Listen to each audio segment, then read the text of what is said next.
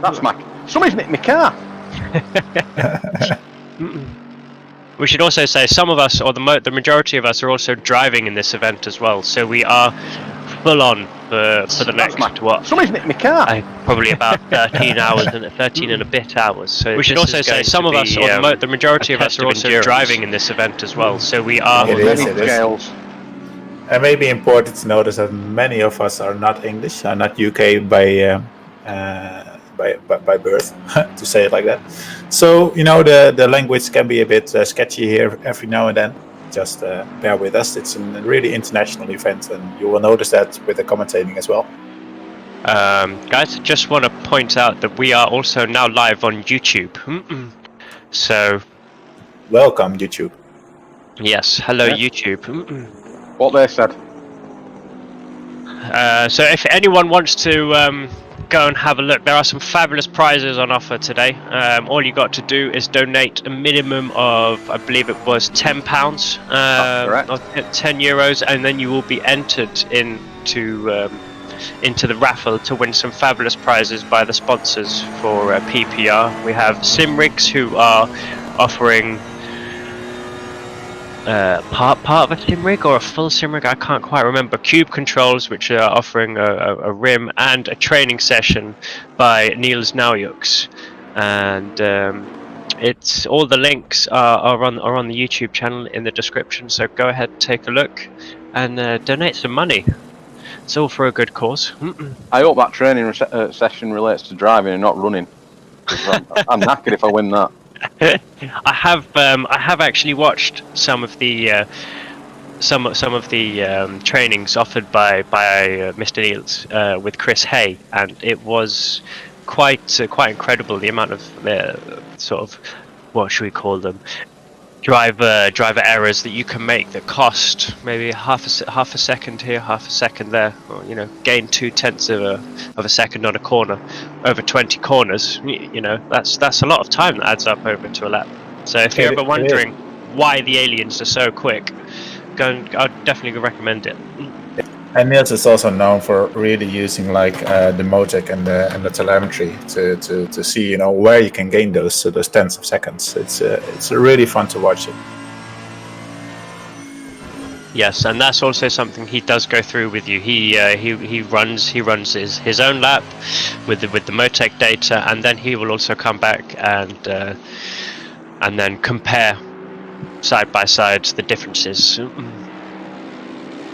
So 12 minutes left to practice. We've had a few laps being posted. Most of them around the 2 minute mark now. What's everyone's expectations for quality time? Do you think we're going to see? Are we going to see a 57 in this tier? Maybe. I think it's possible. I reckon 58, 57, 58. Yeah. I'd go along with that. Obviously, when we were on the practice server, the aliens were joining. Sorry, the tier 1 drivers were joining us on there, and they were setting 57s, 56s. Yeah. But realistically, for this tier, I think 50. We got our first 58.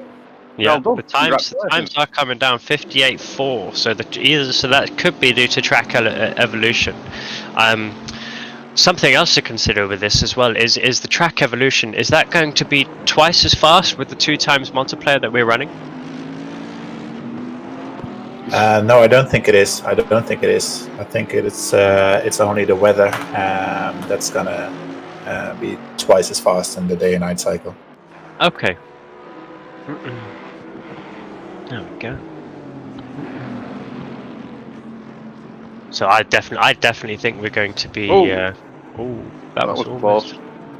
Yeah, it looks like we're gonna maybe hit a 57 high if they're doing 58.4 right now. I think there's still some time in it. I assume that the track is going to go to optimum when qualifying session starts. Still on a green or a fast track. Yeah, definitely. Just by the way the servers are normally set up, and at least with an optimum track, everybody's on the same same settings, and another near close. And the drivers were warned in the briefings to, if someone's on a faster lap than you, make sure you let them pass cleanly. Yes, and should we talk about qualifying a bit, because it is slightly different to what has been seen in previous esports events. Now we are going to be using the full GT rule set for qualifying, which means once you leave the pits, that's it. You are locked in for your qualifying fuel, your tires, any repairs. That's it. You're done. So once you go back into the pits after leaving them, your session's over. So that's also going to be a big tactical sort of mind thought there that you're going to have to think about. It's not just going out, setting a lap and pushing to the limit and finding it the wrong side of the limit anyway. And that's it. So it's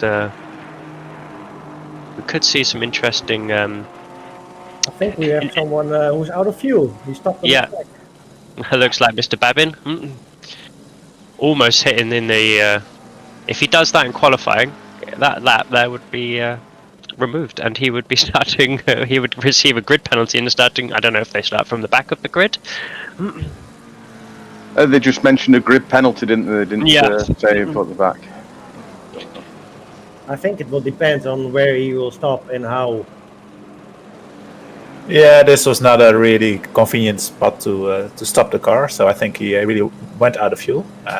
In practice, that's all right, but during qualification, you really have to get out of the way. Yeah, with. I like the livery of the BMW. It's, they put a lot of effort in it. And of course, guys, if you think that we're missing any of the action, or if you want to ask some questions, pop over and at us at YouTube, and we will try and get your questions answered. There is a lot to try and focus on. Just having a look, scrolling through the times. Now, also, if any of you guys are new to ACC. I guess that we should just go through the tower that you can see on the left-hand side there with the names. To the right-hand side of the names, you'll see green and yellow bars. Now that's related to their ping, their connection to the server. The higher it is, the worse it is. So at the moment, it doesn't look too bad. As long as it's consistent, we shouldn't see too many issues with unwanted contacts in close quarters. Then. The rest is self-explanatory with the car that they're racing for, the number, and then the green bar, and there is that just is that their car notification? Normally you've got the pit requirements in there, but we don't have any pit requirements for the race. And then the time delta then from the fastest lap time. That's correct. Yeah. So. Currently, we're only showing 23 drivers on track. I was under the impression that was 35 people registered for this. Yeah, so that could be a number of cancellations or technical issues. Mr. Evan Buren, Evan Drunen, you're going to have to excuse me with the names. I am British, so I will try my best. Is currently 3 seconds behind, so he's set 2 minutes 1. To answer your question there, Anthony de Horst. No, Anthony is his teammate. So that is why he's asking that question. There we go. So we've actually got team members watching YouTube to figure out where their team are. Excellent. And that's possibly because they don't want to distract their driver whilst they're in this preparation phase. Yes, I have. I've been doing the same there. We've left our driver out there on his own. He's told us he wants to be on his own. Is Kimi Räikkönen your number one driver? No, our number one driver didn't take a nap before the race, as Kimi was famous for.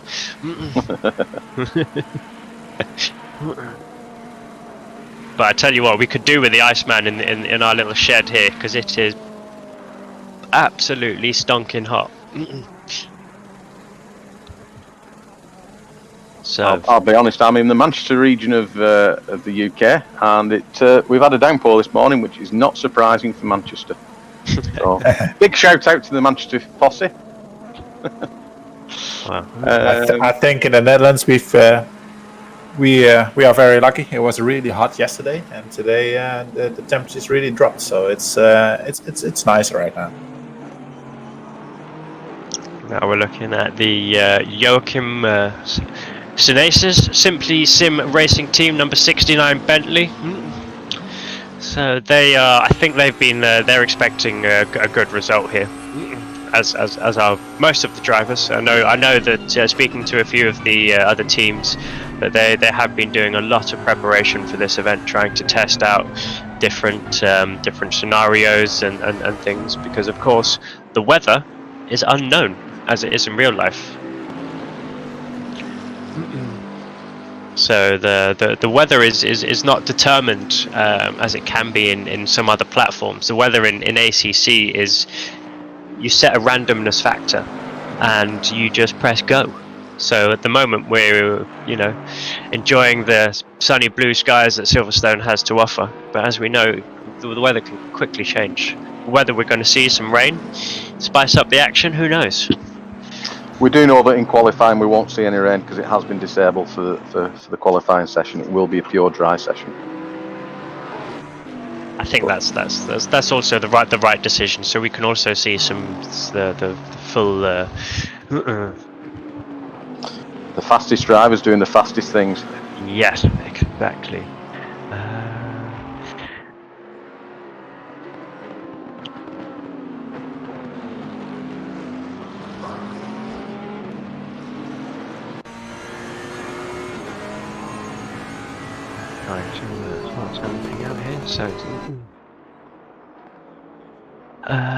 Right. So 3 minutes left of quali. Practice. Sorry. Once we get into the quali, it'll be good. Yeah, we'll actually be right, won't we? Yeah, it will be. As we've always made everybody aware, we are not commentators by any length or means. We are trying to drive this race, and we're trying to put on a good show for everybody. Yeah. It'd be interesting to know how the Tier 1 race is going. I believe, and it's not been confirmed 100%, but we do have a star driver in that tier. One Mr. Jensen Button. It's Jensen Button actually. I knew that they were. I knew that his car was racing. I knew that he had some GT3 drivers for the for Team Rocket. His name is on the list. It's on the list, is it? Wow. So if we can refer to the Team 1, the drivers list that we were given prior to this session, car number 23. Sorry, guys, that we're talking about a different tier, the aliens, but it is quite a bit of exciting news. Car 23, McLaren 720S GT3, driven by Luca Burke, Jensen Button, Tobin Lee, and Michael O'Brien. Team RJN. So, bit of interesting factualities for you. Yes. Wow. And I know that in Tier 1 as well, we also have some of the more known people, maybe to people as well. Some I know that Jardia is racing. We've also got G2 Esports is racing, so Niels Naujux is actually racing himself. Coach Dave is racing. So, but actually, Dave himself isn't racing. He's actually using his aliens, which do a lot of his setup work for them. So an alien is using an alien. Yes, exactly. Isn't that? How does that? So does a double alien make a normal person? Well, yeah. I'm not sure how you would transcend an alien.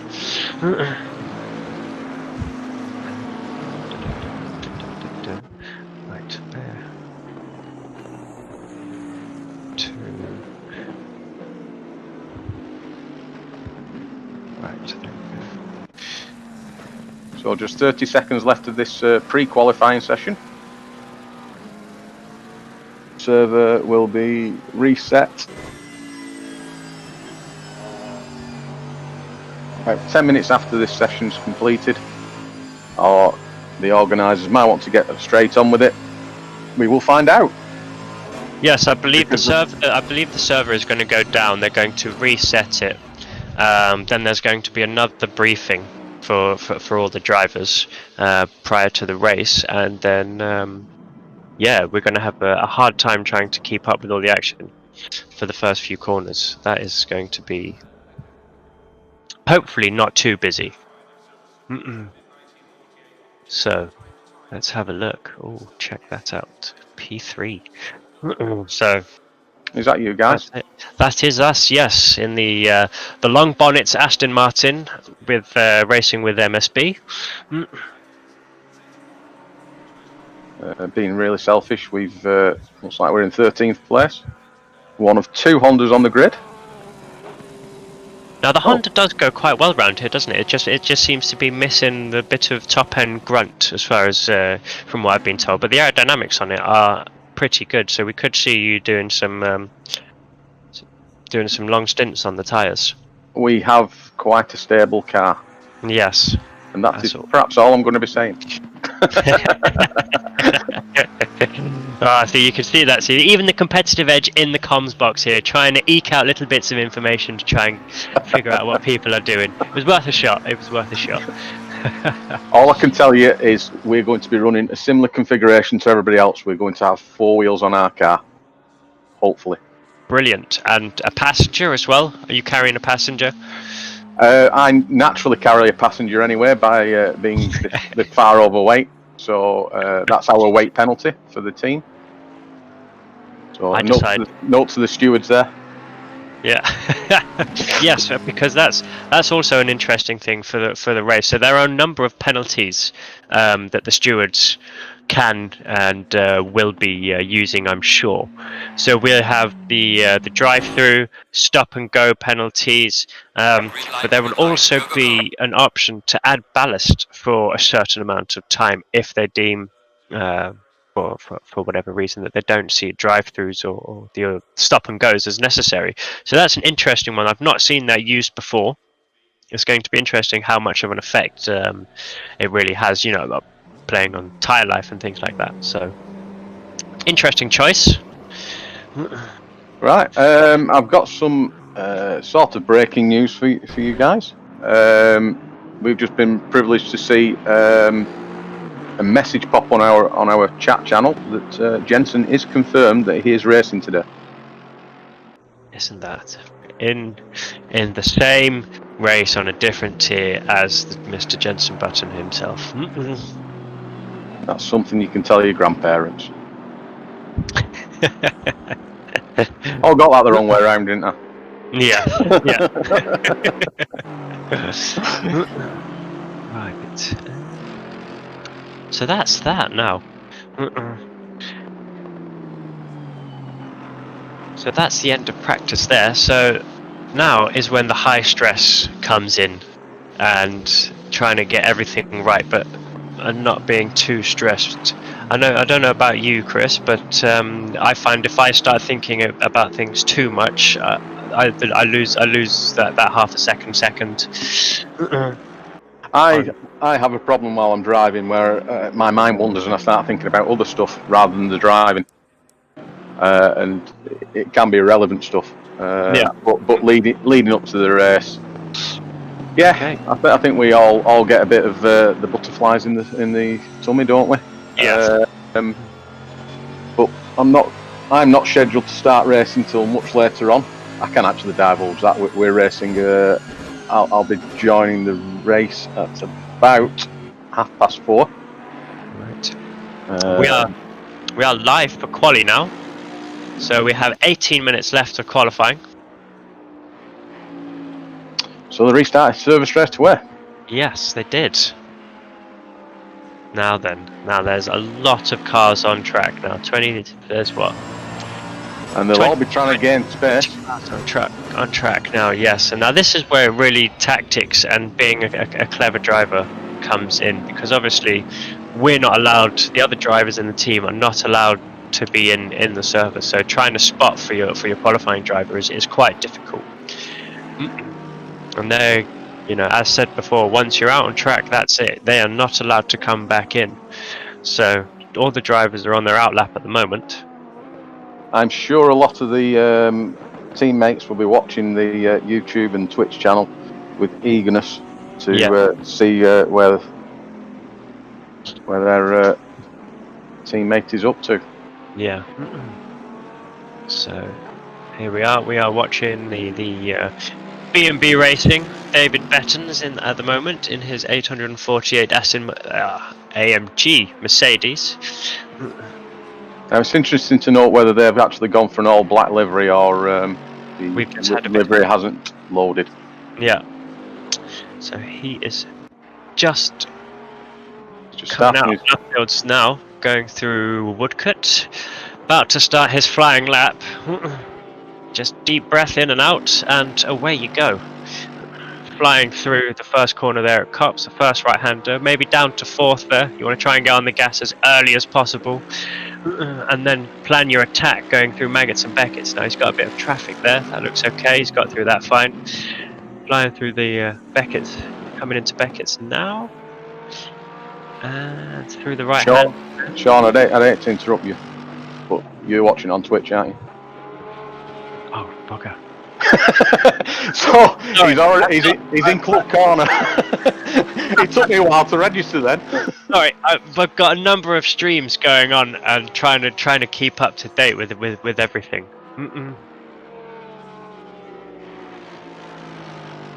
So so sorry about that.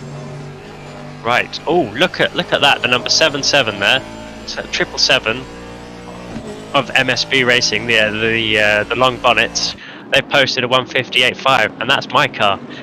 So it is going to be close. And the 888, that was the Mercedes. That's a Porsche, that is. Yeah, Porsche's just knocked you off the top spot by 21 thousandths of a second. At the moment. But not to worry, there's still 15 minutes of this qualifying session to go. Yes. And it depends what strategy you're running. If you're only running a one-lap strategy, then it might be this will be the interesting one now, is it? You know, do you do a cool-down lap, sort of as they used to do in Formula 1? Do a cool-down lap, sort of let the heat cycle out of the tyres, and then go for another lap. I know these Pirellis, they do last for maybe 2 to 3 laps. I think that you'll be able to get the most out of them. Again, traffic is going to be a big factor. Another thing that we don't know as commentators is what the current temperature's running at. No. That is a really big factor in this game. Sorry, simulator. Yeah. Platform, I think we'll call it. Then it we'll use the platform. Yeah. Yeah. It's certainly one of the most realistic platforms I've ever driven on. Yes, it's just for avoidance of any doubt, other platforms are available. Just in case we get done by any sponsors. And it looks like we do have some errors. Car 101 has not been able to connect. Local team here in Denmark, and they've having some issues there. So I'm not sure if they will be able to join. Hopefully they'll be able to join for the back of the grid for the race. I'm being told that the track temperature is 36 degrees. Thank you very much, Mr. Pike. It's not true what's on the toilet walls about you. I'm guessing that's an inside joke that we'll leave for another time. Yes, you can join us in the in the cafe after the race, or in the bar more than likely. Oh, it looks like that car 101 is the other Honda that's in the field. Yes. Now they were, that's right. The car 101, they were doing local driver swaps, so they won't actually be changing names during the pit stops. So when they come in for the pits, we'll have to try and keep a good eye out for how long they're actually pitting for. And there we go. Now we're looking at the 202 Bentley, just going through Woodcut there, starting their flying lap. That is Team BDG with Alice Deleclian. moment, and now we are seeing time slowly coming down. 58.3 now being posted by the number 7 Aston Martin with T. Troquet. Trying to pronounce these names correctly, it's going absolutely terribly. Right, that is Aston Martin. No, that is the McLaren that we are looking at now. The McLarens do go very well around this track. I don't know if any of you guys seen the SRO esports event, but they absolutely dominated it. I've not had the time to watch it. Unfortunately, I've been practicing for this. But I believe the McLarens and the Bentleys are quite the cars to have around here. The Bentley particularly likes to ride curbs. Yeah, and the Bentley. That's close. Actually, that was the P1 there. Now, did he get held up? Who was that in front of him? Was that 8? Was that the 888 or was that the 848? It's like he's obviously backed off because he just let another car through. Yeah. Now that could see a penalty there. That must be then the 848, is it? Very difficult to do without my timing. But yeah, as said before, drivers will be penalised harshly if they do impede another driver's hot lap. Now, if you're both on a hot lap, then obviously it's the drivers behind to make sure that they've got enough space in front of them. But if you're not on a hot lap and you impede another driver, you will expect a penalty, and a harsh one. I suppose sometimes the difficulty is to know whether the driver in front is on a hot lap or the driver behind's on a hot lap, because you could be. I mean, we've seen differences here of 3 seconds between P1 and P30, and that around a lap can transcend is both be on a hot lap at the same time, and you could end up impeding and be penalised for actually being on a hot lap yourself. Yeah. So how the stewards determine that, I do not know. No, I'm not sure either. I guess they can have a look at the lap deltas for their previous laps and decide whether was he going slow enough for it to be considered, or rather fast enough for it to be considered a hot lap. You know, if you're a second down going after the first after coming out of sector 1, then chances are that you're not on a hot lap. We have got a few more cars now. We are up to 34, so let's hope some of the drivers who had some issues have come in. Now, of course, that could also have caused some problems for a lot of drivers on track, because with these custom liveries, you're not actually allowed to join, because the custom liveries do cause a big lag spike whenever they join, because of the way that the platform works and the server works. So let's hope that's not caused too many issues. The lag is quite noticeable, isn't it? Unfortunately, you can be going through Beckett's, somebody joins, and at the end of Beckett's you're off the track. Through no fault of your own, because you don't know where you're driving. Yeah, looking at the. So car 101 still hasn't been able to connect. I've just asked them on the Tuber view. And there we go, we're looking at the 777 MSB Racing Long Bonnets, Aston Martin, driven by Mr. Rodders himself, who is our number 1 driver. Now look at that, number 69 Bentley. We're just talking about the Bentleys going well around here and being able to use the curbs, and they've just posted the 57.5. My fastest ever lap round here is a 58 dead, but that was on a hot lap session, which is perfect conditions. Now, being able to go faster than that, trying to judge the traffic and all the other factors that come into a quali lap is that's quite a remarkable time, really. It's very, very good. What's your fastest lap around here? Very good question. Because I knew I wasn't going to be doing qualifying. This is the first time I've driven the Honda. So I normally, in our GT Championship, I drive the Bentley normally.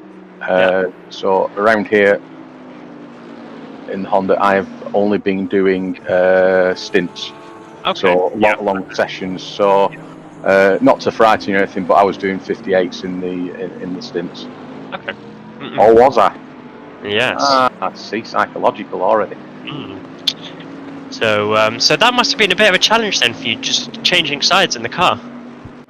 Because you got left and right hand drive. Was that a challenge? It wasn't much of a challenge, no, because it's not real. But you don't drive a cockpit view then? But you're quite. Yes, I do drive a cockpit view. Okay. But you're quite right. The sausages. Just for those that aren't familiar with what I'm talking about, at the side of the track you'll see some lumps of orange concrete, which are affectionately known as sausage curbs. In the Bentley, I could run really close to them because I'm on that side of the car and I can see them. In the Honda, it's sometimes hard to judge where they are because I am sat on the wrong side of the car. Not the opposite side of the car, the wrong side of the car. And here we go, looking at the Sim Racing Holland, number 120, sorry, Ferrari. In the Bart as wearing. Yeah. One of our fellow community members. I once did a 6-hour endurance race with that gentleman at Bath. It looked like he got it a little bit loose there, coming onto the hangar straight. Coming out of the car. Now I can tell you that Bart in the championship races an Aston Martin. Okay, so you guys have just decided to make it easy for yourselves and change everything. Yeah, everybody just decided to just drive a different car, just for the crack, really. Yeah. Well, there are a lot of nuances in this game between the different cars. You know, a lot of people will be wondering, oh, you can only drive one class of car. Why should what's the point of ACC sort of thing? And there's a lot of differences. There's a lot of depth to the platform that makes you keep coming back to it. I was surprised myself the amount of fine tuning rather than it is. It's if you like being sort of self-analytical, then it's a very good game. And here's another one of your cars, isn't it? Yeah, another one. Driven by Aaron Van Drunen. Now, I know most of his teammates do drive the AMG Mercedes, so they've stuck true to form. Yeah. They've not transferred at all. And I'm just trying to recollect our number one driver in my team, CNS Motorsport, does drive the Honda in the championship, and the only way we could persuade him to join an endurance race with us was that we all jumped into the Honda with him. So we were the one that gave way to him. Yeah. And that's probably happened in other teams as well. Got yellow flags somewhere. Someone's off. And there we go. Gary Richardson in the garage races. He has gone off, and that was on cups, wasn't it? Coming through there. And he's just lost it. That happened before the yellow flags were announced. Yeah. Yes, that's correct. So ACC platform must be excellent. It must be able to predict there's going to be an off. No, I think somebody else, because we're coming towards the end of qualifying, people will be pulling off in a safe manner and abandoning the car at the side of the track somewhere. Yeah. So we will see pretty much permanent yellows all the way around the track now. Yeah. Yeah. So that's an interesting format, but nice. We should get for the spectators around the track. Get to get a nice close up of the cars if they're standing in the right positions. Separate reality. Yes. Well, we're riding on the back wing, just on the Simply Sim Racing 69 Bentley, who has currently posted the fastest time of a 57.588, which is pretty rapid around here. The aliens would probably be doing 56s, maybe even dipping into the 55s, but for us humans, that is a very, very good time. I don't know if you want to explain the difference between aliens and humans, Sean. Yeah, so in the sim racing world, that we have the humans, which are normal people like me and you and everyone and who's watching now, who can go and sit in front and have a good understanding of the car and what it's doing and know the lines. And then you have Aliens, which do exactly the same thing, but they're just slightly more in tune with the game and the car and the tires, and are able to gain 2 to 3 tenths on each corner, every corner. So they just take more speed, they're able to get on the gas earlier, brake later, pitch the car in correctly, which then translates into 2 to 3, sometimes even 4 seconds a lap. And to us humans, it just seems impossible to do. I don't know about you, but when I look at the top of the timesheet and then I see how far down I am, I sometimes wonder, is it worth it? And then you have that reality check and go, yeah, of course it is. Yes, and that's the great thing about sim racing is you're never done, are you? It's not, you can play some single player games and stuff, and you finish it. Yeah. And you go to the next game. Sim racing, there's always something to come back to. So sort of what drew me in a long time ago. So we'll try and run through the order for you now as we're coming to the close of qualifying. I don't know if our camera editor can actually go to the top of the list so we can run through that way. Yeah. If you want my Mr. Challing.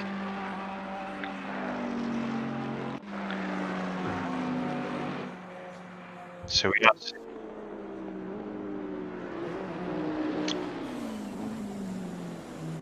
we want to see there you go, leave it at that. That's fine, thank you. So we have we've just lost our feed. There we go, it's come back. 69 Bentley, driven by Stanislas with a 158.5, as said already. Now, our cameras seem to be having a bit of a technical jip here. So there we think it was because of the auto broadcast. The number 7 Aston Martin was next, I believe, driven by T. Trequay, and that was a 158, low 50. Thank you. And then it was another Bentley. Oh no! No, there's been a change near the top. Yeah, there's been a change right at the end.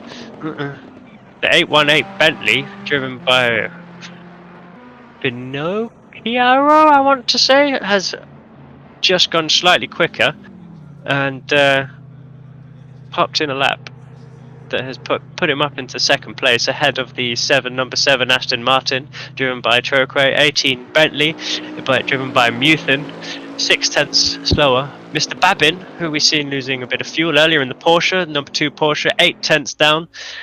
Schultz in the 42 McLaren with another 8 tenths down, or just 8 tenths and 64 hundredths. So, well, 300 separating their 5th and 6th. That's not very much at all. And even, well, let's just say, going all the way down to P10 is only a second difference. So this is going to be a very close race. And then I think we're all the way down to P24, 25 with 2 seconds. 2 seconds might sound a lot, but it really isn't. There could be a bit of traffic or anything. And the race is long. The race is a long 12 hours long. So that's it, guys. That is qualifying done. Now the server is going to restart, I believe, from here. And we're all going to. Some of us are going to go for a driver's briefing. Yeah. So race. So we've got 7 minutes to be there. Yeah. So during that time of non-action, I think our race director will be playing soothing music.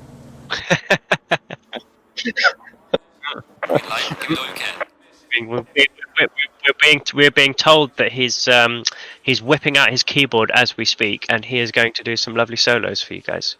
Beautiful. Now I've heard Challing's singing voice in the past, and it's beyond beauty.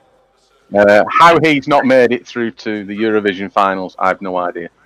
Yeah, right. Race start time is going to be in about 35 minutes, guys.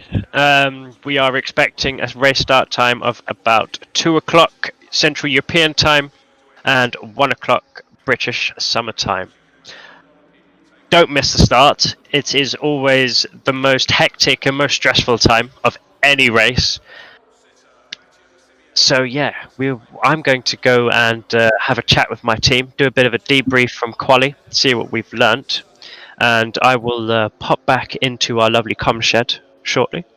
I am going to go and do the same. Yeah. So, guys and gals that are watching on the world of YouTube and the Twitch channel, we will be back as soon as we can.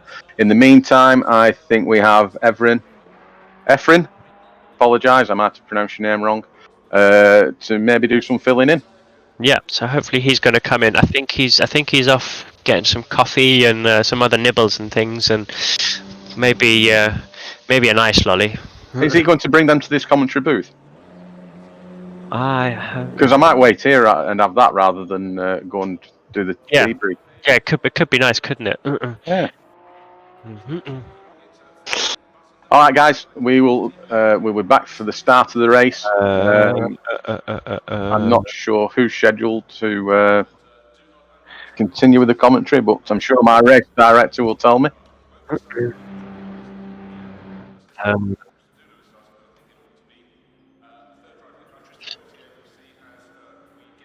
Is it? Are you?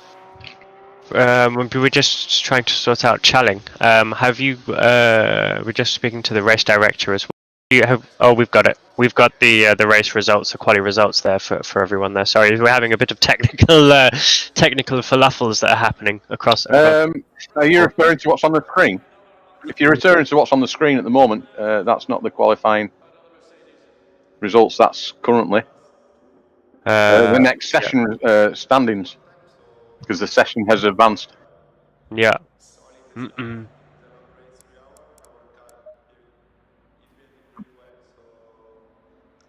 No, we can't do it from there. We're going to have to try and scroll back on the.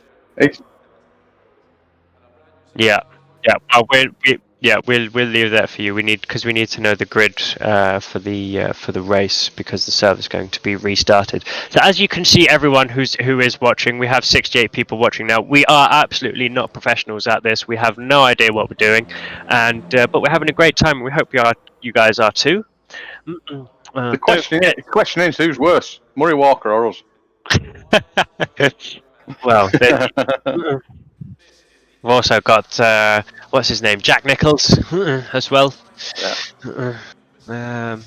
Been doing a lot of commentating recently on the esports world, which is of course where he started.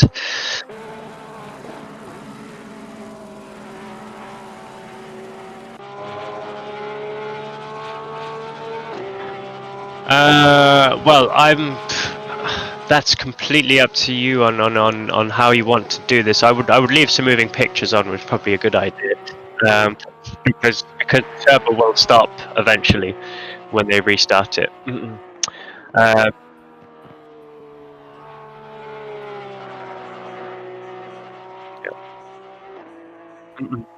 Go.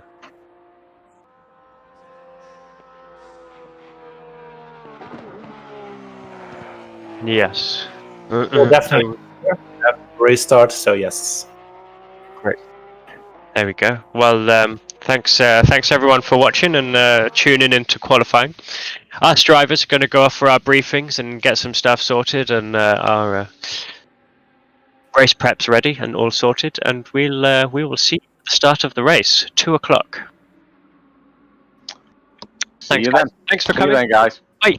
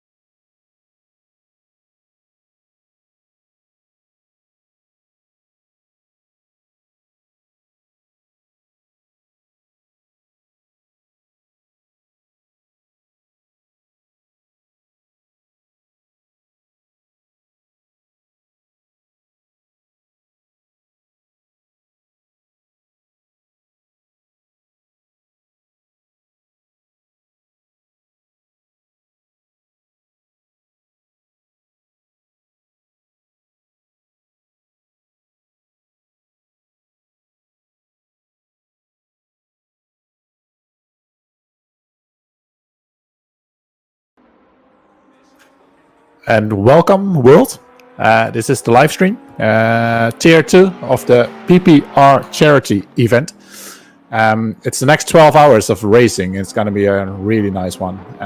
Charity event for the Huntington disease. I think we already went for 5,000 pounds, I believe it is, because PPR are UK based. Already passed that goal.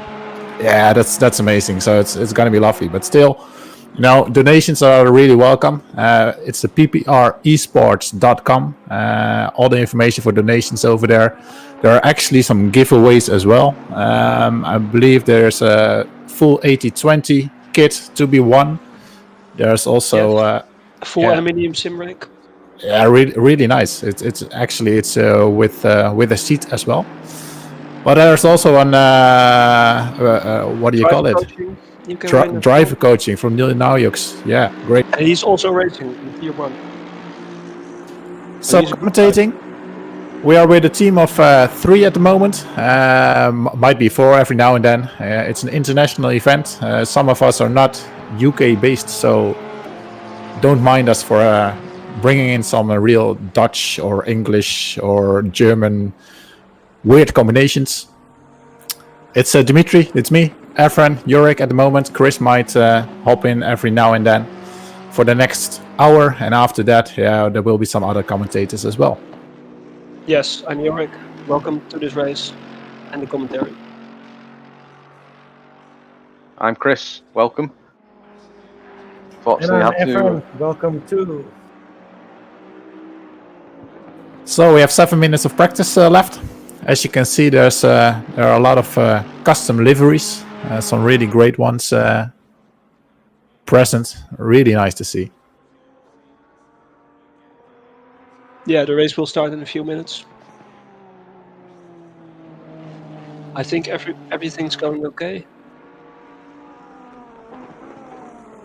Yeah, apparently there were some technical issues with the Tier 1 race going on, where everyone expected a full formation lap, but well, ACC decided to go for a short one. So we just have to wait to see.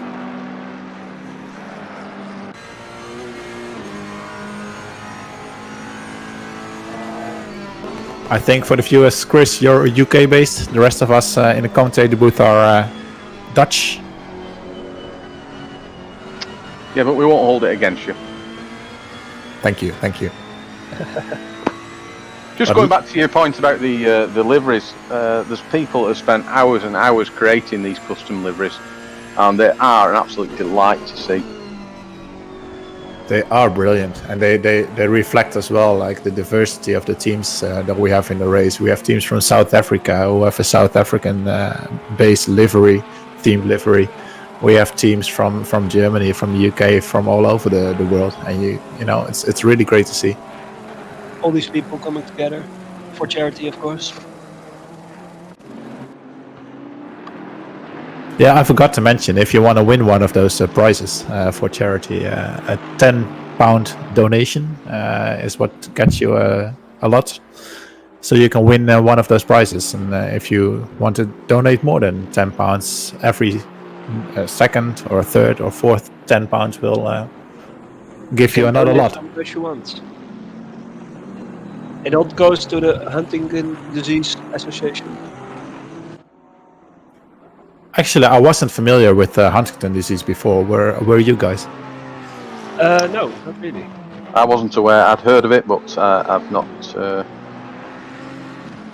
I have no knowledge of it, I'm afraid.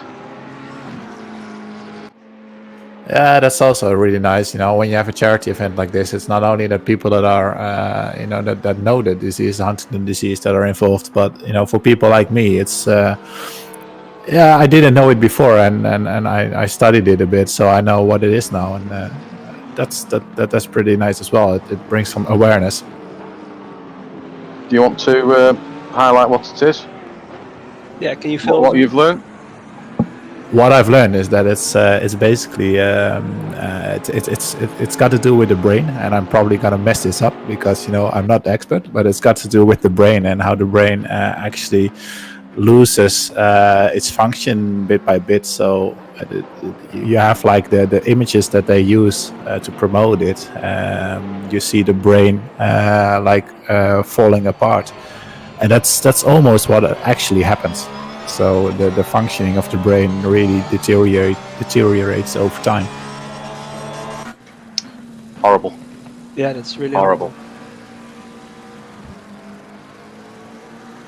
Hey guys, I'm back into the lovely shed. And there we have Sean.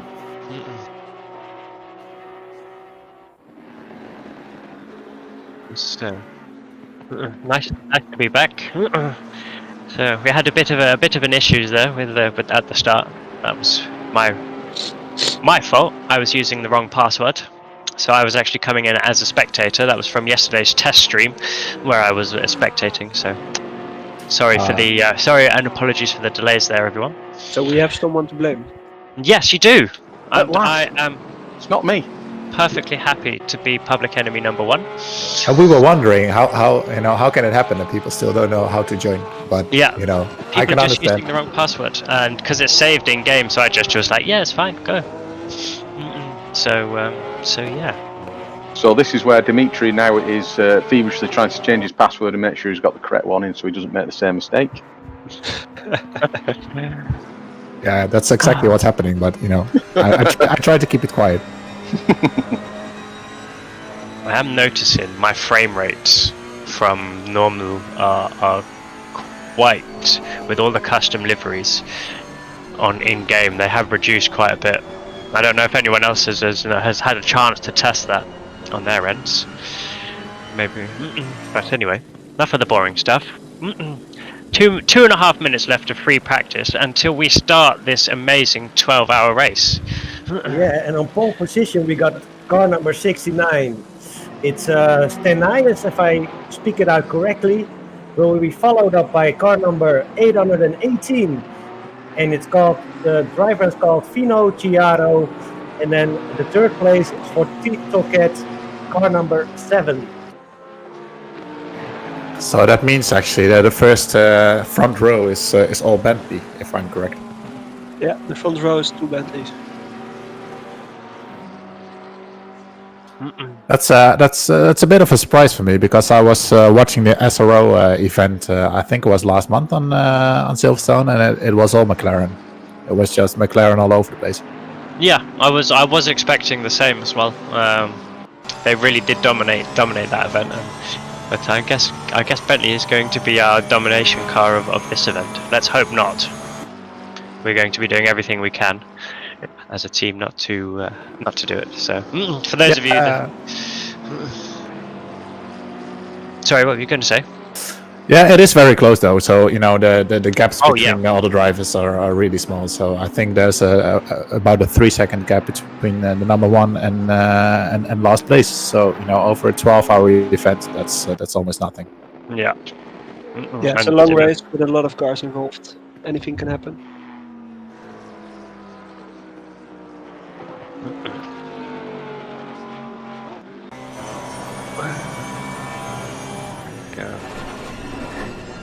So yes, so we are about 40 seconds left of practice, and then we will be heading into the race. Now I'm not sure how long the pre-race timer was, but it will be. I'm guessing it will be a couple of minutes, maybe, just for the current drivers to get everything sorted and make sure everything's okay. maybe it's a good time, Sean. I think a lot of us, I know you are driving as well. I know Chris is driving and I'm driving. What do you think about Silverstone? Is it one of your favorite tracks? It isn't actually. It's always been one of my bogey tracks. I've never been able to get very good rhythm around here and find the right lines consistently. But after doing a lot of training, we actually got to a really good rhythm, and I found my rhythm. So I'm very, very excited. I think it's an amazing track as well. You've got the Maggots-Beggots complex, which is just throw the car in, hope it sticks, try and keep as much speed as possible, and then you've got a few slow corners down at the Vale into the club section. That's a nice tight, twisty, technical bit. And then you shoot all the way down. Then you've got the loop, which is the slowest corner on the circuit. Sets you up going through Aintree, down the Wellington Straight, and hopefully for a possible overtaking maneuver down into Brooklands and Luffields. So there's a really good mix of corners here. Really good high-speed circuit. Of course, Yeah, it's old airfield. It's a combination of high speed and the slow corners where traction is really important. So also with the car setup, you really have to balance it. Yes, yeah, really indeed, and of course you've got these, as we were speaking about in quali, the sausages, these big metal concrete sort of things that you just seen it going around there, and now these can be really disruptive for some of the cars that are running in lower ride heights. They can really cause a bit of damage to the front splitter as well if you keep on ramming them. So this is something that the drivers are going to have to be keep in mind as they're going around the track. It's 12 hours long. There's no need to be trying to gain 1/10 of a second by going over a curb. So yeah, it's going to be a really good challenge. And here we go. We are on the start grid. So we are going to be expecting here. So we have got just under 3 minutes until the start of the race. We have lost our feed. There we go. Right. So we can run through the starting grid now. We have the 69 Bentley of Joachim Stenisas in first place, followed by another Bentley of the 818 Ricardo Finocchiaro. Then we have an Aston Martin, the number 7, driven by Troque, and another Bentley driven by Muthane. In 5th, we've got the Porsche of Nick Babin. 6th is Florian Schultz, a surprise. Expected to see them up higher up the grid. Another Bentley, the number 222 with Mikkel Roert. Number 8, the 888, the old drummer driving the Porsche. And my car, the 777 Rudders, in 9th place, Aston Martin. And in 10th, we have Dean Cap driving another Bentley, the number 321. And that's your top 10. And now we know that the top 10's lap times were within a second of each other, and the top 24 within 2 seconds. So there's hardly anything in it. Yeah, the top 24 is within 2 seconds. It's really close for this race. And it's good to see a Honda in there as well. There's a really nice mix of cars. I believe the number 11 Mirrors is the only Honda. Yes, I believe so. But it's really great to see a nice mix of cars. Yeah, I'm not sure who we're missing. As we don't have a Lexus in the server, do we? No one's chosen the Lexus. Now I would have thought that the Lexus would go pretty well around here, or a BMW as it. Oh no, we've got one BMW. Yeah, car number 404. Yeah.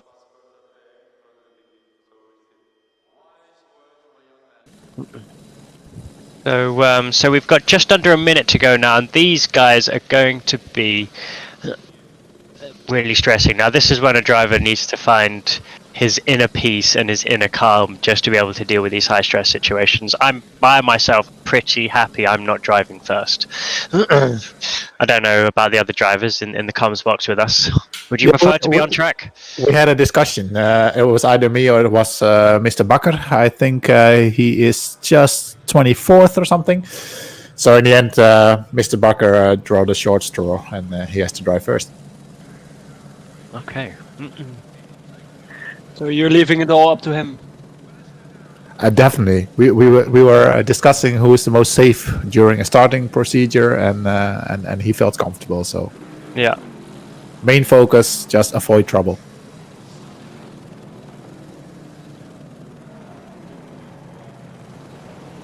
Looks like we're a lone car taking off. Yeah, we are off for our warm-up lap, and now this is they got a full warm-up lap here up the Silverstone circuit. Yeah, they're doing a full formation lap. So for those to warm up their brakes and tires very well. Now there is a bit of a sort of nuance to doing this, as there are in all different platforms. Some prefer weaving, some prefer using the brakes, and a lot of getting a lot of lateral load in there to warm up the tires. ACC as a platform, what's the best way to warm up the tires? I'm not sure if it's the best way, but I like to weave, and it's usually people think it's to get heat into the tires. Yeah, it's to get heat into the tires, but it's also to get that pressure up. I usually also drive with my foot on the brake pedal for a little bit, and throttle through it just to get the brake pedal warmed up and also put some heat into the tires. Yeah. Yeah, I do use the brakes more to get the heat into the drums and heat into the brakes, and to really get those pressures up, as we can see a lot of the drivers doing here.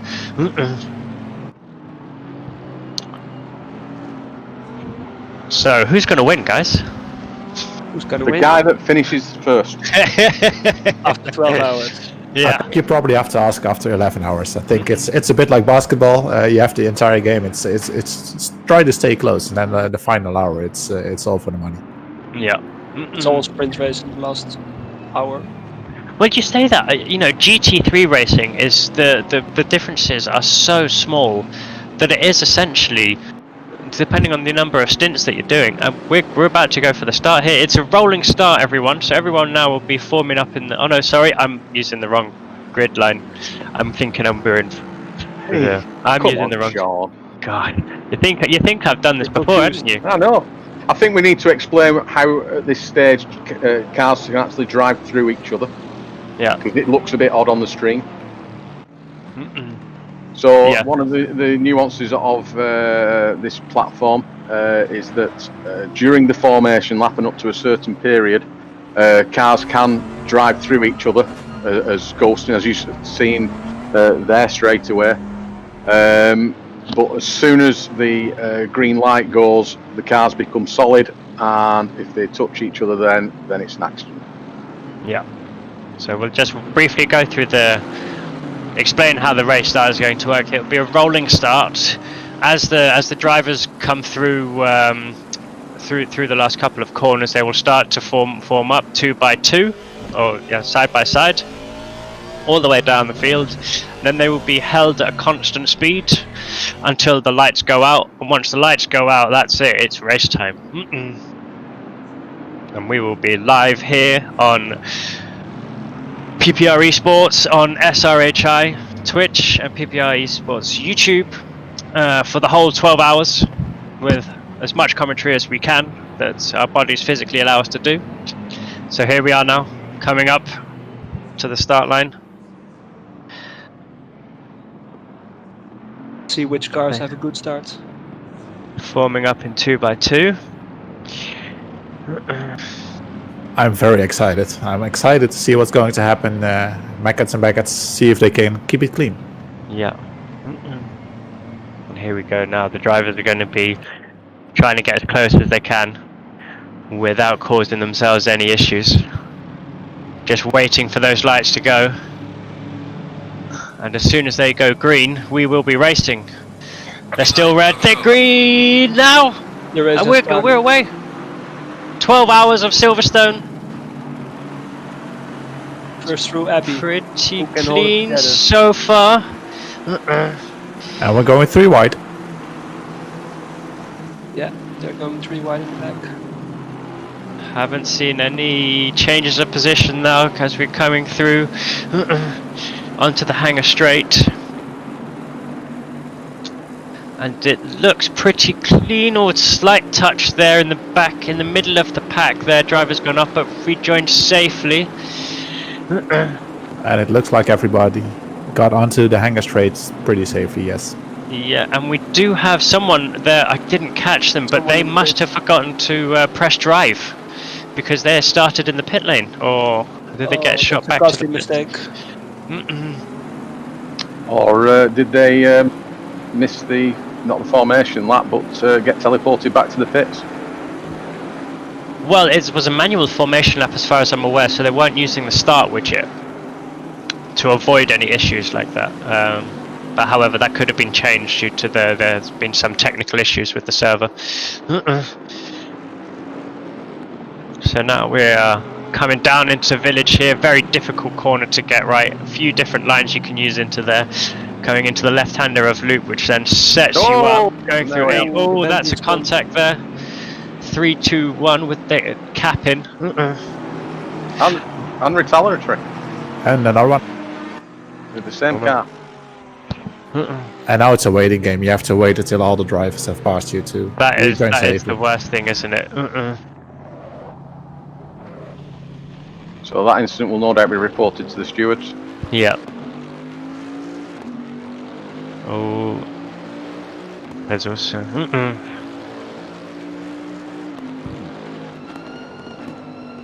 little bit of contact as well in we have a station going through Luffields.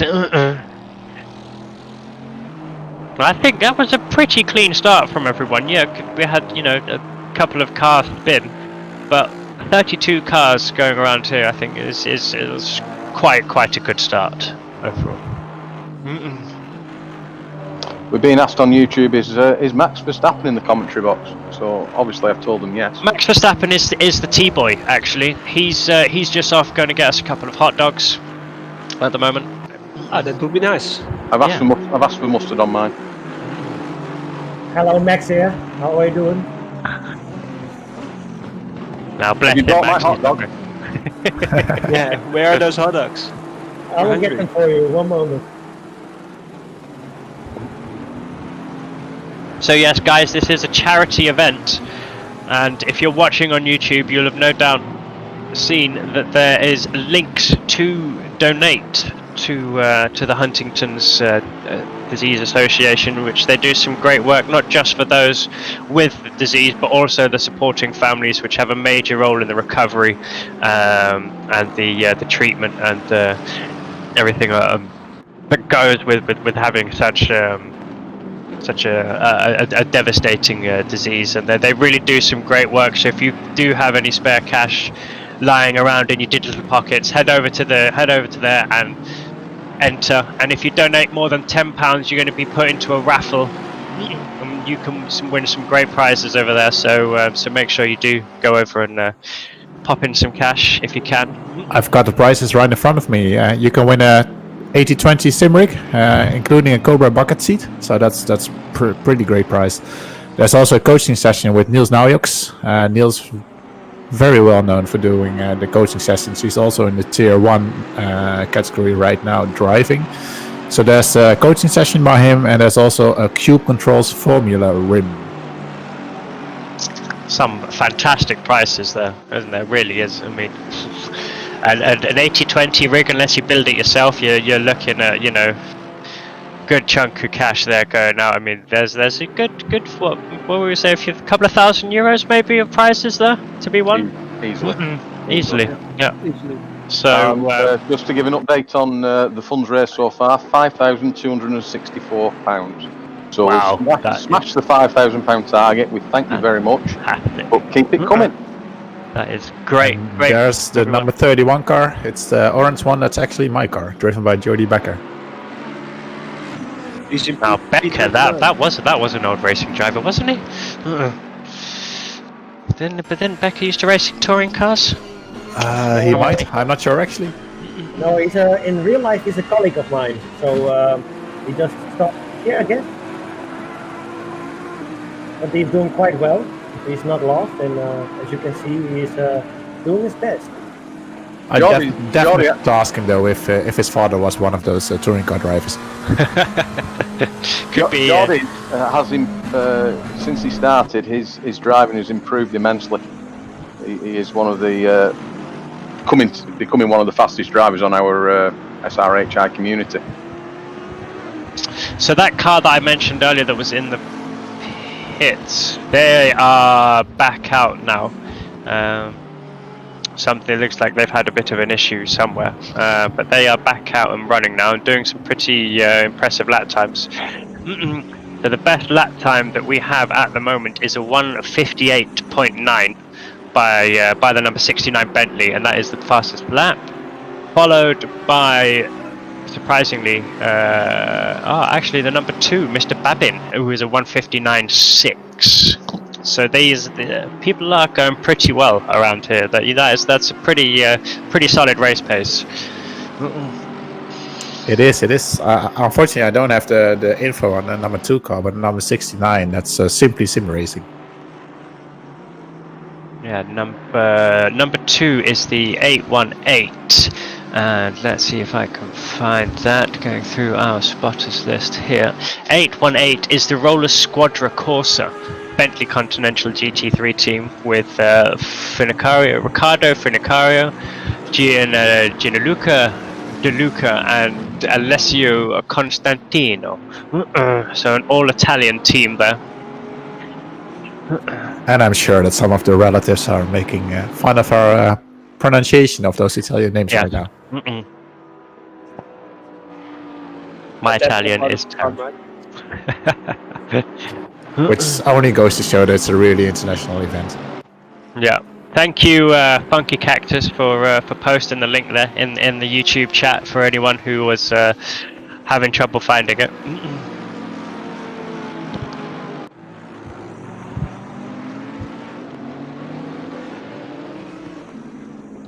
I believe Funky Cactus is also one of the Formula 1 drivers from the PPE Sports events. Okay. So, Talking about Formula 1, for all the viewers that are watching on YouTube and on Twitch, we have in Tier 1 Jensen Button, 2009 World Champion of the Formula 1. He's competing with his team in Tier 1. You can watch him on the Tier 1 stream. but of course you're going to stay here and keep on watching the wonderful Tier 2 and their absolutely amazing commentators, aren't you? Because we are doing such a grand job. I have to agree there, Sean. I agree as well.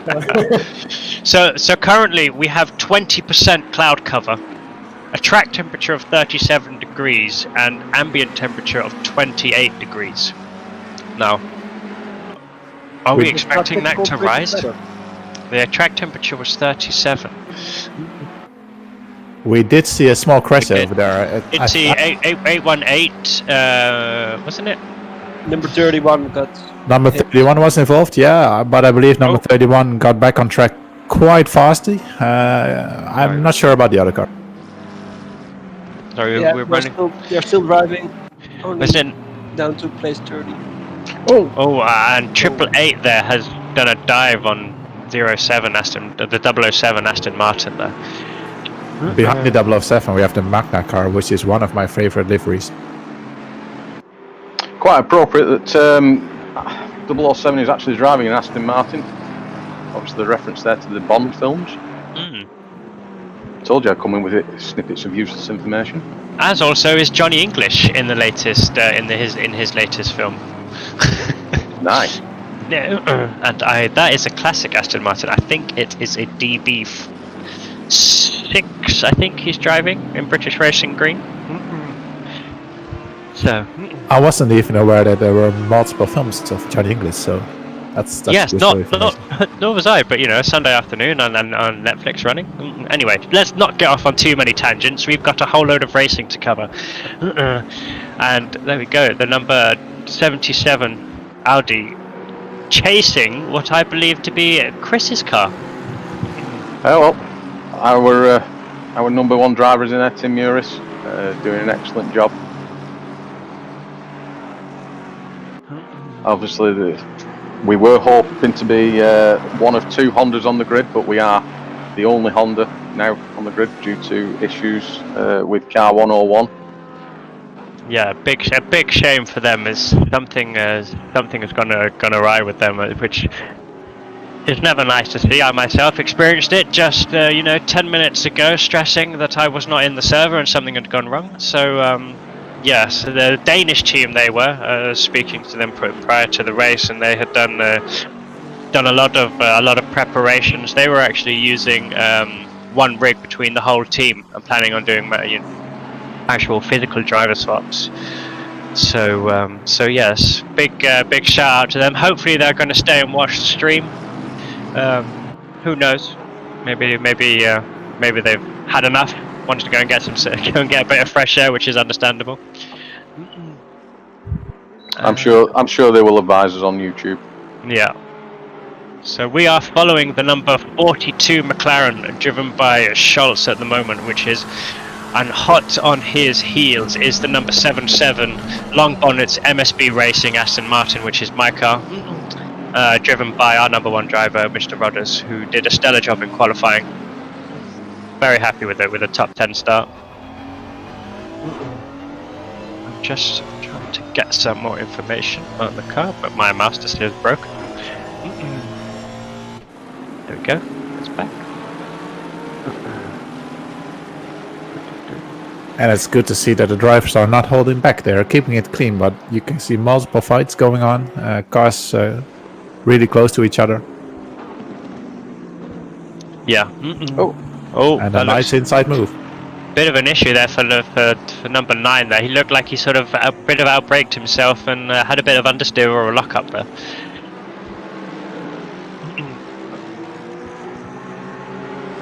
And that just allowed the 113 Porsche there to go right through. Now he's also being chased by the 82 McLaren, driven by Johnson, coming up into Copse. Fast right-hander there. Now this has to be one of the best sections on the track here. Maggots and Beckett's complex really takes a strong driver that is at one with his car to get the most out of these sets of corners. You can lose a lot of time coming onto the hanger straight if you've messed it up, and if you mess up the first part of Maggots, you messed up Beckett's as well. So we've got a move going down the hanger straight now. Go for it. He's up on the inside. That top speed there of the Aston. Nice. That great outside move there into Stowe. Really ballsy move there. Hung it on the outside all the way around, coming down into the club now. And has he kept the position? He has. Yeah, so the Porsche wasn't able to get the undertake. Or the. But it looks like the Porsche is now under pressure from the McLaren. Now that is a really big problem around here. If you get overtaken on one corner because of the flow of Silverstone, you really do end up damaging your flow quite a lot. And you'll find if you get overtaken once, straight away the car behind is already being under pressure by more cars. So you can end up losing 2 or 3 positions just from one overtake.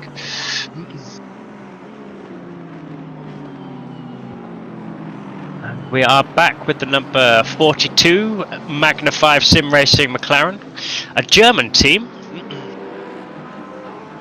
And they are being chased by the 777 Aston Martin MSB Racing with the long bonnets, a long team name. And looks like the number 5 car had another moment. Just braking a little bit too deep, I think. And he's being repassed by the Porsche. 113. And the number 9 car is now becoming under pressure by the McLaren. That McLaren really wants to get past a car. Yeah. So they've got a very good battle going on there for P20 there. And it's great to see battles all the way throughout the field. Now that is dodgy there too. That was going to be a risky move, trying to go side by side. Luckily the number 9 had reservations of him pulled out of the move. Again into Stowe though, look how close he gets behind the Porsche. He's right up there, he's gone on the inside, going into club. Is he going to make the move? No, he hasn't. Going through the club complex here, and this is where we actually, this grid here is the starting grid for the Formula 1 races. So if you're getting a bit confused, then that's why. It's 2 sets of grids on here. And then the fast right-hander of Abbey through the even faster slight kink on the farm curve. And we have changed camera. We are back. Watching. There we go. Coming into Abbey now. On board with the 82 Johnson McLaren. Now this corner here, Village, very tricky corner. You can take a few different lines into there, but if you go too wide, you sacrifice the entry into the loop, which then in turn sacrifices your top speed and your exit coming out of Aintree onto the Wellington Straight, which can lead you vulnerable into an overtaking manoeuvre going into Brooklands, which there's a few different lines you can take into there. And are we going to see an overtake? And Clarence finally got past. Round the outside into Brooklands. And that, Very, very that clever is actually a PPR entry, isn't it? Number car 42.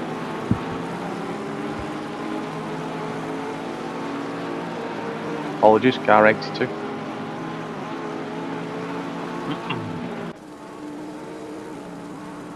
And now we're on board with the 818 Bentley. These guys posted, what was it, a 58 flat in quali, so they are a very rapid team. The Italian drivers there of the Rollovers Squadra Corsa team.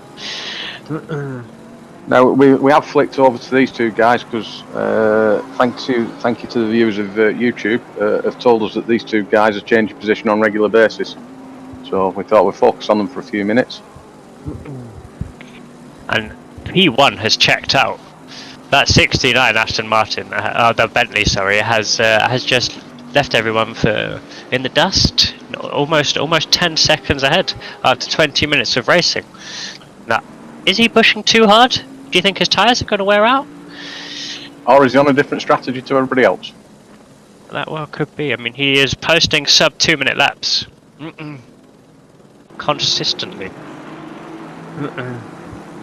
His last car if I've ever seen one. Last lap time was a 59.9, and his best lap time is also is a 58.9. So, and he's gone purple. He did a purple in the last sector on his last lap. So he's definitely pushing. Nope.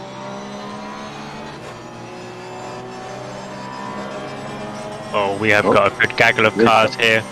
Porsche had a bit of a bad exit there. And the McLaren is up on the inside. There's two cars. The Bentley, the 321 Bentley has gone in on the inside as well, and it almost pushed out the 009 as there were 3 cars abreast going into Brooklands there.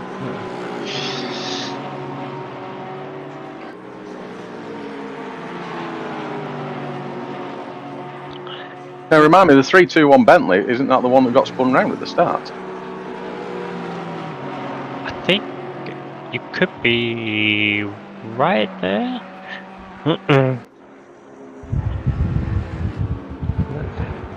I can't actually see the incident, so I can't remember. But yeah, definitely, very well could be.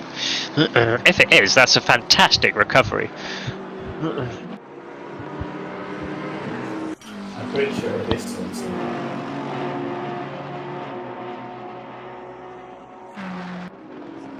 Yeah, I did look it up for you guys. Car number 321, the Bentley. They started in 10th position, and then at the start something happened. But they're now back at position number 21. So they're doing an overtaking race. Oh, sorry, on another in. People in That the was in grass. the club complex.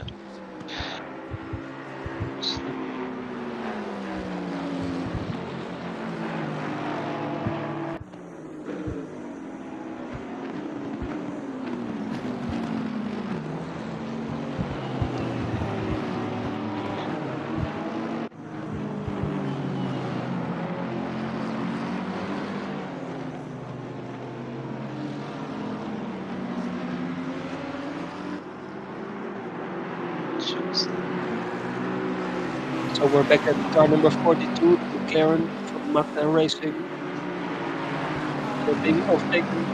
Oh, now this could be exciting there, going on the outside of he's pulled out of it. I was going to say he's going to try and hold it around the outside of Cops. That is we're taking out the Bentley on the exit there. The Bentley got a very, very good exit. He's letting me go.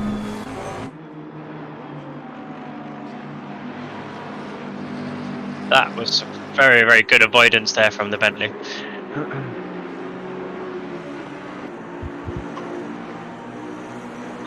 And there it is.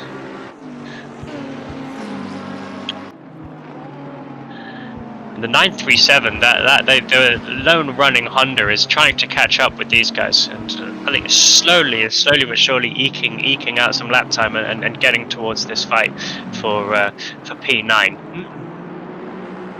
Another close battle. Now you just got to be careful getting caught up in a battle for too long. Sometimes it is just a good idea to just hold a bit of a consistent gap to not slow. You know, you can lose a lot of time battling another car, but it's a very difficult balance act, because if you're losing too much time behind the other car, then you need to get in front. But if you can't do the overtake, you're just going to end up burning your tires. And that is the pink. Was that the pink Porsches there, Porkers, that have gone wide on the exit at the club chicane? I think I caught that in the background. It certainly looked that way.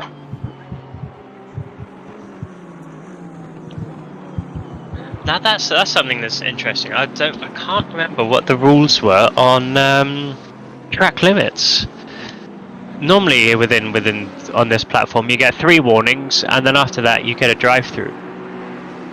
But since one of the last updates, it seems to have changed a bit. The track limit seems to have relaxed a little bit to say that no time gained, so you don't tend to get the warnings. I think it's more now if you have a blatant cut of a corner, you tend to get the warnings. For example, if you're at Spa and Eau Rouge and you cut the top of the corner going to Radion, that's quite a slam dunk for a warning. And you're right, after 3 you get a drive-through. Yeah.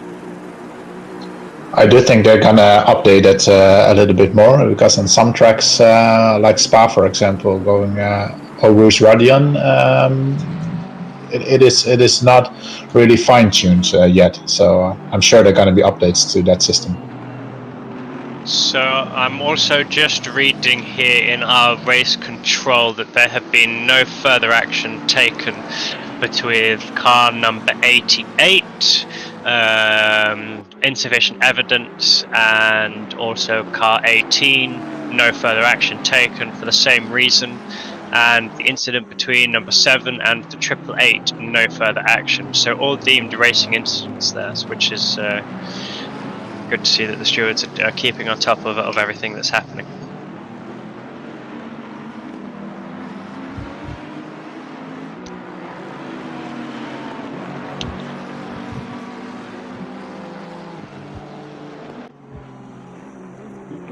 Oh, Bentley number 18 was making himself clear.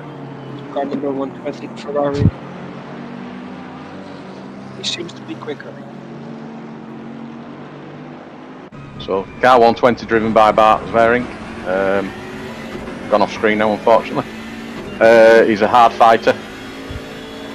Come across him a few times in our sim racing community. And we're back with Bart on the racing on the road. I do love this camera angle here. You can really see the car behind attacking. Number 18 Bentley there, driven by Muthan. As we go through Maggots into Beckett's now. Bentley taking a lot more curb there. Really trying to maximise his exit onto the hangar straight. But that Ferrari just seems to have the edge there, doesn't it? Coming straight line. Coming I'm out. not sure whether it's a straight line or the handling through Maggots and Beckett's. What was that? How was the handling? I'm not sure whether it's the handling of the Ferrari rather than the straight line speed. It seems to be quite stable through that complex. Yeah. Now that could be. Oh, that was almost a tap on the back there, wasn't it, from the 720 McLaren on the in the 77 Audi. Oh, and that was a Bentley riding the sausage curbs there. That was number 18, driven by D-Cap. That was a very close. He tried to put it up on the inside, and he just not enough room.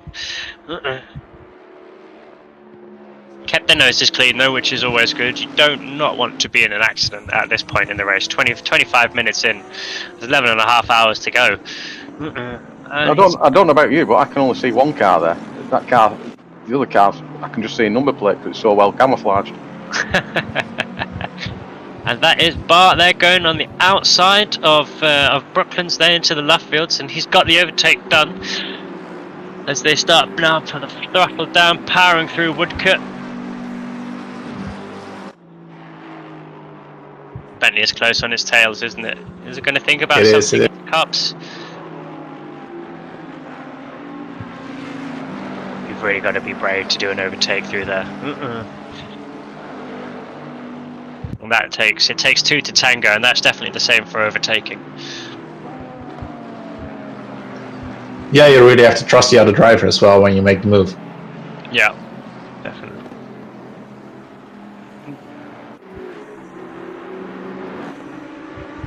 So, and there we go. Great view of the hangar straight of they're coming down into Stowe. Very difficult braking for Stowe, I find, because right on the outside, just at the start of the braking zone, you've got that bump as the curb starts on the left-hand side.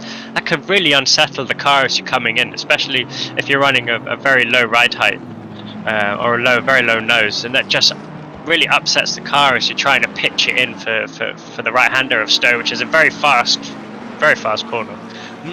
Yes, I agree. I think everyone who has driven Silverstone, either in sim racing or on the real track, which I have not, but in sim racing, that bump is really famous. Great for causing some sparks, and especially now since they've added those titanium plates from Formula 1. In GT3 though, we don't need artificial sparks. We make our own sparks, don't we, in our tin top races. There we go, coming out of Aintree there onto the Wellington Straight. That Bentley will just be using all of its turbos fired up. Shooting down. Now this, of course, this Bentley that's racing today was the same model of Bentley that won the 12 Hours of Mount Panorama, which was last year, which was a fantastic event. Drove through adversity, missed out a lot of accidents and incidents, and kept their noses clean, and ended up winning through having a very clean race. And that's I'm sure a lot of teams are going to be wanting to do the same here. Just keep to their own race, keep to their own rhythm, choose their battles wisely, and yeah, make every stint count. Because if you've got to make an extra pit stop here for damage, that's pretty much your race over, I would expect. I mean, you know, it's going to be just a matter of stint after stint, and each of those stints will be their own mini race. Oh, beautiful move around the outside there. Car 9 taking car 82. That was going right. That was going into maggots there. That was very brave. And that was car number 9, which was really close, fighting with the other cars as well earlier on in the race. It looks like he was really fast, but making some mistakes and not gaining the positions that you might expect from him. Yeah, that's a great topic that you've touched on. Consistency is key in these long races. There's no point being able to do a 57 if you can only do it for one lap. So being able to plug in those consistent times, lap after lap after lap, is going to get you a good result.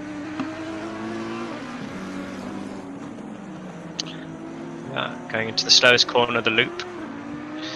Very, very tough corner, especially if you're only using a single monitor and you don't have track IR or any of those software installed, and can be quite tricky to find your turning point and hit the apex every time.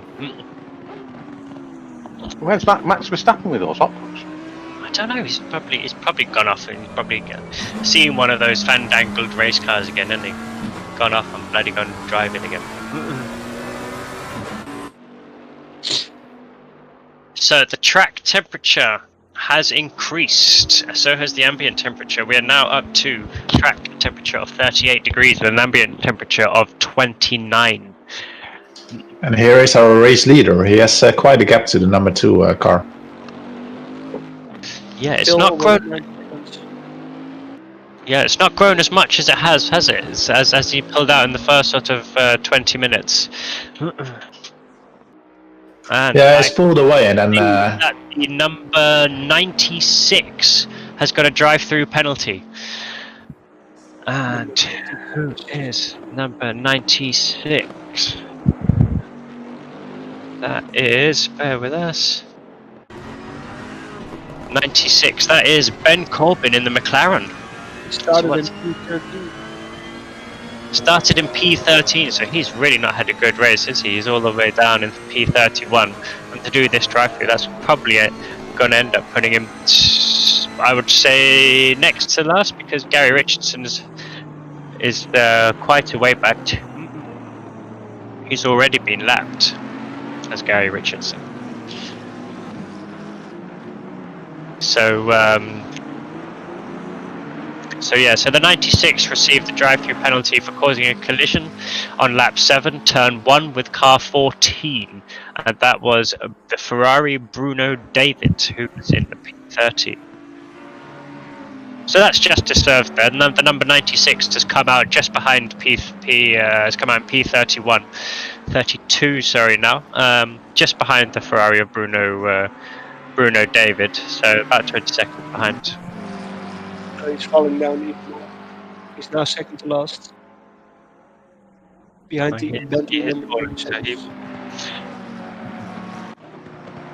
He must have just been on the pit exit there, as my timing screens were updating.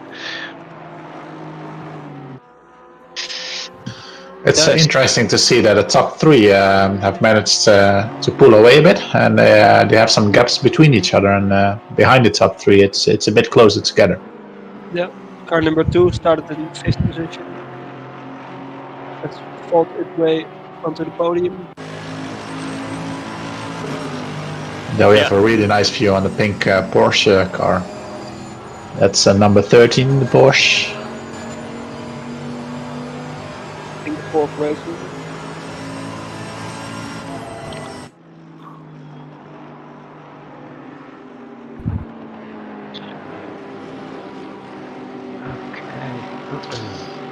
And that's the Mercedes AMG. It's always I always find it a difficult car to drive. You know, it's lack of turning in. It just wants to go straight ahead.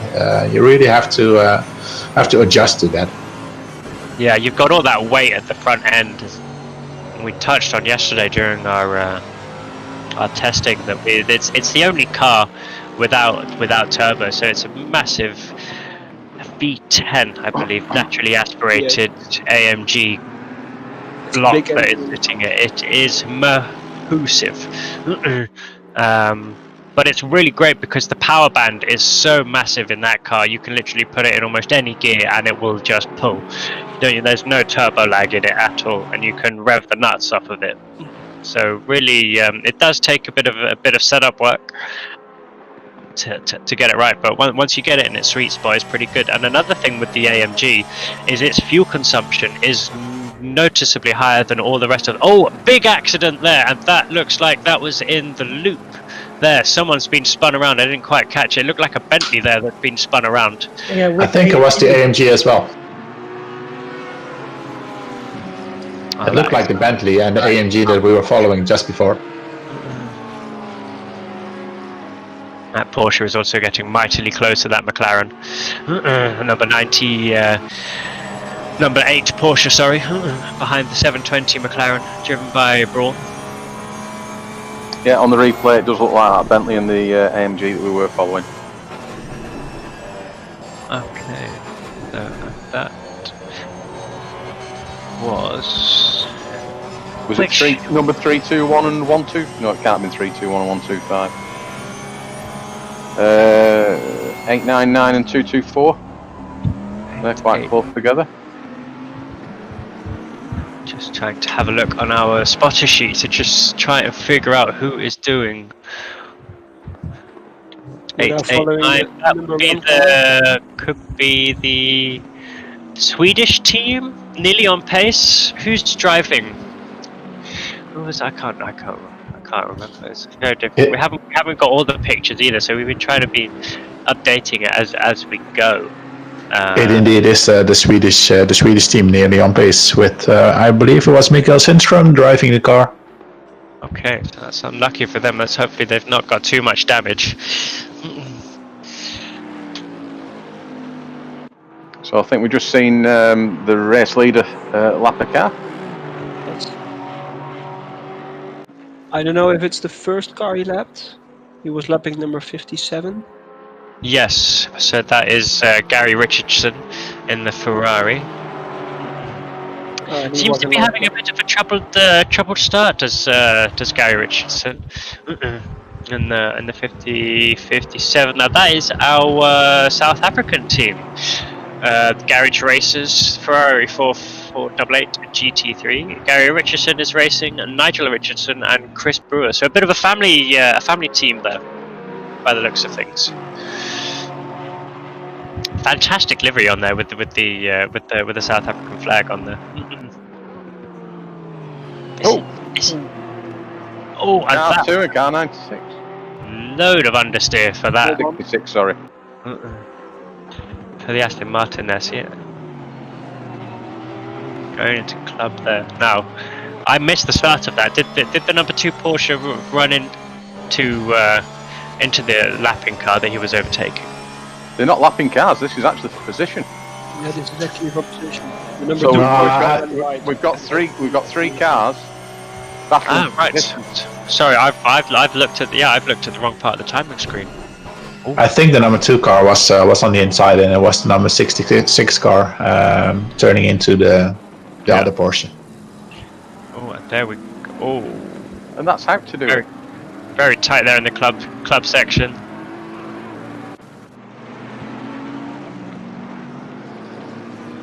Right. Right, guys, I am going to take a break. I shall be back shortly. I shall come back with some supplements. Okay. Yes, there will be some commentator changes every now and then, mainly because some of us are driving as well. I think I'm about to drive in an hour or so. Stint number 3. In car number 120. Alright. No, I'm not driving car number 120. That's one of our other cars from our community. They're quite a bit faster than we are actually.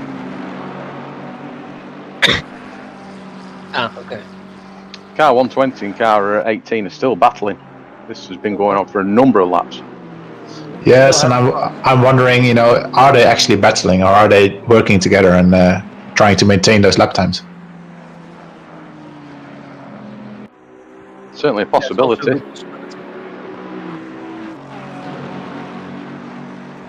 I think Hangar Straight is probably the only place on this track where I'm comfortable changing stuff to the car and selecting the next driver. All the other parts of the track are quite short going into the next turn. Yeah, Hangar Straight, Wellington Straight is another one that we're going to be making some changes on. But other than that, and of course, if you can going down pit road, that can be a bit late. Can be. I'm not sure which pit box we actually are in. So if it's on the end of the pit lane, that's fine. Then you can make a change in the pit lane. They've now come a lot closer to car number 97, the Aston Martin. So they've closed the gap. Indeed. So on Wellington Straight right now, are they? Yes, they are. He's in the slipstream. Yes. But decided to keep behind. And this is actually a nice overtaking opportunity over here at the end of Wellington Straight. When you go into the left corner and immediately into the right, that's where a lot of overtaking happens. Yeah, it's very easy to lock up your brakes going into the left Brooklands corner.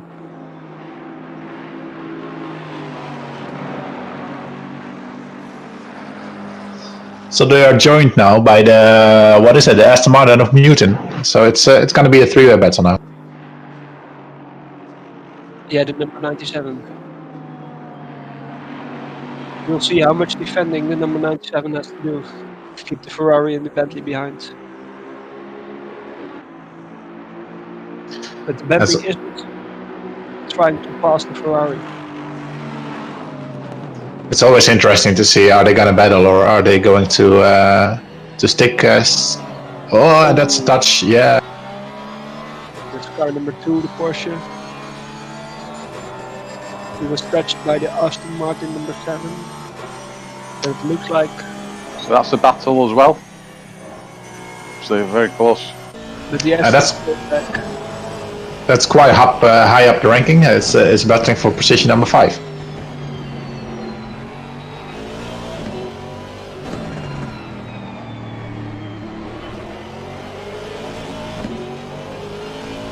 I always like this driver view. You get a real sense of what it is to be in the car yourself. It has to be said that this game, platform, is one of the best for immersion.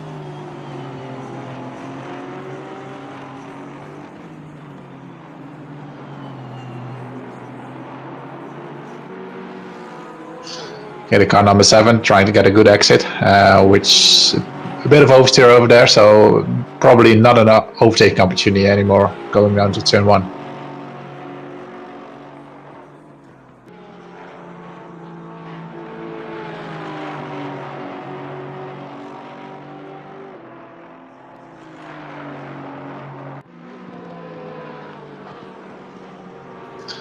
I find it very interesting. I was watching my teammates going through Meckets and Beckets during practice, and you are actually able to have a really different style of going through those corners and actually doing the same lap times.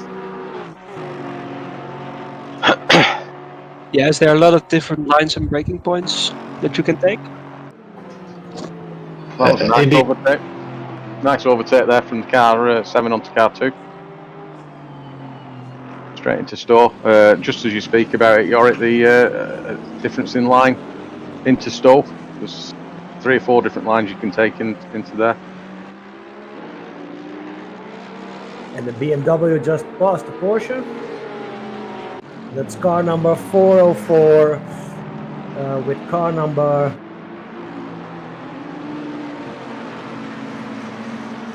404, that's a PCDC Motorsport Orange. Yeah, car number 113. Oh! From Logistical Nightmare.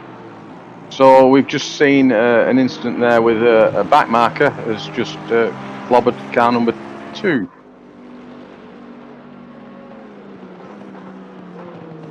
Yeah, is it a back marker? Yeah, he's been lapped. He's got Ferrari. the blue flags. Yeah, it's always difficult as when you get those blue flags to really stay calm and try to pick a spot where you're not in the way and can let them by. You don't want to be overtaken as well. Exactly, and it's always more difficult and more stressing than you would think watching it. Because you don't really want to hold up the leaders and you don't want to sacrifice your race at the same time. If you're a back marker and being lapped, you're already on the back foot, so to speak. Yeah, exactly, that's true. And usually during the race you are concentrating pretty hard, so you also have to have to be wary of maybe getting some blue flags. I think with endurance in a team race like this, there are probably the teammates in the chat as well, keeping an eye on it and informing the driver when there's a car approaching. Hey guys, I'm back. So I'm going to be driving quite soon. So that's going to be exciting. So we can commentate on you then. Yeah. Hopefully the commentator's curse doesn't affect the one that's commentating. As long as you join the server with the driver passport, you should be fine. Ooh. That is always the first rule, isn't it? Make sure you're using the right information. So how long do you expect it to take for you to get into the car? Well, the driver swap 30 seconds, they're locked. I mean, when we were doing our driver swaps, we were doing them 10 seconds or so. No problem. So yeah, it's all about getting into your rhythm quickly and making the best of the stint and keeping it clean. Exactly, and especially that first lap. Yes. Try to get into a rhythm. Don't push too hard immediately. No, exactly, and that's always a risk, especially around here, because a lot of the lines you can cut quite a lot of the curbing, and if you do that wrong, you can end up getting a slow puncture, which then it devastates your whole stint. So definitely take it easy for the first couple of laps. Find out where the car is, where the track is, and go from there. So. Yeah, and it's also you have to be aware of track temperatures and changing conditions for the track and adjust tire pressures, for example. Yeah. So that can only be done by the current drivers. So you really have to be aware of that as well. So I'm going to go and have a jump into and have a chat with our drivers and we wish you see how it's all going, and I'll join you after the stint. Wish you luck, Sean. Good luck, Sean. Thank you very much, guys. Take care, guys. Actually, I think that our team probably are very close or have already made their first pit stop as well. I think for the majority of the cars, it's about pit stop time. That's correct. Mind if I barge in? You carry on, class. Hi, Chris. How are you, sir? I'll take a peek here how things are going. Okay, well, don't forget you're live on YouTube and Twitch. So I'm streaming myself as well. Actually, with your commentary with it also. So. Aha. So we're making multiple people suffer. I thought I'm gonna give you an update on how we are progressing. Yeah, please do. It'd be good to have a team view. You were in car number 120, right? 120, the Ferrari 488. Yes, with Bart Sweering. He's still inside the car, and he's thus far he's done brilliantly. We started, I think, about 16th, and for a moment we were 9th, and he just recently lost the place back. But that Bentley was very fast, so that was to be expected. He let the Bentley past, Bentley number 18. Yeah, he was very persuasive. But made a little mistake, so it's a 12 hour, so he kept him behind for quite some time now. So he's still behind the Aston Martin, following it closely. And we were also discussing, class. Sometimes it's you don't have to fight for position, and you can work together and keep position and just get those lap times coming. Yeah, look, at the moment these are all the qualifiers driving, so these are the aces. You could reckon. You don't know what the other drivers can do. Exactly. So, and I think, Klaas, also for your team, the first driver swap is coming up in anywhere between now and 20 minutes, I think. Yeah, you can go with the full tank and probably spare out one pit stop. We decided, probably shouldn't tell you guys, but we decided to go a little bit lighter and just split stints evenly across our drivers. So you're a bit lighter, you have to go a little less long on your tires, and we'll do probably one pit stop more. So we can expect car number 121, or no, 120 in pits soon, probably. Yeah, he's has fuel for about 6 laps, I think. And then Benny is coming in. Great. And after Benny, then it's my turn, around 16, a quarter past 16. Quarter past 4. Yeah, that's when I will be in the car as well, so we'll see each other on track probably. We'll see each other at track.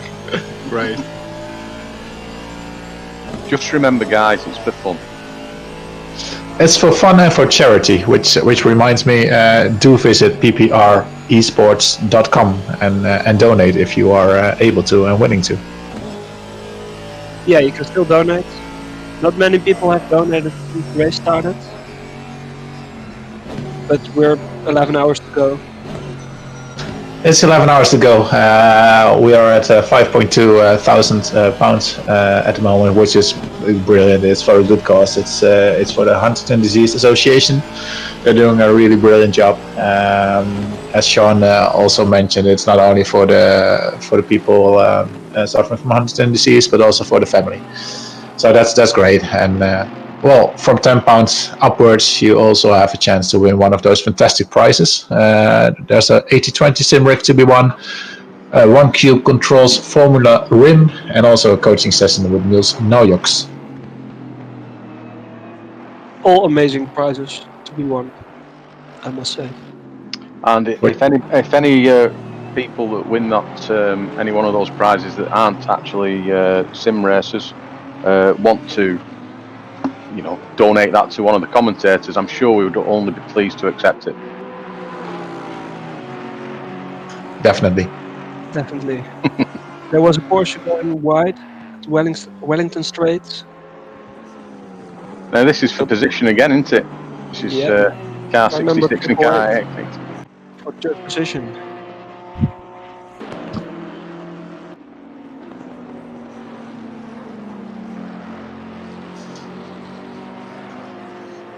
I'm very happy, I must say, with the new broadcasting app that Koeners have put out a couple of months ago. It really gives you a great overview of the entire field. So we have some front runners, we have the midfield also in the back, and it brings a nice view of it switches to where the fights are on track. So yeah, I think they did a pretty good job with the broadcasting app. And it does it automatically, doesn't it? There's no control by our race director. It is automatic. Having said that, it's also we're also able to focus on a particular car. If you want to see a certain fight or a certain car, please let us know in the YouTube, and we will be able to switch to that car. But be warned, if it's a boring and they're on their own, we will switch back. Yes, we do have to keep all the other people in mind as well.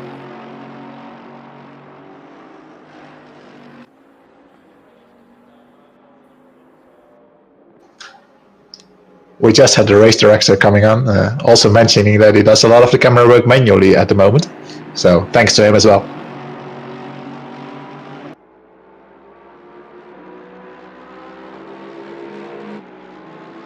And that only goes to show that there's a lot of work behind organizing an event like this. The PPR guys, they're a rather small community, and organizing a huge event like this, it's not easy. And also to all the volunteers, getting this broadcast on Tier 2.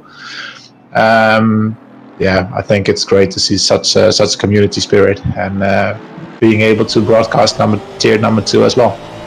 I think we need to mention as we have an incident with car 15 and car 8. Sorry, no, that's 15th place, isn't it? Sorry. Car number 8 and 125. It looks like he was being a gentleman and waiting for the car he just spun around. Yes. Yeah, so we have to mention that originally Tier 2 wasn't going to be broadcast at all. Our community, we're not just saying this just to gain any glorification or anything. Our community volunteered to step in and carry out the full broadcast. That's why you're hearing not professional commentators, let's say.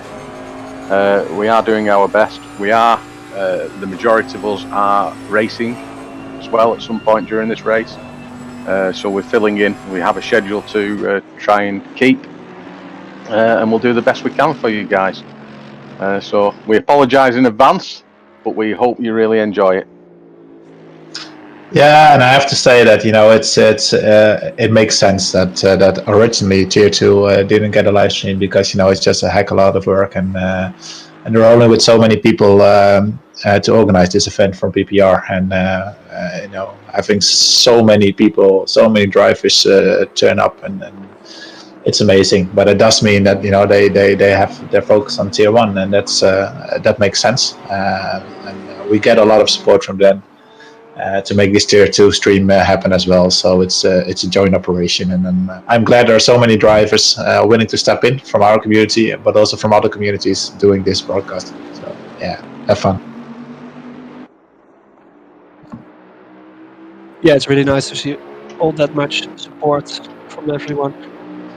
I was having a look at the replay from the blue and yellow Porsche being spun around. I think it was just a case of the car behind trying to stay close, but he just misjudged the distance a little bit. It was a slight tap, but that's enough to spin a car around.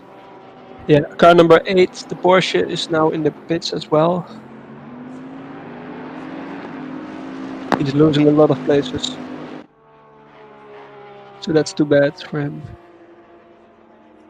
It might be a regular pit stop though, if they run a little bit light. I'm not sure about how many laps the other cars can do, but I know the Ferrari can do about 36 laps, about 65 to 70 minutes. So we're approaching that driving time right now. Yeah, car number 120 is now also in the pits. That's one of the first cars. That's the car of class.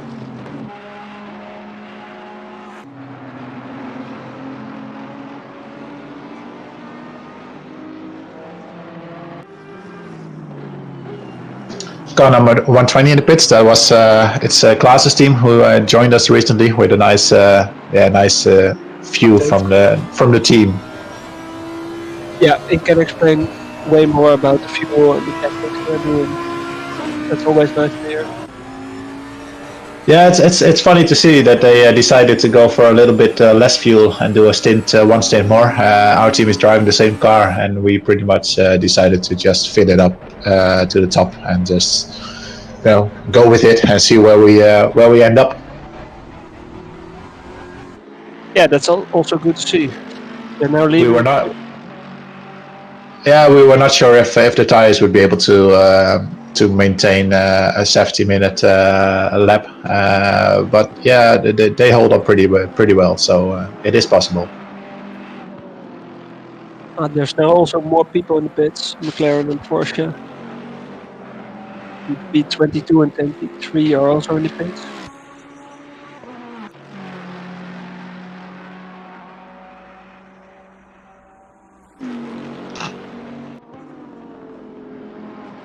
As a 1 hour has passed, you see multiple cars in the pits, like Jorik told us. Now number 66, 4th position, is going into the pits as well. Yeah, let's see how much places he loses. How many places he loses. It is interesting to see that our leader, it's driver Sten Snaes. I think it's Danish. I'm not sure, but it looked Danish.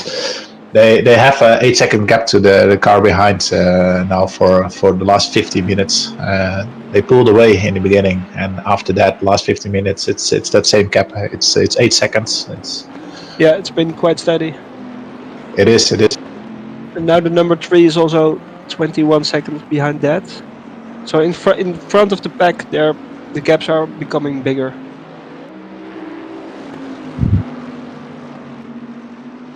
Yeah, the race leader Joachim Stanees is from Simply Sim Racing. He's done an excellent, quite good job, keeping from the start of the race as the leader of this race, and he's continuing to lead for 29 laps. Simply Sim Racing is actually a British racing team, so I might be wrong that the driver is Danish. It looked Danish to me, but it's actually a British team. And there we see car number 66 receiving a slight tap. He's keeping it under control though, so he can rejoin pretty fast. He also received a drive-through. We're not completely sure what that's for, but he's also driving slower than usual, it seems. Let me have a look in the incident reports if I can find out what a drive-through is for. Yeah, and car number 66, and also the pink Porsche, car number 13, P29, received a stop-and-go penalty. of 30 seconds.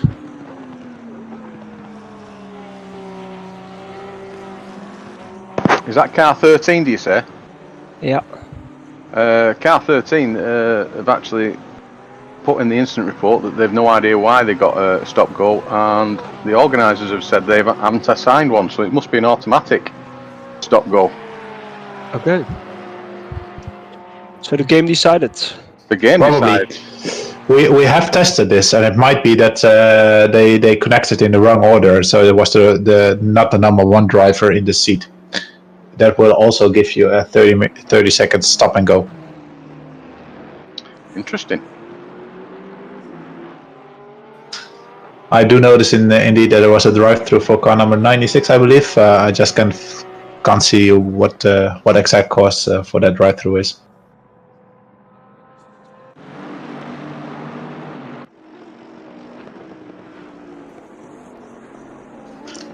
Yes, that's one I meant. Yeah.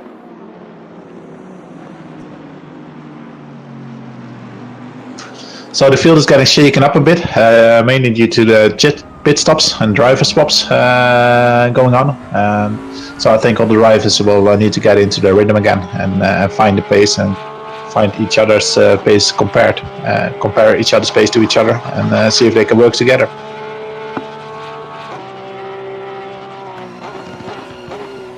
Dimitri, your car has dropped some places, I see. I have no idea. Where are we at the moment? Somewhere 28, 29? Yes, we have been around 25, I noticed, but it's probably also due to the pit stop. I reckon the names won't change of the drivers. They will actually, they will. So if you still see Bakker, it's our number one driver still, and otherwise it's probably being Mr. Patrick Wanst. Okay.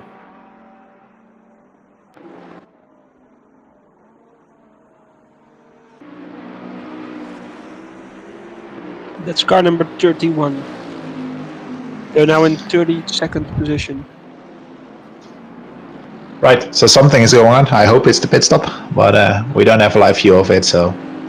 And that's alright, because you have a nice battle between the 18 car at the moment, which is our number 2 driver. Apparently, chasing. Car number 66 got a drive-through for speeding in the pit lane. Thanks, Chili Dog, for posting that on YouTube. That's right. so far. Thanks. So he's a member of that team. Yeah, and that's easily done, because in ACC it's quite common to have automatic speed limiter on. So a lot of people use the automatic speed limiter, which means that as soon as you enter the pit lane, the game will put the pit limiter on. But for this race, it's all manual, so you have to do it yourself. And then quite possibly he noticed it a little bit too late, and that makes you speeding in the pit lane. Control mapped to the buttons on your steering wheel. Yes, you do. Yes, you do. And it's really easy to put the pit limiter on a little bit too late, or to forget to put it on when you exit, when you have done the driver swap. Sometimes, usually, the pit limiter should still be on when you swap drivers, but sometimes it won't, and you can easily make a mistake like that. And also, if you change gear from first to second, the pit limiter automatically disables, which can catch a few people out. True, yeah. Especially if you're at the wrong end of the pit lane. If you're near the pit exit, it doesn't really matter because you don't get up to speed that much. But if you're at the other end and you flick up to second, you really are, knackered.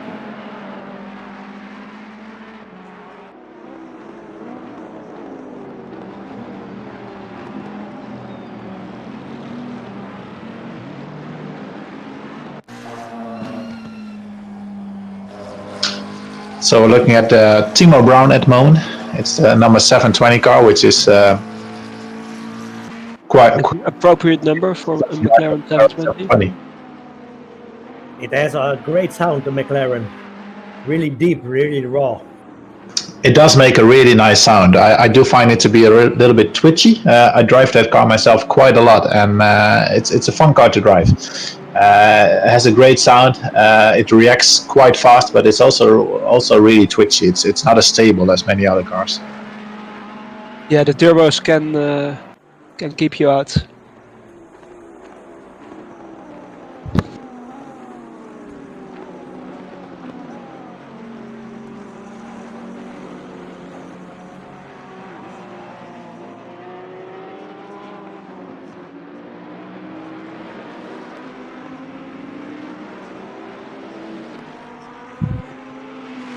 There we see car number 14, the Ferrari, with its beautiful livery. I like the Ferrari. It's a easy car to drive. Yeah, I've never driven it before, but we are driving it in this race. None of our drivers have driven it before, but we decided that it was a nice car to go for. Drive something different, have fun. And I actually really like it. It's a fun car to drive. Yeah, I like it as well. I drive it in Assetto Corsa Competizione, the game, and also the standard Assetto Corsa. I like the car. I was waiting for you to say, and also driving in real life, but Yeah, I drive in real life, but not in cars, on motorcycles. okay. I have two motorcycles, one Yamaha R1 and Honda 5-blade 1000. The 1000 is for the normal regular road, and the Yamaha for the circuit. I actually see quite an interesting question. It's not really a question, but maybe you know it, Chris. Someone is asking, why is it hanger straight? Because there were no hangers when I was last there. Well, Silverstone relates back to an airfield originally that was built for World War II. So the actual straight used to be a landing strip. And So there should be a hangar somewhere there. There won't be any more. It'll have been knocked down, I'm afraid, over the years. I think this first started racing here in first official race was 1947, 2 years after the end of World War II. Interesting. So that would also explain why there's such a large amount of grip on the hanger straight. I think it's been resurfaced a few times since then, hasn't it? Let's hope so.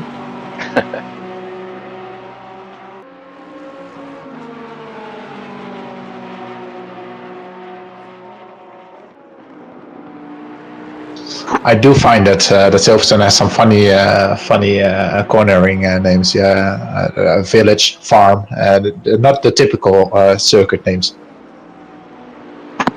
I think, to be honest, you can just imagine why they name that. I'm guessing, and I'm not googling this or anything, so anybody can correct me. But I'm guessing there might have been a farm at Farm Corner. I mean, village. Couldn't tell you why it's named that, because Silverstone Village is about 2 miles down from the circuit. Maybe it was the road to the village. I'm looking at a track map, and where Village Corner is, it's sort of central to the circuit, so it's a bit strange. I mean, if the world of YouTube want to educate us, they can do, and we can broadcast it. We're willing to learn. We're always willing to learn. It's quite easy to educate us in some aspects. Oh, there we can see another car going into the pits.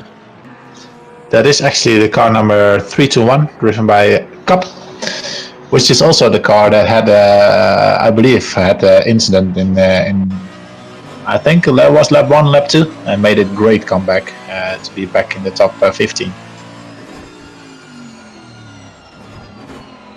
Yeah, I think you're right. They started in 10th position, and they were already back up to position 15. Yes, and they dropped to the very last position after that spin, and they had to wait for the entire field to pass. But now their driver has a bit of a break.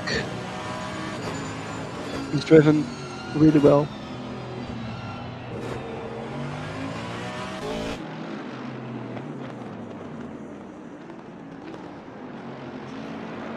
that's also an easy mistake to make. It's one of the slowest parts of the track, and when a car does not have the traction to pull away, it's very easy for the car behind to just give him a little tap on the back.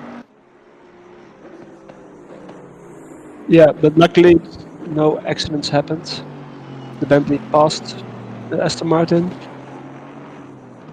If our live timing updates. Or was it the blue flag? Was the back marker? It possibly was a back marker. I'm not entirely sure, but it's it's very easy to bump into each other over there when the car in front of you does not have the traction that you expect. Yeah.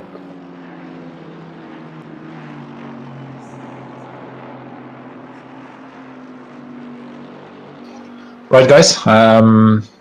I'm off for a bit. I have to drive in about an hour. I'm gonna grab myself something to drink and something to eat, and I should be back for commentating later today. Yeah. Good luck, driving. Yeah, good luck, Dimitri.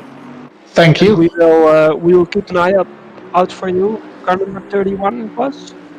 Yes, we are car number 31. It's the Dutch net code, so that seems a logical thing to do. Car number 31 is on place 31, so I hope you can gain some places. I'm pretty sure Jordi does that on purpose. 31. Car 31 being displayed on screen. It's like magic. It's almost like a race director is listening in our conversation. Is it listening or is it nosying? Which one? Could be both. Right, I see you guys later. Bye-bye. See you later on. Thanks, Dimitri.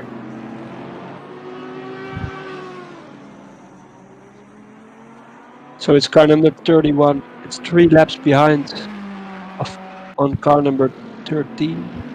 2 laps now. Yeah, 2 laps actually.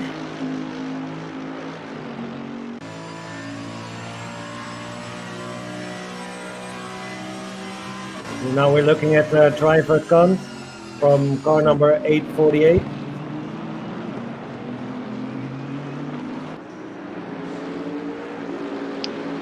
Thank you, Simon Oldfield, for updating us on the names of the circuit. Village is named after the Silverstone village, which lies to the north of the circuit. According to the latest census, just under 2,000 people live in the village. Though over a Grand Prix weekend, they're typically joined by over 120,000 temporary residents. And back in 1989, 1990, I was one of them. It's always great to see our YouTube commenters being smart and informing us. It's great. So when there's a Formula 1 race, there's like 10 times as much people, 5 to 10 times as much people around the circuit. Talking about Formula 1, how are you looking up for the season? What is going to start at next week? I reckon it's Red Bull Ring in Austria. How do you see the season?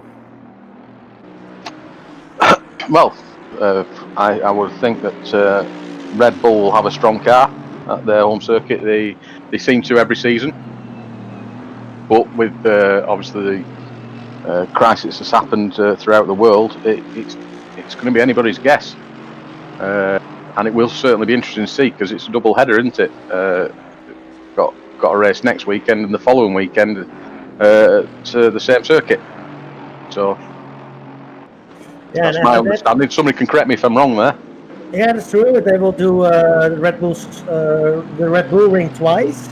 After that, they will move to, if I'm correct, to Silverstone, where Red Bull has been testing yesterday on demo tires. They have been testing for like 100 kilometers. Alex Albon was testing, and Max Verstappen was testing as well. Yeah, you're certainly right. The third race is at Silverstone. It's double header, but it will be interesting to see. It'll also be interesting to see how Ferrari now perform with the impending movement of drivers. Yeah, it was a big news this year that Vettel has no contract for 2021. Yeah, it seems strange. He must have either something in the pipeline, or he's going to retire. Who knows? Apart from him, The last news I heard was he's fighting for a spot at Racing Point along with Fernando Alonso. that's interesting. Would Mr. Stroll get rid of his own son out of the team? I don't know. I don't think he will get rid of his own son, but I think he will go with Perez. I think his son has a lot of credits. Oh, and the pink Porsche. We've had a few incidents there at the same corner. It looked like two cars went wide, Chris. Two cars went right, and it looks like the Porsche went off in sympathy as well.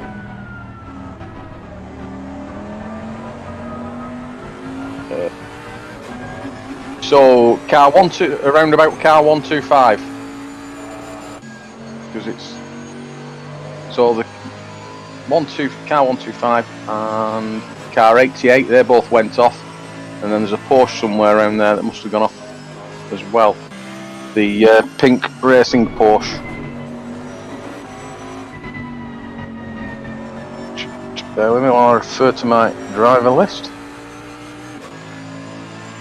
Car number 13. Yeah, car number 13's dropped right down to 30th place.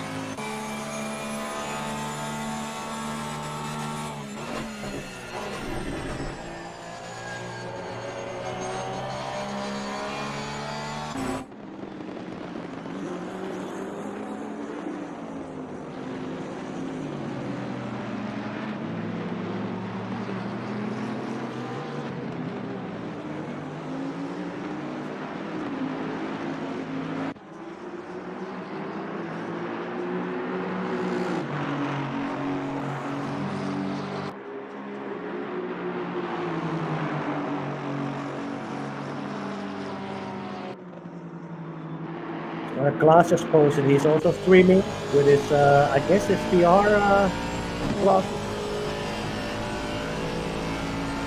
Yeah, Class does race with VR.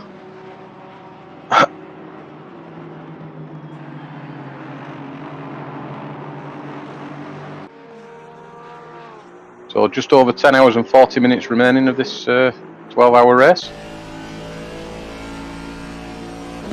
Currently leading is Jace Stensnath. Sorry if we pronounce your names wrong. With a 11-second lead over Finiciaro.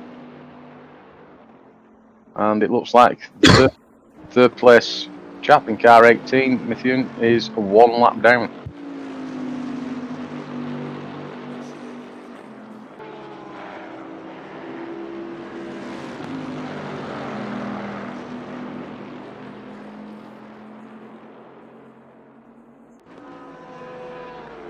Thanks to our race director for pointing out that all of the top 4 are Bentleys.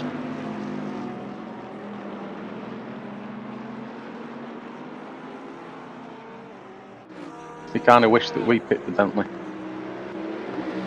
And I've just noticed that we've done a driver swap. How poor of a team manager am I? So car 14, 14th place car 937 is now driven by Simon Pike.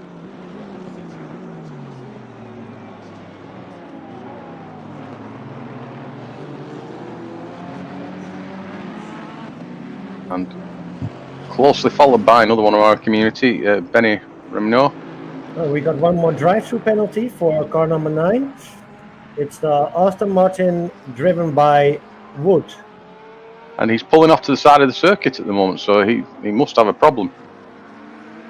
Yeah, it looked like he has a problem, Chris. Maybe out of fuel. He stopped.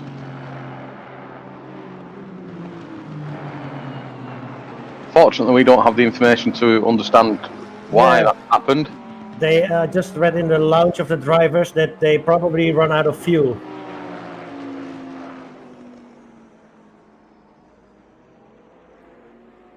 So, if there are other teams watching this broadcast, sure that's a worry for you all.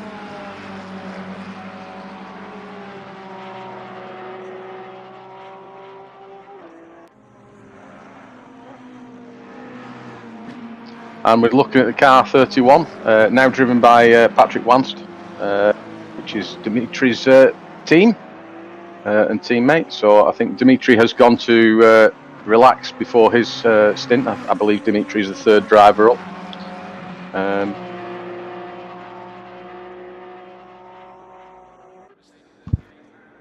And the car 9 has retired to the pits. So they've teleported to the pits with a drive-through penalty.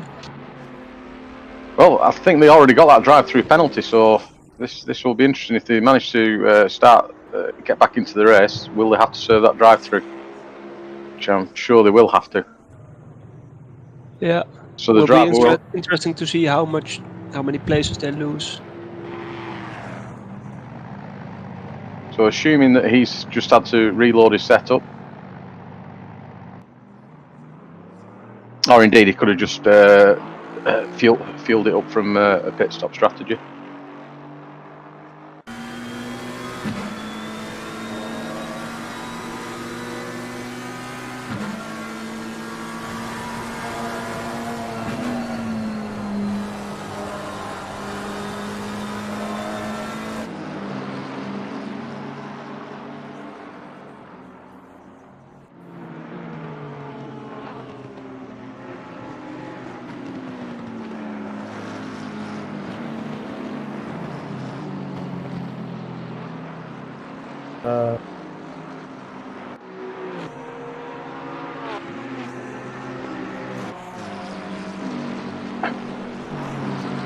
Our race director has just asked us a question over our headphones. We're calling him God today, by the way, because you can't hear him, but we can. And unfortunately, Challen, I do not have an answer for that. That's unfortunate. I'm guessing we will find out. Yeah, the drive-through penalty is still there. So I guess he has to do it. What I think is that race control spawned him back, and he still has to do his drive-through penalty. Okay. I didn't see if he changed drivers as well.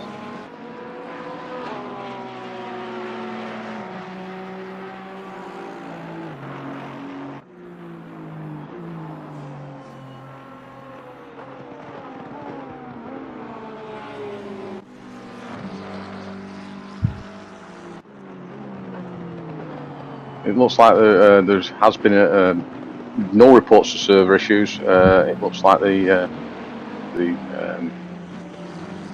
server is running really well. Yeah. For 1.5 hours already, almost. It's doing better than the 24 hours of Le Mans with R Factor 2. Yeah, it's a better game, right?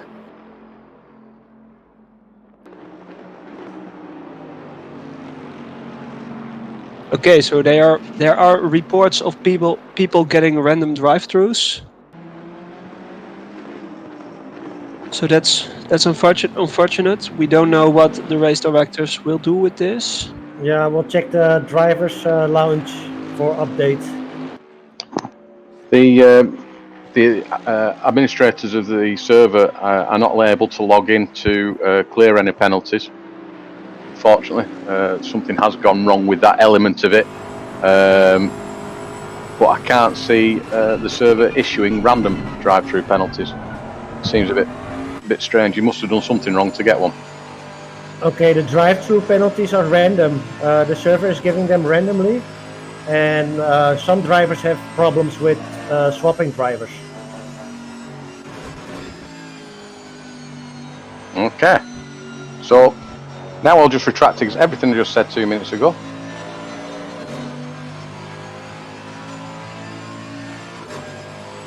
So that's one of the technical issues that can happen in sim racing. And obviously nobody's got control over it.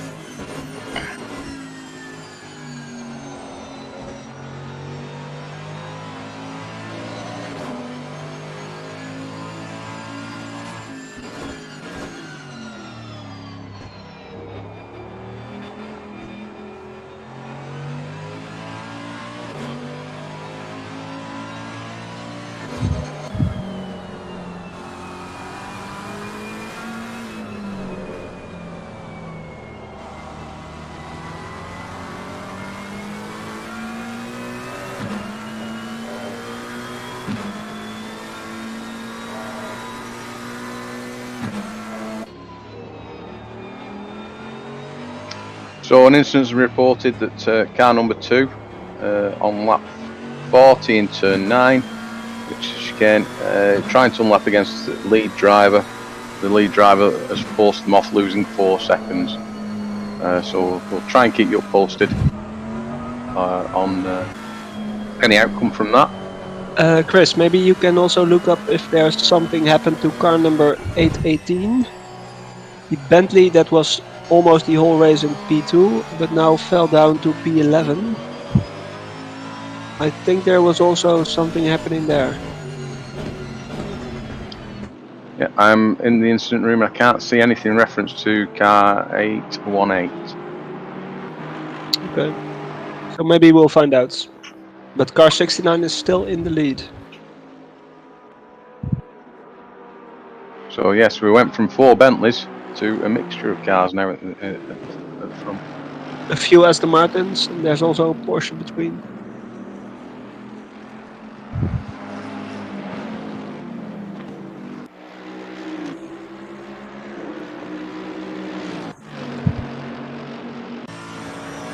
So they are reporting some technical issues for the admins. They cannot log into the server. So there's some things going wrong with penalties.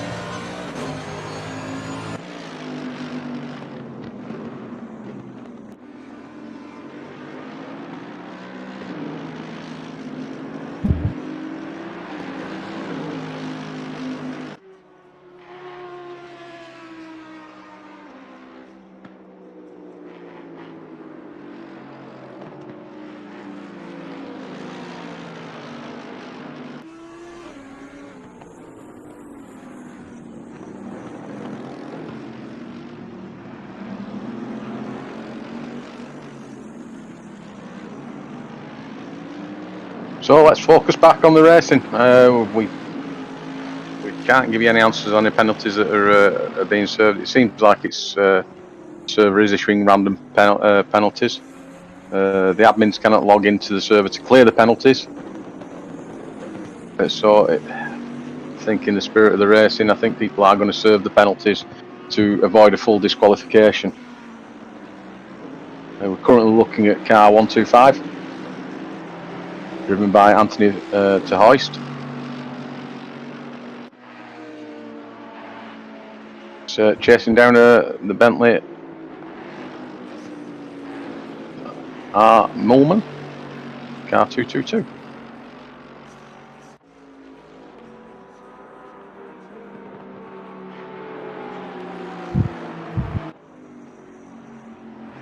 Oh, someone's gone wide. Yeah, That's the second place car of car number 888. Porsche.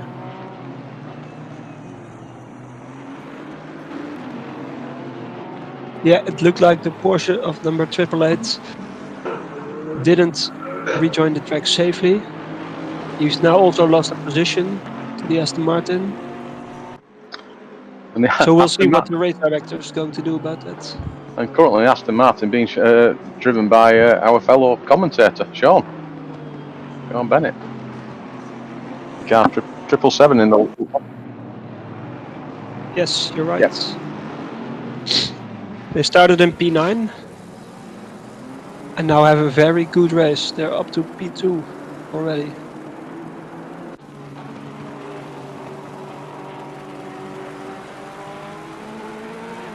So, this is one of our fellow commentators we're currently watching, so let's hope that we don't do a commentator curse on him by following, and we do. You cannot write this, can you? It looks like he has more air in his back tires. It looks like it's the car slipping. It would be interesting to know what the the track temperature is at the moment. We can't see that, unfortunately, the broadcast. We're watching pretty much exactly what you're watching. So we're relying on teams to give us that information.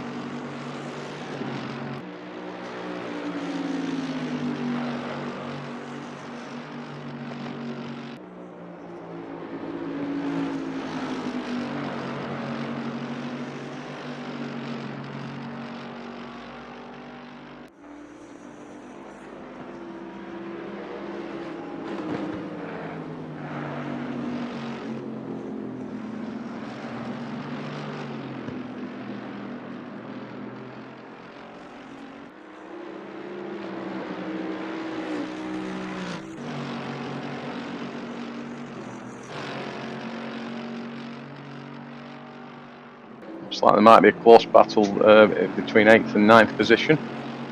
Only 0.273 separating those two guys. Yeah, the Honda and the Aston Martin. I really didn't pick on that because it's our car, honest. I just got some info from driver Jordi Becker. The track temperature is about 35 degrees, and the outsides of the corners are like 27 degrees. Right, okay, thank you very much for that. So there's a big difference in track temperature from the racing line to next to it. Yeah, outside the racing line is 27. It's like there's a 8 degrees difference.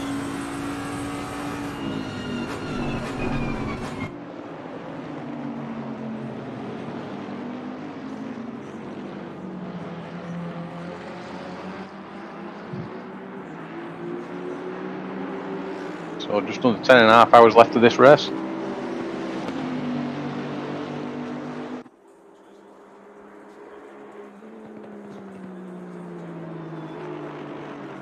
can see the time shown at the top of the screen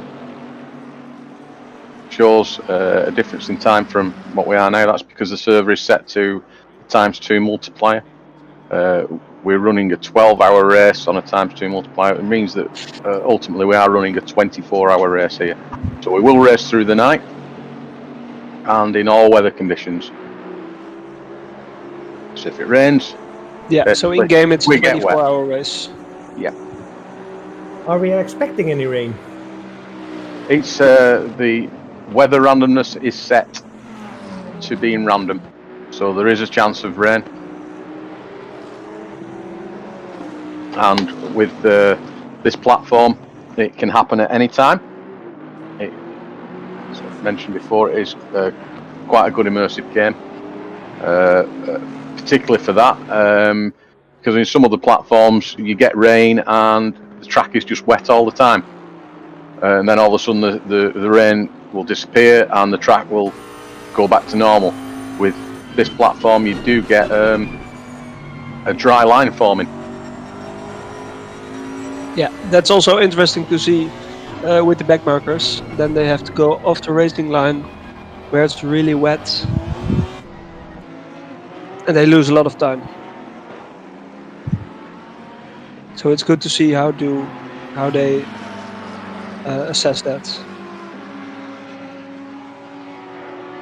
Well, car number 69 is still leading the race from Simply Sim Racing. They're driving really consistent.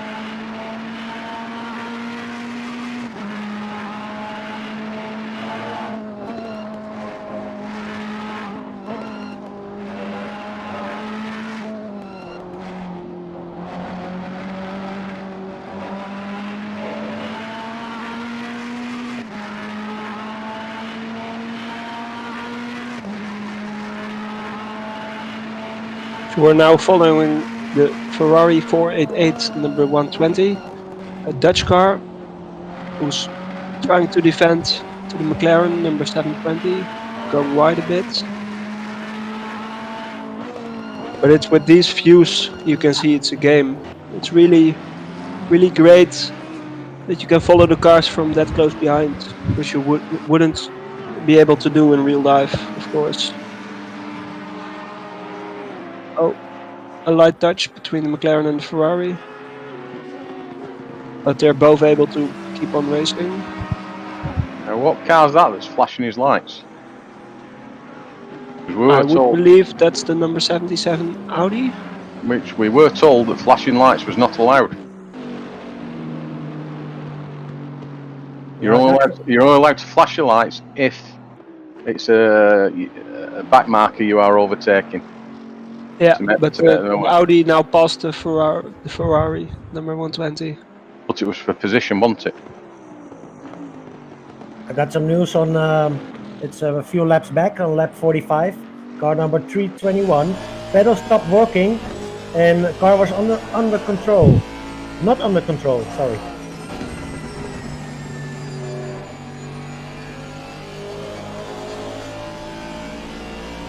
Okay, so that's not good to hear. They now already fell back down a few places. We can't see them right now. There's also a YouTube comment for the number 9 car that ran out of fuel and had to be teleported to the pits by the race director. They ran out of fuel because it didn't fill up on a pit stop, thanks to a bug in ACC. So that's really unfortunate for this team. That they're also getting technical difficulties, which means they don't have fuel.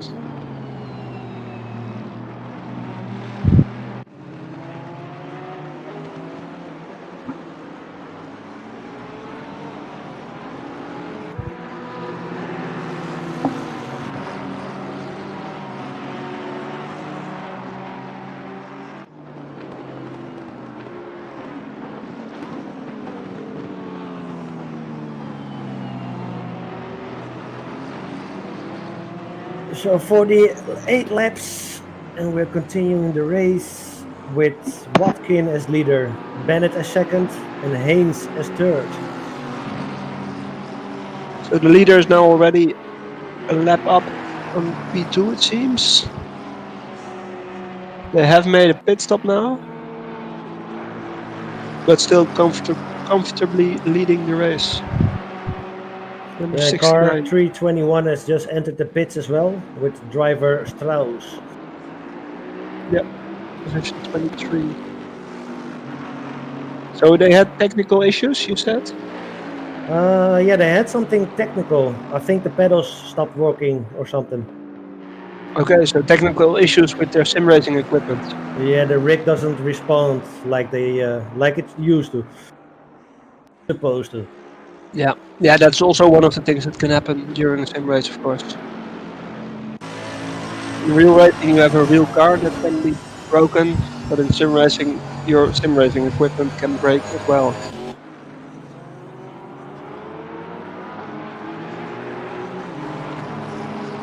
So we're now following the 007 Aston Martin with Mr. Westenberg behind the wheel, followed closely by the McLaren number 42. I still have respect for the guys who are driving a Porsche 12 hours long. I cannot drive a Porsche. Yeah, some say it's a really difficult car to drive.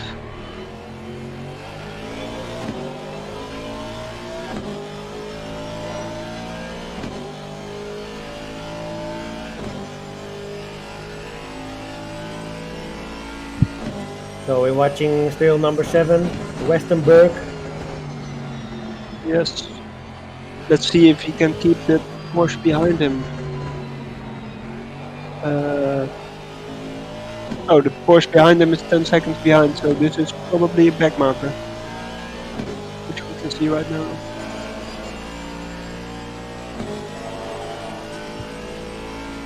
In the last lap he was passed by the McLaren.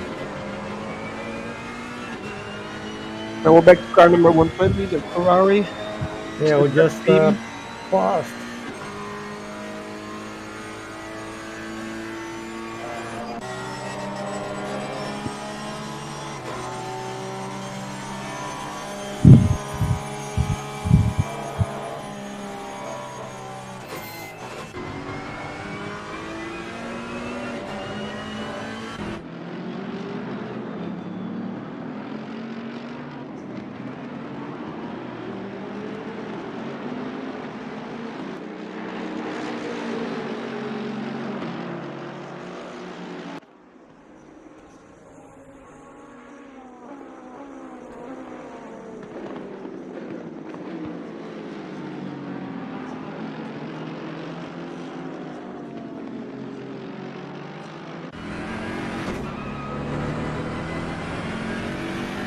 So we're inside the BMW.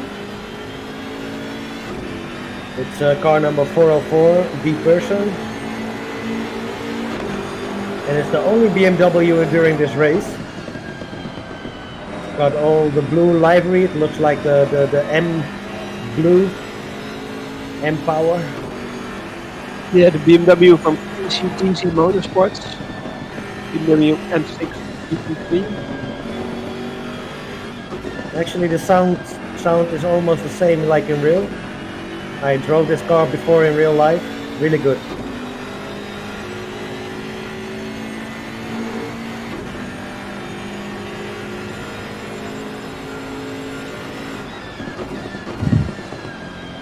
They started the race in P27,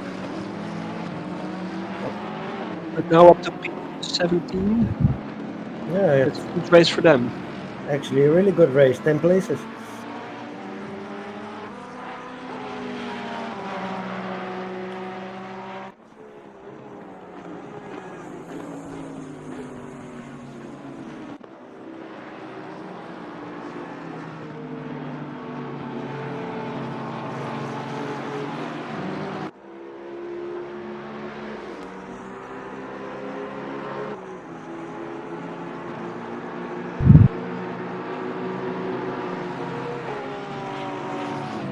So people, don't forget to donate to the PPR 12 Hours of Silverstone. You can visit their website for the Huntington disease. For the people who don't know what it is, it's a brain disease. It will eventually, all your emotions or some movements will not be directed by your brain, but does it automatically, and it will get worse every time. A really bad disease. Yeah, that's really horrifying that you have to live your life and imagine your brains being worse every year. But there is now already £5,500 raised for this great cause. And it's never enough. How more you can donate, the better. The more money they have, the more they can do. Yes, of course.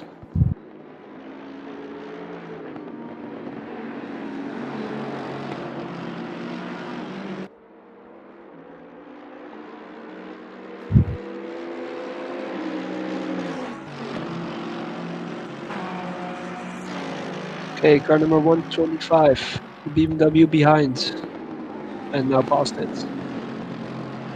Yeah, the BMW is still getting closer and closer. I think he will attack between now and one or two rounds. Yeah, he just ran wide when he overtook, so he's now back behind. Yeah, he's going for it. He's going for it to the inside, and there, yeah, he got his spot. No, he went too wide. Too wide for the BMW. Got safely back on track, and tries to follow the Mercedes.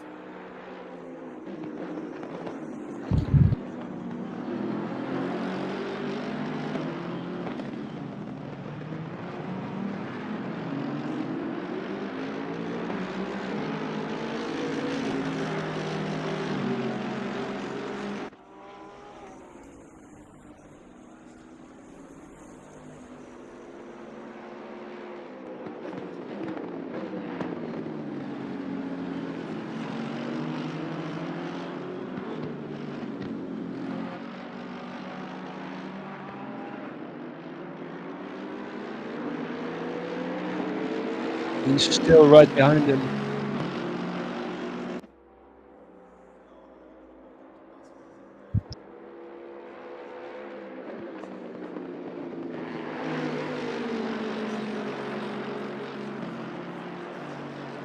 Yeah, still getting closer and closer. Now we're looking at the third car number 777. Is being followed by a Bentley. Aston Martin. But I think that Bentley is a back marker. Yeah, it's a back marker. Yeah. This car in third position is 6 seconds down in P2. So he's got all the room to make up more time, get closer.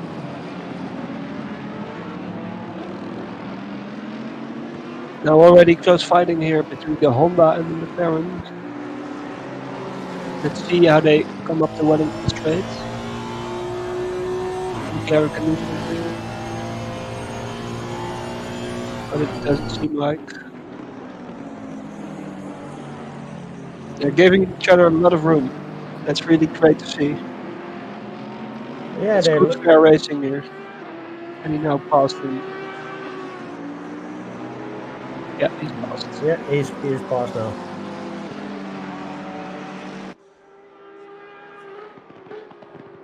So the viewers on YouTube or Twitch, do you want to see someone specially?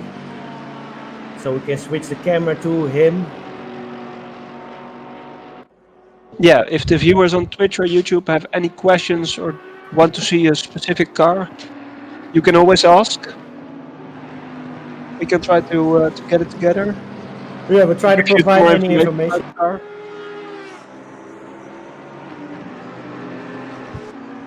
We will try to provide you any kind of information about the drivers, the track, or any incidents. As much as we can, of course. Okay, we got someone on YouTube who wants to see car number 42. Car number 42.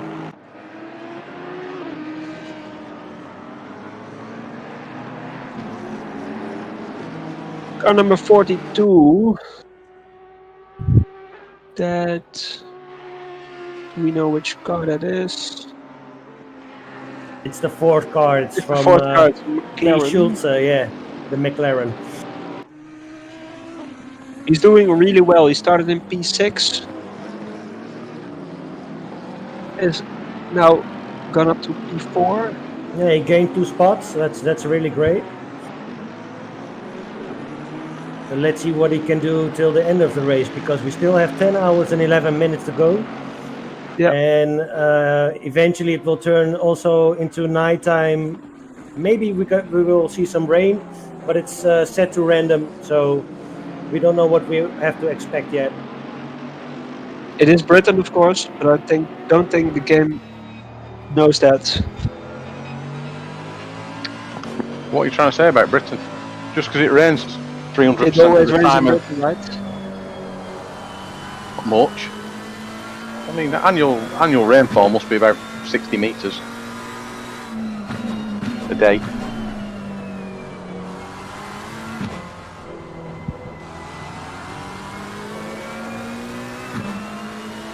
Thanks for all these suggestions on YouTube, guys. We'll try to give you updates about all the cars. We're now in car 777, the Aston Martin from the long bonnets. We have an incident report, car number 113 and car number 88. Oh. And let me see, corner 14, lap 51. Car 113 drove into car 88 while he was going into the corner. So car 14 is the loop. No, it was corner 14 and car Yeah. 113 drove into car 88. Yeah, so what I'm saying is car 14, corner 14 is the loop straight after village. So that's the slowest corner on the track. Yes, it is. That's where a lot of accidents happen. When people slow down too much, when you really can't see what everyone's doing there. But car number 88 and 113 are still close behind each other. Let's see. They're going into the Wellington Straight right now. Let's see if the Porsche can do something.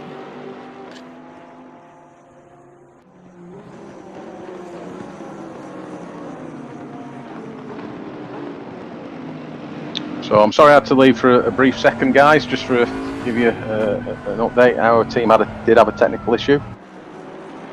Oh, that's too bad. What happened? Our driver number 1's PC switched itself off. Fortunately, driver number 2 was driving. Okay. So driver we- number 1 wasn't in the car. Nothing No, happened. but he's managed to reconnect, and hope, fingers crossed, everything is going to go okay from now on in. Yeah, it's also it's always stressful when someone suddenly logs out of the game.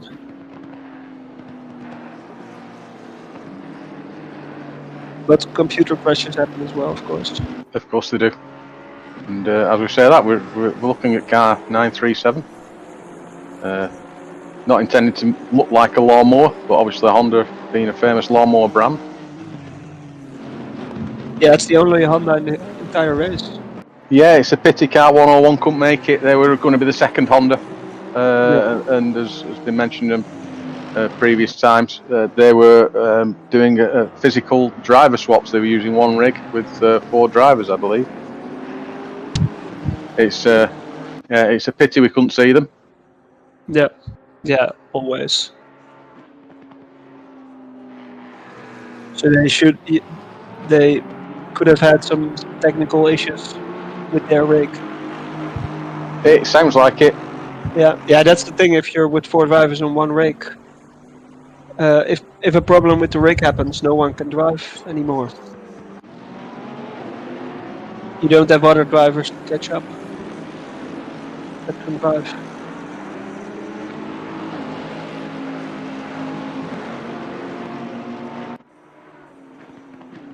So you already do have an experience of endurance racing? No, not really. I've never driven more than an hour myself in the same rig. I must say I'm really interested in it. I first wanted to race today as well. But that unfortunately I couldn't make it. But I'm here in the commentary booth. And I'm really glad I can see this race as well. It's great to have you as well. Yeah, thanks. Obviously there'll be sorry, I'm saying obviously. There will be some further endurance races coming up. I'm really excited to join those as well. We know that our community is certainly holding one around about the 25th of July. Yeah. If anybody wants more information, it is at Spa. If anybody wants more information, it is a fun, going to be a fun event. It is 6 hours on a ×4 multiplier, so technically we're doing another 24 hours. Yep. Same game as this. But of course, I've been shown it. So.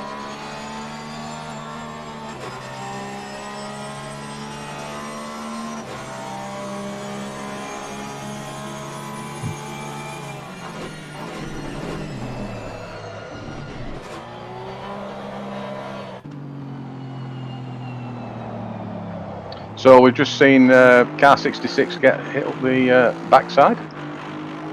I couldn't quite see who it was that caught him, but who's close to him. So apologies if we get this wrong. It was either car 22 or it was car. Yeah, something did happen there with the Porsche. But we can't see it anymore, unfortunately.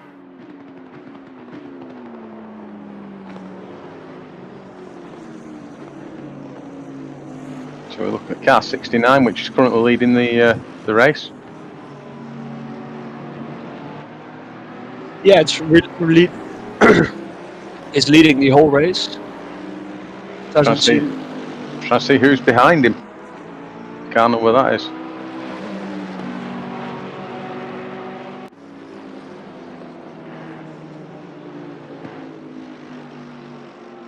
That should be car number 18 from the Team GT Series, Boatley, MS Boatley. The driver is Mark Haynes. Perhaps one of you gentlemen from the Netherlands could explain to me why you keep calling the Bentley the Boatley.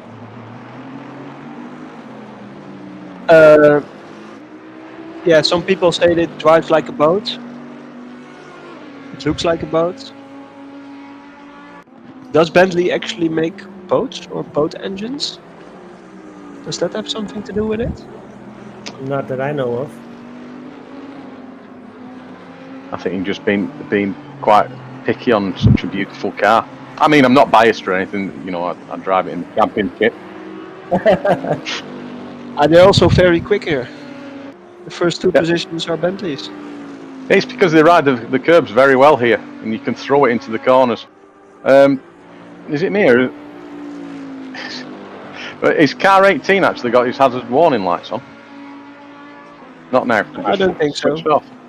Maybe it's the braking lights, you see.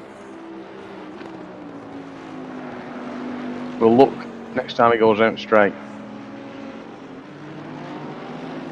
Alright, no he won't.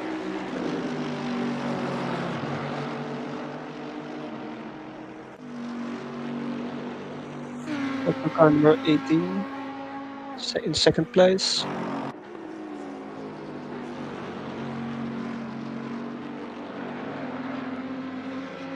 Went With a a bit wide really there. nice classic livery. A lot of white with some bits of green.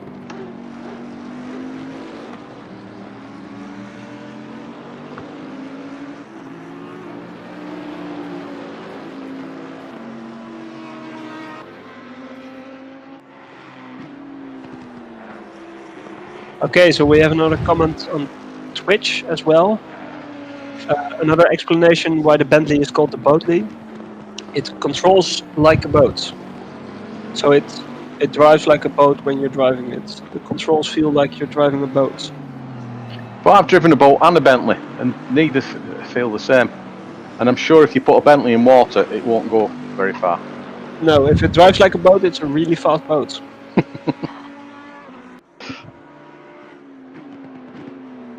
But it's now down 1 lap from the leader. So that's interesting. The leader can make a whole pit stop without losing any position.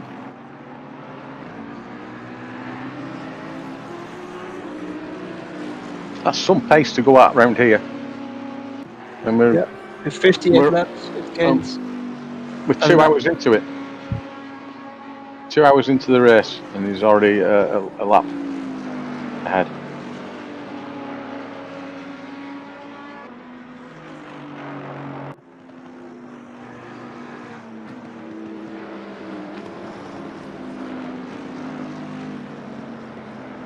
Yeah, could you just flick to the car 31 and let's see if they've made a driver change?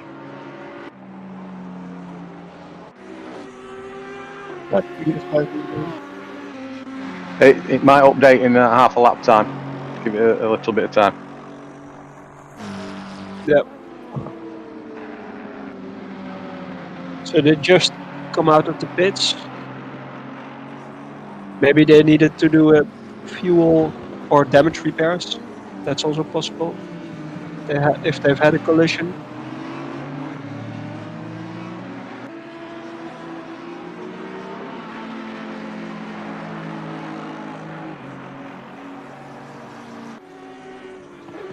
No, Patrick was driving. So they've either been in and served the penalty, or they've done. It's part of their strategy, and they've done a tyre change or refueled.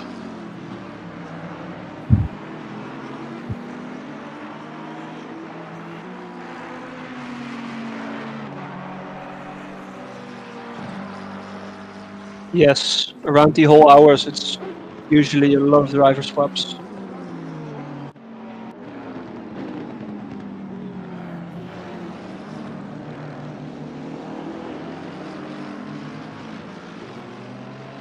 Beautiful. We've actually just got a comment off Car 101, who, as we've mentioned, was the other Honda that we were going to say in YouTube, that they are cheering us on in our Honda. So we greatly appreciate that. Thank you.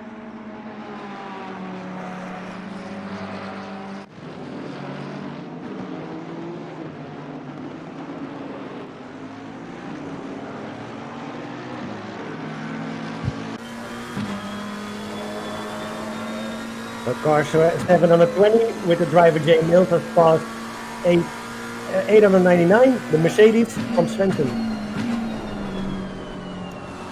But he keeps getting closer. Svensson is getting closer. He wants to pass the McLaren again.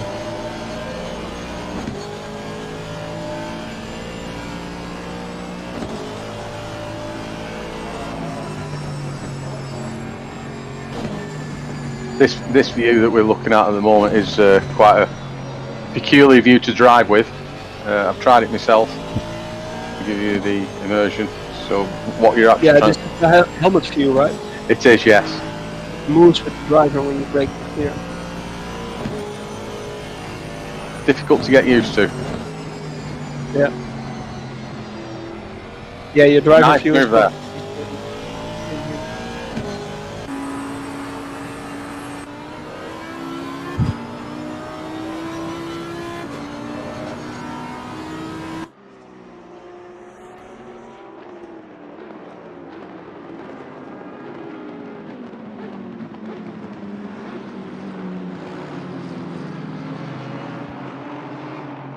Just seen a move for car 77 on car 66. We're not going up in number 11s, but I don't think that was for position. No, I don't think so. It's a lot of back marking here. Can't currently see car 66 on the timing screen, so they must be low down.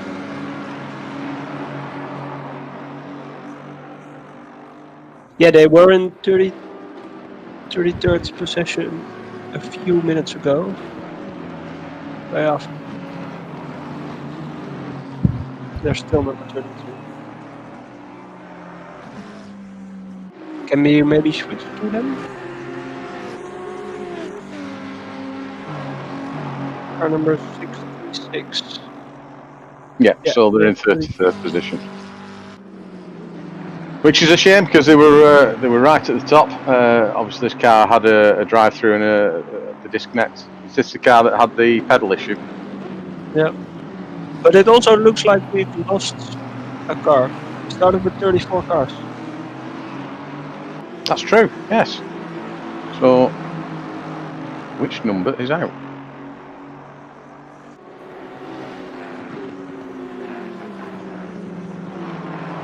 Number 22 car. Yes, you're right. Number 22 car. I don't know which car that is or where it's from.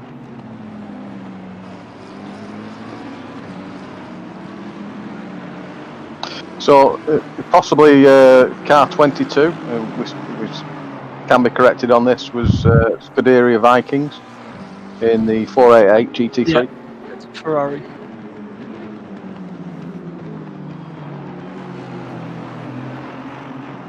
In lap 48 they fell out, so it's around 10 laps ago when they stopped racing.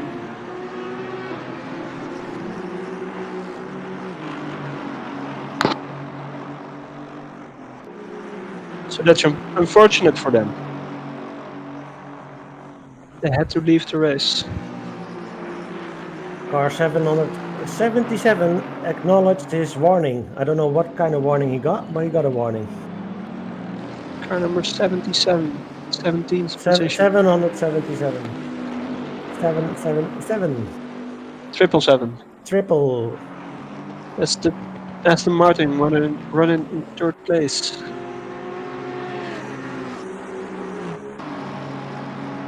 So we might not be privy to see the warnings in the incident reports. I think the stewards actually jump into the Discord voice channel and tell the drivers there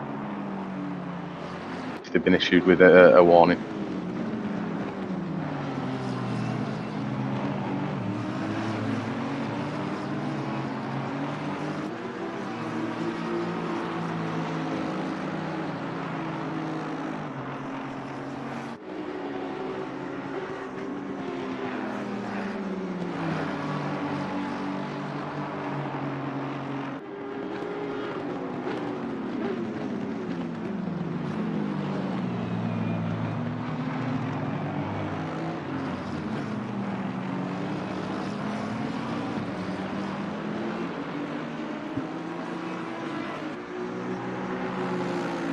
So here we are riding on board, well not on board, viewing car 777 driven by Sean. And as we say that, We switched to car 97. Also Aston Martin, Champion Motorsports. With the pink Porsche behind. That pink That's a- Porsche has is actually a very, very nice livery if you ever get a chance to look close at it. Number 13 from Pink Pork Racing, German team, which is currently one of the last cars. So, if you can't actually focus in on that car at any stage, I'm not sure if we can post a picture anywhere. It's actually got dotted lines all over it as if cuts of pork. Yeah, just like the real car in Le Mans. Lovely. That's really well done from the team. I like those classic liveries.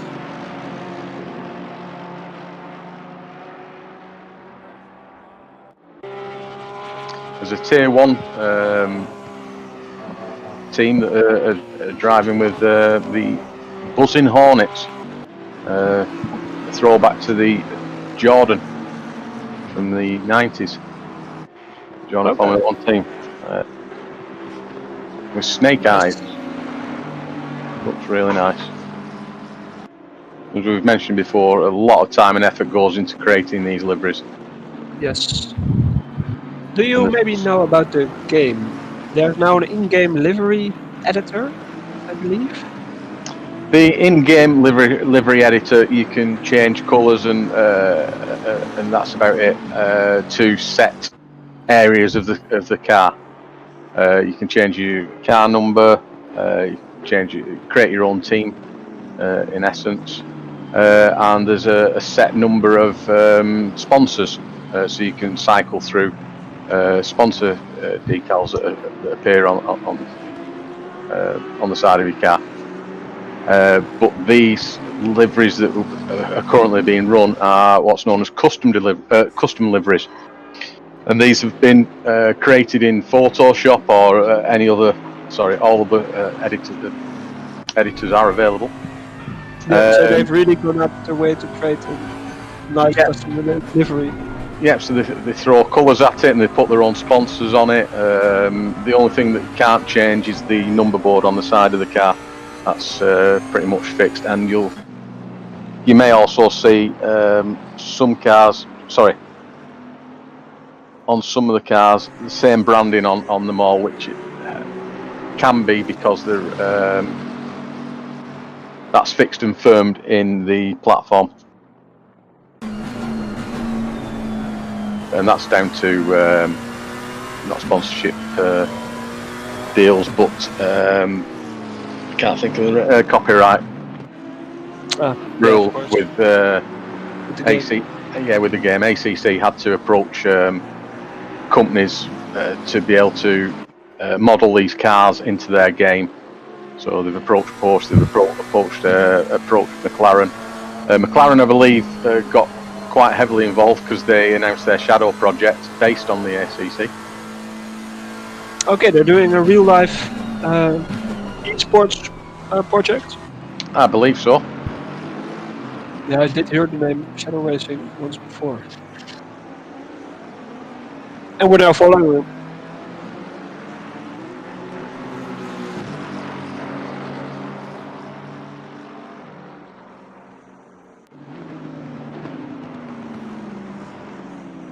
Okay.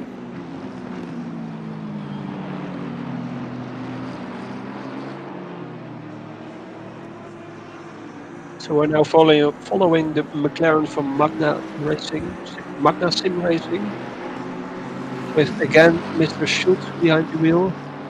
It's now in 4th place. Plenty of time in front and behind. So they're just trying to do consistent lap times, not lose a lot of time behind back markers.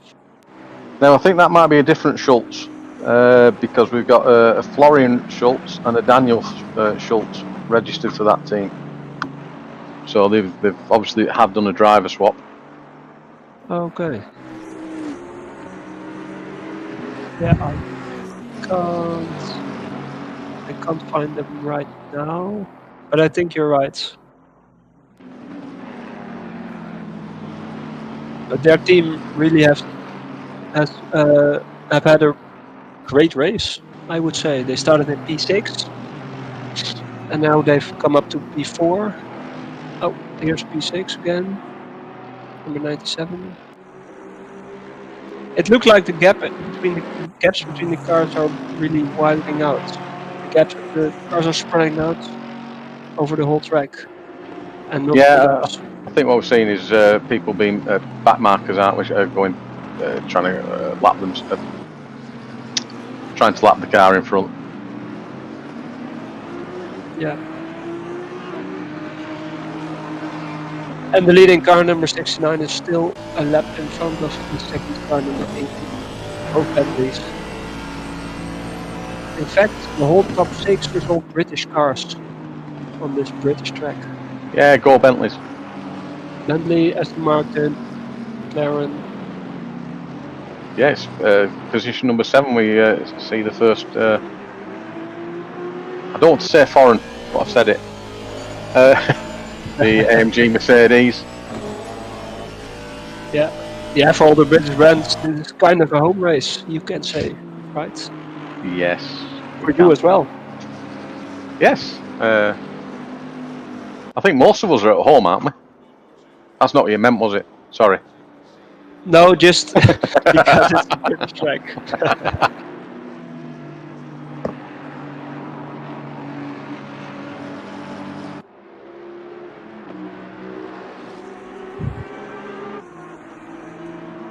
They have a good race as well. The 777 started at the 8th spot at qualifying, and they're third now. Yeah, they've also got a good race. Not much has gone wrong for them, it seems.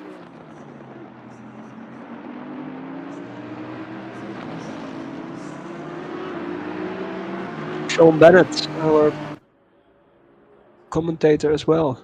He's still driving for the long bonnets. Purple. Yeah, great job. Sean does a great job. He's driving really well.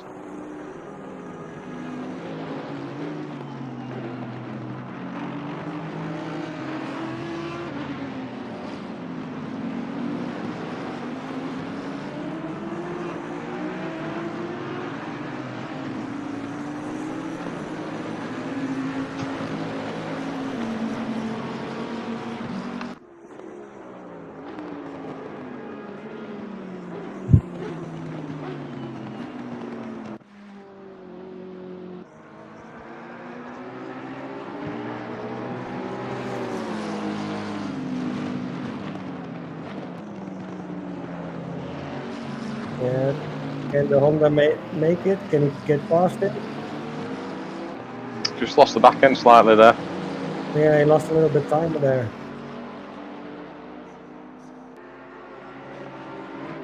Bentley's running very close to it. They're going side by side through Abbey. And there goes the Bentley.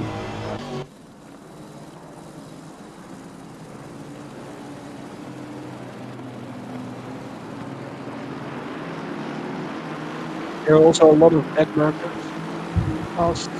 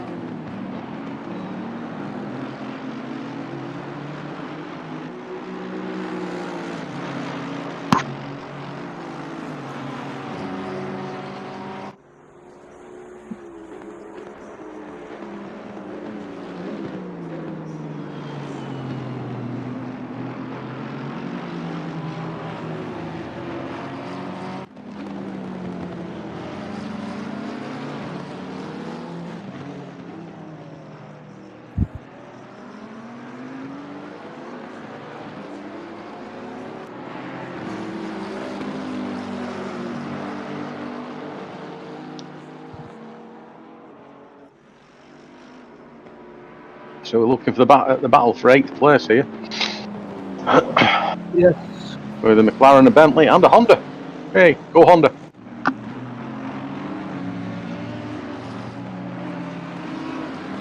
I'm not speaking again. Every time I speak, it changes view. Every time you speak, it changes Yeah, cars. it's on auto still.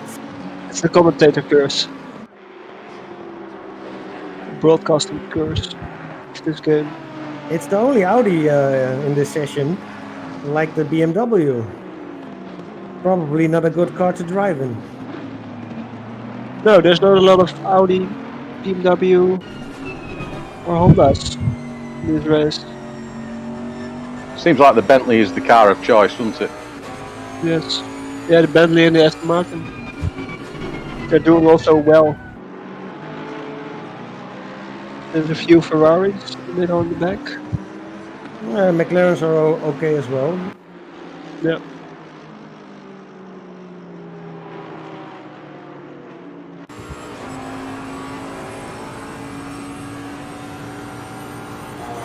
Now we're in car again. Car number 818. Only. Bentley.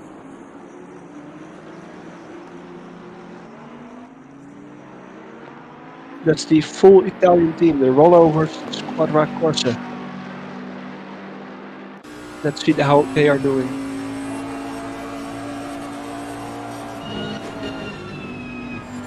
They started in second place.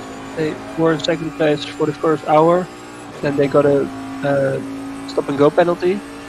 Don't know exactly why. But they fall back. They now fall back to P5.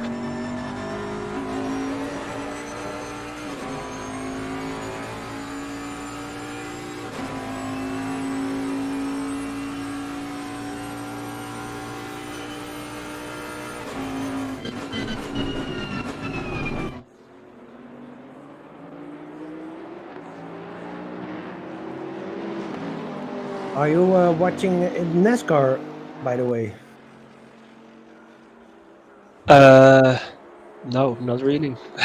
Because of the season corona. started again, right? Yeah, because of the corona crisis and no Formula One, I started to watch NASCAR on Sundays. It's quite fun.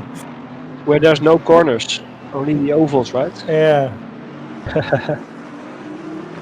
Only the ovals.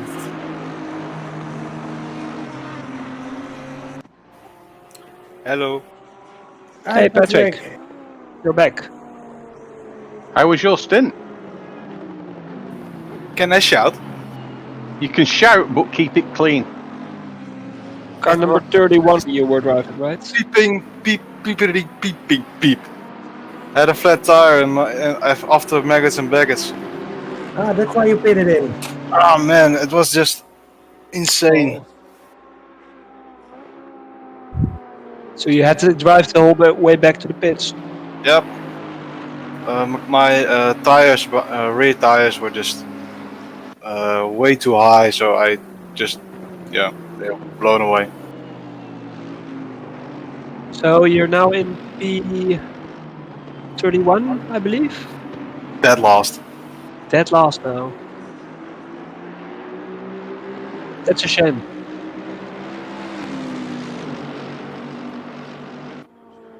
Yes, please. But not yet. Just let this battle go. Yes, we're looking now at the battle between car 224 and car 848. The Bentley and the Mercedes AMG. They're really close behind each other. Chris, maybe you know what corners this is? Maggots and Beckett's, I believe? It is Maggots and Beckett's. No, this is the pit straight. Because as soon as I spoke... That's the commentator curse. Towards Abbey. This one. So Yes. we are singing overtake move down the Hanger Straight into Stowe. They're outbraking each other. It looks like And we've I got think clean. AMG got past. Now is he going down the inside into club? Nope. No. They're letting each other live. Which is the right thing to do in this for a 12-hour race. Yes. There's almost 9.5 hours to go. So maybe when there's a worse driver in the front car, they can overtake them.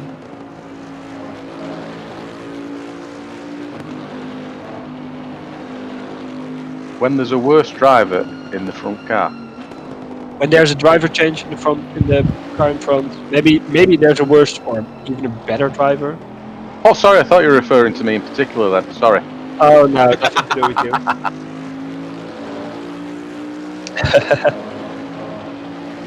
That'd be funny, won't it? Commentator putting the old curse on himself.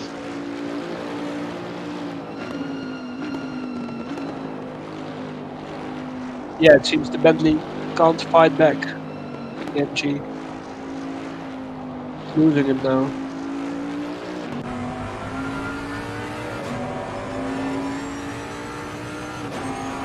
So the fight for P17 is over. You know.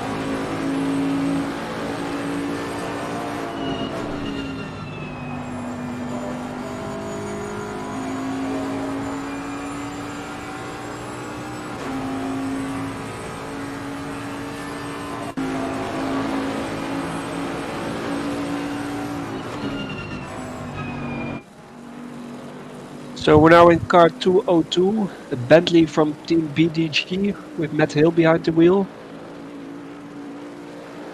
They've done an okay race, started in P18, then fell down a bit, but now they're back in P21. Let's see how they are doing.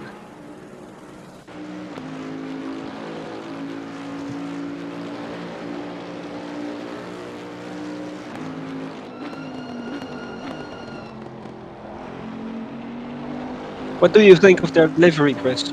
Can you maybe...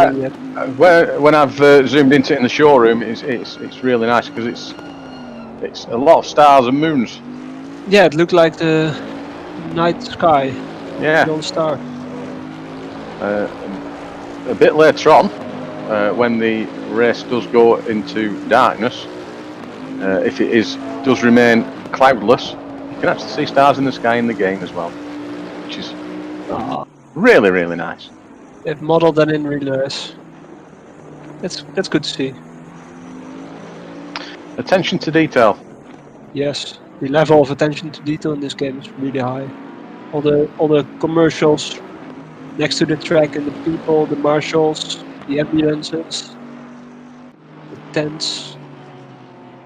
And again, at night time when all the lights come on around the track.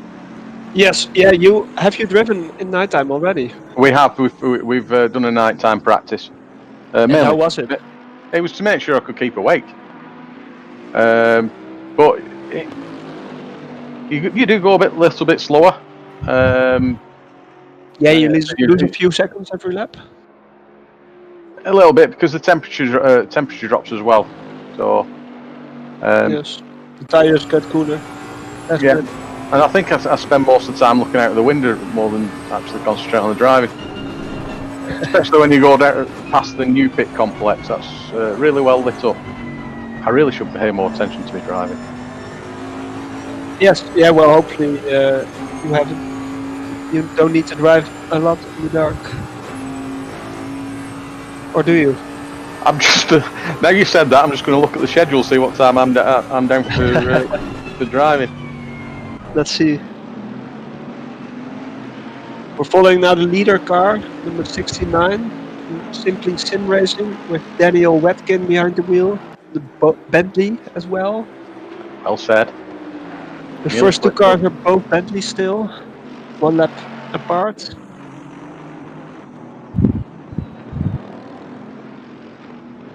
The first car has done 72 laps in 1.5 hours. Oh, he's pitting now. There. It's the Aston Martin, car 777. With our commentator behind the wheel. I was going to say pretty soon, I'm sure you'll be able to get an interview with that gentleman. Yes. And it looks like we've made a driver swap at some stage as well. So I am going to have to go and leave you, gentlemen. Yes, I need to go get the car. So, thank you very much. We'll see you soon. Yeah, have a great race. We'll try. Thank you. Still here. Trying to find my team. They've left me. They disconnected. They've left me. They've left you. Oh, I found him now. Take care, gents. Yeah, take care.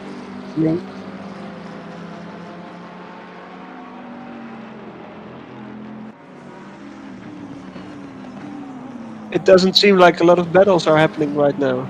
No, they're just a few seconds from each other. Yeah, all the cars are a few seconds apart.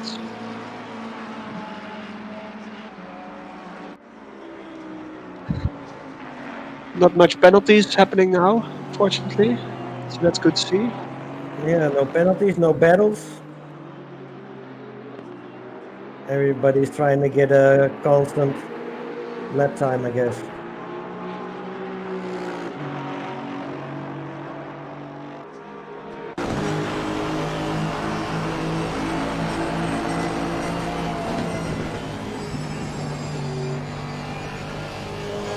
Now we're in the Aston Martin number 7, which is following the number 2 Porsche. Let's see which is the quicker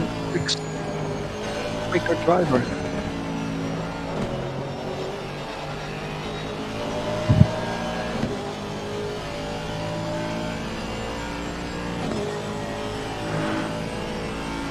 Half an hour ago they were in quite different positions.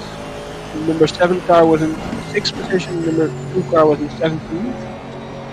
But they've now met each other in the middle, the 11 to 12. Oh, he's going for the outside. But they're keeping a lot of room for each other. Yeah, good overtake. Yeah, he's fast.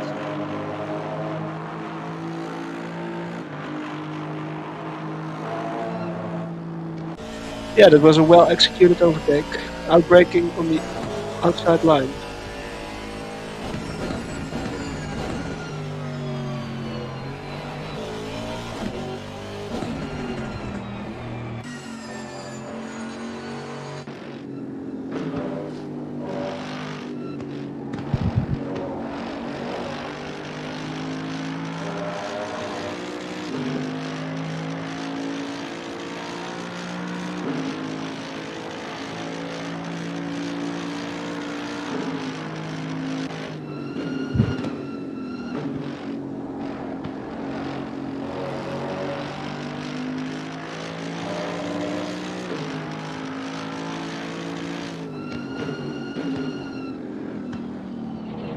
Yeah, 125 is closing in on car 224.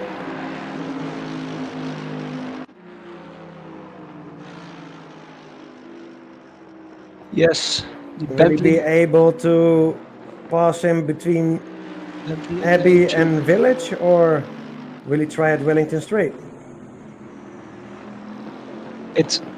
He should do it at Wellington Straight at the end. I Yeah, I think. guess so too. It's getting Let's see closer. if he can get the exit nailed. If he has a better Get exit. speed straight.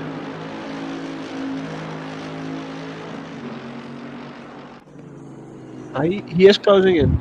Yeah, he's going showing for it. himself. He's going for it. Yes. Oh, Couldn't outbrake him. no, he leaves a lot of room. We've also got an update on the track temperature. The track temperature now declines to 27 degrees. Ambient temperature is 25 degrees. It's now 18 minutes past 6 in the game, so the evening is settling. So let's see how every driver copes with it.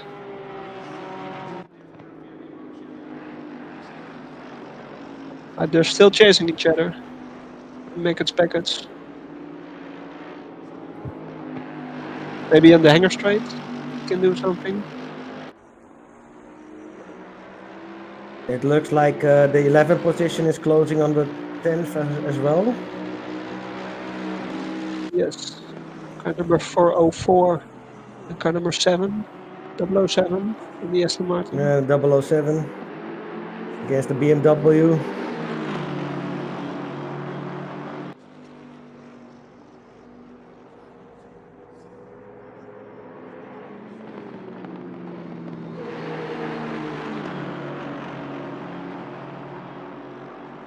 They're now coming onto the. There was the other straight.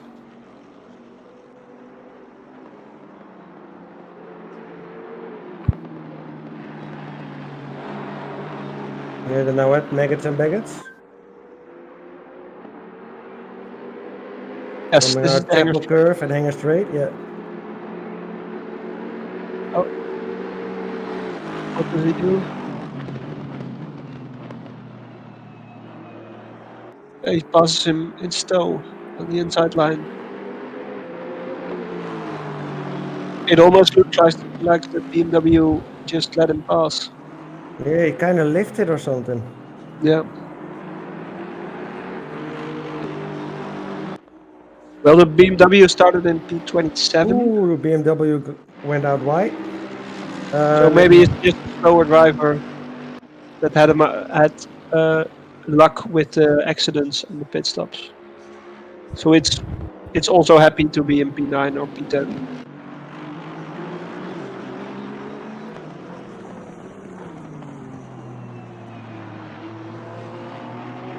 Yeah, the BMW came from the 27th place from qualifying. Yeah. So they gained 17 spots at already P10 now. Doing a great job. Yeah, you can say. They're already happy running in P10. And with fighting, you only lose a lot of time. The Aston Martin that just passed them is now already 2 seconds ahead.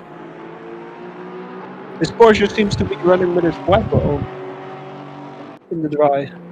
Yeah, he got his wipers on. I don't know how the controls are set up for this race, but is the wiper not automatically? You can put it automatically, but you can also map it to one of your keys. Yeah. Yeah, maybe he pushed the wrong button. See, there's a racing incident again. Car 321, lap 73, ignoring blue flags and causing a collision. Oh, car 321. Maybe we can switch there. It's in 26th position.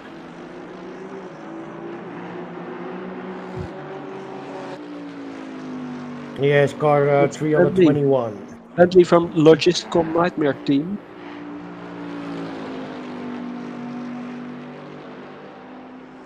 But that was a few laps ago, you said? Lap 73.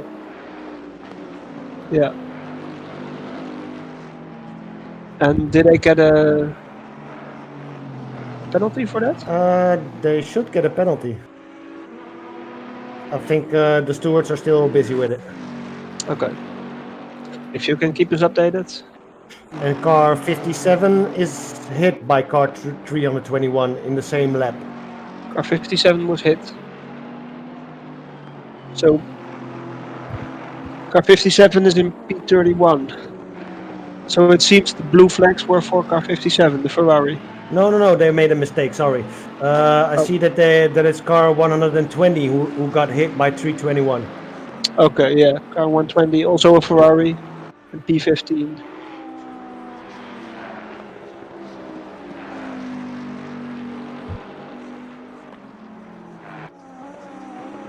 Let's hope they didn't lose a lot of time with that. I want to know what kind of penalty will they Yeah. give him. In car number 120, Klaas Wester is driving. Maybe he can. We can interview him in his commentary booth as well when the stint is over. Maybe he can say something about it. We will see.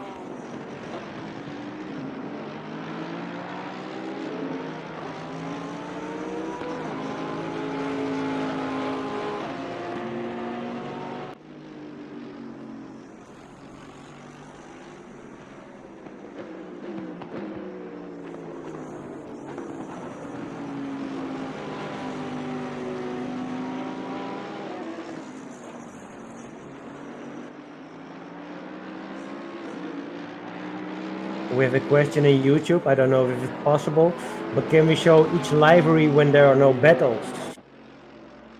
Ooh, should we go through all of the liveries?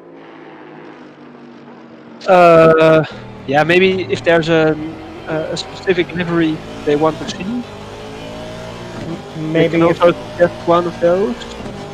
maybe we can show 1 or 2 when there are no battles. Yeah, it's unfortunately a bit hard to show each livery to you. So maybe if you want to see a livery, you can tell us which brand car it is, which model, which number, and we can look it up.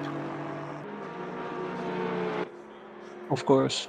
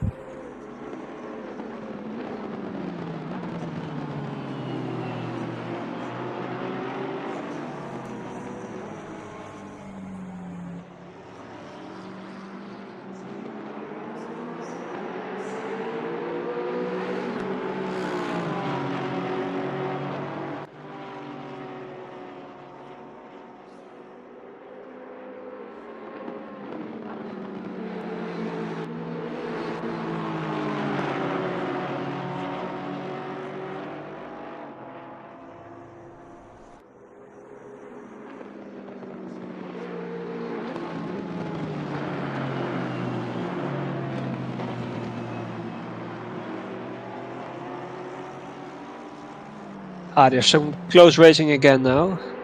Car number 11, 12, and 10, 11, and 12, I believe. Yeah, places. P10, 11, and 12. BMW, the Aston Martin, and the Porsche behind. So the BMW is losing even more places, it seems. It's still defending from the Porsche.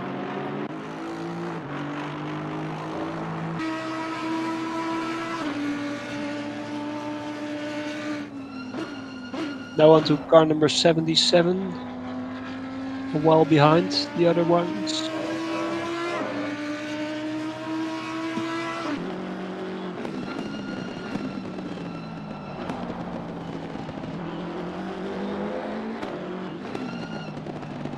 Yeah, so the BMW again lost 2 places and is now P12.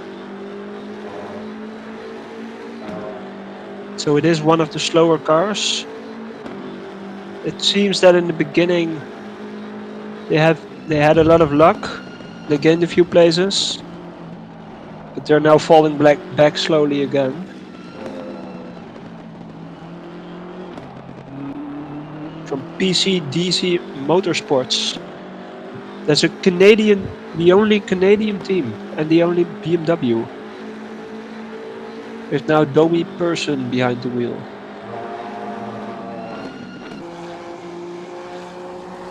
And this is car 937, the only Honda, the Dutch team CNS Motorsports. Car 23 is closing in on car 22, place 22. Place 22, car number 8, the Porsche. Yeah, 82 is closing in. Yes. He's got someone to defend from behind. Going to be a great battle.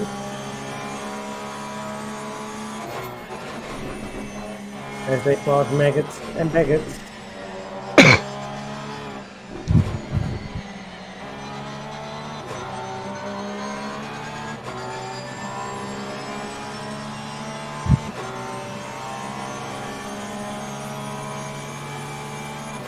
And McLaren's going for it. Yes.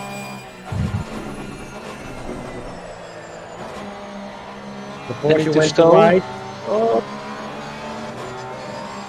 Looked like they touched a little. Yes. It's always nice to see the different lines going to stow. With the cars crossing from, Yeah, it's from coming to the behind. inside now. And got past him. Yes. Onto the straight finish. Start finish. So car number 82 started at P30. Now going up to P22. They're driving better and better. They're climbing places. So maybe they've had a bad qualification run. Yeah, it looks like the Porsche struggles with the tires or the tire temperatures. Okay. Porsche number 8. Porsche number 8 has quite a consistent race. Yeah, Started in because it is a race, P23. but now it seems like he has some problem with his tires or something because he's a bit all over. Yes. Yeah, it's now 9 hours and 14 minutes left. I think it's already at the end of his stint. Stints seem to be about an hour. So maybe the Porsche just uses more tire. It has less life in his tires. And near the end of the stint they struggle.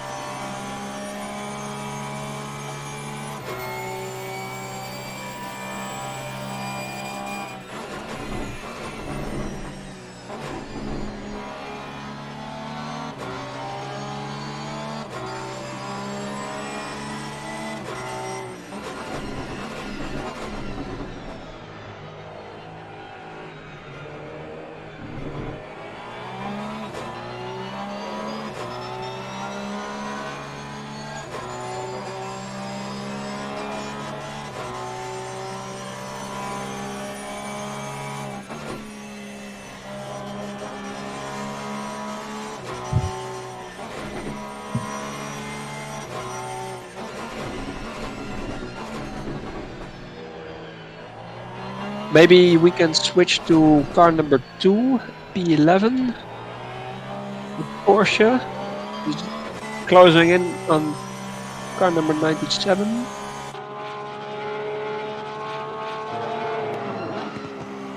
It's a fight for P9, the Porsche and the Aston Martin.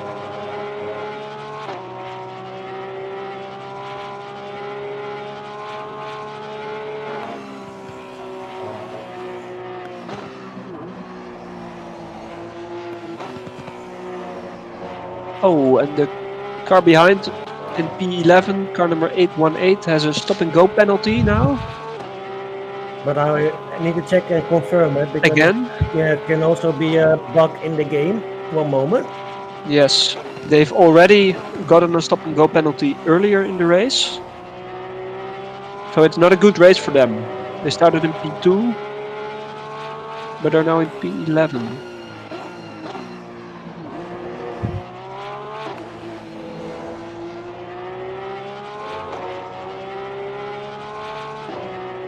maybe we can find out what happened to them. Car number 818. The Italian team, the rollover They don't mention an 818 yet. No mention yet? No, they don't mention them yet.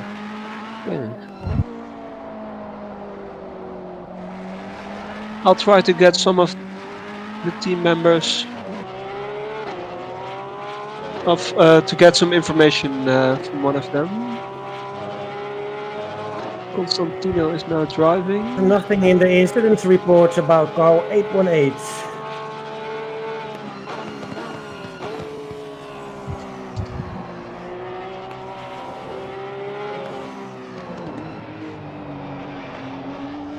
You can see the Porsches are struggling a bit more in the end of the stint. They use a bit more tires comparing to the McLaren and the Aston Martin.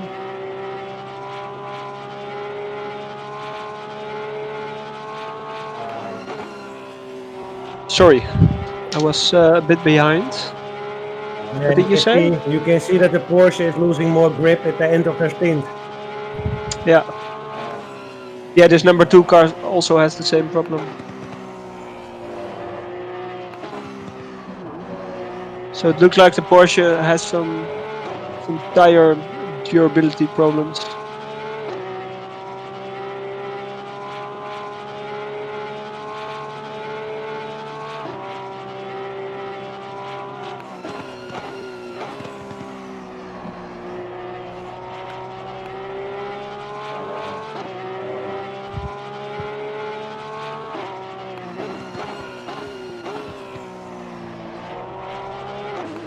And then they come into club.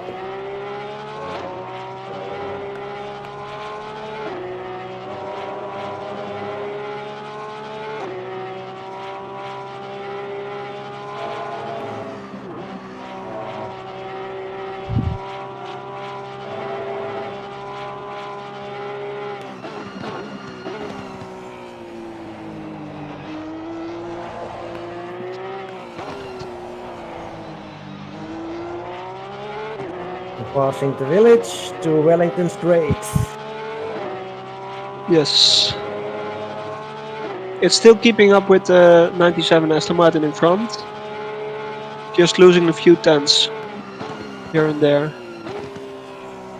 So it's not that bad. No, it's not that bad.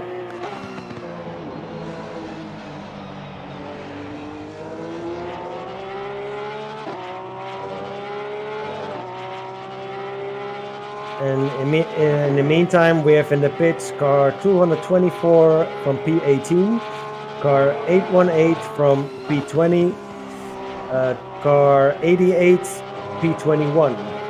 Yes, so they're all pitting. 3 Bentleys.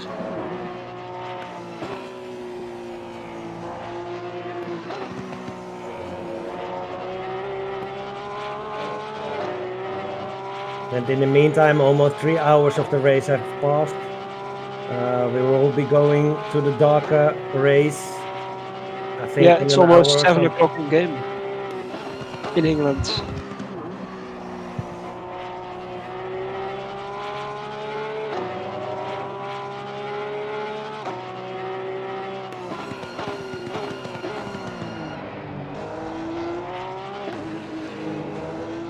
He's really close now, the number 2 car from P8, battling for the 7th position. Yeah.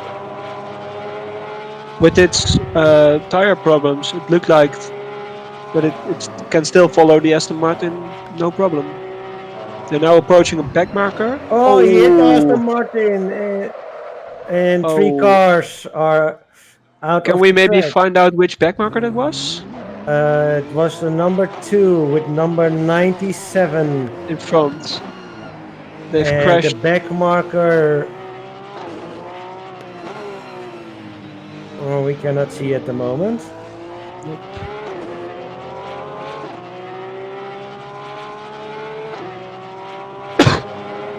That's unfortunate. But they're still battling, and they waited on each other. Still for P7, they waited on each other. It's really nice to see this fair racing. Everybody waiting on each other, even when collision with brake markers happen.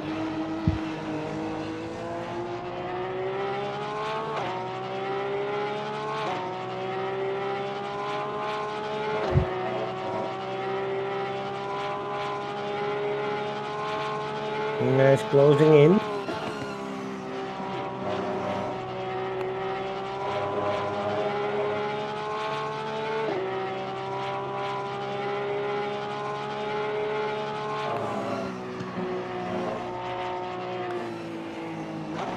Again at Maggots and Beckett's. I think at Hanger Straight the Porsche will go for it. Yeah, he will try to, I believe. It looks like the Aston Martin still has the edge on the straight. Yeah, he still has the edge on the straight. Even with the slipstream from the Porsche.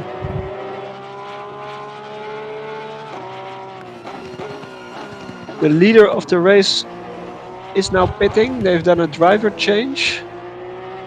Car number 69 from Simply Sim Racing.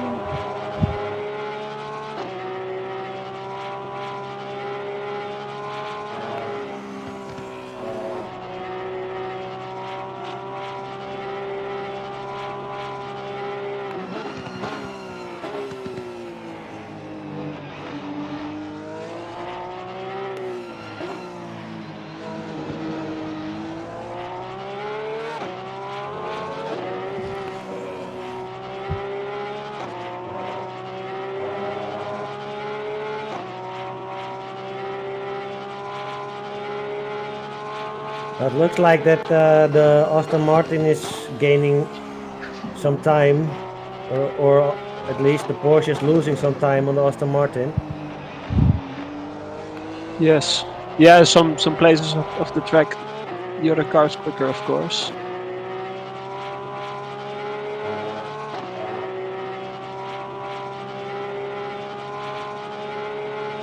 Maybe we can switch to car 69. That has now fallen back to P3. Where it first looked like it was a lap in front. They've now did a driver change and fall down to P3. The car number 18 is now in the leading position. But P2 and P3 are really close. Bentley and Aston Martin.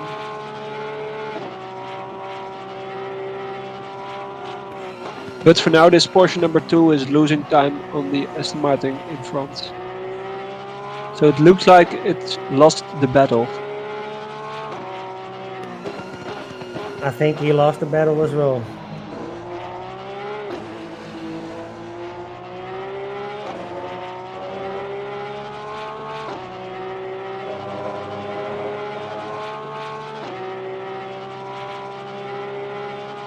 So we're almost 3 hours into the race. With one car fall.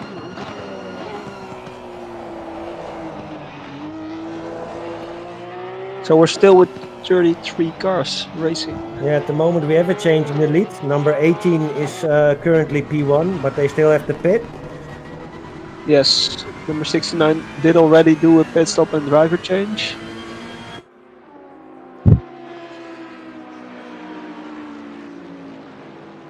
We're now following car number 14, the Ferrari.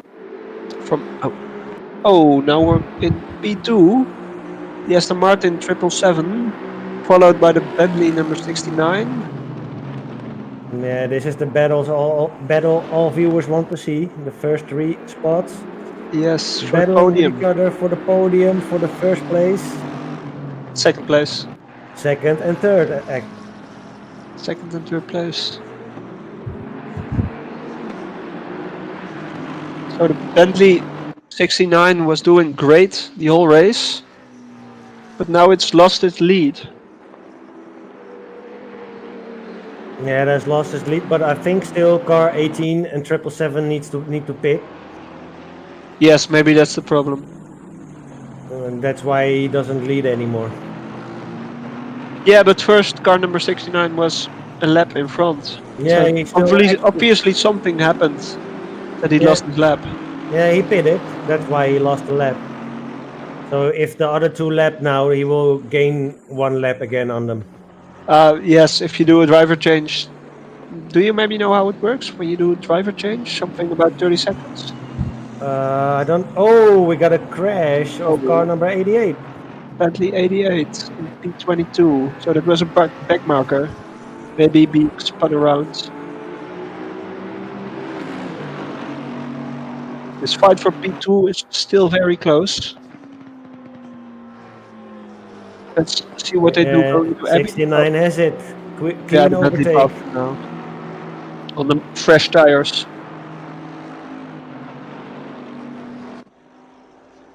Oh, I've got an update now on car number 818, which got a stop and go penalty. One of the drivers responded to me. They had some pit limiter issues. They did a driver change, and then the next driver forgot to turn on the pit limiter. Yeah. And then they got a stop and go penalty again. So they're now in P20. I can understand. It's quite frustrating. P2 and P5. Yeah, it's quite frustrating for driver.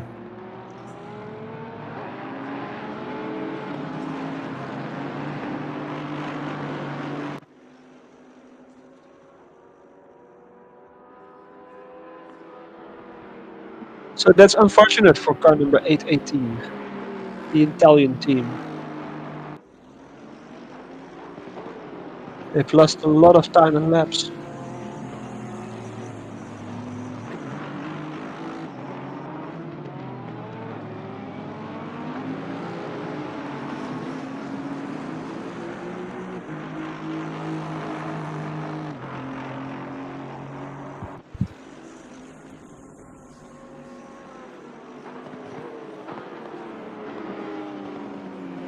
Yeah, 777 is now losing time on the 69 car. I think he probably should pit in before he loses too much.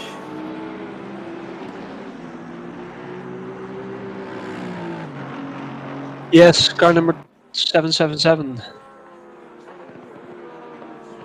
He's losing more and more time. The car number 18 still has to pit as well.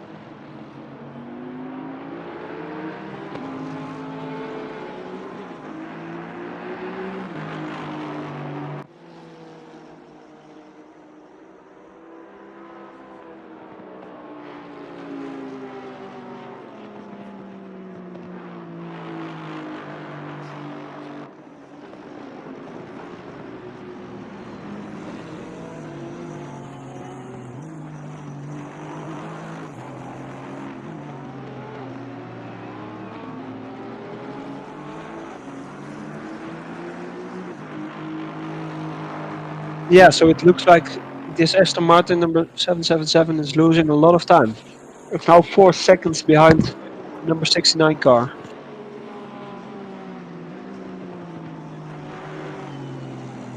So I wonder when they're going to pit in.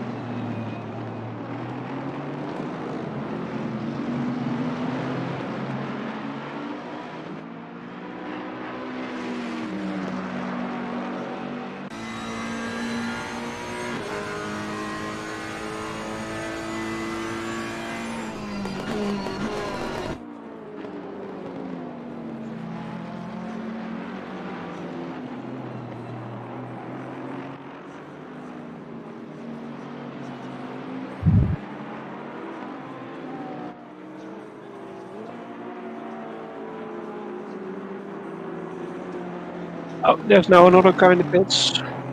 Car number 120. Car 13 car? hit car 88. Lap 85 or 86? Sorry? Car 13 hit 88. Let me see. In Brooklands, car 13 hit car 88. In lap 85 or 86? Okay, so that's a few laps ago. Few laps ago, car 13 and 88. I believe 13 was the back marker.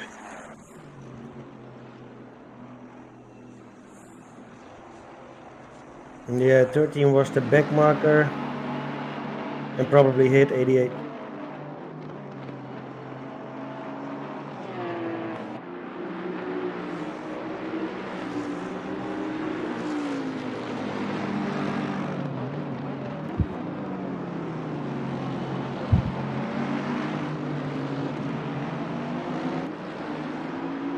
There's now only 31 cars running, so we've lost another 2 cars in the last hour.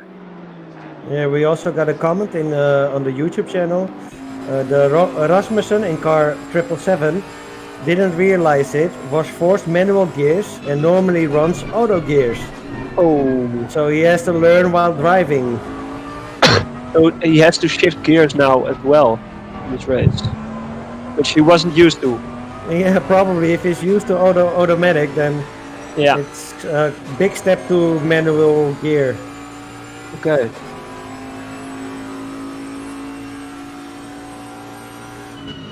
So that's why it's losing a lot of time. Probably.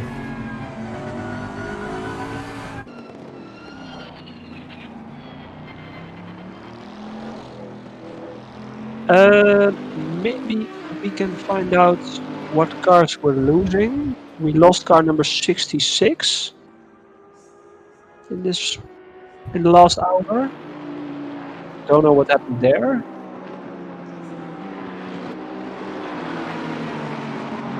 Yeah, I know there was one car that disconnected and couldn't rejoin for a while. Probably 66 because it's 5 laps off now. Oh, yeah. But then there's also a car that didn't reconnect.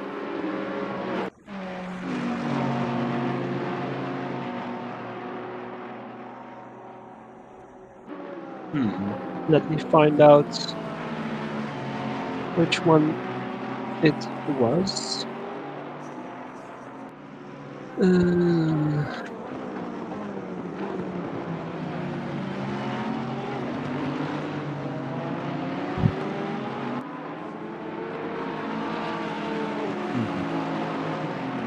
can't find it right now. Number 66 and number 31 are... Oh yes, number 31. I lost that one. Which place is car number 31? Maybe we can follow In that turn one. 7, car 77 hit car 404. Oh, 404 was the BMW. That was losing time.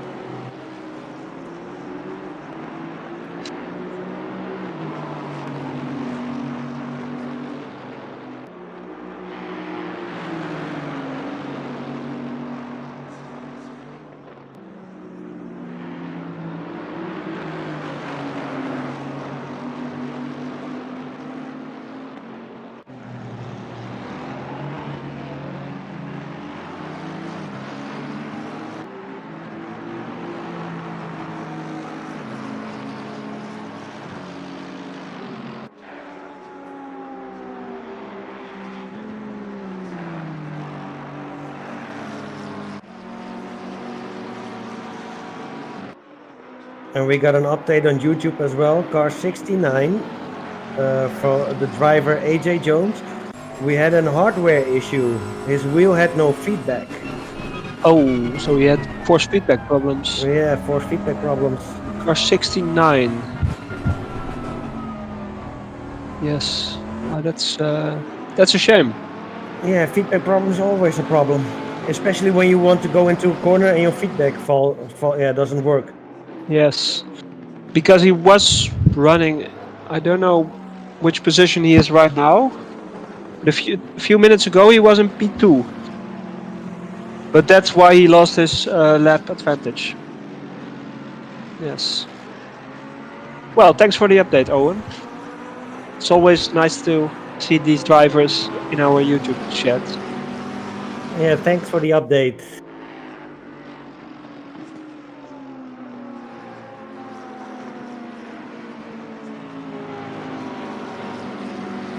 So we're now on to 8 hours and 15 minutes left of the race. Oh yeah, car number 69 is still in P2. It's 7:30 in game in England.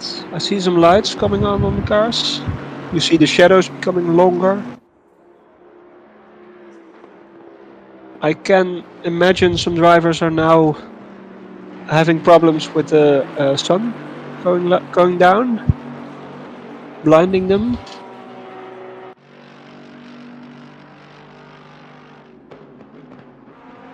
Because Evren, you're also driving, right? Normally I drive, but this race I don't compete. Oh, okay. But do you have any experience with these kind of lights in the game and the low sun? If it's blinding Yeah, you? the low sun is getting annoying, especially during the corners where you see the sun. When it's Yes. going down, it will blind you. Yes. And in the dark racing, I had one 2 weeks ago. It was a fun race on Spa. You will get a bit slower because it will get a bit colder, so the tire temperature will drop. And it's quite nice to drive in the dark. It's something else. Yeah, you like it? Yeah, I like it. It's not as fast as when daytime is, and the track is on a good temperature, but it's fun. Yeah, the car becomes slippier and you don't see as much. Yeah, I was practicing in Spa, also on ACC, Spa in the dark, but I had a lot of trouble. It's not a well lit track, and it's really hard to see things in the back if in the dark, like your brake markers and the corner entry, corner exit. I make mistakes easily myself. Yeah, you're not the only one. I make mistakes as well in the dark. I'm excited to see how these drivers are going to do in the dark.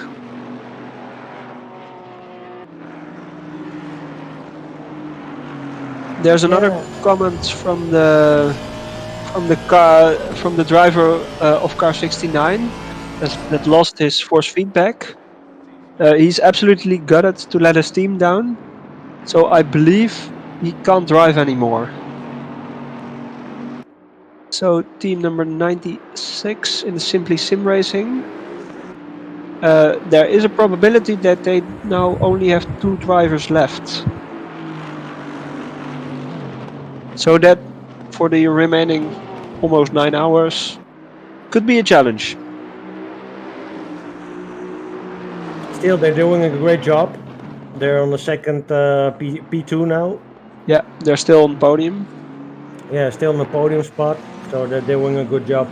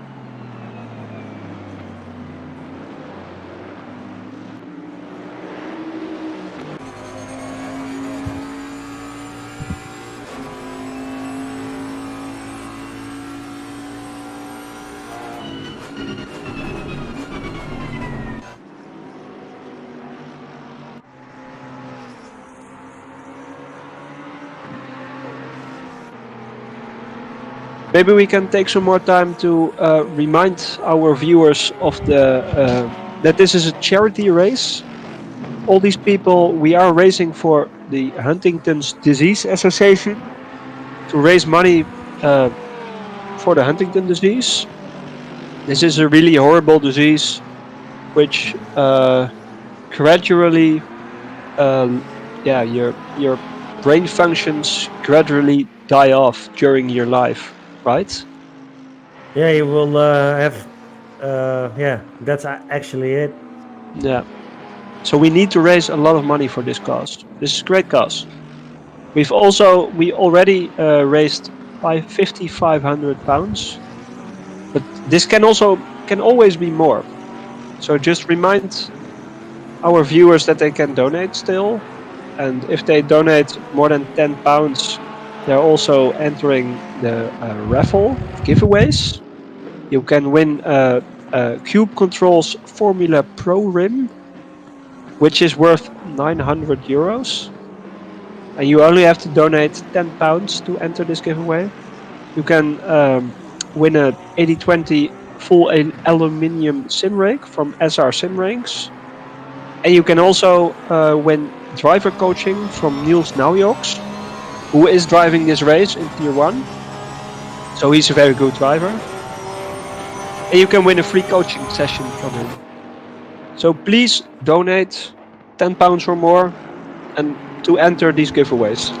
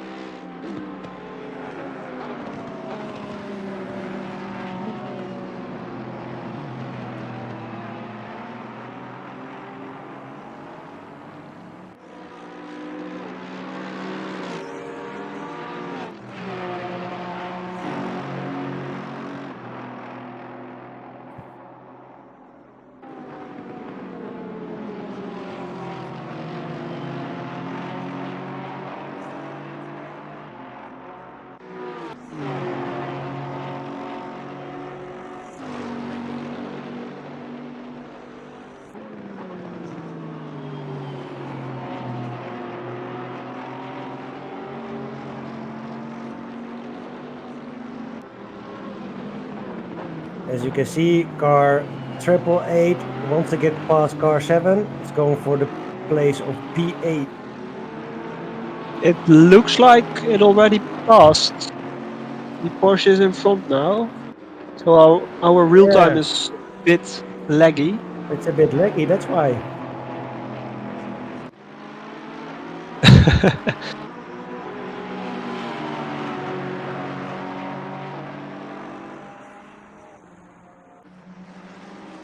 It's always hard to see which are back markers and which people are fighting for position.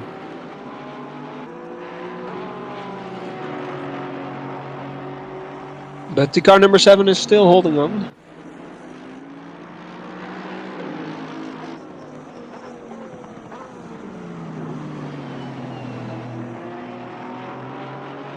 Let's see how they do.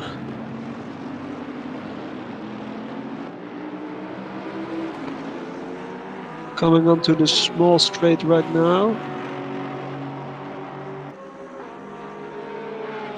This is the old pits straight. Now in Stowe. Cops. But no, the Porsches definitely won the place. Fight for P8.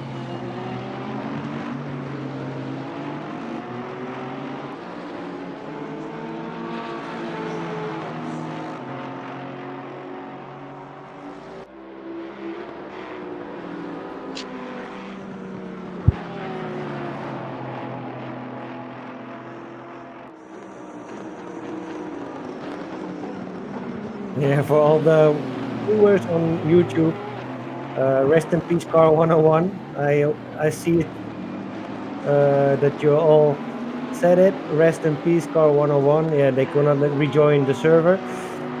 And to answer Oliver Anderson's, yeah, there is indeed no Jaguar in this race. Is there even a Jaguar in the game? No, not in this one. I believe. Nope.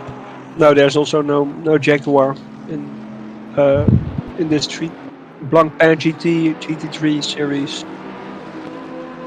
I believe the car number 101, which they are talking about. Oh, there is a Jaguar car in ACC, but I think I think it's an older car, which is not really fast compared to the newer cars. I never drove the Jaguar, actually.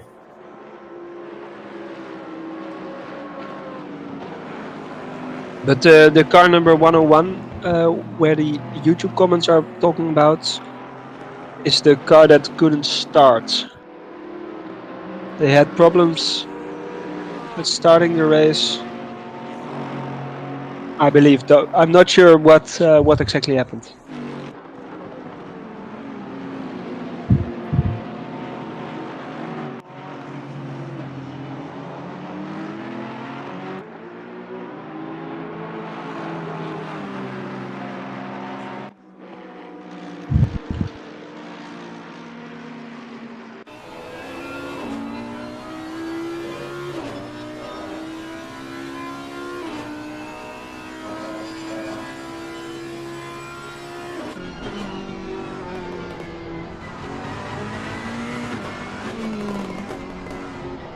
Oh yes, there is a Jaguar in game. It's a Jaguar XK GT3. It's a bit of an older car. It's not in this race currently.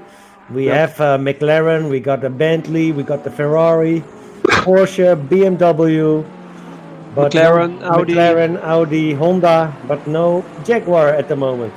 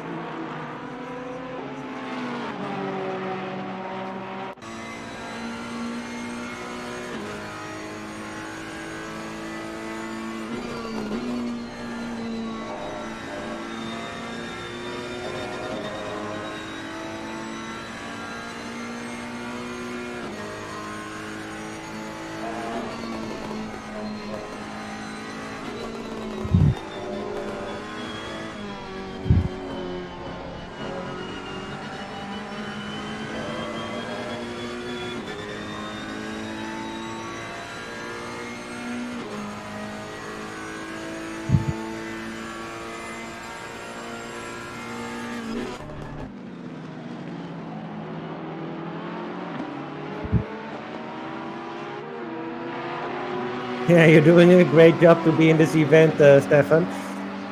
You and Oliver, I see. Okay, welcome. Oh, they're from car number 101. He completed the race in 0 seconds.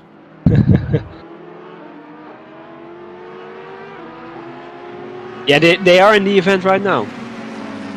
So they've made it that far.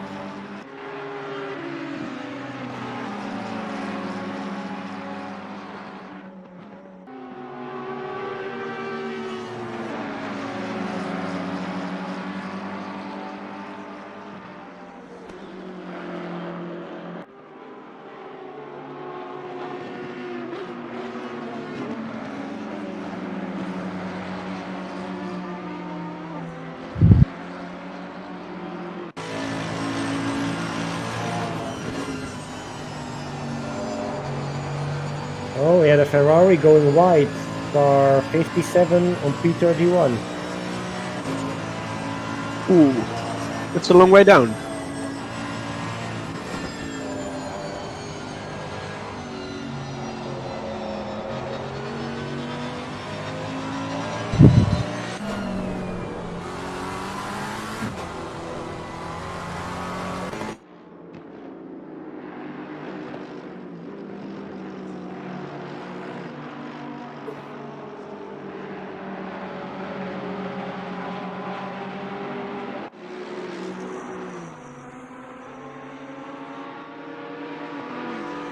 Oh, 3 fans. 2 fans. 3 with Chris as a fan. Okay.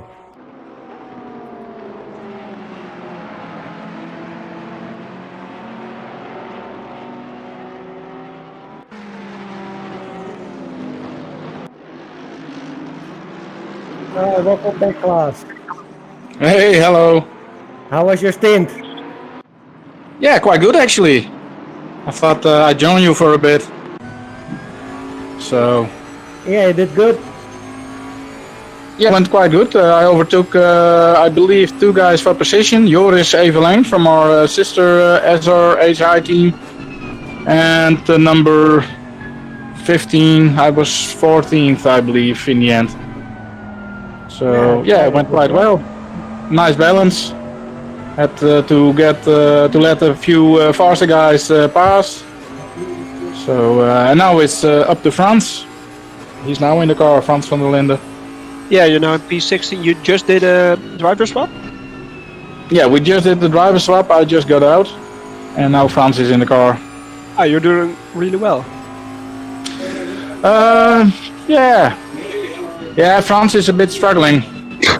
You started I in believe P16? we have a bit too much PSI in his tires. But they couldn't decide what to put in, so we put in enough. Probably a bit too much. Yeah, because the asphalt is also cooling down. Yeah, well, that's why we wanted to have at least enough pressure in them. But at the moment we have too much. But I think the tires will come back to him. But yeah, he has to pull through this first bit. Yes. Can you maybe give us an update on the track temperature? I'm not at my computer at the moment, so I can't. Okay, that's okay, no problem. And somehow my stream is messing about, so I have to go back to my computer.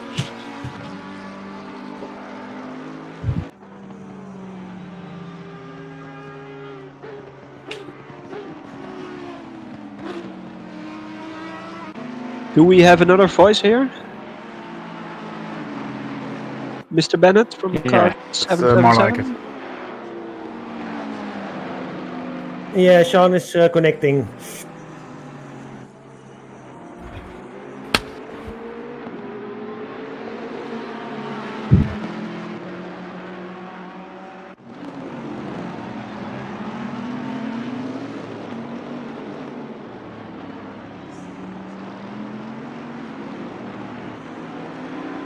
So we're now following the leader of this race, car number 18, a Bentley. with Mr. Meuten behind the wheel. At the moment, the track temperature is 22 degrees. Outside temperature is also 22 degrees, and it's going to stay sunny. Okay. For the foreseeable future. So But it's it now came down quite a bit then. 8 in game. Track temperature was like 37, 38, and now it's 22. So it's dropping. Yeah, it's dropping quite a lot. So, Patrick, maybe because you're a driver, Klaas, sorry. Because you're a driver, maybe you can fill in a bit more about how much your tire pressure changes, tire temperature, does that change as well? Well, it was quite stable. I had a very nice stint. Previously, Benny was in the car. He struggled a bit more. Yeah, because you of course practiced this as well. Yeah, I don't know. We left the temperature the same for Benny, and that was probably not ideal. We put a bit more in for my stint, 0.2. That was better. And now we put in even more for Franz, but 27 psi. I guess it's a bit on the high side for cold pressures. So we'll see. I hope he'll pick up. I think he's struggling a in bit car at the number moment. 120 right now, still. 120, yeah, the Ferrari. So let's see how he does. Yeah, let's see how he does. He's still 16th, so he's hanging on there. Hi guys. Hey Sean, you're back. Oh, thank you for having me. How are you? Oh, that was pretty tough stint actually. Yeah, it was. Yeah, was a bit of a battle going through cops. Lost a bit of time there, but yeah, most of that times were under 2:01, which was good. So you were in car number 777, the Aston That's Martin? correct. Yes, the Aston Martin, MSB Racing, long bonnets. That's Aston now in Martin. P3? Yes, still? so we're running consistently in P3, keeping opening a gap to P4, and yeah, losing a little bit of time to the two Bentleys in front, but their pace is pretty quick. So Yeah, because you got passed by car number 69 again a while ago. Yes, yeah, we did. I think it was also car 18 that I had my coming together with in cups. That was a little bit. Luckily, it was. I thought it was a 50-50 thing, but hey ho. 69, I believe, had some force feedback issues, which is why they lost all of their lead. Yeah, that's also clear from the YouTube comments. They had to.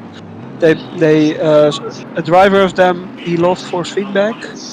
Yeah. And I believe he can't race again, but I don't know that for sure. Oh, that sucks for them. But yeah, the track is really difficult. So I'm gonna leave you to it, guys. The supper's ready. Okay, thanks, Klaus. Yeah, Klaas. See you later. Yeah, so the track is actually really quite tough, and I heard just caught the end of you guys talking about tire pressures, and that is something that has been really difficult to try and get a grasp of around here. It's it seems to vary quite a bit with from our predictions and our testing. And things haven't really fallen into line as how we expected to, but. Yeah, because track temperatures are now only 22 degrees. Yeah, instead exactly. of 37 at the start of the race. Yeah. So really is a big change, and now we're getting into the twilight period, which also adds an extra element of blind and not being able to see your apex, your braking points and things. So you have to try and really have to start focusing, and this is some of the hardest times. And also we're going to have it in about 6 hours for the morning. Yes. For the sunrise. So but yeah, our cars are feeling really good, really stable. No real issues at all. Tire wear is good. The front end is also quite good as well. Sometimes a little bit too good. Back end can get a little bit slidey during the middle of the stint, but then it comes back to you. So it's very nice. Yeah, that's good to hear. In the YouTube comments, you have to give another team pizza. I do. So I don't know if you read that already. I haven't actually. I don't know from which team they are. No. But good luck.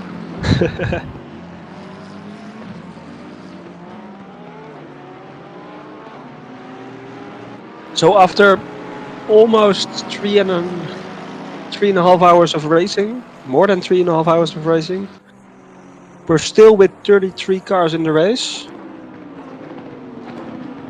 So that's quite an achievement. Yeah, it's gone fast, hasn't it? Yeah. I'm not saying this pizza thing. I must be blind. Okay, then it's that's okay. So I'm glad about that. My wallet will be happy. Yeah, for sure. Oh wait. Oh yeah. Sorry. I can see it now. There we go. Stefan has agreed that we're going to be giving them pizza. So yeah, come on down, guys. Welcome. Come over to Amar, enjoy the sun, and we can go down on the beach, grab some pizza and ice cream. So there you go. Yeah, well said. So I am really looking forward to the night as well. I think we're going to be seeing times dropping even further than we have at the moment. So the fastest lap time is a 59.5, and I expect that we could start to see times dropping as the temperature drops. Yeah, as I long was as teams looking at the number 818 car that qualified really well, but they've dropped down. They have some technical issues. And their fastest time was a 58.7 or something, I think, or 59.7. But they're now doing 2:01s. Yeah. So the pace has dropped down a bit. Yeah. Yeah, it is, and also tire pressures should start to be a little bit more stable. Depending on how teams have set up their brakes, we could start to see teams having issues with their brakes becoming too cool and stuff. Now, I'm assuming that most of them would have chosen the right brake pads. Yeah, and the brake cooling in the setup. Yeah, because obviously, with such a temperature difference, we're probably going to be looking at around, I would say, almost 25 degrees temperature difference. Could get down to about 15 degrees at night, I reckon. Okay. It's a big temperature difference. That's a big difference. Yeah. So yeah, we could see some issues there with tire brake temperatures. Nights.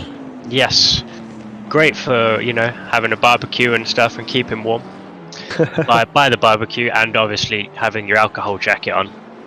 I'm sure there will be plenty of beers, as there usually is. So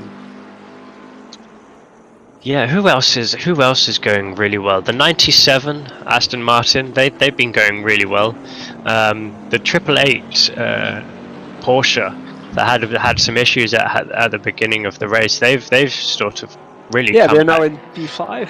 Yeah, so they're really doing well. Yes. And then Gary Richardson as well, who was they were right the way down at the back of the pack at the start of the race. Car 57, I believe. Car 57, yes, and the Ferrari. Yes. They've started to make some headway back up. We're fairly consistent. It looks like the cars in the back they fought back their laps of a disadvantage a bit. They're now closer to the rest of the pack, it seems. Yes. And there really is. I got to say a shout out to the drivers during my stint. Anyway, I didn't have any issues with blue flags. A lot of people, all the drivers that I came across, were respectful, timed it well. I lost very little time during going through the packs and stuff. So that was great. It's nice to see that. It's always a worrying time as you know, that short time as you can see, you're catching up to these lapped cars, and you think, oh please, please, please, please, please, and the majority of the time, almost everyone, in fact, let me through quite easily. So that was very nice. Yeah, that's good to hear. Yeah. So. Yeah, and just as we're talking about number 97, Aston Martin, here they are, with Chris Bruno on board. And who's that? That's one of that's an SRHI car in the pits, isn't it? That's Dimitri. one of the SRHI cars. They now have a stop and go penalty. They're in last place. Have you been in contact with them? Have they ever had any issues, or just a bit of an unlucky? They did have some issues. They started in P28. But they're now in P33. It's not a good race for them. They did have some issues. Now they have a stop and go penalty as well. But it's always good to keep racing.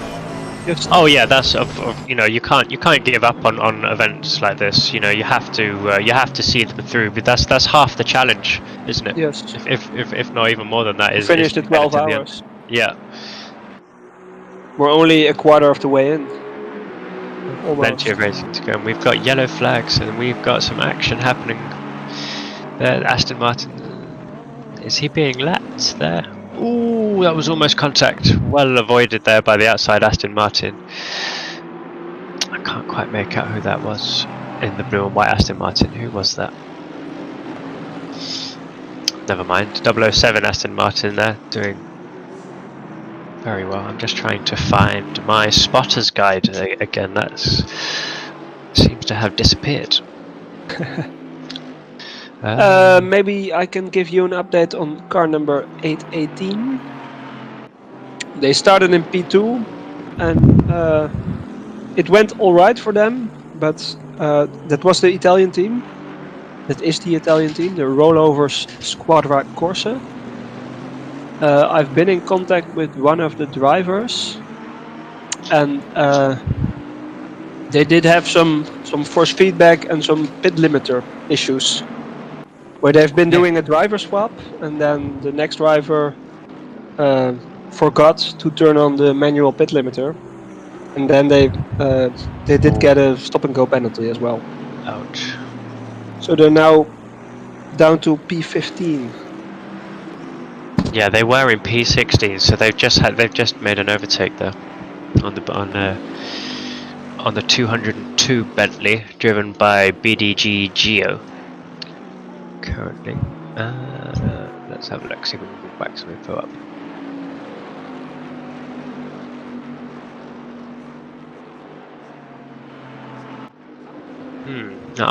My list is incomplete. I can't actually see who. There we go. The Scottish team, Team BDG.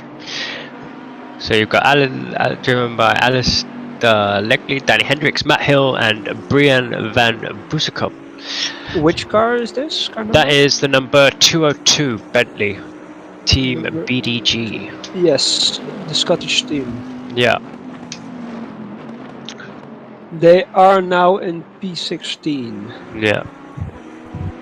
And the number 777 is coming into the pits.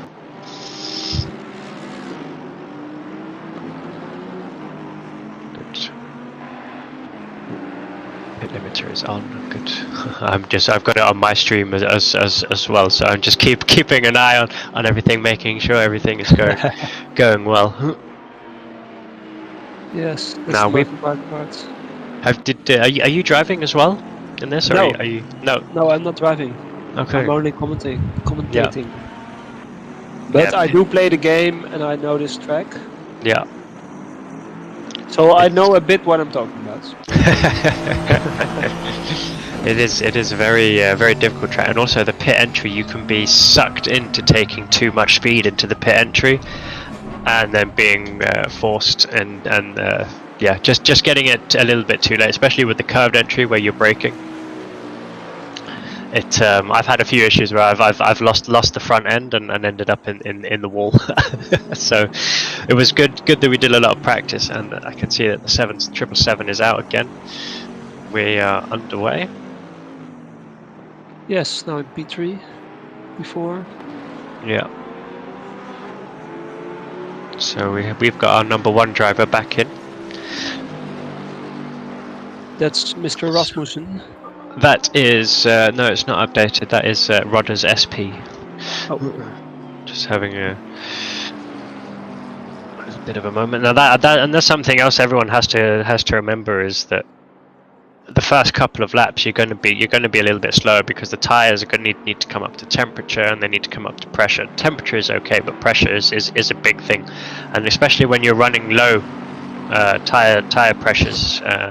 You're very susceptible. If you run a little bit too aggressively over a curb, that's it. You've got a slow puncture, and that's your whole stint ruined. So it's worth having a bit of extra patience during the first couple of laps, just to keep yourself in the game, basically. Yeah, that's nice to hear this inside information from you, because I didn't know that. Yeah, so slow punctures are a big thing in this game. They can be. They don't affect you too much, but they do cost you maybe a second to a second and a half, possibly even more per lap. So over a stint, it can be quite costly. Yeah, that's quite a bit in a stint.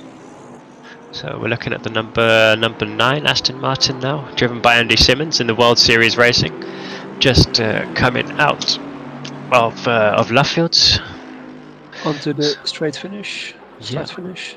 And we are just coming up. Some of them are already on lap 111. So that is a crazy amount of laps. So that would be, we could see about 400 and 350 maybe something. Yeah, between 350 400 laps. That's of course weather dependent. Yeah. Now the cloud cover does not seem to be increasing very much. The clouds did increase quite a bit, but they've dropped. They've fallen away now. So I think if we could see a rather drastic temperature drop within the next hour or so, I would say. And there we go. Our P1 car, the GT Series MS Boatley, driven by Mouton. Michael Mouton, I guess he's French.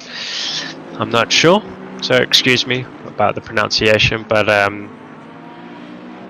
very, very quick car on this track, the Bentley. Very, very safe and stable car, and then if you can get the right tune, it can be quite a weapon.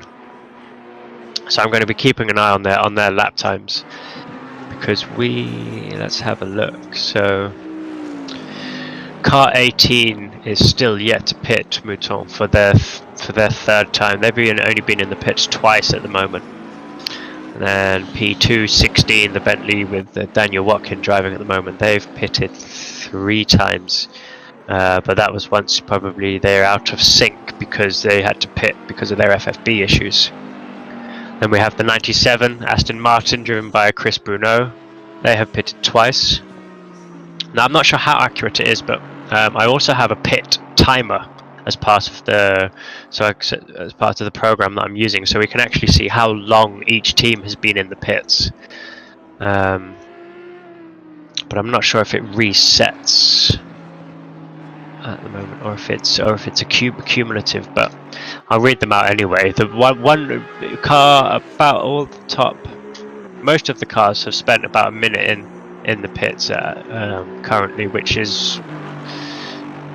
seems okay. The driver swaps have to be, I think they're about 30 seconds. They're locked into GT3s. Yes.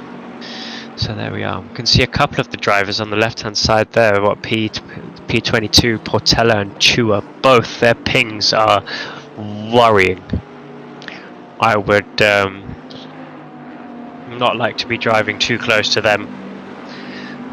As everyone may not know, but the rubber banding is quite a big issue with people with unstable pings, which can cause a bit of an issue if you're trying to drive closely to them.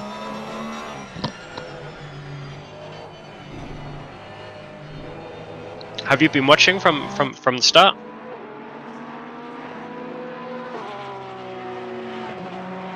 Oh, I've just looked over my shoulder, and Yorick has gone to the toilet, so I didn't realise I was on my own.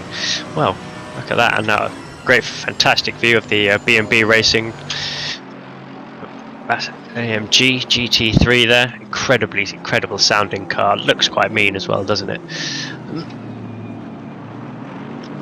So we go, following a lap, overtaking a lap car there, coming into the loop, out through Aintree. Very important section of corners here. You can lose a lot of lap time. Get it wrong at the loop, you can lose 0.3, half a second easily.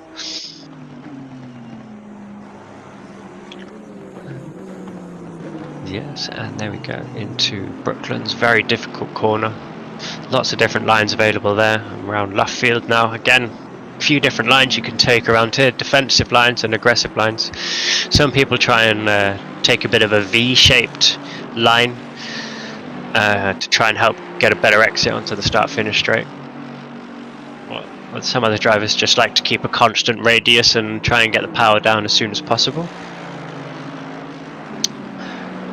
I think the mid-engine cars are better with holding a constant radius because they have more of the weight. So the back end tends to grip up quite easily. Whereas the front engine cars, they've got a, I think there's a little bit more of advantageous for them to take that sort of V-shaped racing line, so they can really slam the power down and help get that last bit of rotation. And the sun, I believe, now has just dropped below the horizon. It's really quite a beautiful night, actually. I wonder if it is like that over in the UK. We'll have to wait until our Manchester buddy joins us back, Mr. Chris Hill. I wonder how his stint went. I don't know if anyone has managed to catch up with him since he's been out of the car. It looked like he's now in the car. He is. Yes, he is, isn't he? Yes, there we go. P18.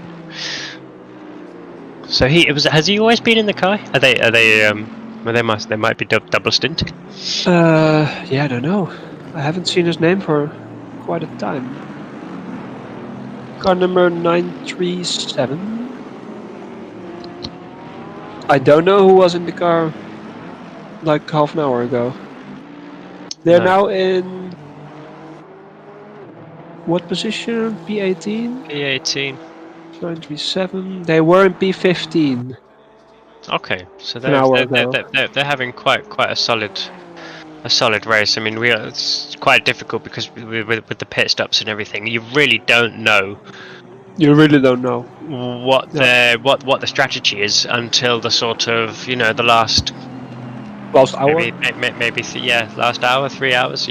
At some point, teams are going to have to start working backwards and trying to figure out, okay, that's is it better to pit half an hour early to make sure that we don't have to pit and that we're in the fight in the last bit of the race, or exactly.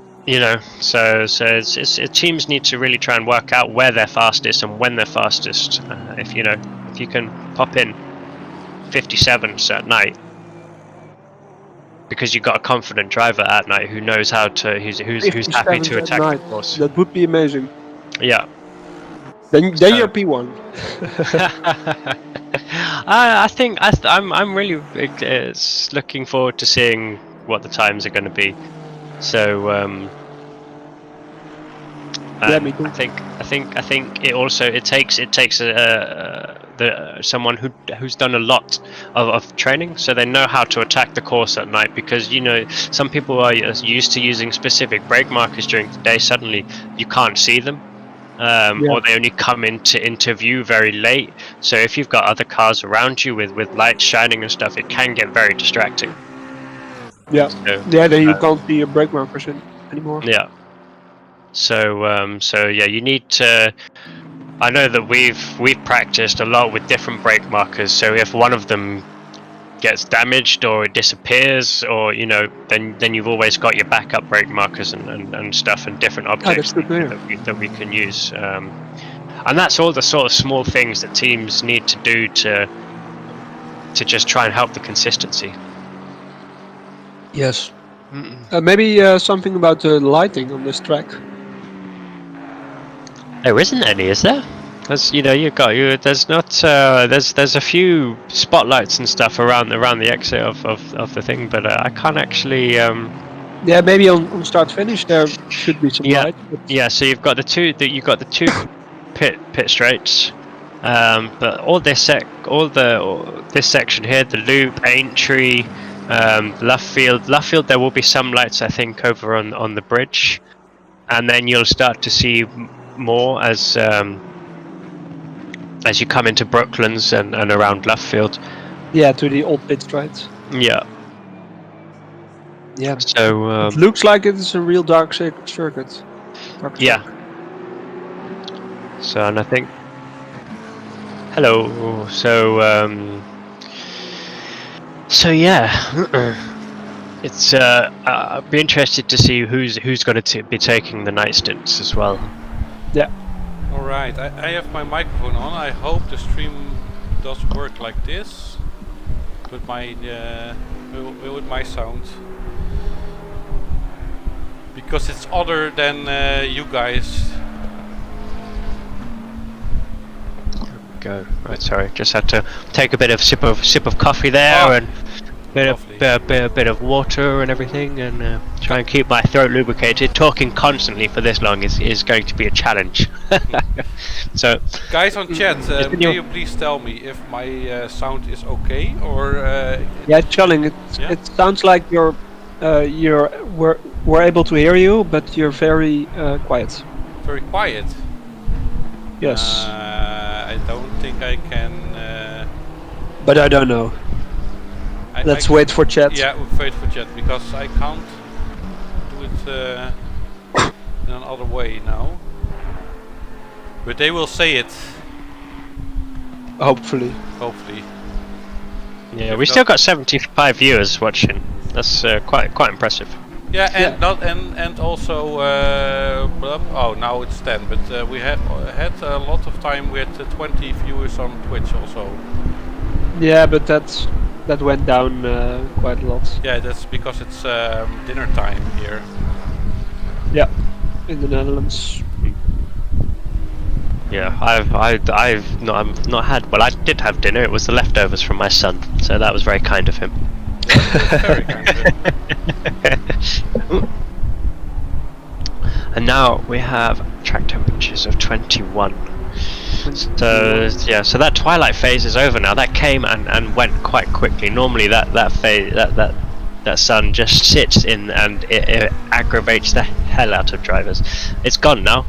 So so now it's just try and get settled in into the night. Soon it's going to get even more difficult for us to figure out what's going on, because all we'll be able to see is the lights of the cars. Yeah. Yeah, I wonder how the broadcast function works with that. Because now we can see the cars well. Yeah. Well, also the number plates will start to light up as well, as is a mandatory requirement. Yeah. The number plates, yes. Yeah. They are lit. I will start to see those. Luckily. All right. I remember watching my first GT race was at the Nordschleife Green Hell 24. Oh, awesome! That was epic watching that, and also that was close there. The 66 Aston Martin getting in a bit of a no man's land there, coming into club. 720 almost rear-ending him. That could have been very costly for that 720 McLaren. And that is Chris Hill in front of him, isn't it? So Chris Hill is they're just running the same livery, are they? Oh, it's probably a back marker. Chris Hill is the back marker right now. Yeah, I think so. Charlie, can you maybe switch to a lower car, like P25 or P30? Yeah, that's okay. Something like this. Yes, thank you. It is very nice to see that it is slowly getting dark, and the lights on the road. It's awesome. It's all. We still have 33 cars running. It's amazing. Yeah, we haven't had any retirements yet. We've had a non-starter, unfortunately. Yeah, between the first and second hour, car number 22 retired. Did they? Oh, Yeah. what was the reason for that? Do we know? I don't know anymore.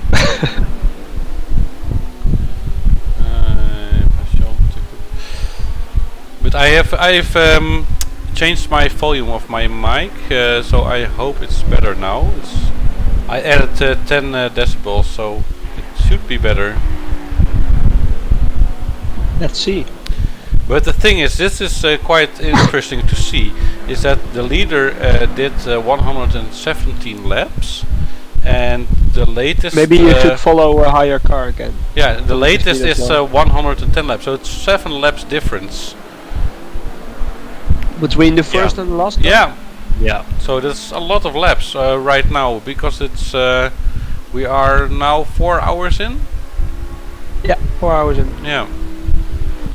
It's 7 laps difference. Between the first car and The last car. only Yeah. 7? Yeah, 7 laps. Okay. That's different. That's I don't know. Is that a lot? I'm just having a look as well what the best lap time is of the session so far, and that is a 1:58.872 by the AAA Porsche. The AAA Porsche? oh yeah, Yeah, triple and A. then This one. have Currently in The- P3. yeah.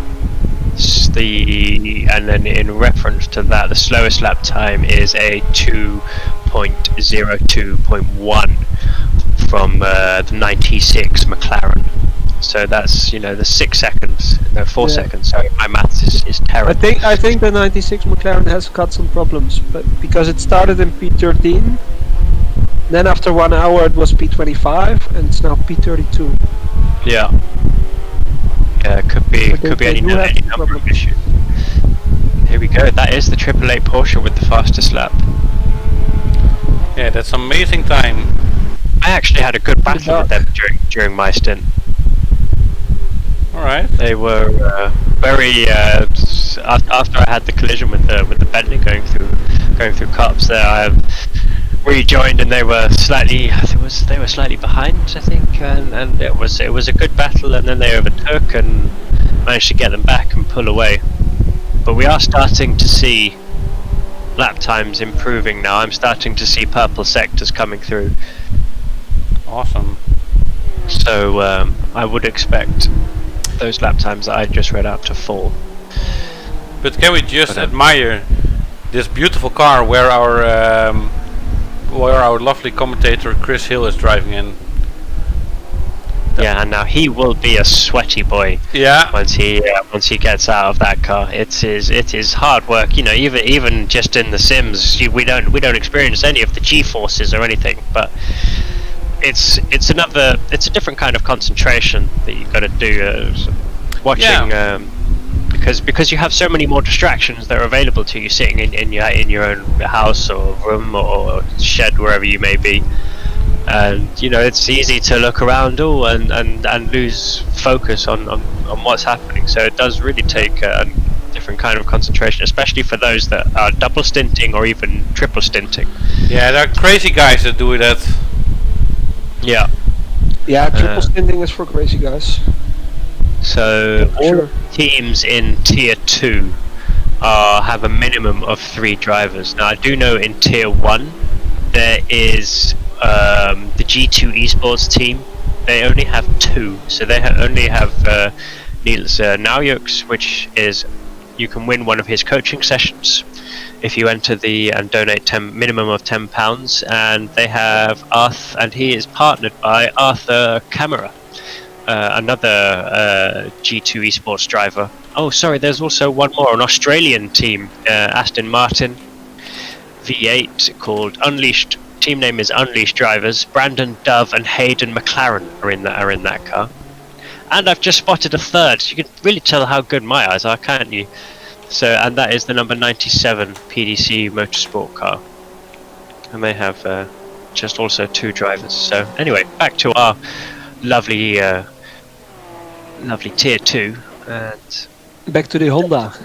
Looks like Chris is fairly happy with the car. He was mentioning to us earlier that car is incredibly stable and safe to drive, which is exactly what you want. It gives you confidence to push, and Even in the dark.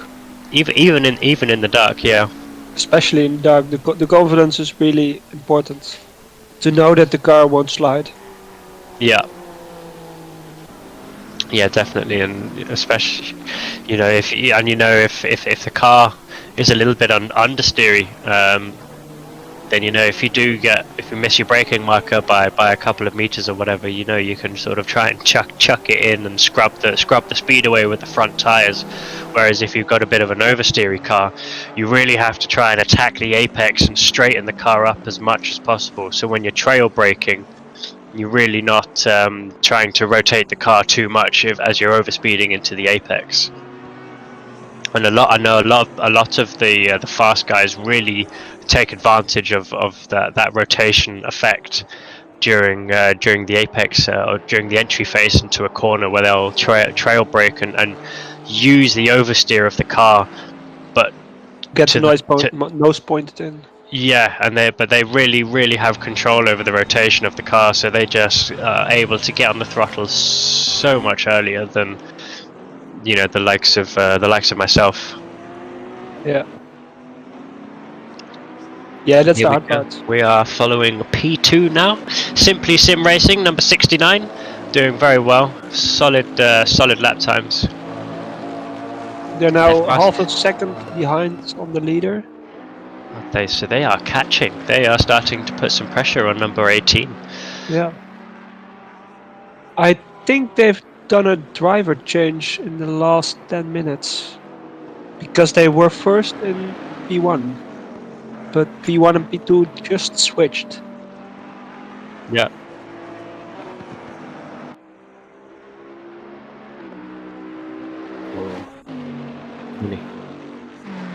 Really is starting to get dark now, isn't it?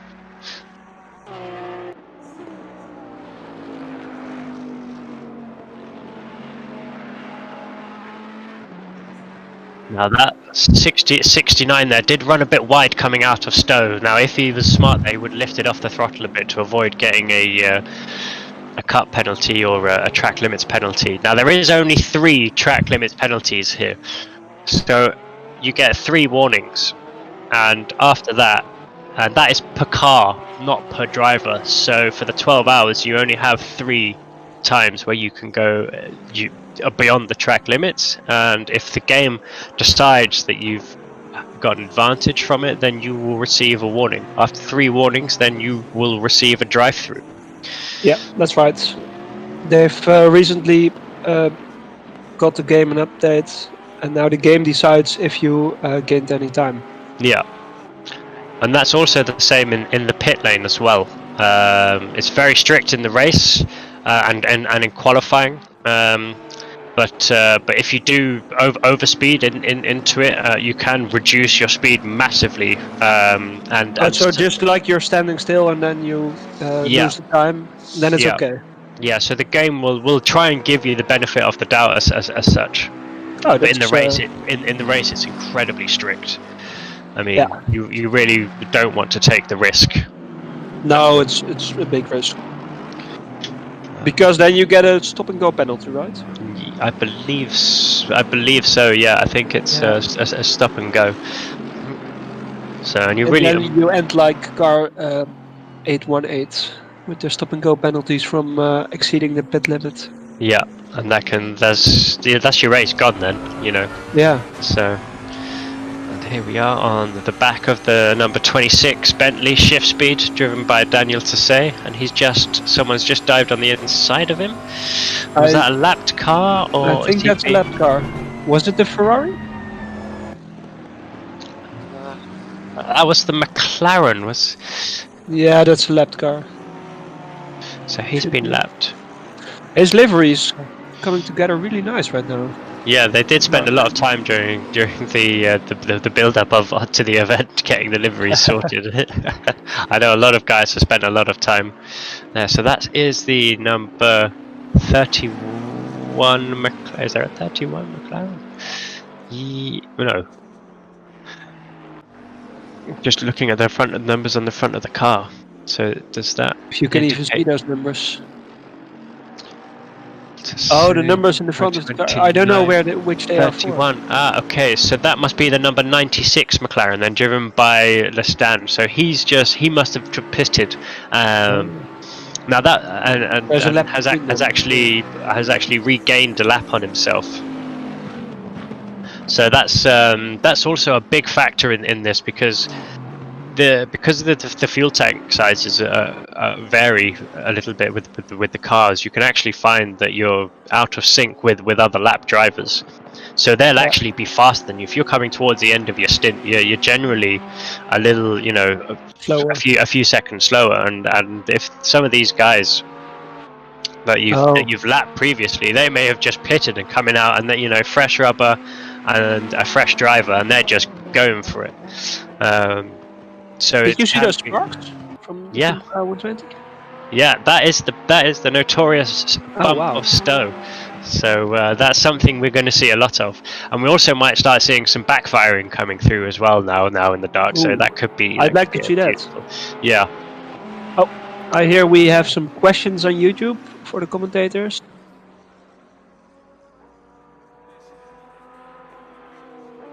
Yeah, we have a really good race director for this. So on YouTube, you can ask us questions, and we will answer them. Yeah, we are keeping an eye on the chat. Probably not as much as we should be, but we are trying to do it.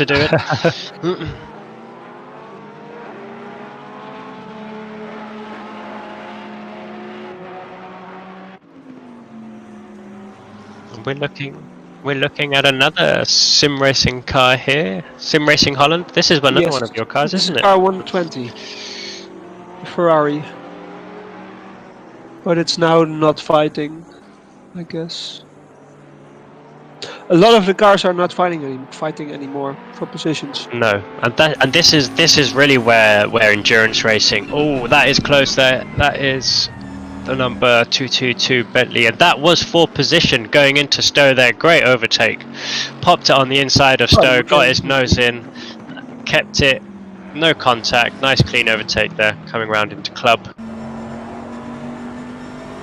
And now we're back on board with the 26 Bentley. Can really see the great graphics of ACC and it really coming through. It does make it a pleasure to watch and also to race in. Or to race behind, and you can see the Ultimate livery. Yeah. Yeah, this is one of the first big races that I've done with custom liveries, and I was a little bit nervous because of the amount of lag spikes that can be caused by the custom liveries. But it's actually been okay.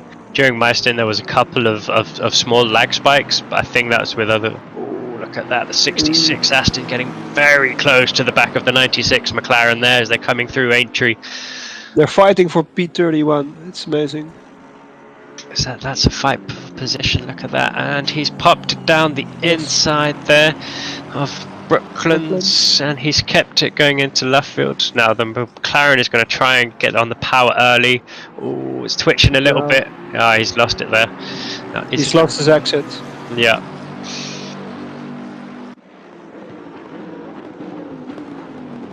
That is car number 69.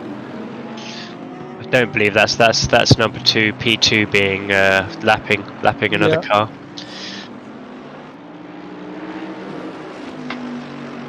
Hey guys.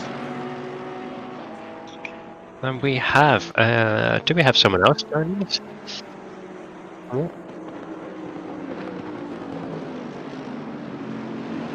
Oh, so we have a viewer question. Michiel asks, why isn't the NSX last NSX? Because Chris Hill is driving. He's a great driver, obviously. So he's keeping the car on track, and most importantly, doing consistent lap times by the looks of it. He's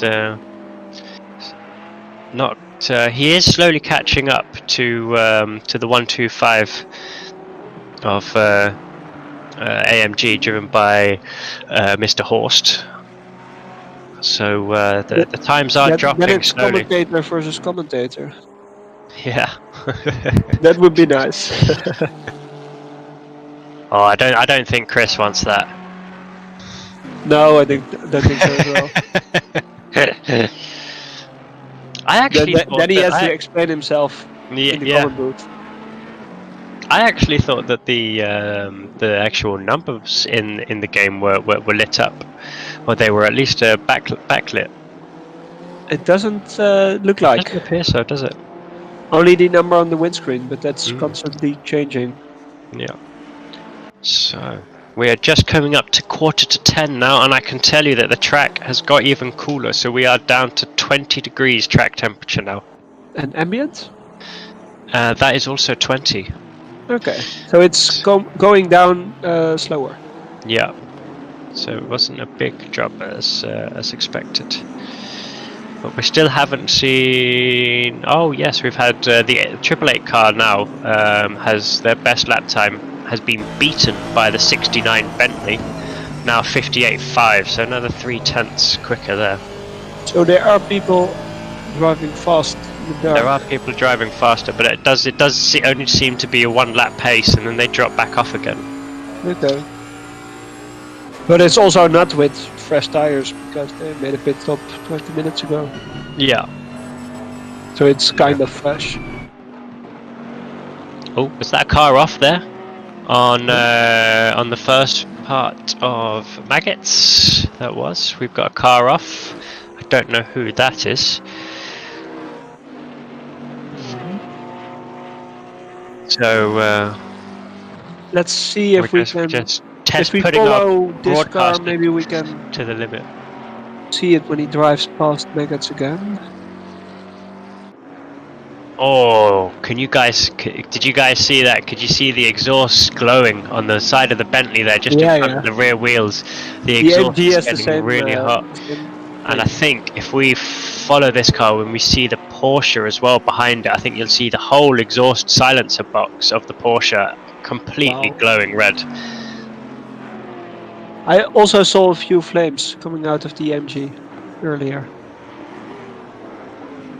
Really is a sight to see. Yeah. There you go. Oh, you've just seen it there. Yeah, you just saw it. Wow.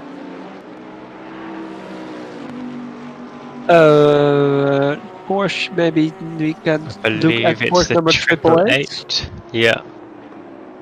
There we go. Yes. So if we watch as it comes around here, and there you go. Look at that, just absolutely glowing red.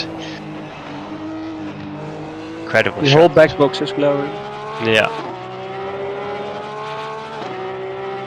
So of course we're not going to see any mechanical failures, I don't think, in the race. Only mechanical in kind of in terms of sim rig equipment. Yes. Yeah. Exactly. We have already seen those. Yeah. I mean, I don't know if anyone saw the virtual 24 hours of Le Mans, but we actually seen I can't remember the driver's name now, but he was the IndyCar champion, wasn't he? It was Simon Pagenaud. Yes, and Pagenaud had actually rehearsed a driver rig switch, and he managed to complete it in something crazy like 20 seconds. So his wheel failed. He then pulled his rig out of the way, got a spare one in, reconnected the cables, drove to the pits, lost 20 seconds, but it's just a great dedication. Yeah. I heard later that he borrowed a sim from a friend, and he actually tested this switching of rigs during a race. Yeah. Amazing. And then the slim chance that it also needs to happen. That is a great shot there. Look at that. Coming out.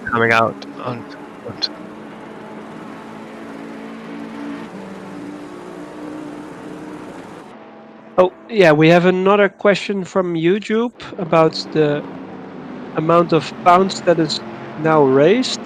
It's now at 5,535 pounds. All for the Huntington's Disease Association. So that is a whopping amount, £5,500. That is just crazy. I'm just gonna go in and have a look, because on their page they also tell you what you can, how much, and where that sort of money goes. Yeah, while you look that up, maybe I can check back. Maybe we can look at car number 818.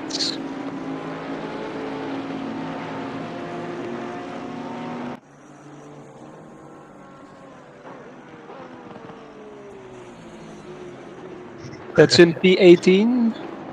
It was fighting with the Bentley in front, number 321, but it's now fell down a little.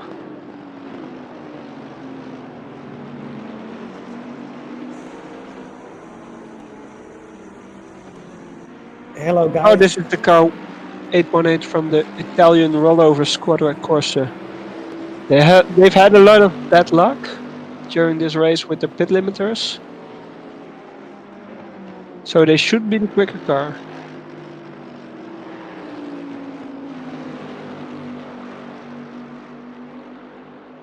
Yeah, you can take a break, and I can do it. Yeah, we have new commentators. Yes. I can finally take my break. So go and enjoy one of those hot dogs. See if you can find Max Verstappen, who's supposed to get hot dogs a long time ago. Yeah, never come back. Yeah, I need my hot dog as well. So a £15 donation will help support the vital telephone helpline, which is open all the time to families and sufferers of the Huntington's disease, and provides a massive support for people who need it.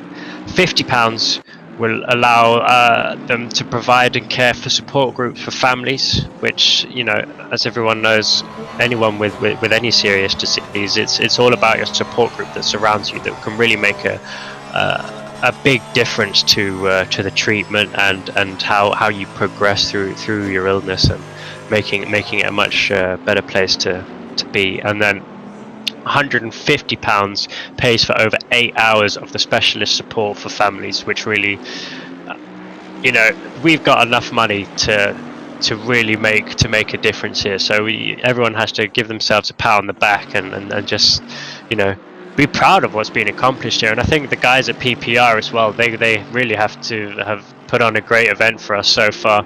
Everything has gone very smoothly, and I think it's been a great success. So we are following now the number 899 AMG, driven by Lindholm. And I'm just gonna just trying to find my spotter sheet. So that is the Swedish team, nearly on pace. So they have changed now from Mikael Sundström. Your Swedish pronunciation is really great. I must tell you that. Yes. Well, I live in Denmark, so I've. You live in Denmark? Yeah. Okay. So I should. I've worked quite a bit on my Danish accent, and trying a bit. Yeah, so we've got another question in as well. Can we check the lap times for car 101? So we'll have a look. Car 101 is out. So I'm actually looking here. So they're actually doing 1:20s at the moment, and I think that is from the fridge and back to the sofa. So they're doing a really fast time at the moment. and I can see that they've got pizza. And where was the invite? You guys? did order them pizza. Where was the invite? Yeah, well, you know, I'm like that. I'm kind. No, I didn't have anything to do with the ordering of the pizza. But I have not had anyone knock my door for pizza delivery. So I'm wondering, Stefan, where my pizza is.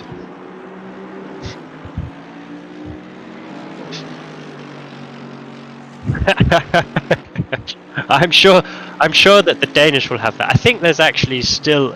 I may be wrong here, but there was a very old Danish law that says that if Øresund, which is the piece of water between Amager and Malmö, if that ever froze over and the Swedes tried to cross the ice, then the Danes are allowed to go and beat them with clubs to prevent them from coming.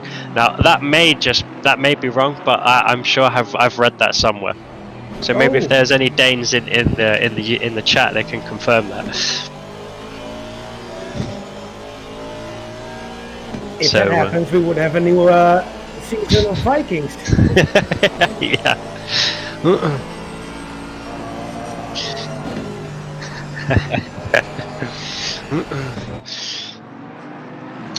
And now we are fully into the night.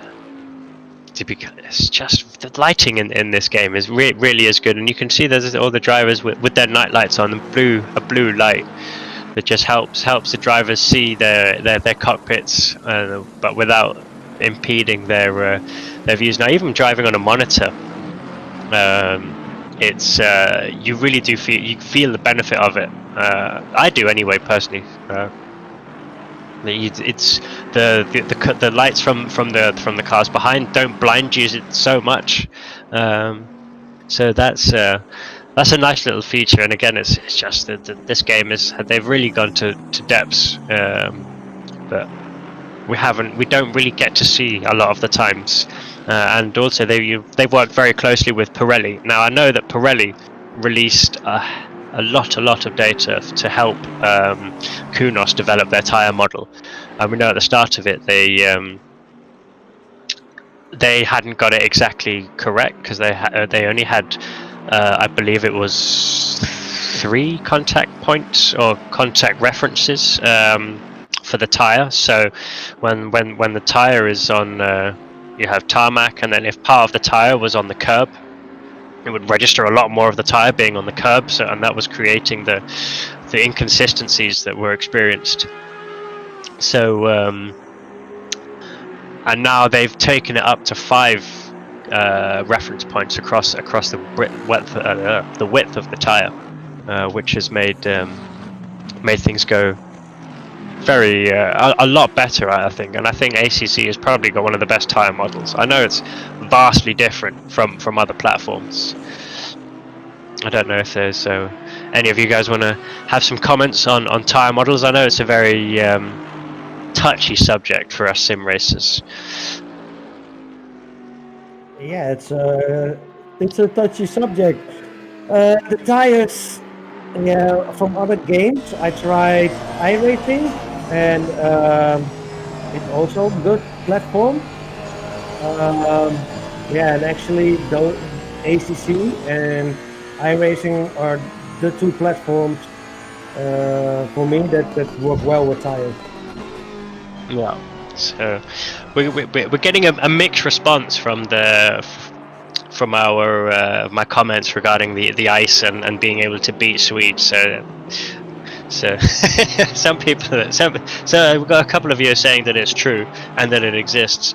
However, some people saying that it doesn't exist. Now I go with numbers. 2 versus 1. It's got to be true, right? There we go. So we are following Mr. Babin in the Porsche.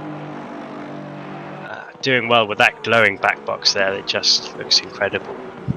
Now they've had a pretty solid race, haven't they? I can't quite remember what position they started in, but they were, didn't they? They were definitely in the top 10, if I remember correctly. So they've been going well. They were in the top 10 somewhere. Let me look it up.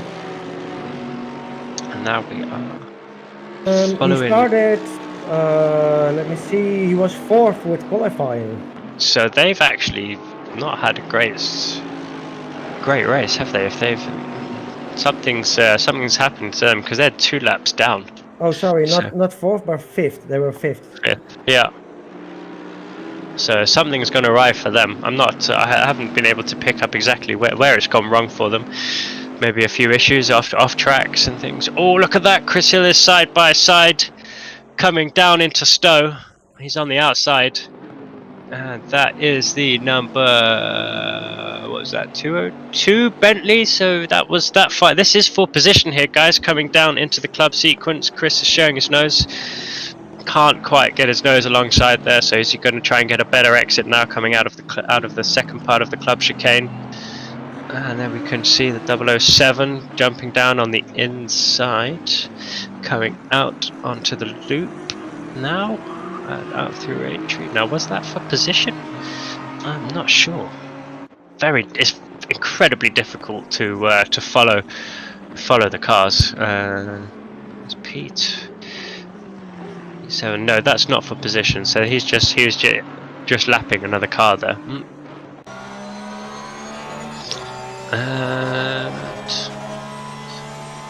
Let's have a look. Try and go through the field. So 13.5 seconds separates P1 and P2. I'm not sure. P3 is an unknown entity. That's the 777 of the Long Bonnets, MSB Racing. Not quite sure what's happened to their Delta. I know that they are coming out roughly around the loop entry at the moment. So on 131, so yeah, so we dropped back quite a bit there. Still doing solid lap times though. Let's have a look here. Yes, there we go. Right, so 13 seconds separates P1 and P2. 57 seconds separates P3 and P2. And then it's another 14 seconds down to P4, the McLaren of Florian Schultz. Very, very consistent driver was Florian. He was behind me for a lot of the time. Oh, and we've got an accident there. That was the number 77 Audi that's been spun around there going into club. Now that looks... I didn't catch the accident, but it looks like to me, that car is damaged. Yeah, there's a team from Rogue Racing too. With Sander Roots, Craig Eickhout, Werner Heenop, and Aki. Okay, now that looks like to me someone was up. Did you guys catch the incident? It looked like to me that someone he was on the outside and turned in on someone on the entry to club, but that car is looks a little bit slow. Maybe the driver's a bit shaken after the incident there. It's always tough to recover after you've had a bit of an incident. You lose your flow, you lose your rhythm, you start to be unsure, start to double guess yourself, and that's the worst thing that can happen, especially in an endurance race. I think the car is quite damaged. Try and keep an eye on his lap times and see how things are going. And now we are 8. So that was for position here for P24 and P25 going side by side, coming into the F1 start grid. There, so they're going to be swinging right through Abbey now. Very fast corner, 4th gear corner, maybe even 5th if you're feeling very confident. Flick it round, keep the power on going down into Farm Curb, and then spot your braking for the village. A few different lines here. Go out wide and cut in. Take an early apex, but what you don't want to do is affect your you don't want to take too much speed into the apex, because otherwise you're going to ruin your entry into the loop and all your speed all the way down the Wellington Straight. Here we are on the 720 McLaren driven by Jay Mills coming into the club section again. We have a question on YouTube. Are there any pros in this tier? No, there are none. In the first tier we have pros. Jensen Button is one. But in the second tier, we don't have really pros. We had Max Verstappen in the commentary box for a while, but he buggered off. He's supposed to get some sausages and stuff, but yeah, I haven't seen him. So that was unlucky. Here we go. That looks like 222 car is getting a bit frustrated there. Now, is that a case of blue flags? Looks like it. Now though, we do have rules in place here. We have been given strict instructions on blue flag rules and how quickly the cars should give space. So if you do not give space on blue flags, you can expect a penalty very quickly. It's it can have a big effect on your race. Obviously, there are times when it's not a good idea to brake or come offline and things going through maggots and Beckett's and any of the high speed stuff. Really, it's just a bad idea. You're better off just keeping your foot in, carry on going, and then when the next slow corner comes up, just open the space and allow them to come through, which I expect that AMG to do now as they come out of Chapel Curve onto the Hangar Straight. And we are on board with Chris Hill again, and now he has caught up to the 202 Bentley or is he lost that position, didn't he? Didn't he he got overtaken by the Bentley, but he seems to be catching back up with them. So, and that's a great indication there of how the stints, your track times can vary. You find that the tires will start to drop off and then they'll start coming back to you, and that could be related to pressures and how much you've used the tires, if you've overused them. Oh, that's a spin there for Chris Hill. No, what's happened there? Looked like, did he clip the inside curb there coming? It looked like he got touched by the Mercedes, but now that would be one that the SRHR boys will be straight on to the stewards there. It looked like the car from P16, car 848, touched Chris. Now, can't see any damage on the back of Chris' car, so he looks like he's just had a tap at completely the wrong time. Now that was that coming out of club? That was, yeah, because they're just going into the loop now, so that's, is his car damaged? Did he hit the wall? Did he hit the wall as he came out of club, or did he manage to keep it out? I think he didn't hit the wall. That's always a bonus, that's always a risk when you spin there. The cars and walls and racing circuits, they generally tend to be like magnets, and once you spin, so he's done well there to keep it out of the wall. But he is, if he did get knocked around, he is going to be raving inside that car. His team are going to have to do well to keep him calm, try and get him back focused again. Because that's the last thing you want is an angry driver, because then they start to make rash moves, and he just needs to try and regroup now and forget about it. His teammates are going to sort out the incidents and speak to the stewards, and I'm sure we'll see something from race control relatively soon. We have been promised that all incidents will be reported. That get reported they will have an answer as we can expect around 5 minutes. So it won't be too long before we see the result of that.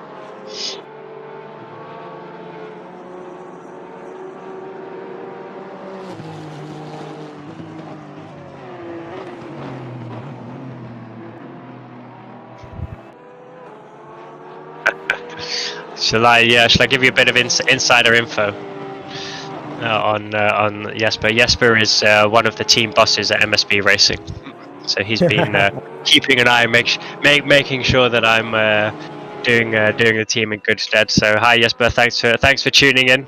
Always nice to have your support. So he will. I'm sure he'll be back for some more. He's sim racing enthusiast for sure. As we all know down at the team in MSB, they do put a lot of hard work in, as I'm sure you guys know as well. It takes a lot of effort to run a racing team, and that is, look, there you go, that is Rodders there in the 777 overtaking the 937 of Chris Hill. Now that 937 Honda looks to be damaged to me. He must have had some aero damage. He must have, and it's.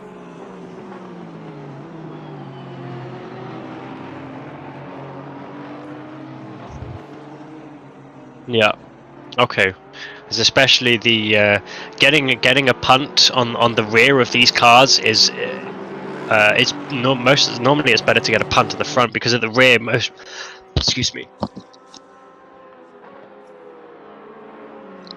Sorry, a bit of a dry throat there. Most of the cars will be running a big rear diffuser, as you can see on the back of the Aston Martin, sort of, and that creates a lot of the downforce on these cars. And as soon as that gets damaged, the airflow just gets interrupted by a lot, and you will just notice the back end of the car just does not want to stick anymore. You lose your confidence in the car. The turn-in, it will just be completely unbalanced. So if that's happened, I can understand why Chris is lapping at the speed he is now.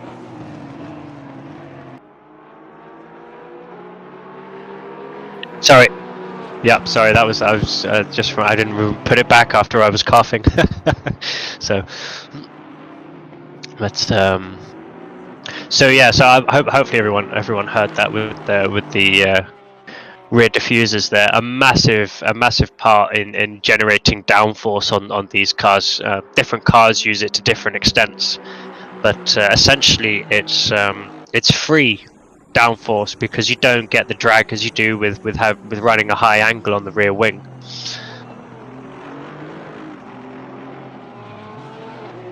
Of course. So I just seen a warning there from race control that car number 57 has received several warnings for blue flags, but has not got out of the way. So car 57, who's that? And also car 14 and 26, offending car 26.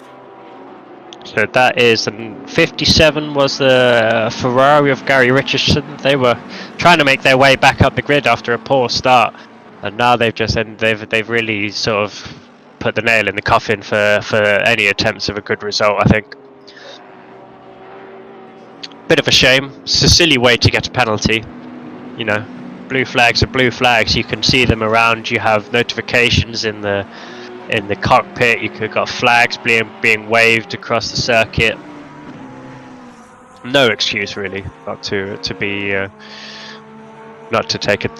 pay attention to them. Yeah, car 14 has the same with car 26. Again, blue flag, doesn't give position. Yeah. Okay. Just.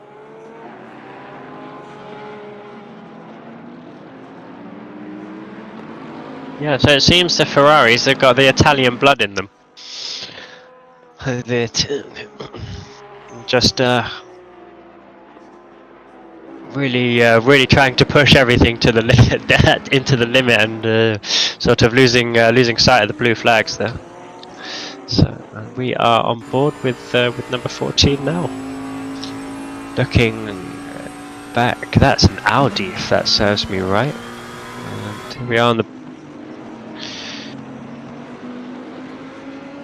202 Bentley there, and are they still racing for position? Yeah, he's got the number 77 Audi right behind him, so he's under pressure there as Alistair Leckley.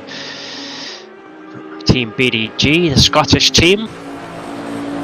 As you can see, the Scottish flag there on the right rear of the car. They are now that is a good nice bonnet view there. So that's what you can see if you're driving on that. You know, normally you'd be looking all the way through the corners now, trying to look as far ahead as possible, and you just can't do that in the dark. You can't look at anything, so your vision is automatically brought much closer to the front end of the car. Now, all racing drivers, esports drivers, pro drivers will tell you that vision is absolutely key. You need to be looking where you want to go, not where you're going. So as you're driving through into an apex of the corner, by the time you hit the apex, you'll already be looking at your exit. And I need to take a quick break, but I will be back in a few minutes. So bear with me, guys. Then I will take it over. We are seeing now the first number 1 position, number 18, Jay Tysing, if I speak it out correctly. He has done 138 laps so far.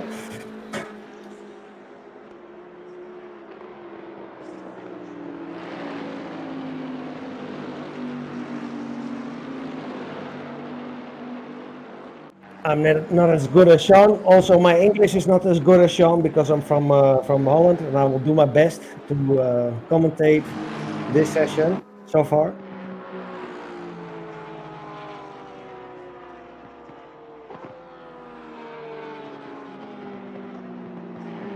And there's the number 42 car, driver Schulze, driving consistently so far as well.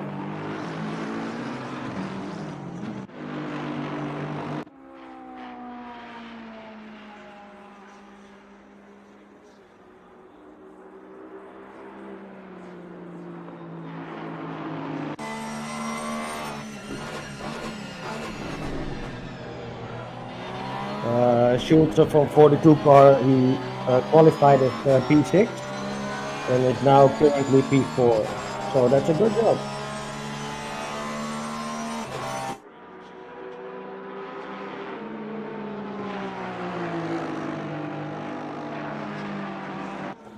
And now we're seeing the Porsche number 888.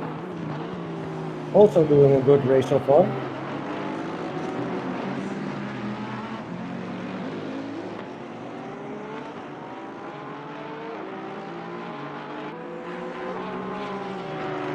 And they started P8, also gained 2 positions.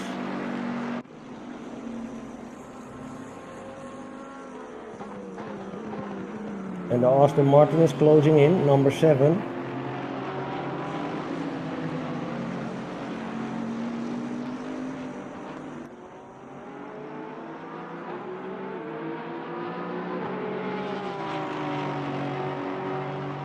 Coming out of cups.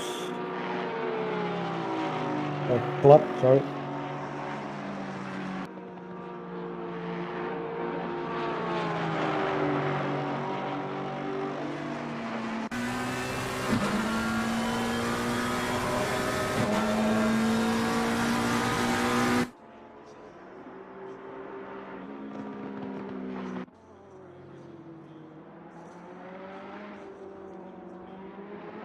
And there we see the number 31 car from Dimitri, also a commentator and a driver today.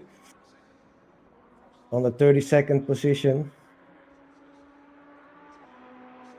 I think they had some issues with the rear tires during the race.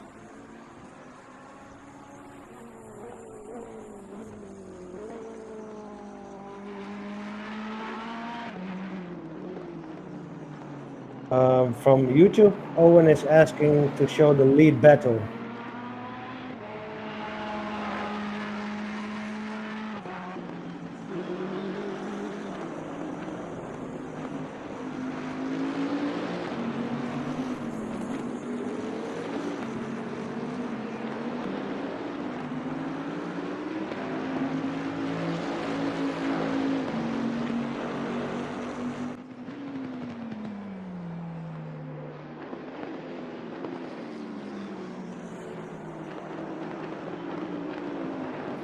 Yeah, there was a lot bigger gap. That's nice from car number 69. He pushed a lot. It's now. Oh, he almost slipped. He got it there. He lost his car almost out there. He's trying to gain Tyson number 18.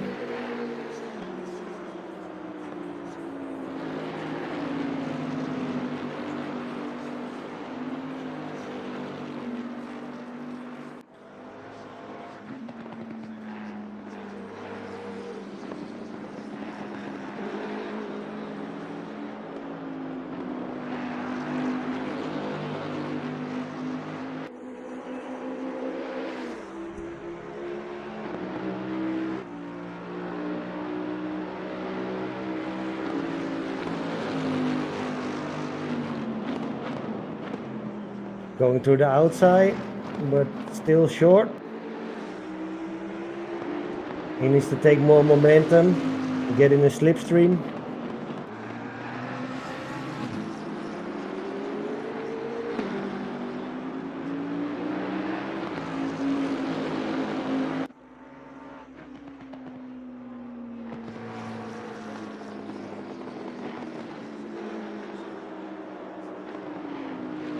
Yeah, he's going for it. And he got it clean. So the number 69 car has passed the first place, the number 18 car.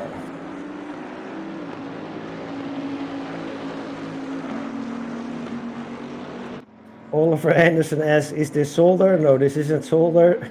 This is the Silverstone circuit.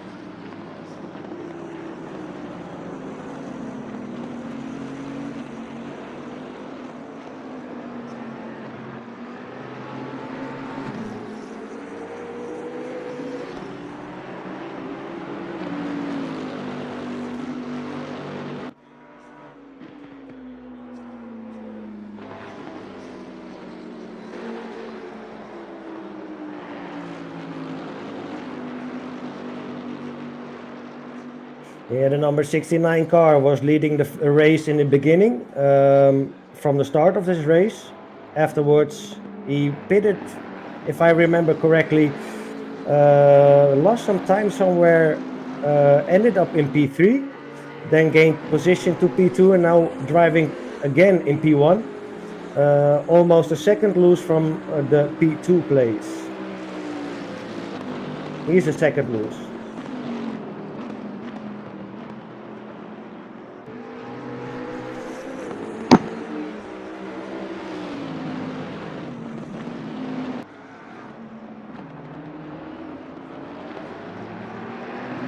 Oh, we got Chris back in the commentary booth. Chris, can you tell us what happened?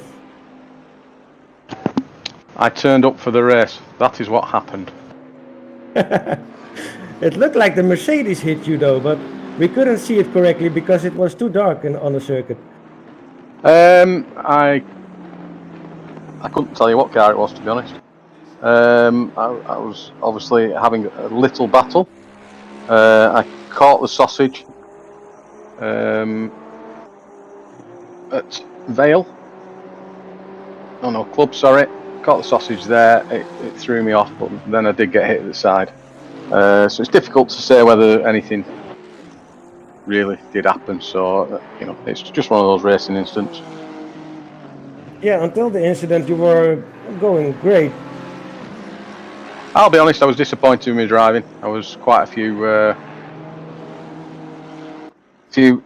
seconds down and on my average lap time, but as we've just discussed with our team, the transition from day to night, it can be a bit difficult. We have the right tyres, we have the right temperatures. Just one of those things. So we've got Tim in the car now, who will hopefully do an excellent recovery drive. Yeah, we can see Tim now in the car, all fixed up. Just to be clear, there was only 1 second's worth of damage. It wasn't like it was major. Come on, I didn't wreck it.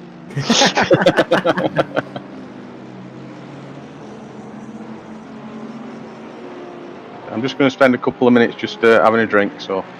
Yeah, just relax. Sean was commentating when you had your little incident. Oh, it's typical, innit? Commentator's curse. I did it to him earlier on. He did it to me, right? I knew it.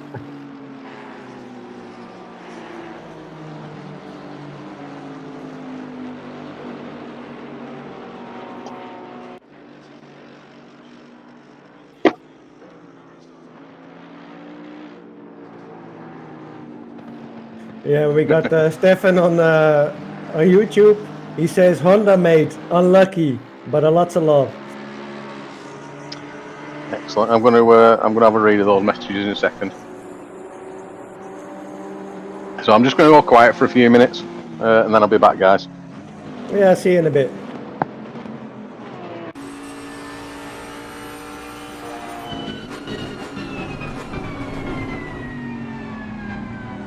So at the first place, 3.8 seconds loose from the P2. That's quite fast from driver Stenaya.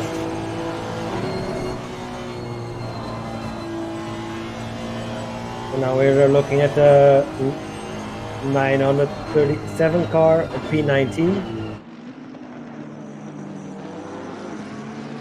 The car where Tim Murriers drives in, where Chris just had his little incident in. You have to keep bringing it up.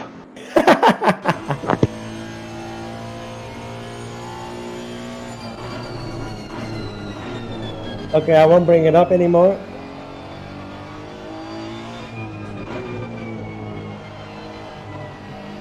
Can we go to P8, please?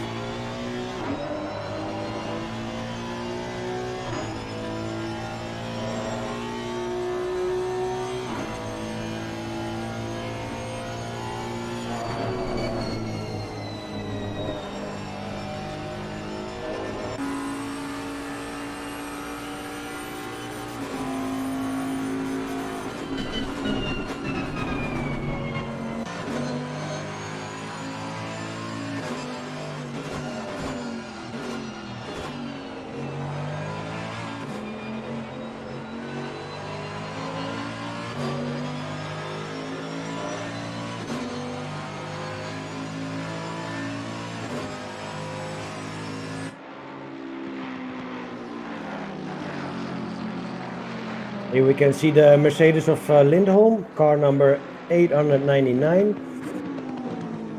battling for P7 with the McLaren, car number 42.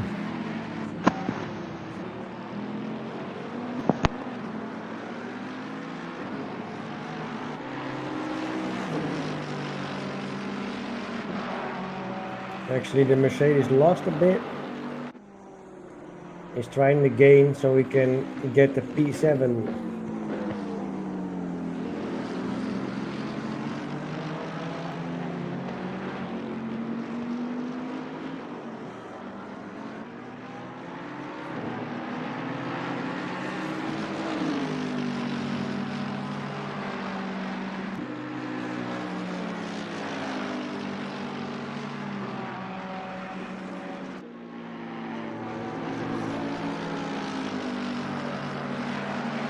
At the moment, the race control is looking into car 125 and 848.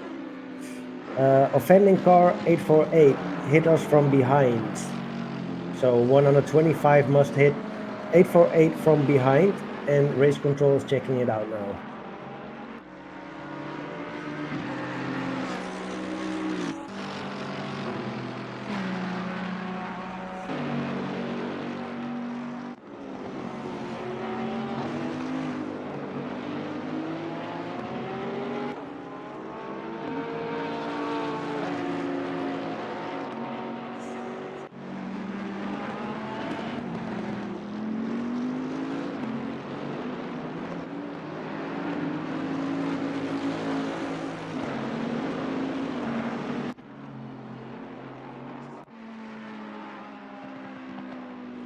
Yeah, that's it, folks. Really dark.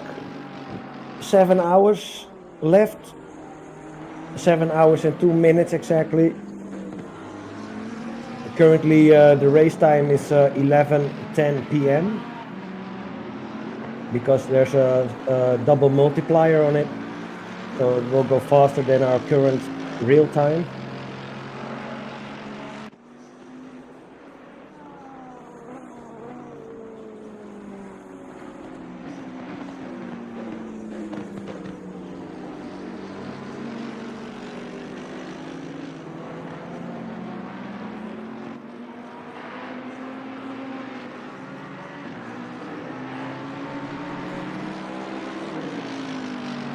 Oh, I should talk more about the car 101. Yeah, the car 101. Isn't that the car that couldn't connect anymore? That's correct. That was the other Honda that was going to join the race. Yeah, Honda made unlucky. So the 101 car was really unlucky. It sounds like they've had a really bad day, but they're having a great time on YouTube, commenting with each other. Yeah, I think there's a little Honda cursed because Chris had a little incident with his Honda as well. Did I? Nobody mentioned Yeah, it. something like that. Nobody mentioned it to me. We all saw it, and all the viewers saw it. Super. Just what I want to hear. Why can nobody be focused on, not be focused on that time? I'm sure there's other people having incidents. Yeah, there were a lot of incidents today.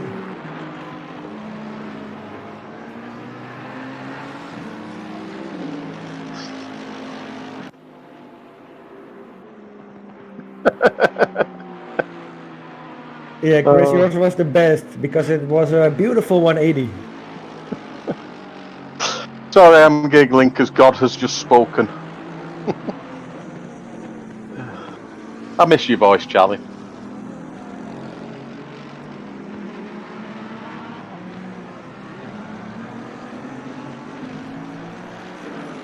No, it's fine. Leave it.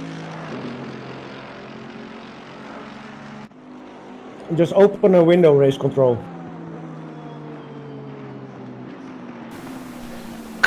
Race control here. I'm online now, so people can hear me. Oh, welcome, race control. I think that's a bit too much of an honor to be called race control. Alright, we'll just leave it at God then. As we have been calling you all day. So, how's it gone for you, Challen? Yeah, how's the organisation and everything gone? The build up to today's race. Let's have a chat about that. Yeah, well, I would say I would say a lot of work, but I think that that it is nothing in what James Warren has had to do. So I will not complain. But I'm here from 11 o'clock till now, and 10 o'clock for your time, of course. Constantly behind the computer, but it is much fun to see, and it is nice to hear the commentators speak. And I think it is lovely to see that. Two communities can get along with each other and fix things with each other instead of feeling better than the other community or something. So yeah, I really love this kind of stuff to do with the other communities. And you mentioned to me earlier on off the air that there was a chance of something else coming on with these guys. Yeah, I've talked with James of PPR, and well, we almost all the races love endurance races, but well, so if you can see that it is so much work to get together this kind of events, and he said I want to do more, but I can't do that always from PPR. So maybe we can check if we can get more communities together, and every month we can do such kind of endurance race, and every time another community will arrange it. And I thought, well, that's awesome, and I think that we have so much cool guys at SRHI, which is our community. That we can pull it together with with the guys we have, and the other times other communities can do it. But yeah, I really love that kind of working together instead of being afraid that we lose members to other teams or other communities. Yeah, that's the story. I really love this kind of stuff. Let's hope that it comes off and we can all support each other. Yeah. Today has been a hell of a build-up. There's a few rush things done over the last week or so. Yeah, that's right. At the last moment we had to get stuff together in a very short time, but that was the same for PPR. Yeah, but obviously PPR have done all the. Let's be fair, all the hard work. Yeah, all the hard work is PPR. We didn't do anything in compared to them. Nope. And I really love that they don't thought that we only arrange endurance, but they also thought, well, if we are doing it, we have to do it for a cause. We have to do it for a reason. And well, it's great that they found a reason and a beautiful, good cause, and already have slammed the money they want to get for the good cause. Yeah, I'm just looking now, and we've all of us together, and all donations so far, £5,545. Yeah. So thank you very much for that. But there's still time. You can still donate. Still donate £10. We'll get you an entry into an excellent competition. I don't have the details to hand of what you can win. This is 2080 sim rig. Somebody can correct me on commentary if they want. A cube control. Driving lessons with a coach whose name I can't pronounce. But seems to roll off the tongues of other people. Niels Naujux is his name. G2 Esports driver, Red Bull sponsor. The other boss is back. Well, I will go off then. Right, Charlie, thank you very much for your time. Alright, bye-bye. Bye, Charlie. Welcome back, Sean. Thank you very much. Yeah, welcome back, Sean. I believe that I put the commentator's curse on you. And so I obviously you had to repay the reciprocated. favour. Yeah. I did indeed. It was completely unintentional, but worked out a treat. Yeah, thank you very much for that. How was your stint overall, though? You were in the car for quite a long time. Overall, I was quite disappointed with my stint. I just couldn't get clean laps. You won't experience it as much as we focus on your car. You won't experience it as much because you're a lead car, but letting lead cars through and back markers, you lose a lot of time because you're trying to concentrate on making sure you don't screw their races up. Yeah.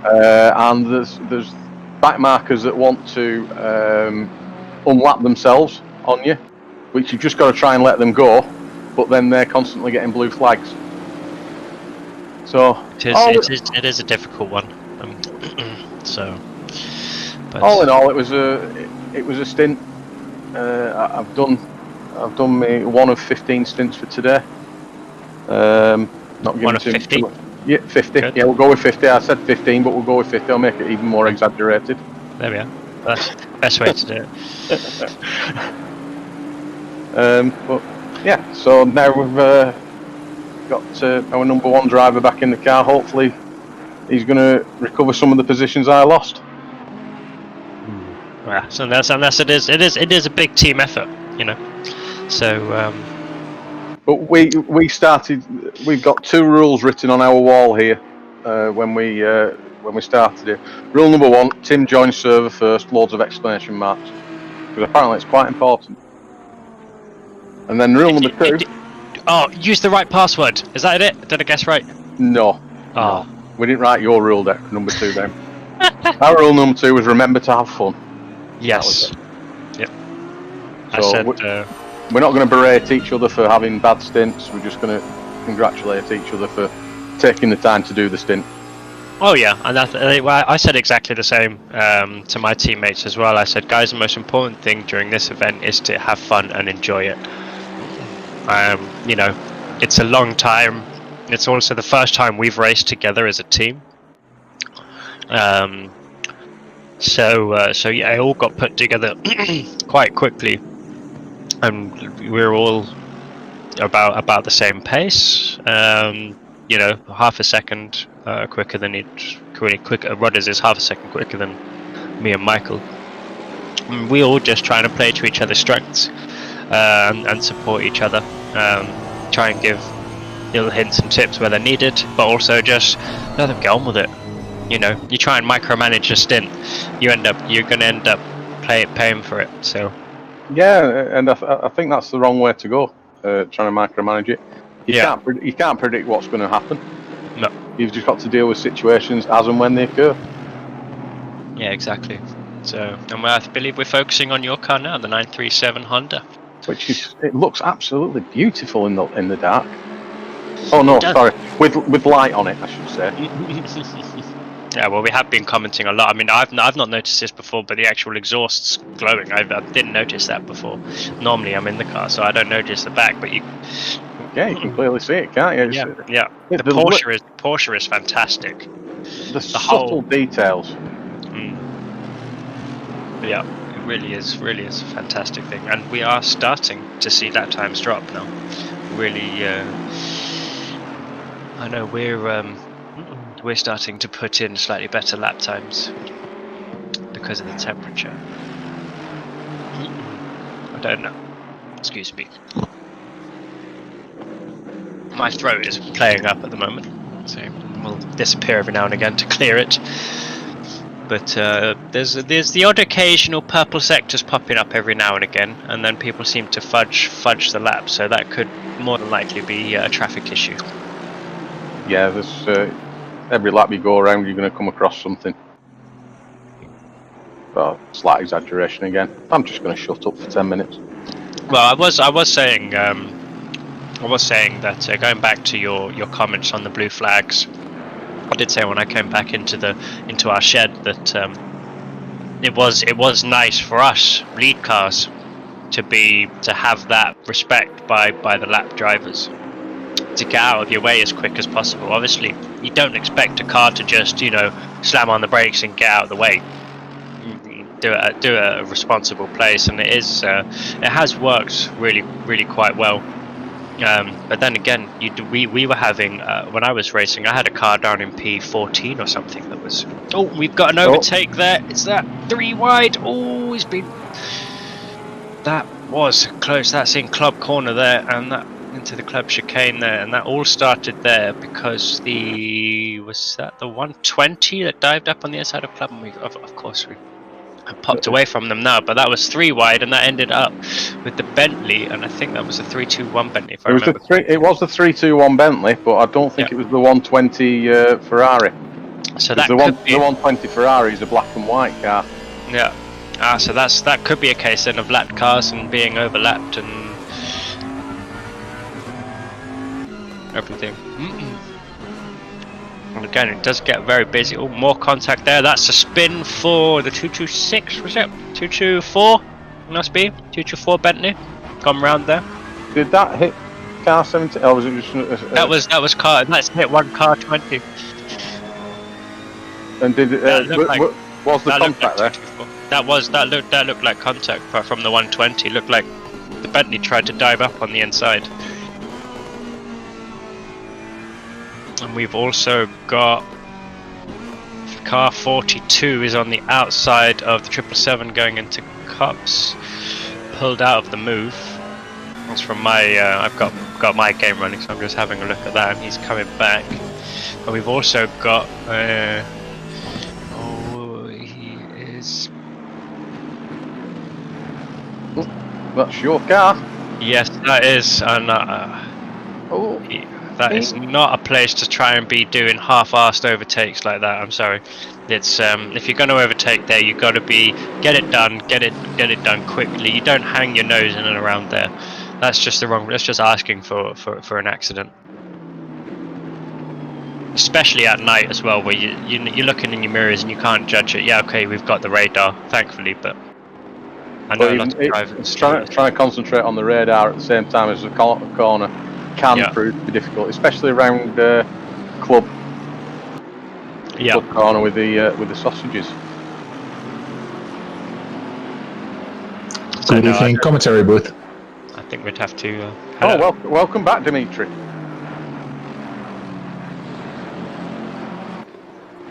Anyone interested in a report from our team? We're dead last at the moment. Always interesting reports, Dimitri. Please proceed with caution and watch the swearing. We had to warn Patrick as well. Ah, right. Well, I'm not sure what Patrick already told. I think I just had quite a decent stint. I had a terrible start getting out of the pit lane. Usually I run with the automatic pit limiter, so I thought, you really have to be careful. Press that pit limiter button. But of course it was already on, so I pressed it off. Oh. So that was a 30-second stop ago. Yeah, that's just not smart of me. And apparently, I think in the second lap I lost it in. And where was it? It was Beckett, I think. And I lost the car, so I had a little touch with the wall. But after that, I did a 36 lap stint, and it was pretty nice. Some clear gaps with the competitors. I think some clean overtaking of me without losing too much time. So yeah, it was a pretty nice stint. It's a bit unfortunate. Some mistakes from our part. One server error where we are not sure what happened. It was during the first stint where we suddenly lost a lap without incidents or anything. But we're still on a positive vibe. We're trying to not get lost, and we have 6 hours and 44 minutes still left to do that. Well, we keep going. As we've said many times today, just go out and have fun. Yeah, we're having fun, and it's a nice battle with number 32 or 31. We're switching back and forth with the pit stops. So it's us last, it's them last, depending on the pit stops. I do have the feeling that we're a tiny bit faster, but there's still a large gap in front of us. So if we can keep it clean, maybe we can challenge them. Well, we hope you jump up the grid. It doesn't look like you're dead last because number 33 is showing us last now. 10 laps behind. Indeed. We were wondering, number 33, it seems to be one guy. We have seen the name Richardson for like 3 stints now. Just let me check.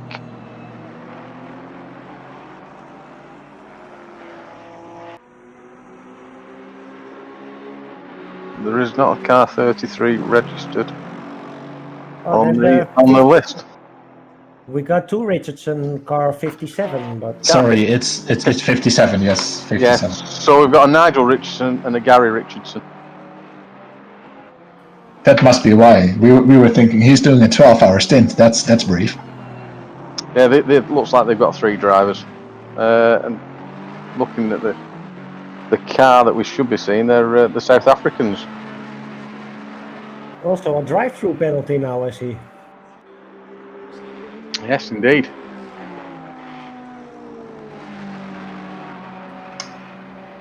That might be the reason why we suddenly gained so much time, because I think there was like a 30-second gap or something. But he still has to fulfill the drive-through, I think.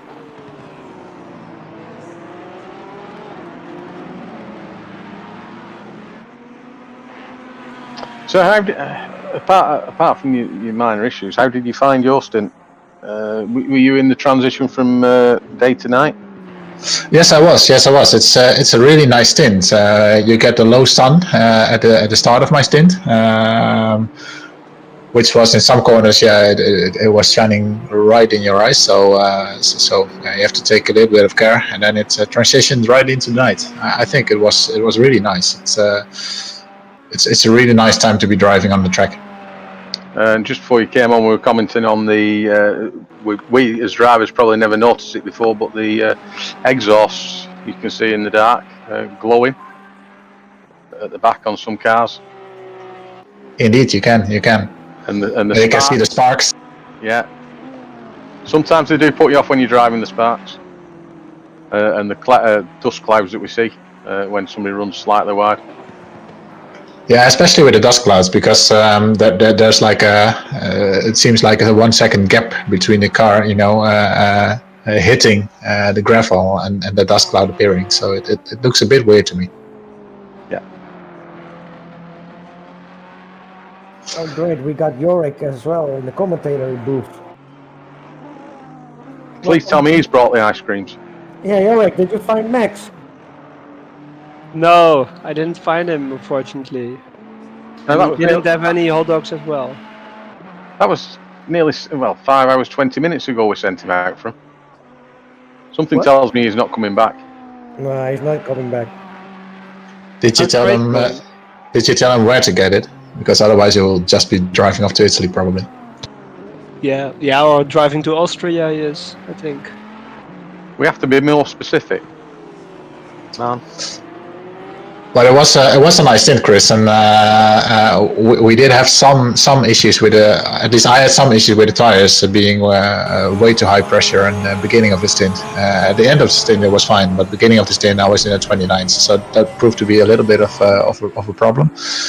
But you know, when the night came in, the pressure dropped a bit, so that was better. Yeah, tyre management on at night is certainly something you have to take into account. Did you do much practice in the night? Yeah, we did some practice, and we actually had pit sets for every stint. So we had some night sets with different PSIs and stuff like that. But you know, it's a bit of random weather, so the server settings can be slightly different than the ones we ran on. So you have to adjust, and I think we over adjusted a little bit, so that the pressures were a bit too high in the beginning.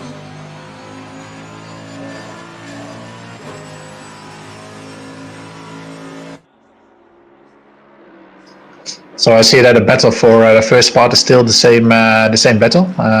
Car number 69, car number 18 in there, 7 and 899. Well, 69 dropped after a pit stop to P3, and then he gained actually 2 places. And the last battle between P2 and P1 was about 40 minutes ago. Nice. I think our teams have certainly seen the leaders quite a few times tonight. Yes, indeed. You know, I was doing 202s, and I saw the people behind me doing 159. So that's like a 3-second gap, and yeah, it can add up quite quickly then. Yeah, absolutely. I see that we're still joined on the YouTube channel by Team 101. So respect to you guys for staying on, even though you had your issues with your rig. Hopefully going to be here all night, because some of your comments on the YouTube are really entertaining. Can't read half of them out because the computer's all the way over there.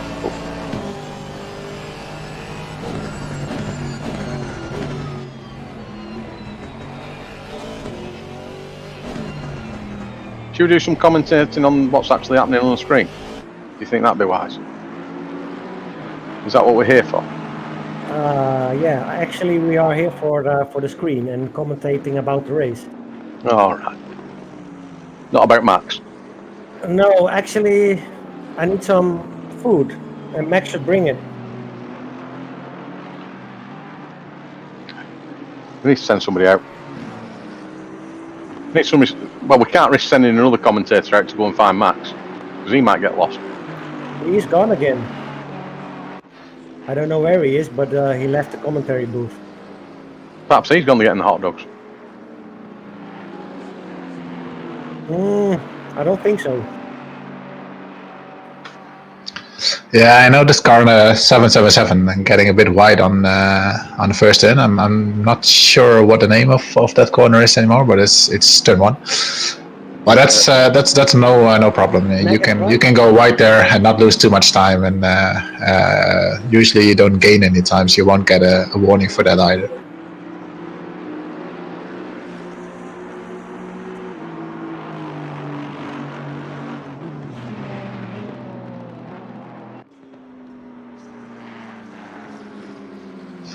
Looks like there's a nice battle going on here between Joe Mondeli and it's Mr. Brommer.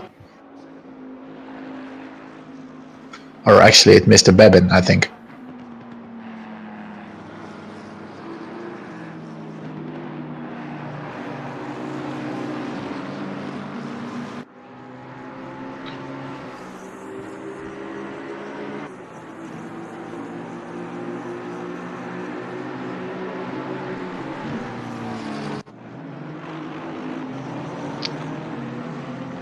car 720 there was flashing his lights. Was he flashing his light at a back marker or a car in front?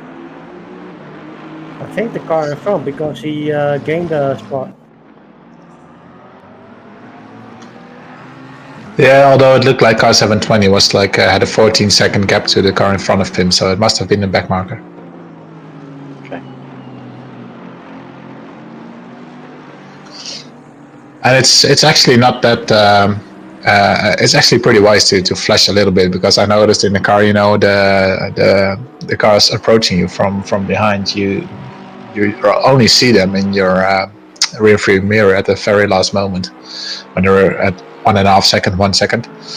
So I'm fine with them grabbing a little bit of extra attention. Yeah, I don't mind so much the the leaders doing it on back markers. It's you don't want to see it for position changes. Somebody Exactly. flashing trying to distract you. Yeah, that's true. That's true. I'm not sure if there's a rule, if it's illegal to do that, yes or no, or if it's just a gentleman's agreement.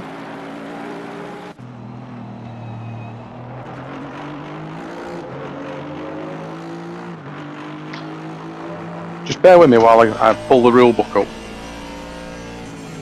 I haven't got my glasses.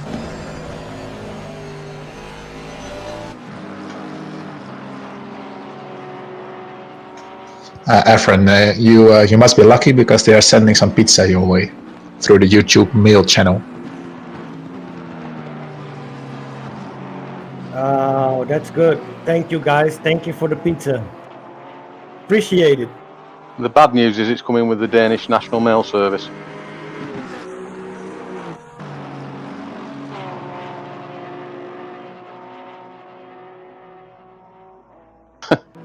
Sorry. Thanks very much for the comments, Oliver. He wants us to send Max over to get the pizza. Yeah, we need Max with pizza and hot dogs and a lot. No, not Jumbo. But he has to bring a large Coke.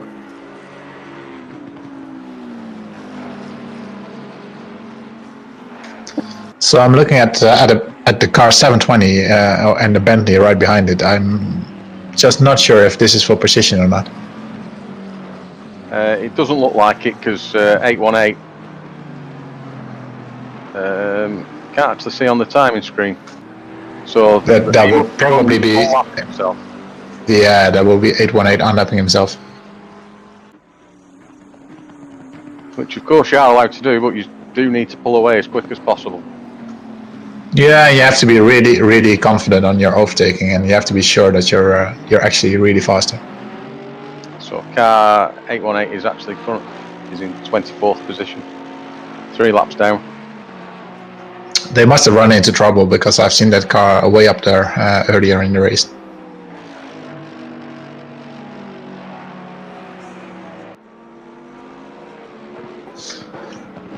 I'm gonna go for a drink. I need a drink after that the driving, but I will be back soon.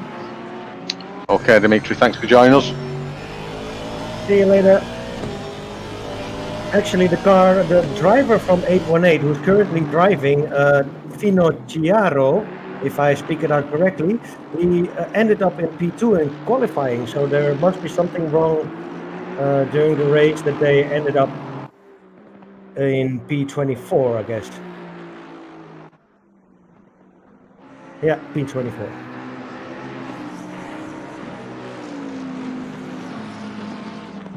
Well, the incidents we won't see, fortunately.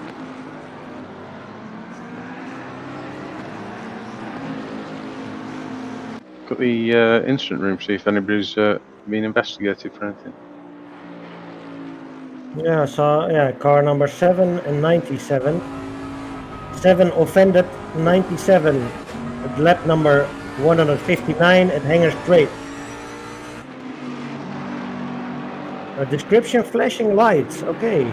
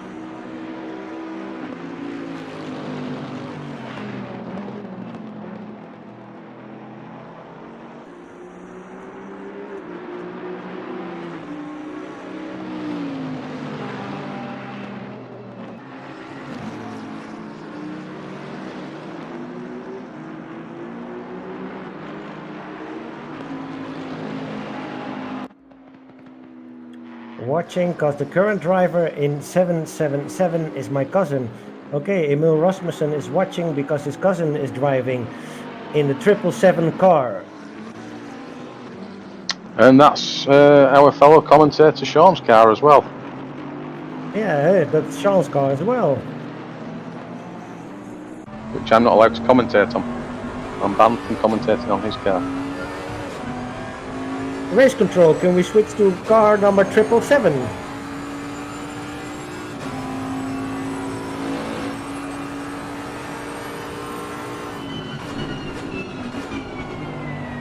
I think it's gone to his head now. I don't think we call it race control. No, 777. I think he still wants to be called God. Oh yeah, I should I should call him God.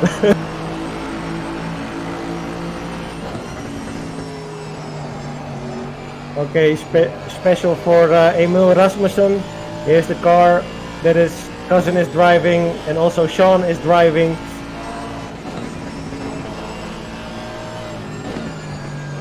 And currently with the cousin in the car as a driver.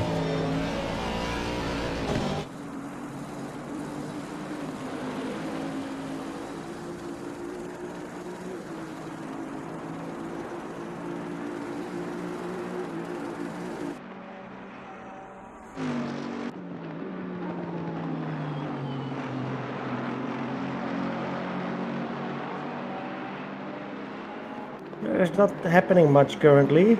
All the cars have quite a lot distance between each other. Probably car number 14 is under a second on spot P22.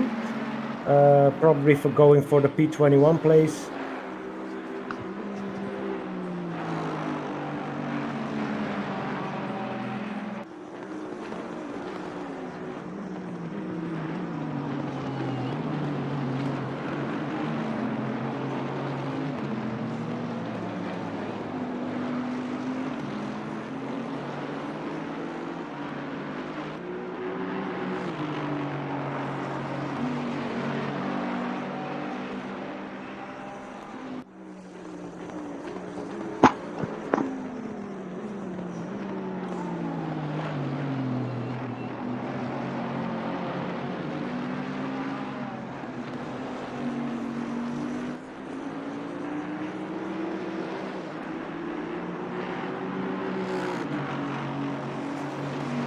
Currently, the track is 18 degrees Celsius, so the race line is 18 degrees. Probably a bit colder outside the racing line.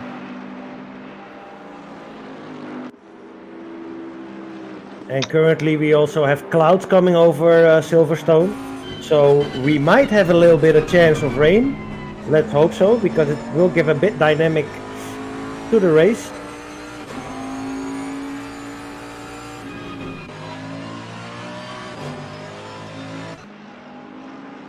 A bit of rain certainly will spice this up. And let's hope that it will rain. It will spice it up a bit. And hopefully the spicing will be incorporated in the pizza that we're being sent by Team 101. Oh, Team 101 is sending pizza. Yeah, they're sending apparently their annoying driver, Oliver Anderson, over with it now. So I don't know what time you're going to get here, Oliver. Hopefully before the race ends and before I waste away. Yeah, we have 6 hours and 26 minutes left for the pizza.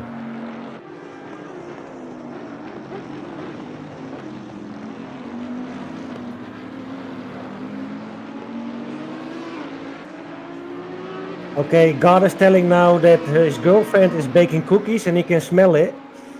Actually, our God has to send it. God has a girlfriend. That is interesting.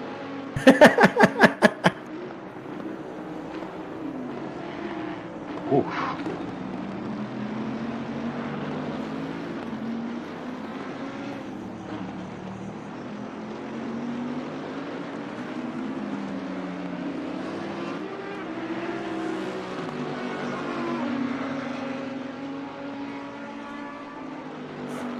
Oh.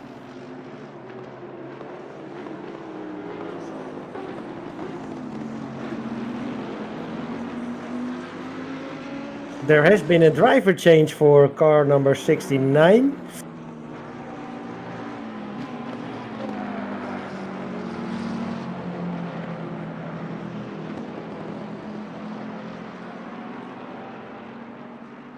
Car 69 is the car that's leading the race. Yeah, he's leading the race. B van Beuskom.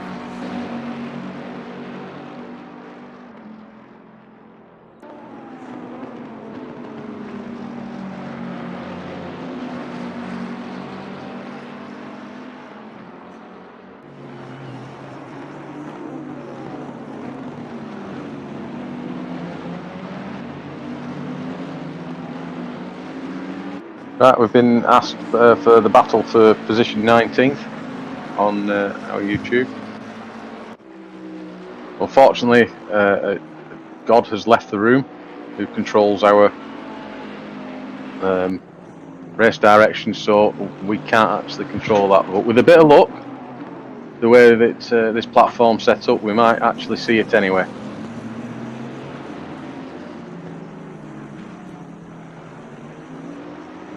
So that string change Chris, again. just a reminder, it's been 5 hours 35 minutes since the legendary 101 retired, says Stefan.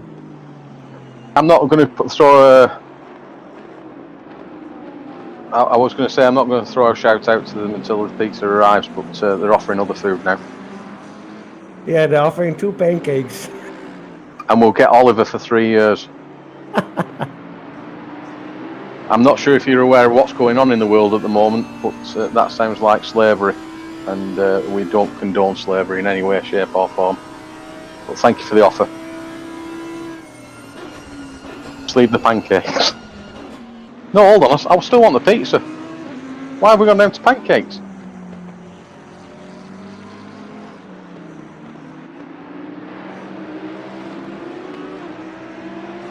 I see that Emil Rasmussen has a question. I actually do have a question. How does one get involved with PPR? Participating in races, etc. Since I drive a lot like my cousin. Well, I joined the community SRHY, where Chris is also from. And through that community, we got in touch with PPR. And yeah, that's how we joined. So you can join any community that will take you in. And through that community, maybe you can find these kinds of races or different races.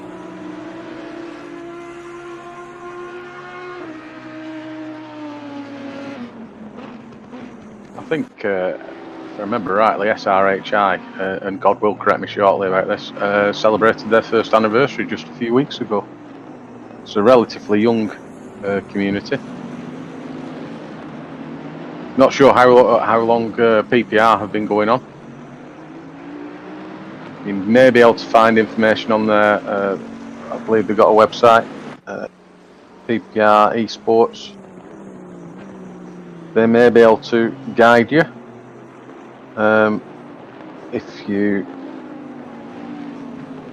If you're on Discord, Emil, we may be able to put you in touch.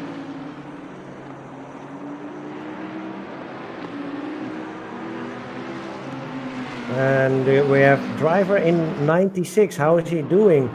Well, actually, our race control has left us and will return in a few minutes.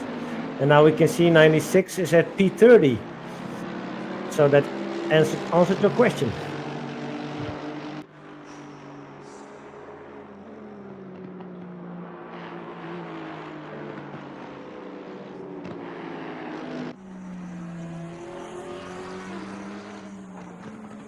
There you go.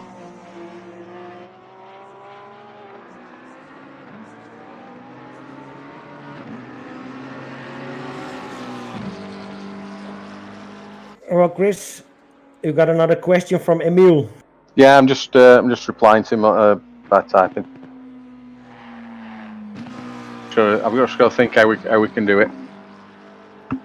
Maybe through Discord or something. Yeah.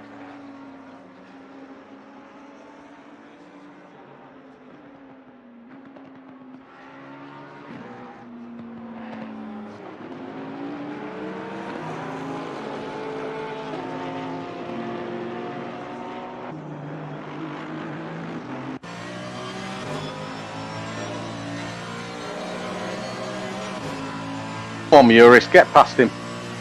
Sorry, that's bias, isn't it? Not supposed to be bias.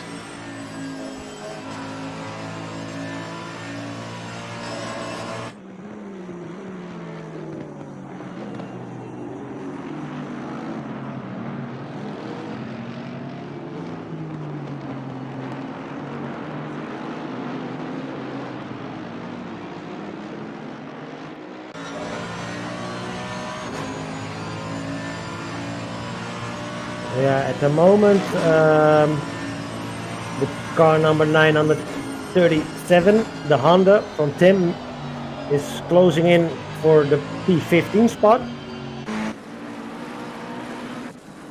You've done the... Oh, no. Commentator's curse there briefly, and we're back on. Yeah, we're back on. He's closing in. So Tim wouldn't have been in this position if I hadn't let him down. Just to remind you, before you did. I like the way that at the bottom they've spelled Tim's name wrong. It's actually Time Muris. I'd be really pleased he's got an E at the end of his name now. Okay, sorry.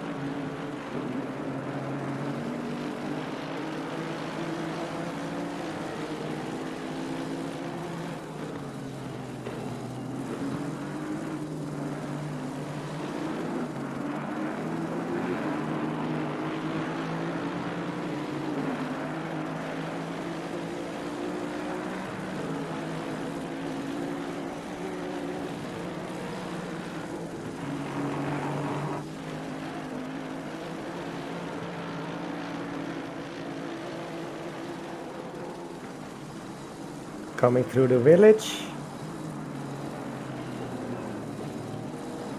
Going to Wellington Strait, and on Wellington Strait he might have an opportunity if his exit is okay. Oh, he lost a bit there.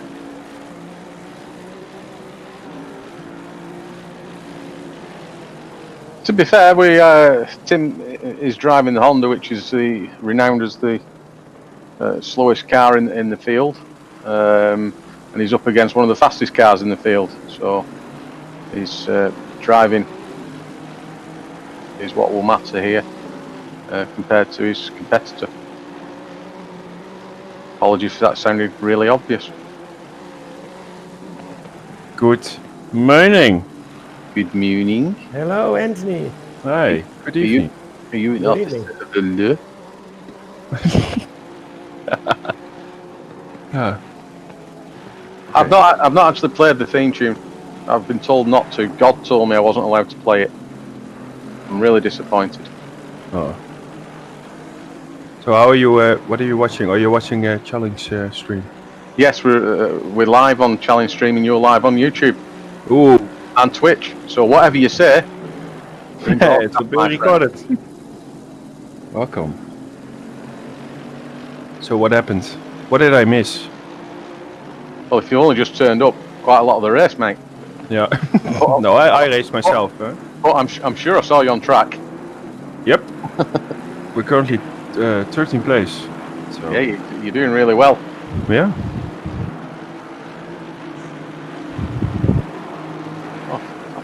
Oh no, I was racing when you spinned. Oh, for God's sake! I think because you were behind me. I was behind you. That's correct. Yes. Yeah, and then you spin out. I was hoping to catch you. Because I think you went off at Beckett's, didn't you? Me? Yeah. A little incident at Beckett's. So I was hoping. Yes, we know.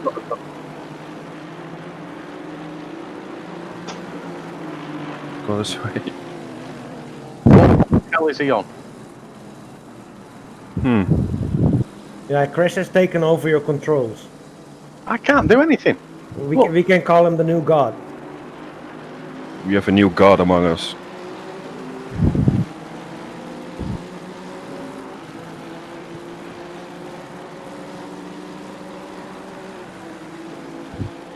Oh, they can't hear you.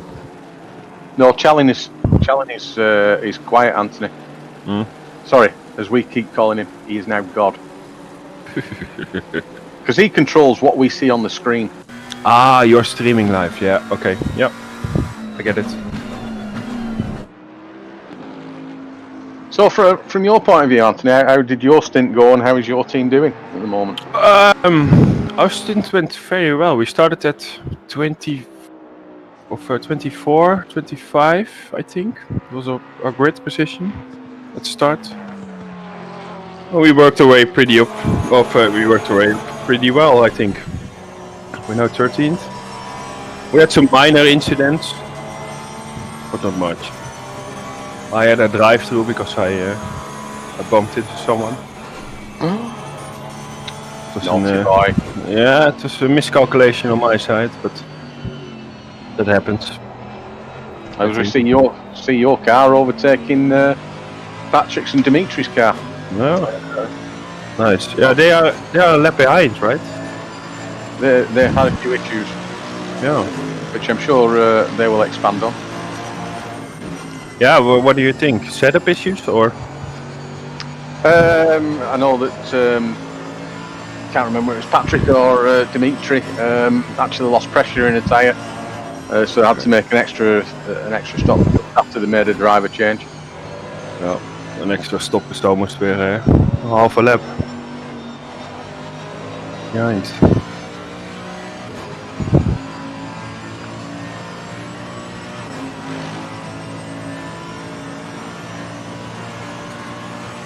I think Koen is holding up pretty well. He's racing in VR, so it's pretty tiring, I think, for him. Yeah, it's a screen up your face. For after every stint, he takes off his VR headset. An hour is enough.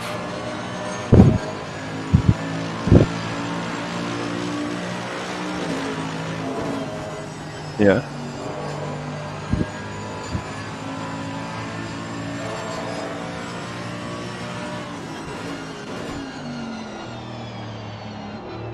Oh, really? It's super irritating in your eyes.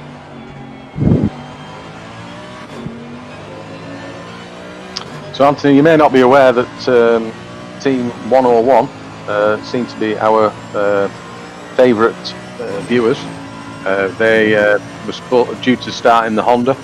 Unfortunately, they had technical issues. They were using a single rig and were doing physical driver swaps between them. Okay. But they had a lot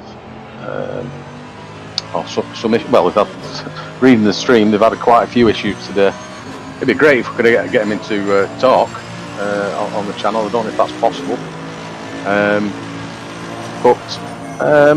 Yeah, they're still here. They're still watching, despite the fact that they couldn't, unfortunately, race. Oh, so they're out of the race. They didn't start. Oh, they didn't start. No, they couldn't start.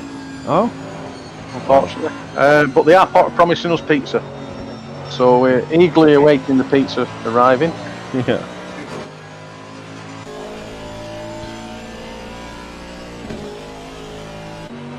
God, is there any chance you could see if you can get one of them gentlemen to join the stream?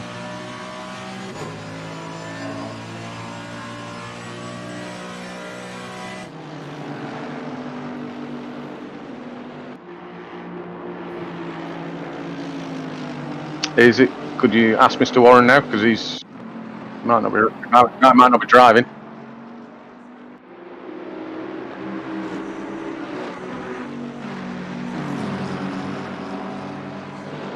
In answer to your, well, it's not really a question, Emil. I think there will be a lot of people racing in VR.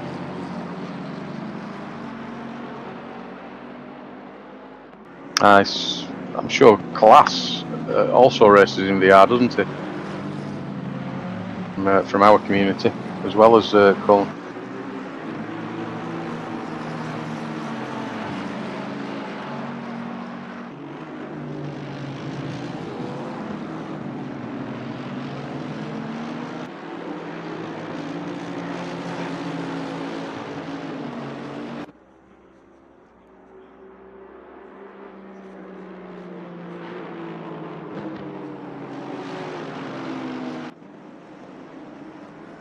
So it's looking close again between Tim and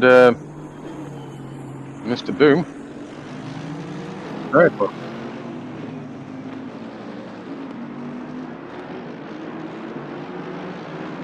Let me find out.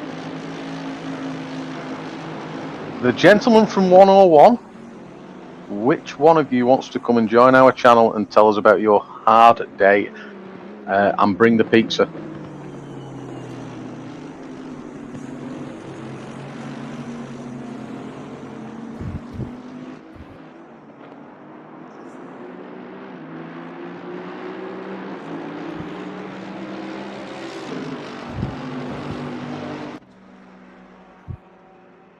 So what do you guys think about the top 3? The top 3? Yeah, currently. I think they're much faster than us. Yeah. I don't think that's the answer you wanted, was it? No. Well, Car 69's been pretty much there from the start of the race. Yeah, he's a real alien.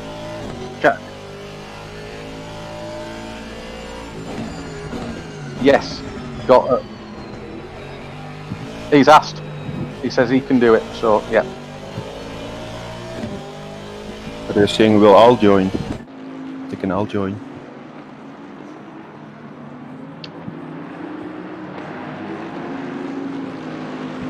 We don't want to have a public argument.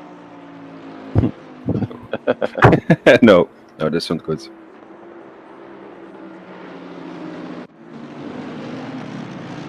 And yeah, they have actually put "we all join." Yeah. Hear us, God. Yeah.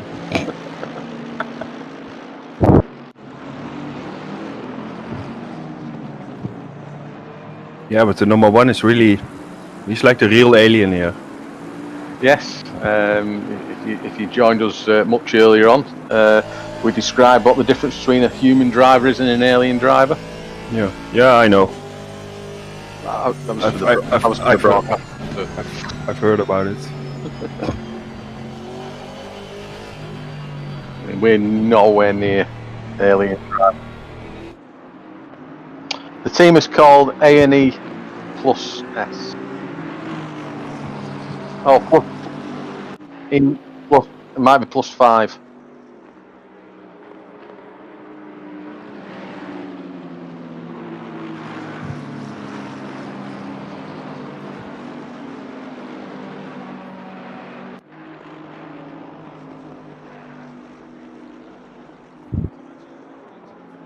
I think that's what they said in +5.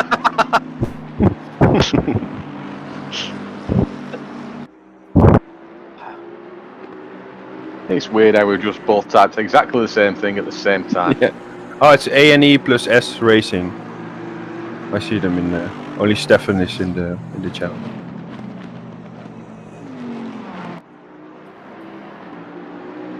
We want Stefan. We don't need him. We want him. We want him here.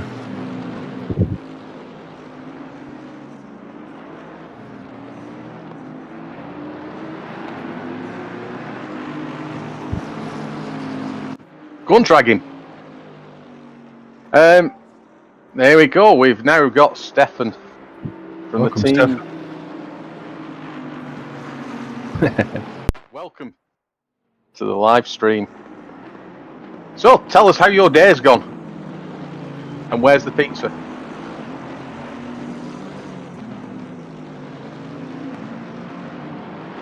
Stefan? that was his reaction. Silence. It's been a rough day for him, so I can understand.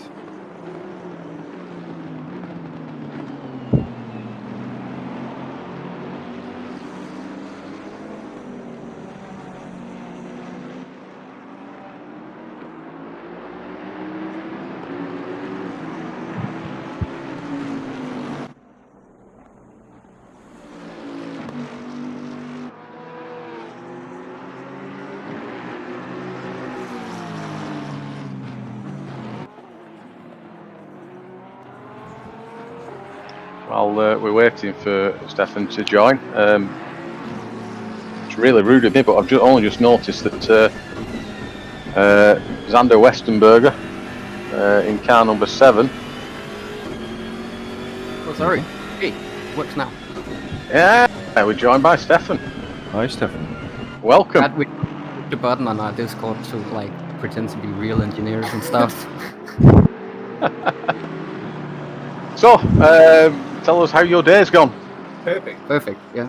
We're so happy about our own performance. It was like a legendary effort to get ready, and we went out buying fans for the heat, and then we dropped a fan on the computer and broke our screen cable, I think it was, and then That was with 1 hour before the race. yeah, about 1 hour before the race.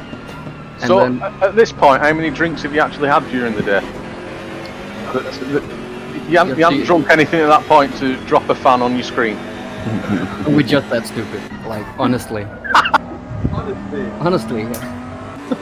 So yeah, Oliver went out to like panic buy some kind of cable to make the screen work, and yeah, turns out we probably made a mistake in the build up about how we got connected, which we'll take on our cape for sure.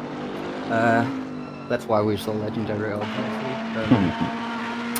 So now we're just enjoying the stream, trying to like make the best of the day if we can, because it's a good project, and of course with the charity going on, we just want to still show support even though we hate ourselves a little bit today.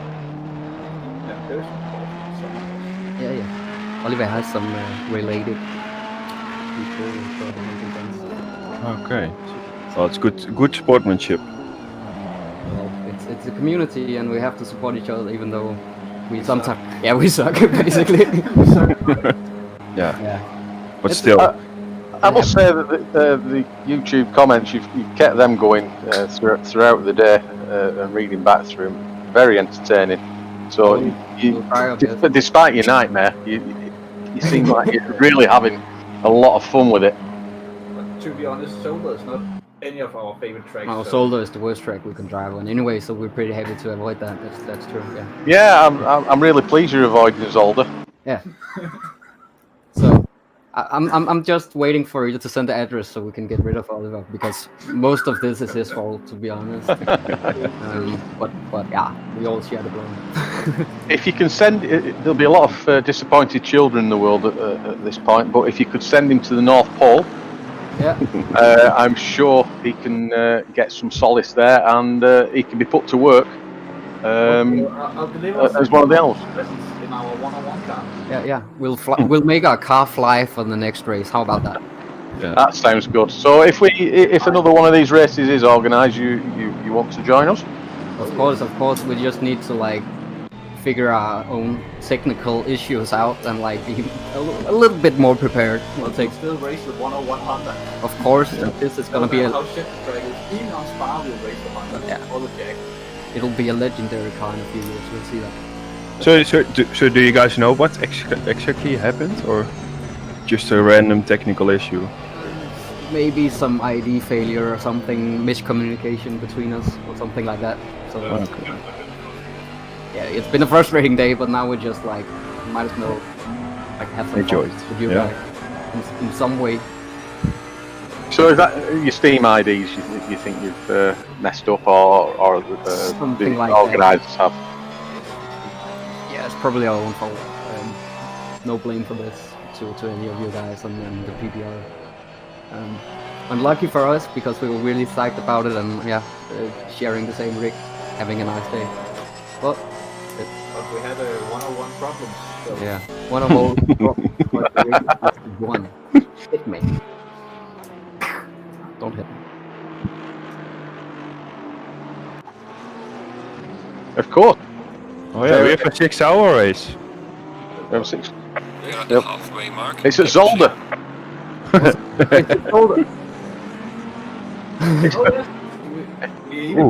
halfway. Yeah, you practice. Oh yes, absolutely. Yeah, you practice for Zolder, and we'll race at Spa. Because it sounds like you practiced for Zolder already to race at Silverstone. Yes. We thought it was Solder. Still believe it is looking on the track. I think they're very similar tracks. All tracks in Assetto Corsa is Solder. That's what I've heard. So if fly if you clip the sausage grip. Yeah, the sausage grip, the Honda, we have flown that many times on that sausage grip, the famous one. Yeah. Jesus Christ. Are you bringing that up now? Oh, right. Sorry, we totally forgot about that. To be honest, we literally flew the car in tracks. Oliver has a clip on Instagram with the Honda flying on that specific curb. I've got a clip from one of our championship races from a couple of weeks ago at Barcelona, where I got a disconnect. Better known as the Spanish solder. Yes, the Spanish solder. Yeah. Okay, yeah, I remember that. And when we got the disconnect, you can see the car just fly off over the pits. It's funny. Was it the Honda as well? No, I was in the Bentley. Oh, okay. That time. This is my first experience with driving the Honda. The Bodley, yes. Yeah. What is it? Pick on the fat bloke? Why not? It's easy. Maximum weight limit and it's just slightly above. So. Yeah. It's not with am in it. It's not slightly above what's in it. That's not above.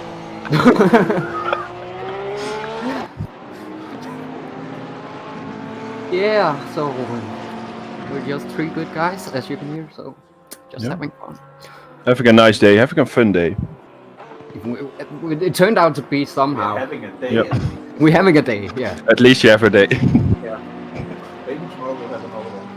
Yeah. Maybe. Hopefully we all will. Okay, this is turning way too deep. I'm getting all emotional now. Please don't cry. Man, I swear I cried a little bit earlier today. Yeah. On the inside, I'm a man. Men don't cry. I think this is a good roundup. Oh shit, I have children watching. So it looks like our car, the fellow Honda, has just made a pit stop. Well, yeah. Oh, 15. That's arguable, whether it's the second best or the, you know. It's the second best in the shot. Well, shortest distance cover. To be fair, you don't know how fast we're driving. That's very fair, we don't know either, so... Still a little mistake. I think we'd be around like that third place. The third place? Sorry. Oh, sorry. Third to last, sorry. I'm a bit slow at English, you know. They were going to make a special class for us. Yeah. We expected at tier 3 with Martin Brundle and just got... You want Martin Brundle in tier 3 with you? Yes. Yeah, as a commentator, not as a fellow driver. So what you're saying? You're disappointed with the commentary team? Because we can change it. We've got God on our side. It's just not what we expected. Like we were promised a month. We were promised Martin Brundle. Yeah. We didn't get it. Or I wrote Martin Brundle in the Discord. Nobody noticed me. I think that was probably. So yeah, quite disappointed. Not giving Martin Brundle, but Max Verstappen is good enough. Yeah, Max Verstappen. Can you get him back? Yeah, sure. If we could actually find where he's gone. He's gone to the North Pole. We're gonna send the pizza to him and Santa, and they're gonna like split in half or something. It's kind of a deal they have. I think that's going to be difficult if they sent him to the North Pole, certainly for the Red Bull Ring next week. Ah man, have you seen the planes these days, man? They're so quick. Go by car and borrow the 101 car. Yeah, you personally come and get the 101 car at our place. And we'll give him a fist bump. In the chest! In the chest. That's not him, that's sort of car. Anyway. Yeah, so that sums up our day, pretty much. Also, we have a special request.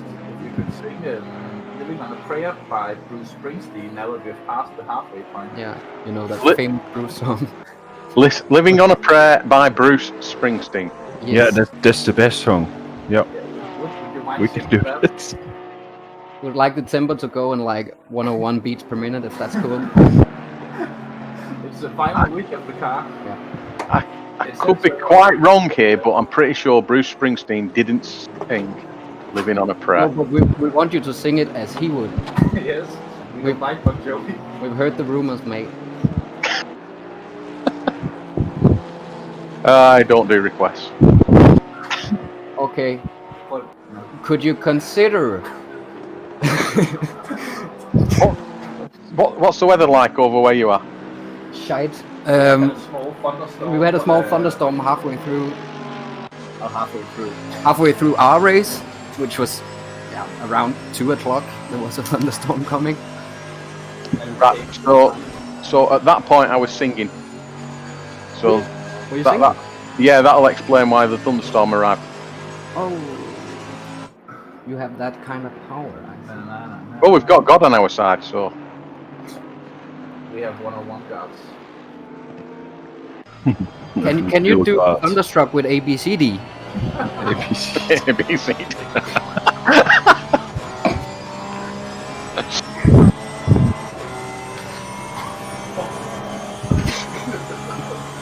I like the way you're all creasing yourselves laughing. We've been doing that all day, man. I think what happened literally was when we couldn't connect, our brains melted and we're like turned into some kind of amoebas, like not working anymore. Or we were there in the first place. So tell us about the name. A&E. For some reason. Well, it's because Niklas Elgard and I, we used to race in the series where we took the first letters of our last name, which was A&E. But then Stefan joined in for this one. And they took the first letter of my first name for some reason, and I really don't know what the logic Because is. it sounded good. Okay. It sounded better. We were considering using our old go-kart name, not so Maldonado Racing. But that seemed a little bit too unserious. Because all of this doesn't. Oh. See, because a lot of people thought that the A&E stuff, for the fact you were something to do with doctors or nurses working in A&E. Well, Oliver is He's a bricklayer. Very similar.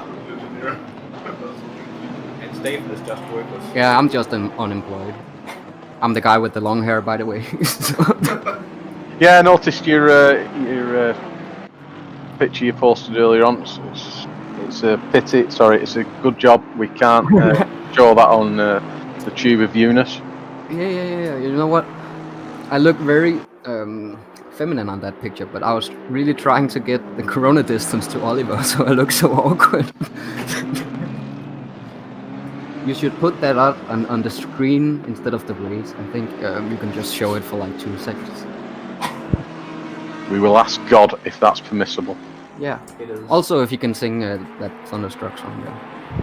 From ABCD. Yeah, exactly that one. This one. Yeah, That's if in the you go lounge. to the lounge. It's in the shadow realm. I don't remember. I think it's just in the lounge. You can see our. Yeah, just bear with me. I'll transfer it over when I can find the lounge. I got it. Can you transfer $10 too? Yeah, no problem. All right. Can you give it to charity? By the way, you still owe us 200 pounds for that pizza. Oh no, that's Sean. Oh, yes, that's Sean. Yeah, it is. We've not received the pizza yet, so cash on delivery. Oh, but we got ours, and Sean's friends said that we could put it on Sean's tab. So technically, he owes you a pizza. maybe if he gives you the pizza, then we're out of this. Yeah, we're even. Totally even. Yeah, that makes sense. Yeah.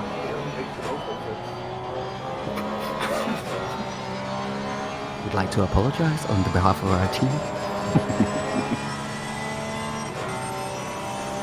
Yeah, the stream is brilliant. Like No, we like the stream. It's just a black screen. Oh, it's the perfect. Maybe our TV is failing now. Oh, I see it. Yeah, nice. Yeah. You're famous now.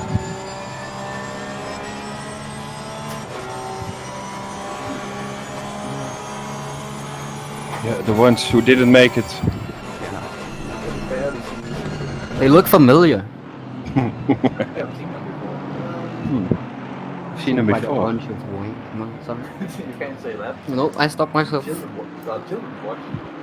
Fuck's sakes. Can you bleep this out? No, it's staying here forever. Oh. Well, I have to like. Can we put down It's back. Yeah. We want copyrights on the Thunderstruck song. Yeah, we're preparing it. What? Borrow our mic for the phone.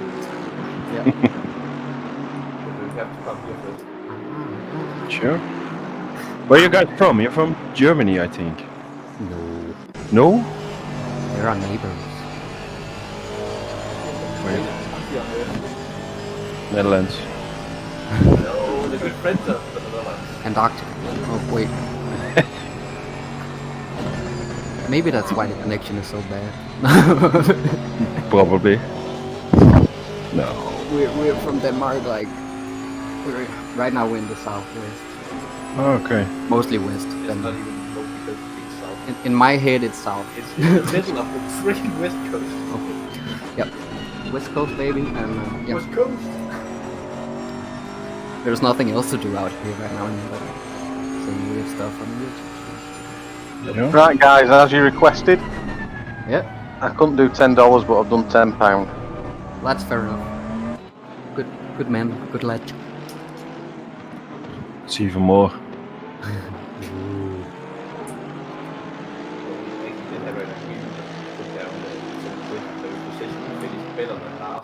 Yeah. That didn't work out well.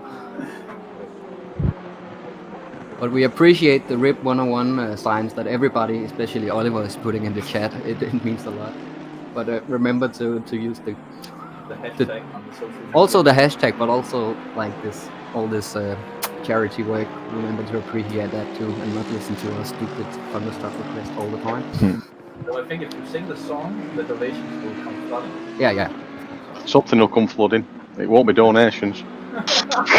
Maybe you could like do it when the time is up and the fireworks are coming. Like that would be epic. I like the way you're thinking. I think I will don't. be asleep at that point. I never sleep. Last night we started watching a replay of an old race that Yeah. a year ago. On Zolder. Yeah, Spanish It's Zolder, called- actually. Spanish Zolder. Yeah. I spun like 10 times in 2 laps, so. Nice. But it was Project Cars, you can't compare that. No. Sounds fair. Yeah, sure. The greatest driver in this race, Mr. B. Cunt. I think it's... Yeah. Yeah, okay. We'll talk to you some other day. Thanks for the stream, guys. It's helping a lot on a shitty day. Thank you very much for joining us. So, yeah, let us get back to some racing. Thank you for joining us, Team 101. Problem, RIP.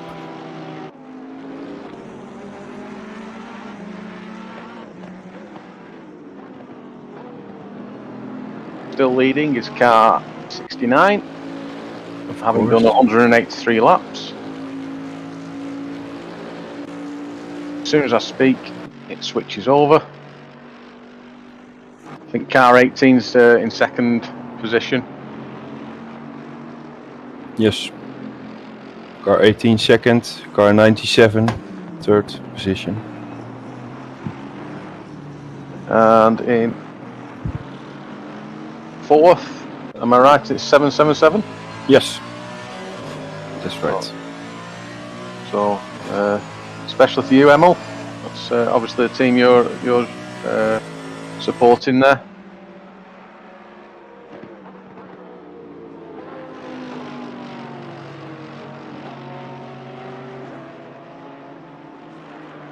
If they just made a pit stop, I think they have, haven't they? Because they've just dropped down to 7th all of a sudden. Yeah, probably. I didn't see. Yeah, but now we have another nice team at 4th place. It's our fellow member, Mr. Yes. Just before the Team 101 joined us, I was going to explain that Xander didn't actually have a drive up till last week, and we feverishly trying to sort him out with something, and he's obviously been placed with an excellent team. Yeah. And that doesn't take anything away from Xander at all. Well, it's not what I meant. No, but he's driving also very good. I haven't spoken to him, but did you know if he practiced a lot last week? Because he got in the team like really late. I couldn't tell you whether he practiced a lot. I would be able to find out, but not until after the race. No. Because I believe one of his friends is one of my teammates, Joris. Okay. Yeah, but because he only got in the team like beginning of last week. I think it was later than that. Just let me check. Yeah, because I know you also messaged us if Xander could join. I did, yes, that's correct. Yeah, yes. You messaged Aaron. I've slept since then. Yeah. Yes, it was Black Friday.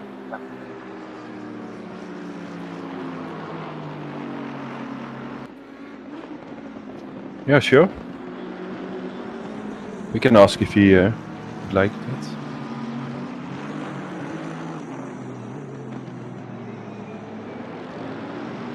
I don't think it's right that we message him right now while he's driving. No, shouldn't do that.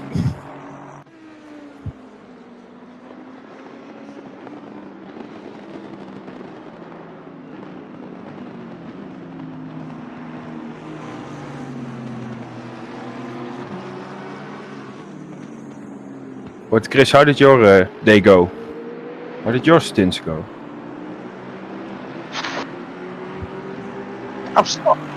Yeah, thanks. Thanks for that. God just spoke and told everybody I spun again. Once. Well, actually, I spun twice. You probably didn't see that first one. But yeah, it was. I'm slightly disappointed with myself. I thought I was going to be a little bit more faster, but I don't know how you found it with back markers and leaders. You're constantly trying to let them pass. Yeah, I found some with some back markers. They try to defend their position too much at some point. They randomly break mid corner, so it's really confusing to predict them. That was my feeling at the back markers. What I was trying to do was, anytime I came across a leader coming up to me, I was trying to indicate to tell them which side I wanted them to go on, so they knew where they could go, and let them pass as soon as I could. Mm-hmm. But it was the traffic's quite a big thing here, but it's an endurance race, so it's what we should expect, really. Yeah, true. I mean, to still be going after the leaders on his 186th lap. And with 5 hours 40 minutes left of the race. Current time on the server is 1:53 AM. Well past everybody's bedtime. Mind you, it is a Saturday night, so I'm sure other people will stay up a little bit longer than that. Yeah, the people over 18 will. Obviously, you've never been anywhere near where I live, so the people under 14 will probably still be up at that time.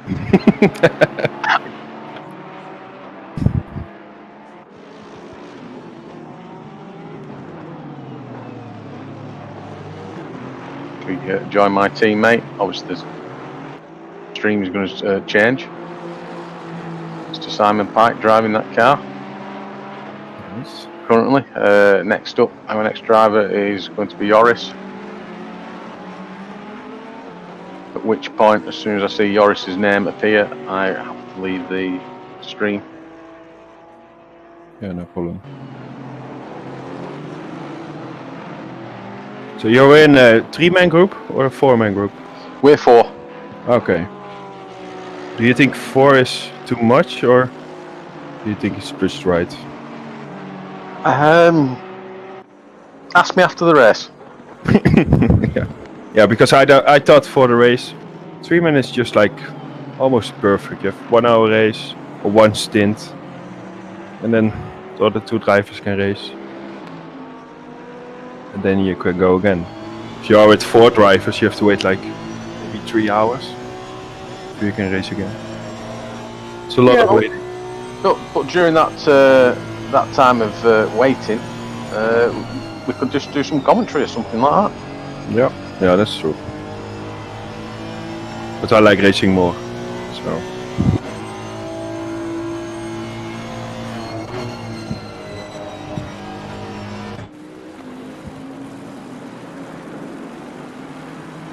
Are you seeing the comments on YouTube? Yes. So is that a relation of yours? Oh, that's my little brother. I see. Yeah, my dad's birthday is today, so the whole family is at home. Happy birthday to your father. Thank you. Happy birthday, and they're all watching the stream, I suppose. Yes, they turned on the stream on the television, and they're all watching. But how will they see your car? Well, when I was racing, my last stint, you zoomed in a couple of times on my car, so they saw me racing. Yeah, but all we could see was the number plate because you've got such a fantastically camouflaged car. Yeah.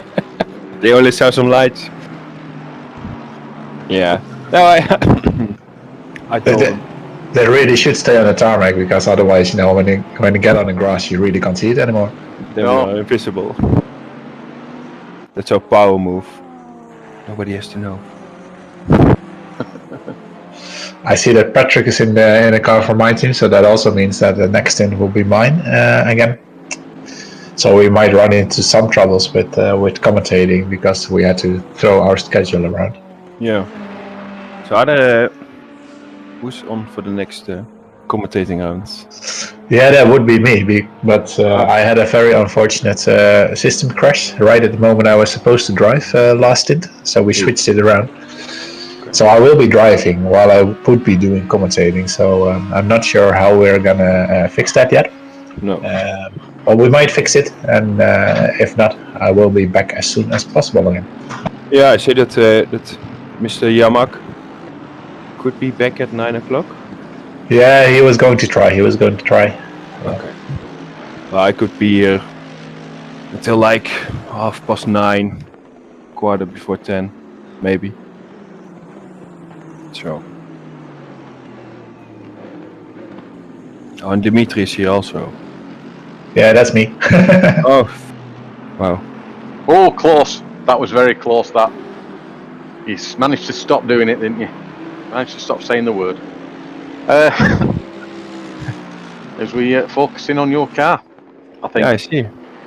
They just did a drive swap. They must have done, because Aaron's in there. Yeah, I think it was like the last round. 1 round ago.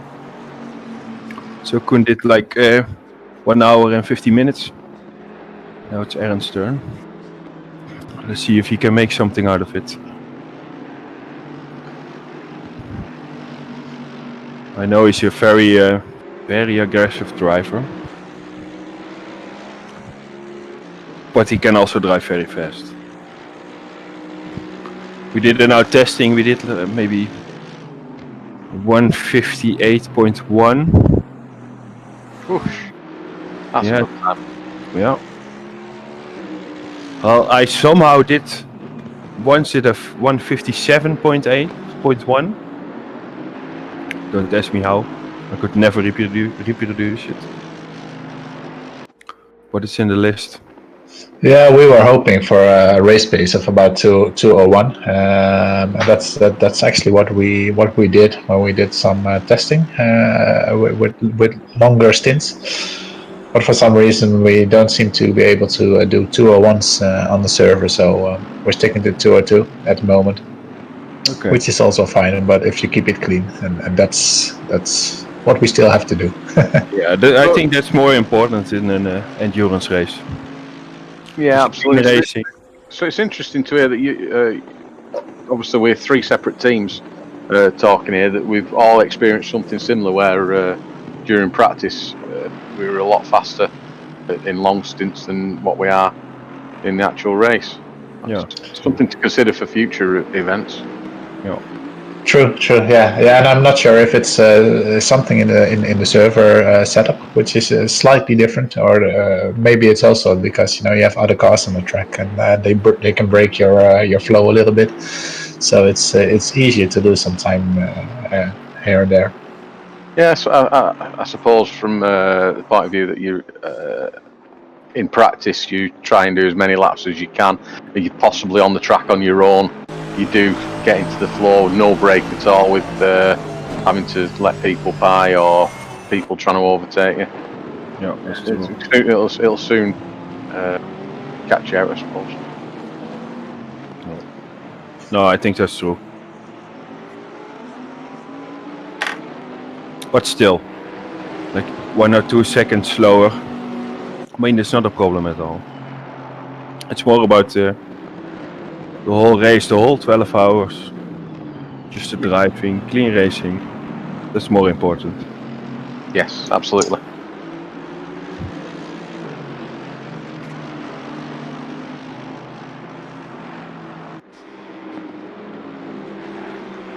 And the thing is, with this many cars on track, it's it's always fun because you're always close to another car, and even when you're in the back of the field, you have faster people, which you should pay attention to, but you're also always chasing someone. So it's just really fun to do these longer endurance races.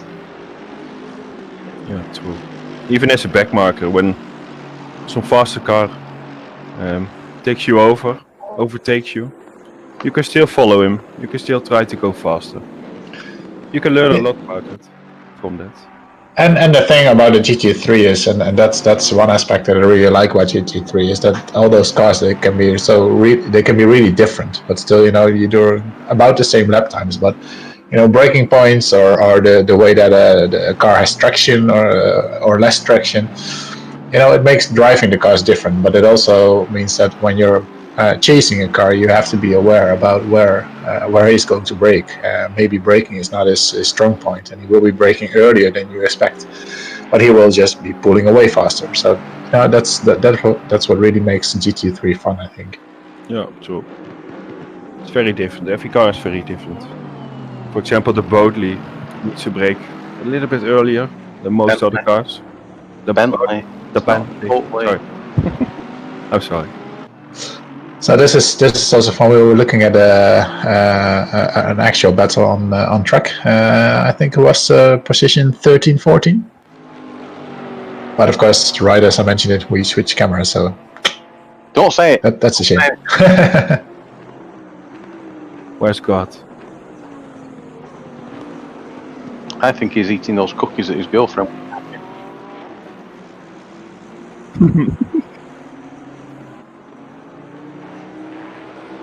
I believe Dimitri said 13 and 14 place. I think it was over there. No, it's car number 14. Car number 14 is 2 tenths behind car number 9, and they were getting quite close to each other. That's the one that's actually for position. Oh, the Ferrari. Sinister race team. Yeah, and here you have the Ferrari against Aston Martin, I think it is. And they're quite different cars to drive, in my opinion. True. The Ferrari tends to understeer with default setups. So yeah, you really have to either adjust the setup or adjust the driving style. What the hell was that? Did that come through on the channel? It was. That means that it's going to rain soon. not in game, but in reality, I'm afraid. Oh, Jesus Christ! I wondered how in depth you've gone with this game. Do you think we're going to see some rain in game? There's a possibility, and it certainly will spice it up. It'll be interesting to see what tactics are. If we start with a gentle rain, how long people stay out on and risk it for before going into put wets on. Yeah, that would be fun. If if it's thunderstorm all out from the beginning, then everybody will be switching. But when it starts to rain slightly, what are the teams that are further down the field gonna do? What is my team going to do? Being down there, are you gonna take a gamble and stay on slicks for a little longer? Yeah, depends on the rain and the temperature. We tested a lot in the rain. But I think with light rain, at 16 degrees, it's better to stay on slicks. I think. Yeah, we tested some more. It's really you really have to judge it as a driver. Do I want to stay on slicks? Yes or no. And it is endurance, so you don't want to take too many risks. But when you're really down the order, you might possibly take some extra laps on the slicks and see if you can stay out or not. Yeah, true. Yeah, it also depends on what the other teams will do. Indeed. In the meanwhile, we're looking from car number 9 back to car number 14, I think it is, and it looks like they're staying in position, which is the smart thing to do if you want to maintain your lap times. Don't take too many risks. Pretty clean and safe driving. It does look very close. Yeah. What is it? It's 0.2 seconds, right? The difference, yeah.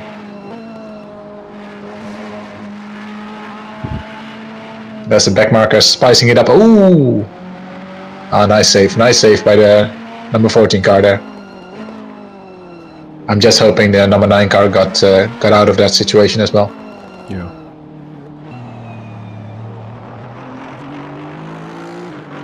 Yeah, he did.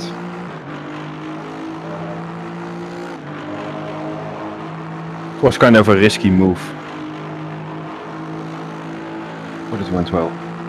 Yeah, I think the number 9 car got caught out a bit. He got stuck behind the back marker. I think he expected him to not brake over there, and he got stuck in between the back marker and the following car. Yeah. I think so too. So we see the 818 car desperately trying to get past the 77. Also very close. Less than half a second. I got a feeling with this 818 car that they're really fast, but they just seem to run into some issues every now and then, some inconsistency. I expected them to be a bit higher up in the field. Well, they qualified second, didn't they? That could be true. I'm not sure. Did they? Second?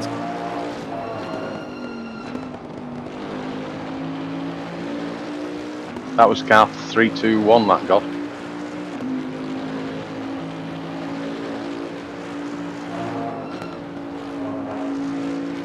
Sorry for people listening on the stream, I'm not going mad. Yeah, they indeed qualified second.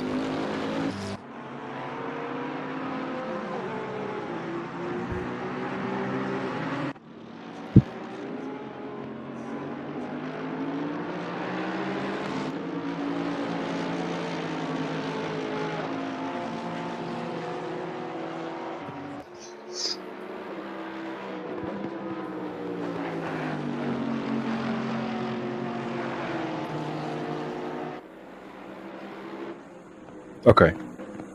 Okay, got.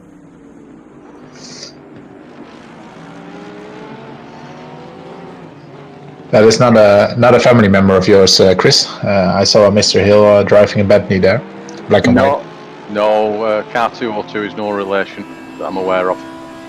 Right, it looked very similar to the livery that you always use as well. What, in the dark? Yeah, it looked familiar, like the Bentley, black and white colored Bentley. So I thought maybe it's a relative. Right, I have to check in with my team, see if I have to prepare myself for driving again. Yeah, sure. See you soon. Hopefully.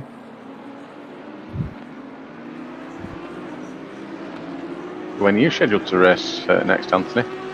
I think in about 30 or 45 minutes. Wait, Aaron switched like 10 minutes ago? Yeah, something like that, yeah. Yeah. Well, you can do like almost an hour. An hour and 10 minutes, so I will be gone in 45 minutes.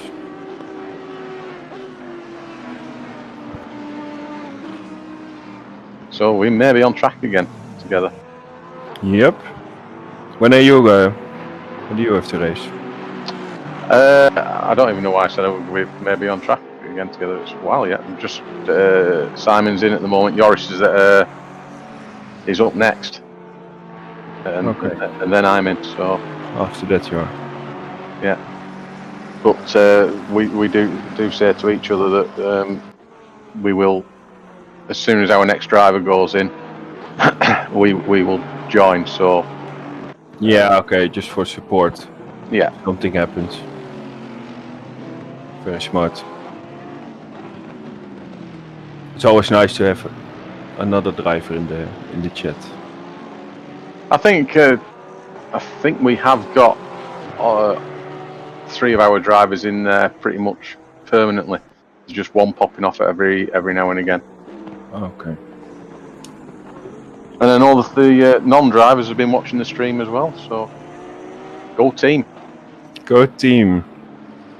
Oh yeah, they said you can only have 3 drivers at the same time on the server, right? That's right, yeah. The 4th one has to leave. Which is fine for you because you've got 3 drivers. Yeah. So you're you don't have to. Any of your drivers have to leave. We have experienced Tim's computer decided to crash while Simon was driving, and Tim being our driver number 1, we were feared that we would have to disconnect and rejoin. Oh. But we got told that it was fine for Tim to rejoin. It seems that's the case. And then when Tim came to take over from me, he was experiencing problems with his rig, and he was trying to resolve it. So he had to leave again to then come back in. Just minor things, but you guys already also had some technical issues. Yeah, just minor. Nothing like Team 101. No. That's just super sad. They didn't even make the qualifying, right? No, because of the same issue. The same issue, yeah. Yeah, that's sad. They probably worked like 1 week, 2 weeks, maybe 3 weeks to this event. And then on the day of the event, such issues. Yeah, it's just such a shame. Yep. And this, as we had them on before, they seem like a cracking set of lads. Yeah, true.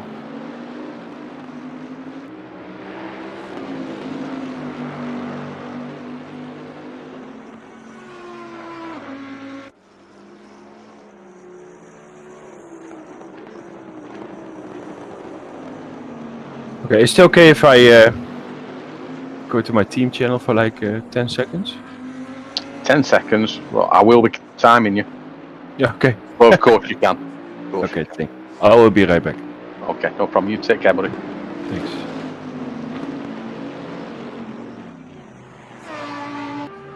On my own, once again.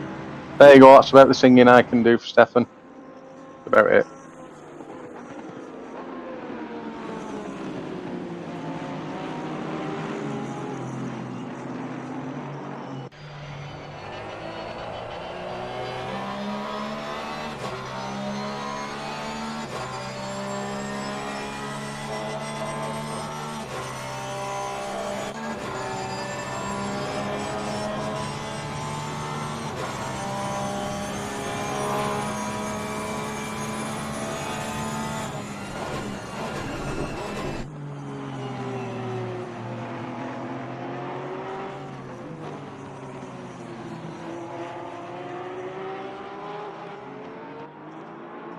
So I'm back.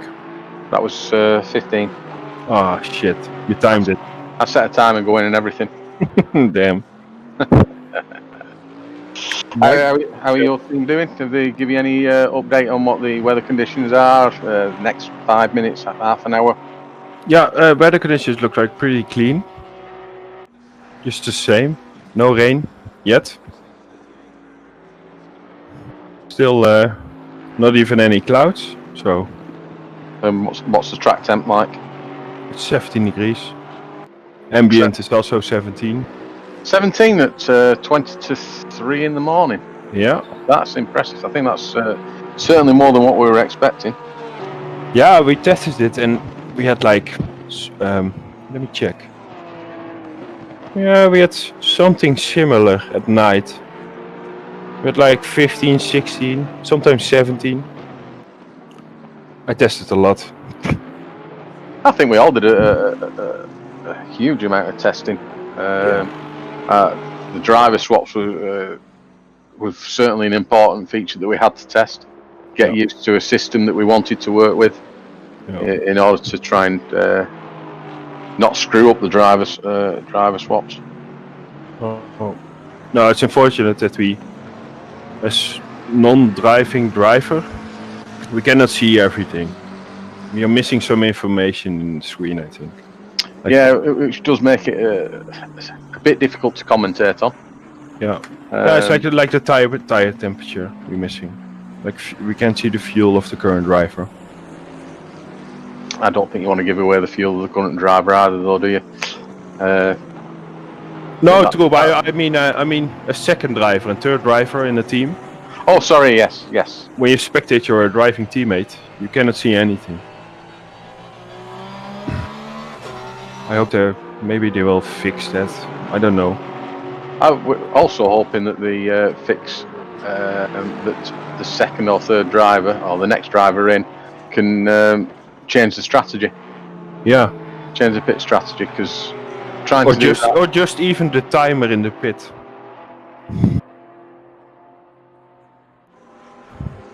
Because when the driver is swapping, we all have to count out like 10, 9, 8, and you're up. It's not optimal.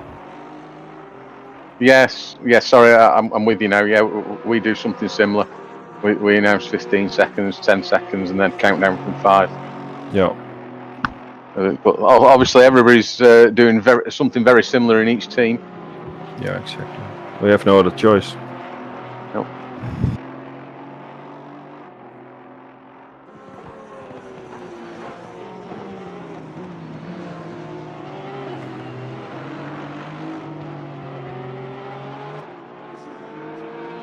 Did you watch your tier 1 drivers?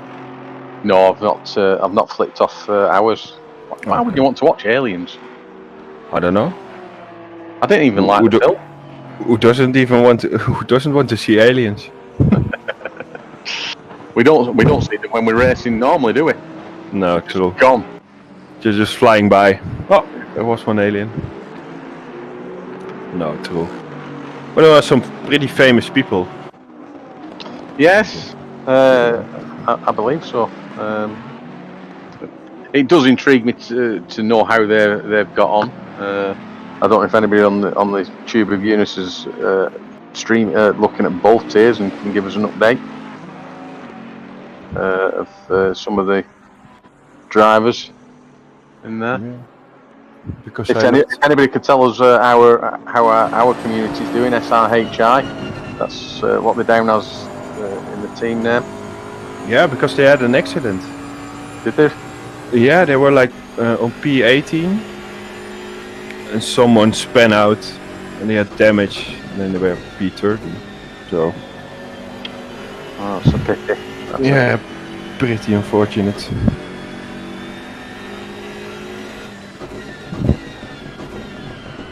It's a very noticeable car. Is that car in Tier 1 of SRHI? It's reminiscent of the Benson and Hedges. Oh, I'm not allowed to say that, am I? Buzzing Hornets, Jordan, Formula 1 car from the 90s. Okay. So they bright, did get bright a- yellow with a nice snake eye on the side. And it looks like we've been joined by Klaas. Klaas is here. His mic's off, so perhaps he doesn't want to talk to us. Or it's because we smell, one or the other. Ooh.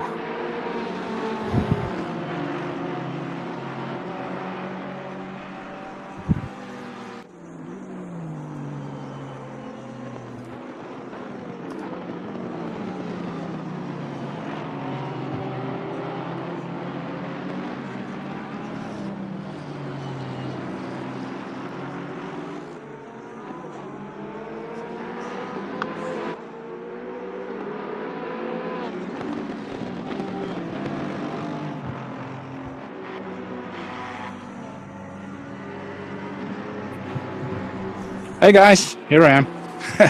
Hello, Hi, Klaas. Hey. So, Yeah, you have to press that microphone icon before anything goes through, I believe. yeah, it's a bit of a giveaway. Yeah. So perhaps you could fill us in on how your race is going. Is it going to plan? Now the race is, it's a bit different than we had planned. The previous stint, Benny was hopping into the car and he drove away, and his force feedback was gone. Oh, so that was only one lap, and then he came back in, and Bart Swering took over, so he could figure out what was going on. Thanks for that, Klaas, because we were curious how 1 minute we saw Benny in, and then the next Bart was there. We were. Yeah, exactly. Yeah, that was it. He was without force feedback, so that was crap. It's like driving on ice, so that's not gonna happen. No. So we decided to pit again, and Bart hopped in, did an excellent drive, and then I did another stint, and we decided to go with more fuel and try to spare out one pit stop to regain the lost time there. So that's the theory. Yeah. But the stint went well. I'm not quite sure where I started out. We obviously lost quite a bit. I think like 21st or something. And I came out like 14th. So that went well. Yeah, you're now current 18th place. Yeah, we made another pit stop. So we dropped back again. We were 19th. So then we already gained another spot. Okay. Yeah, so Benny is now driving again. His force feedback is working, and he's going to do his final stint, and then he's done. And then Bart will hop in. No, Franz will hop in again, I believe. Okay, you're a team of 4, right? Sorry? You're a team of 4. 4 people, 4 drivers. Yeah. Yes, we are. How's that working out for you guys? Yeah, well, it's great. You have you have one. You could say you have one guy spare extra. You could do it with 3, but it's like this with the problems. And it's nice you have one guy extra. Yeah, one extra guy to fill in the gaps. Yeah. Ideally, I think it was best to do it with 3 guys. Just doing longer stints perhaps. Yeah. We were now planning to do each do 3 times 1 hour, but that's a bit short. Yeah, true. So let's see where we end up. Hopefully a little bit higher. We're certainly doing our best. Yeah. How are you finding the conditions? Well, my stint went perfectly. To be honest, I was very content with it. Very happy. We had proper tire pressures, so yeah, not complaining.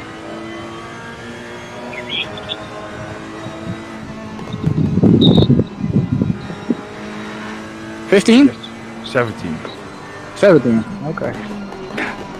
It's still optimum. It's still dry.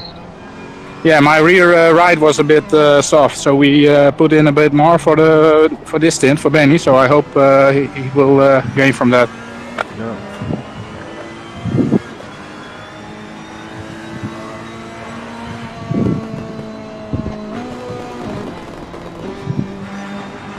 So at the moment I'm actually out with the dog doing a walk.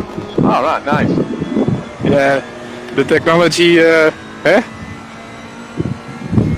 You couldn't leave them alone. We were just riding on board with Benny then. It was clearly being overtaken by front runners. How did you find the front runners passing you? Did you not have that issue? Yeah, certainly, but yeah, you have to let them go, obviously. So yeah, it's more a problem with the back markers actually. Back markers are not always paying enough attention. No, they're sometimes really slowing you down. Yeah, well, not going offline. They stay on the line, and that's yeah, that's very tricky. No. Yeah, we had that issue as well. Or they will break mid corner. Yeah, exactly. They take you by surprise, and then you have strange situations, and you both lose time. So it's yeah. Yeah, it's bad for both situations. It's bad for both. Yeah. Yeah. Exactly.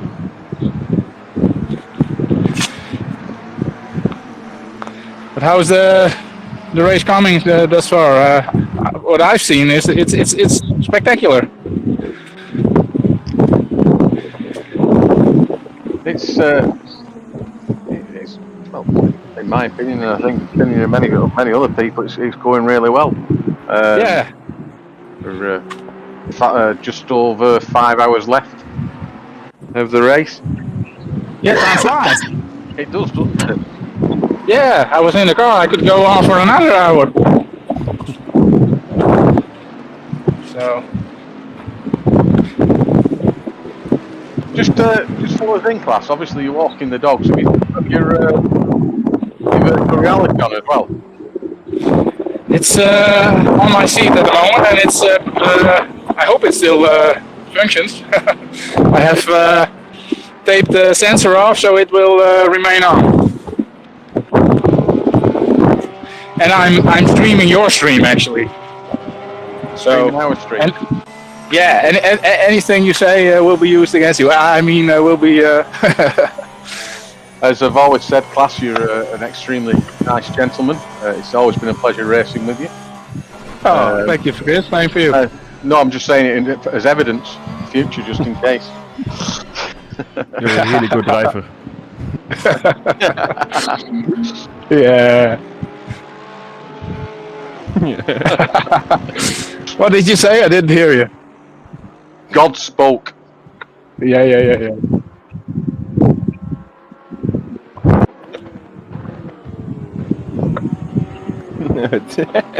Can be held against you. You can say anything, Yeah. God. So I'm gonna put you guys away now for a bit because it's raining. So I'm gonna hurry now.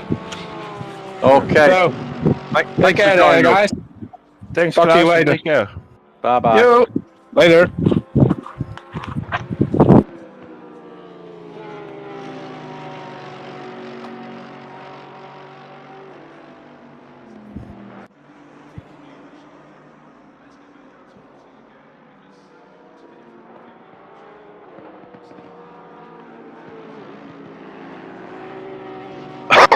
Excuse me. At some point, we're going to have to start talking about what's going on in the race, aren't we?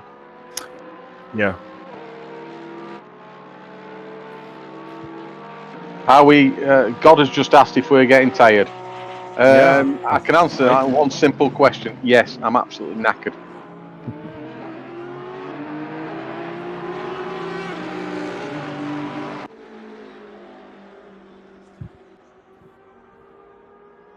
Oh, damn, yeah. 11.5 hours.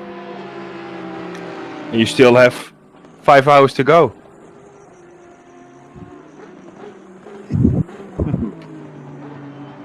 But you aren't driving, right? God?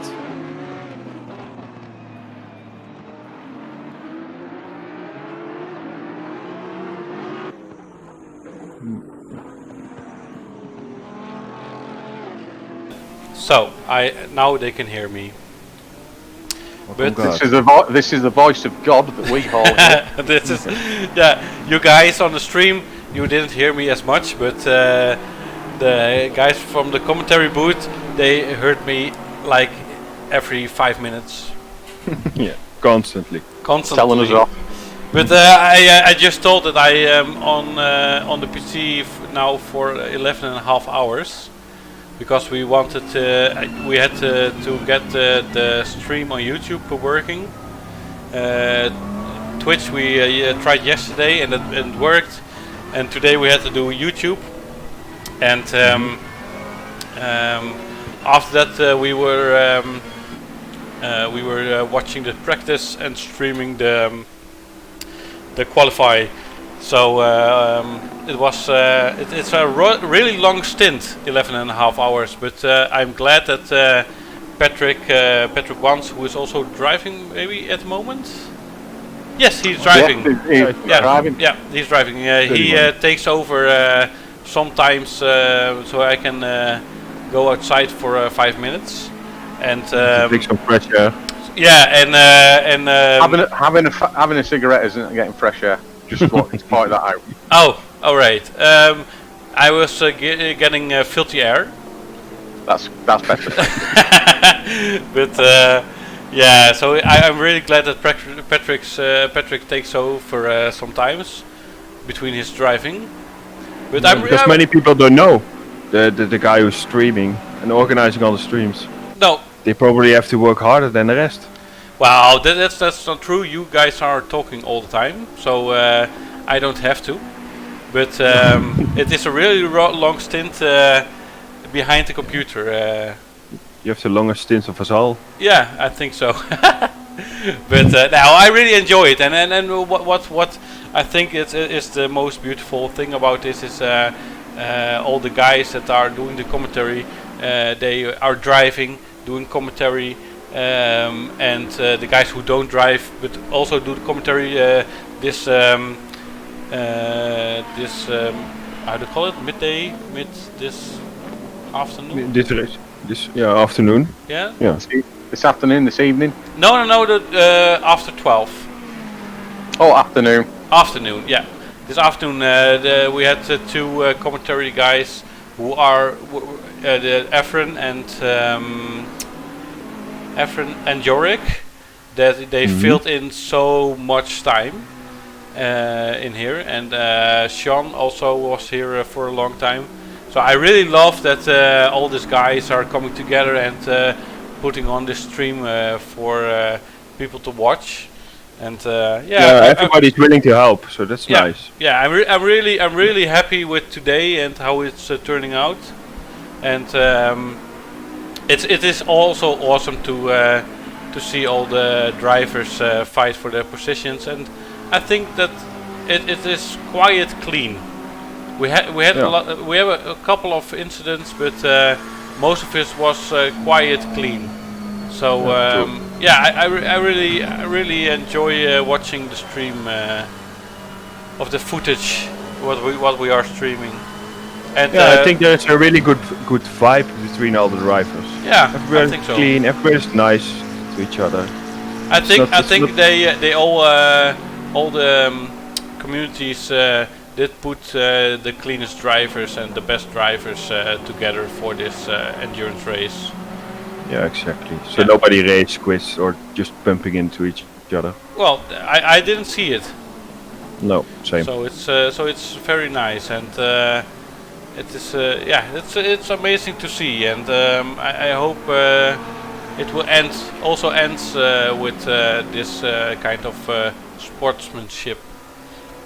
Yeah. Yeah. Because I started racing on Assetto Corsa like 6 months ago when I bought it. Right. And I never saw like the real endurance races for the lower tier people, right? No. There were like the SRO is there. Yeah. But it's all the aliens, all the super fast people. Yeah. Nothing like this for tier 2 people, so I think that's very nice. Yeah, and in tier 1 we have the aliens.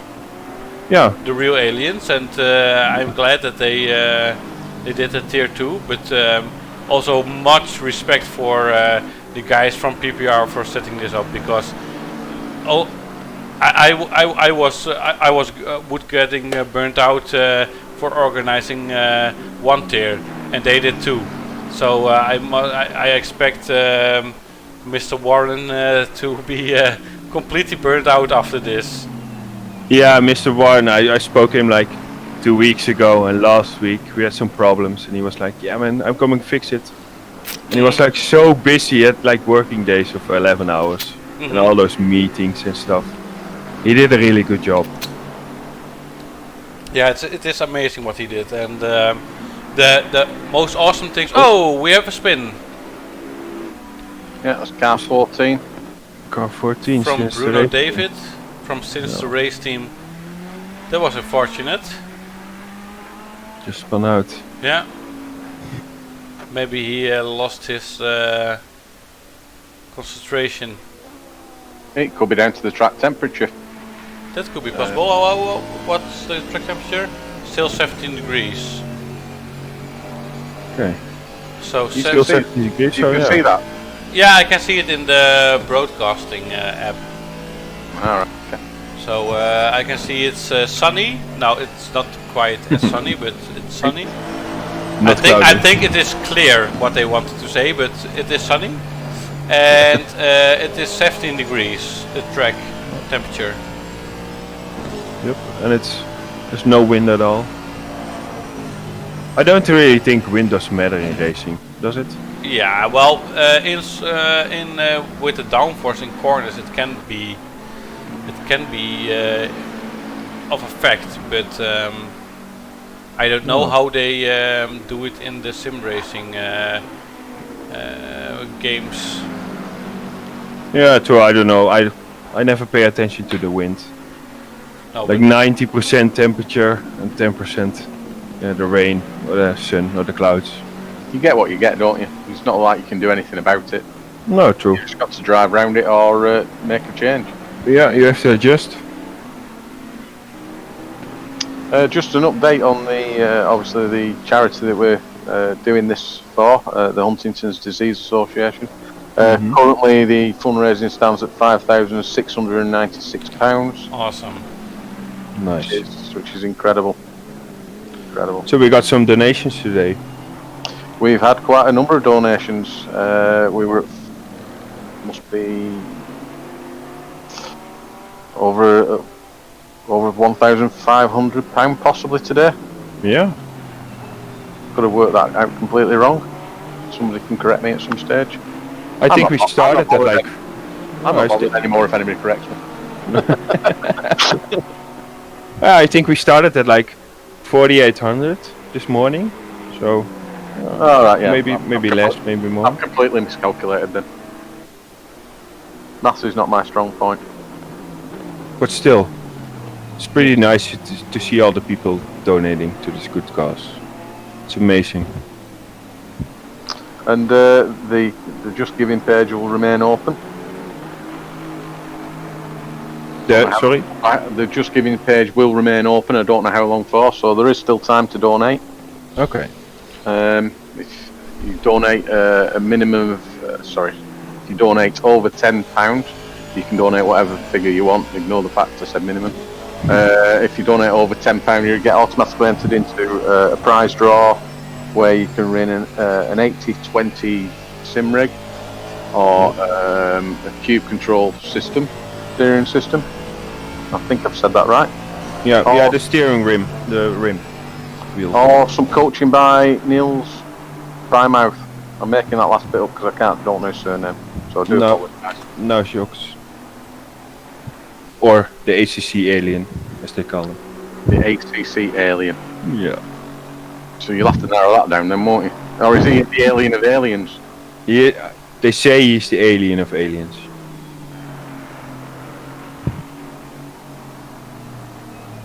Niels, wait, what a name. Niels Naujoks? Naujoks, yeah. Naujoks. Where does he come from? Niels Naujoks. It's almost Scandinavian, but I must be wrong, but... Yeah, it sounds Scandinavian something like So on the wonderful world of of Tube, we have an update from our friends at hashtag 101. Oh no! Oh no! They're back. They're maybe releasing a video soon with a short update from their garage. But that's the garage with a lot of beer and pizza, or? Well, they've still not brought the pizza. It doesn't matter what we asked them to do. They promised it us. It's not arrived yet.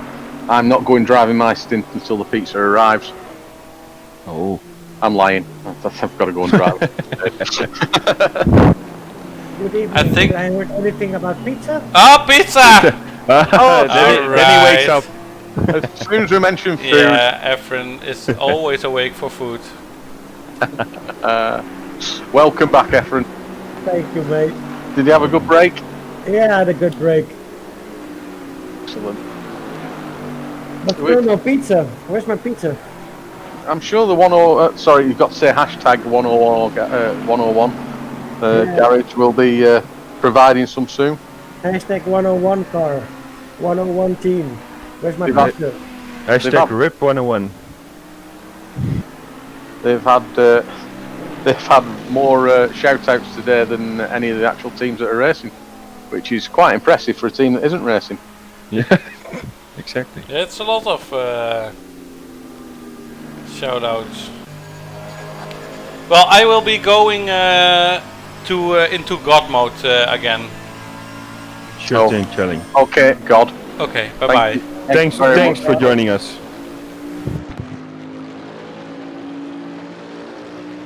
God has left the room.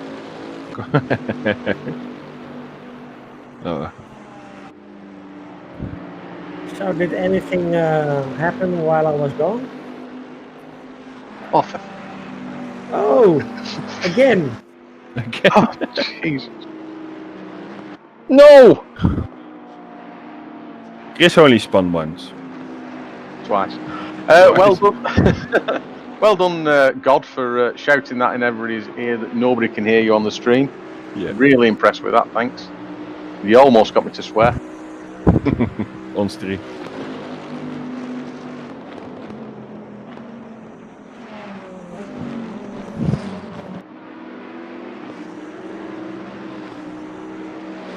Yeah, but in about 5 minutes I'm going to join my team. Or in 2 minutes.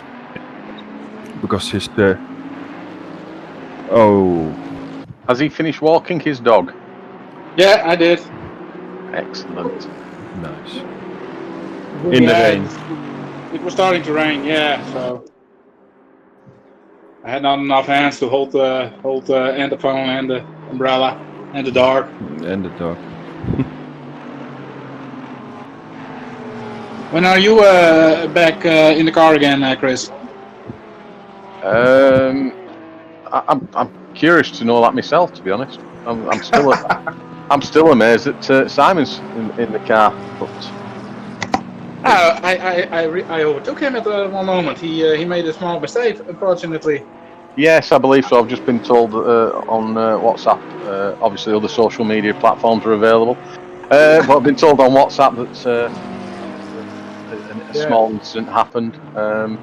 But next up in our car is Joris, and as soon as Joris jumps into the car, I will be having to leave this stream and go and support him. Yeah, I was looking forward to take the fight to Simon, but then he took a detour. So we have to do that. It happens to the best of us. Yeah, obviously.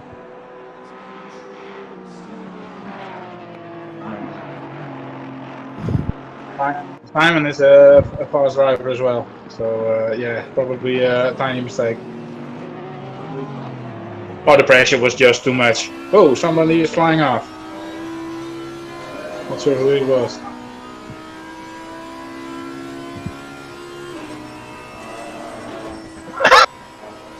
Excuse me. That's not COVID, by the way. I'd just like to point that out. Can't have COVID through Discord, right? I think there's 1.5 meters in between, isn't it? Yeah, maybe. I hope so. Oh no, not over in the UK. It's 2 meters. Okay. I believe, unless that's been changed and nobody's told me. Unless also the 2 meters. We're not telling you. Nobody wants to be anywhere near me. Well, I don't believe that, Chris. Not for a second. Okay, guys, I'm going back to my team. Okay, Anthony. Well, good Okay. luck. Thank you. You see me racing soon. Yes. We will not look out for your car. Thanks, guys. Thank you for joining us. Really appreciate Bye. it. See you soon. See ya.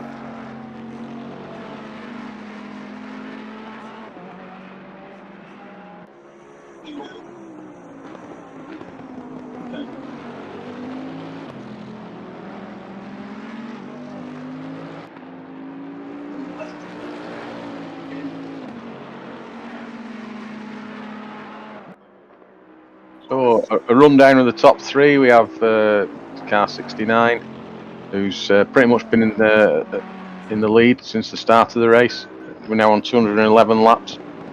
Only 11 seconds to number 2. Car 18 is in second place. Car 777 in third. And I'm glad I just got that out of the way before the timing screen changed. I'm surprised the gap with the number 2 is still 11 seconds. So they're 11 laps. Oh, sorry, I can't see that.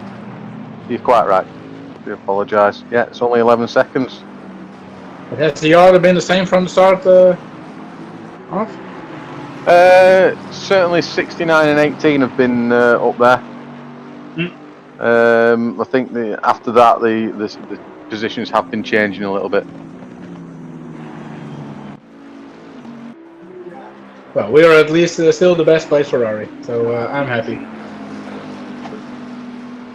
But we're the best placed Honda. Yeah.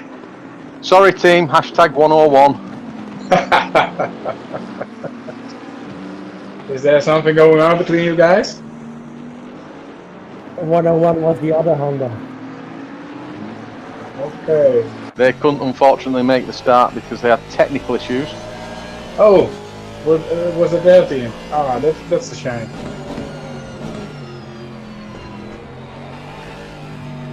And it looks How was like it going with the random drive-thrus? Is that gone?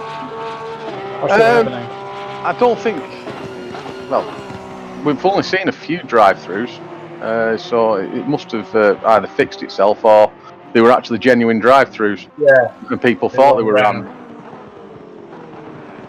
Well, let's hope so. It was sounding very peculiar. Yeah, people get stop-go penalties for they thought they'd done nothing wrong, but we don't know, do we? Fortunately, we can only speculate. Yeah. So I see that my team has just made a pit stop, which means I unfortunately have to leave the commentary. You'll all be pleased to hear on the Tube of Eunice. I will be back after my stint, and that wasn't an impression of Arnold Schwarzenegger. Clearly, because I don't do requests and I don't do impressions. And now you're looking in the mirror to see those muscles of yours, aren't you? I'm looking in the mirror and seeing the flappy wings underneath where the muscles should be. Well, they're probably there somewhere. well hidden. Yeah. Anyway, I believe when somebody, when somebody cleans your shoes and you've got to take their word for it, that's a bit of a problem. Right, I will speak to you all later. Have a good stint, Chris. If I am invited back to the commentary, that is. 3 times the charm. Take care and good luck to class 1 of you back in. Yeah, thank you. Yeah, good luck.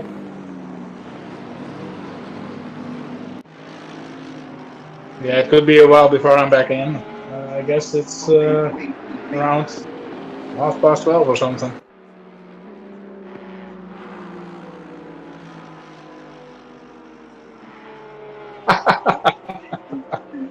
Good planning. I just came out. But I'm happy to go again. No problem.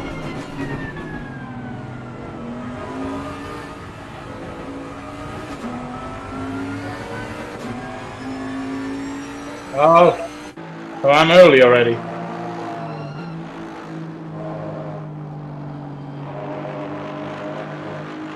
Yeah. Well, I thought I'd drop by. So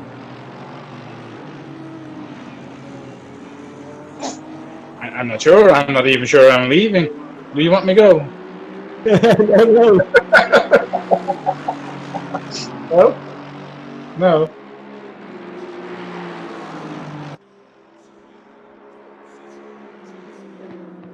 I'm only the lonely at 11 o'clock, so that's nice to hear. Who is actually scheduled now? Okay. Because I think I'm not even scheduled at the moment. I must admit I haven't seen the schedule for a while. Really?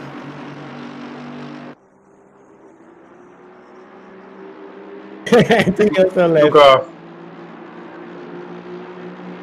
No worries, no worries. No, I have to be in contact with my team, but otherwise I could be here to like 12 o'clock or something.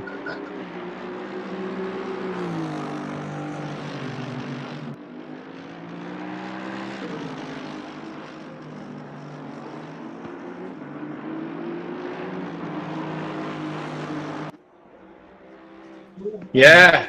God, can you Wow. switch to P18?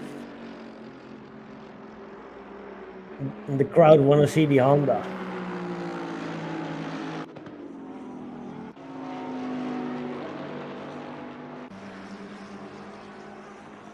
I will be briefly off with my team, see how they're doing, and then I'll drop back in.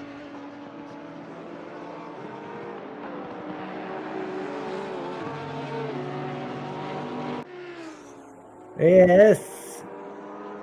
No worries.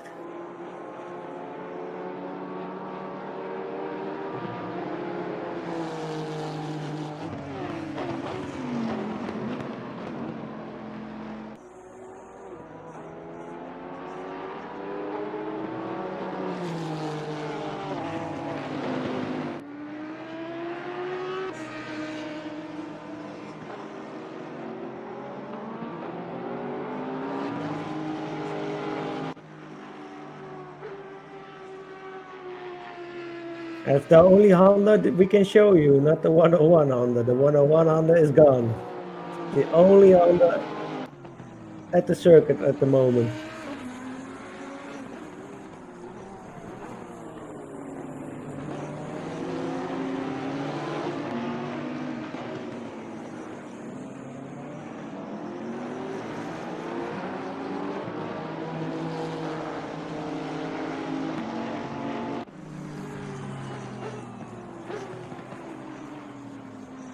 So 4 hours and 40 minutes to go. It's 3:53 a.m. in the race. The PP are 12 hours of Silverstone. Got 4 hours and 40 minutes left. Who do you think will win the race?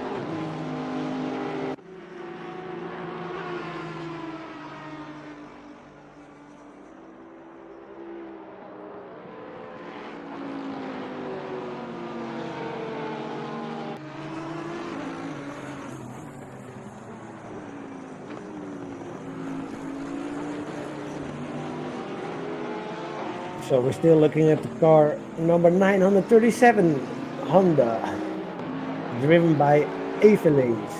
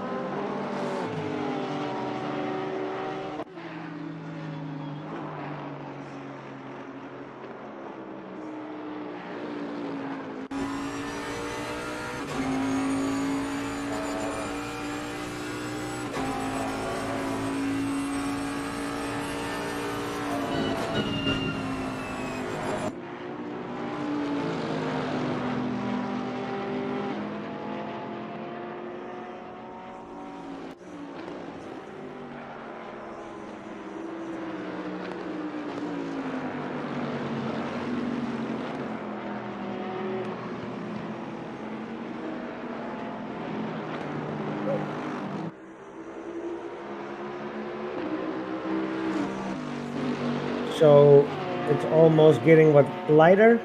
It's not that dark anymore. It's 4 a.m. in the morning on the circuit. The drivers will see the sun come up in, I think, an hour from now in race time.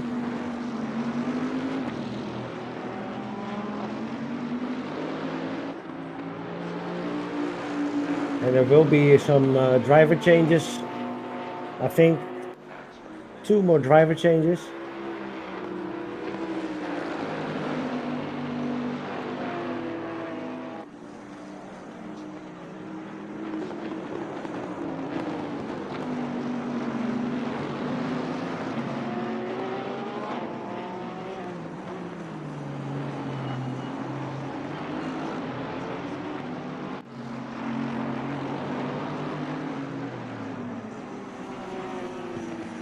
And there's a lot of time between the cars. The closest car at the moment is car number 77 on P16.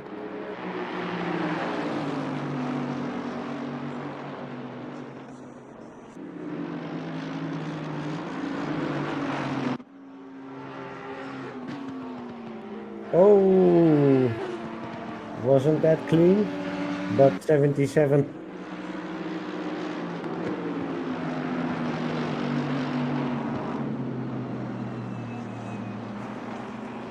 Yeah, 77 stayed at P16.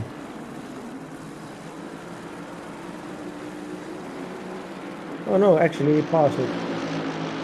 So he passed the car, but it didn't look as clean as it should be.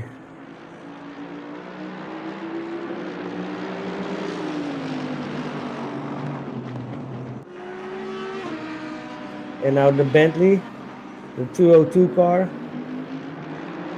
wants to get the 125 Mercedes.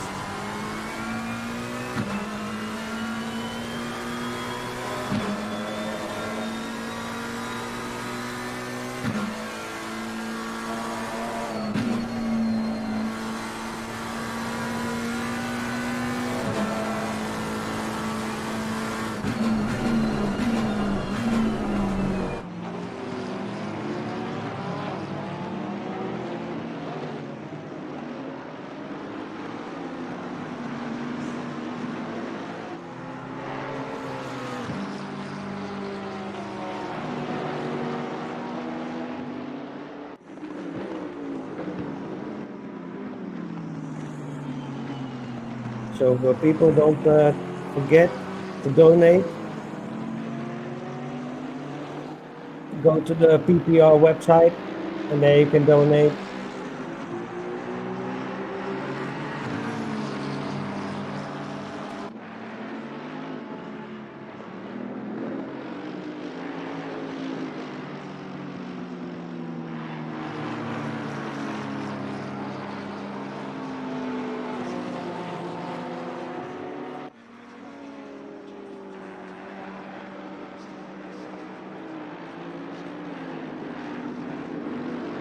So the 69 car still leading.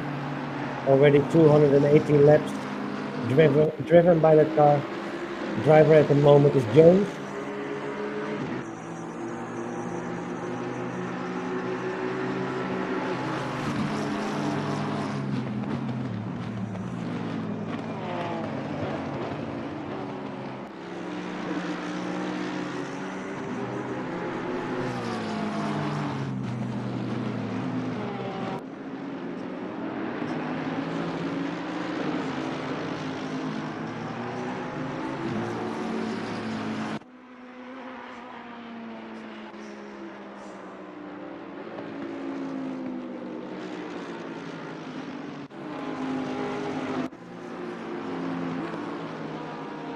So hashtag 101, where's my pizza?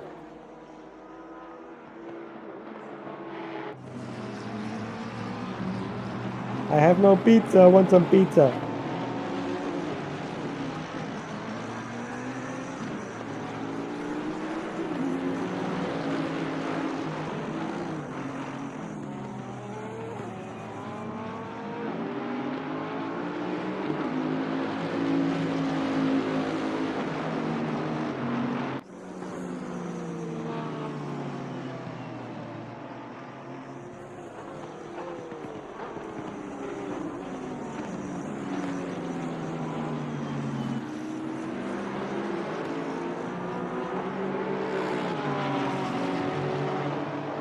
Yeah, there's not much going on at the moment because the Porsche you see is probably a lap car. Yeah, it's a lap car, but he does it clean.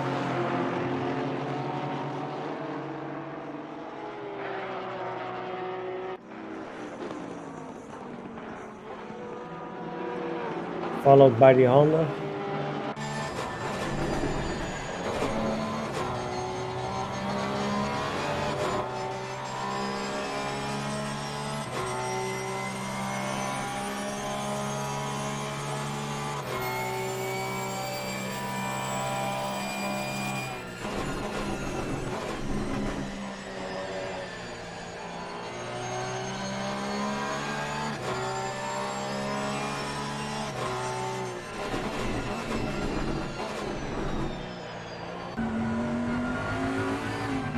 So we're back at the leader of the race, number 1 in the 69 car, AJ Jones from Simply Sim Racing. They actually been leading for the whole race now. Dropped once, 2 spots. I saw them at P3, and then Fast took the leading back again. And now leading already drove in 220 laps.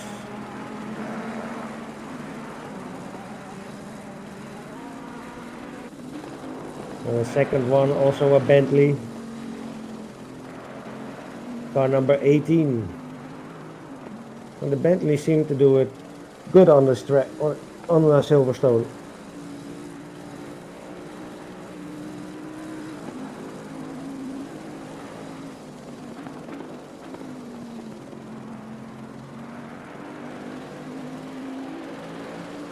They have to get a lot of curves, but they have still good grip. And the number 3, car 97, 1 lap behind, says the timetable.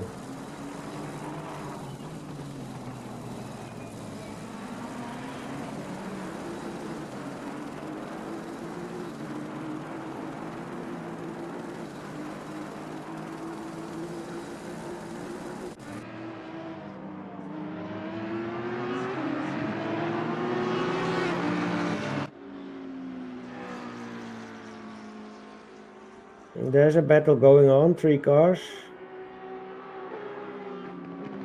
close to each other.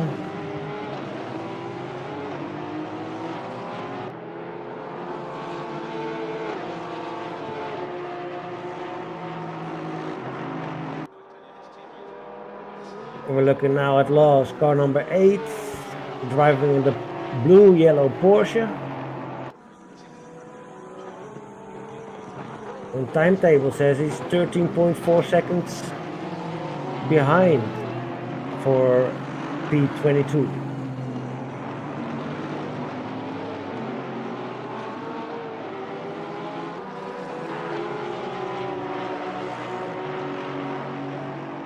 And now it's switched to 8.7, so I don't think the timetable is actually current at the moment. It has a bit of lag, it seems.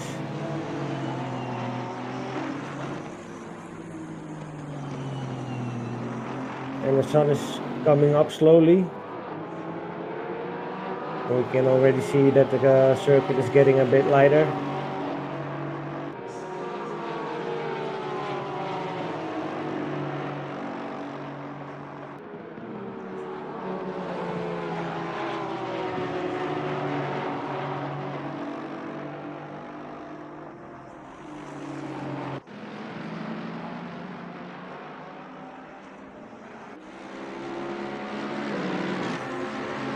At the moment, there are also no incident reports.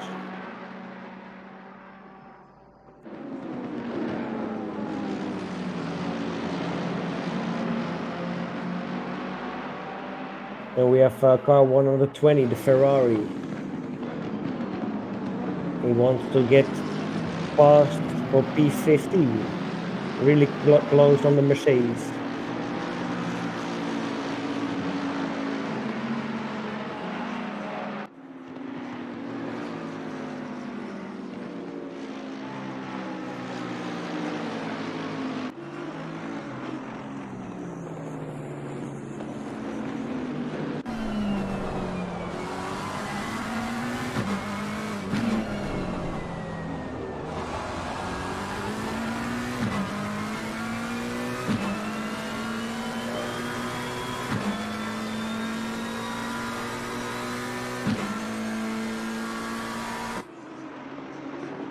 Yeah, and I actually missed it. The Ferrari already passed the Mercedes, so went up to P15.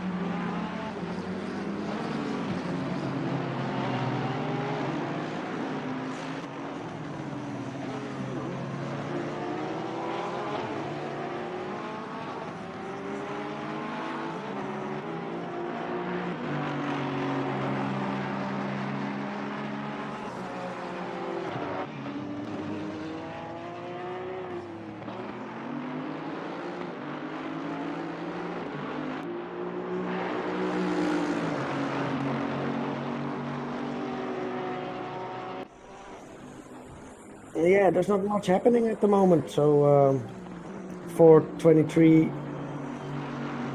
4 hours 23 minutes left. Oh, nice. 4:27 a.m. in the morning.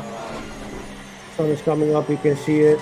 Now on the cameras. Oh yes, just Clear. sunrise. Hello. Hi, Ulrich. Welcome. Hey, Evren. How I'm are just you? in time for sunrise, I see. Yeah, you're just in time. Ah, nice. How was your break? Yeah, it was good. Few hours off. How's the race going? Well, it's going quite good. Still with 32 cars, I see. Yeah, 69 is still leading the race. Of course. Yeah, not much happened. Oh, Chris spun 2 times, what I heard. So, Oh. But he will be driving again, and he can, after the driver swap, he will show us this time that he will go for it at daytime. Nice.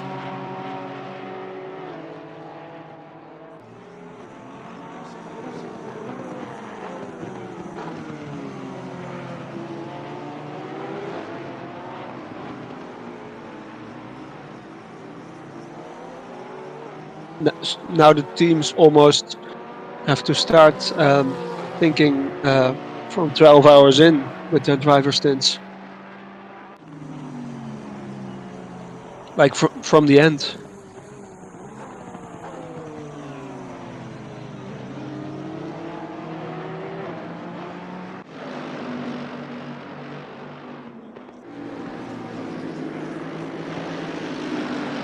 There's still 73 people watching on YouTube. That's nice. Now there's a good battle going on between the 2 Mercedes and the Bentley.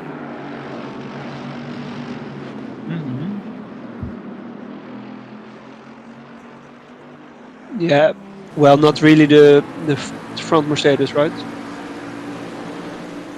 No, but they are using the slipstream good. Yeah, they are trying to lap themselves.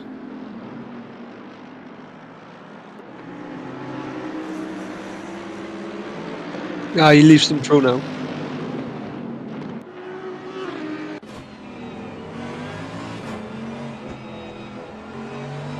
So we're now looking at Burak Kunt in the B&B Racing Mercedes AMG with number 8. Yeah, and then we switch off to the number 2. Yep, to the Boatley. Yeah, the which is Boatley. less than 5 seconds from the leader. Yeah, he gained some time. Oh, plus 1 lap. Yeah, the timing was delayed. He's still out lap.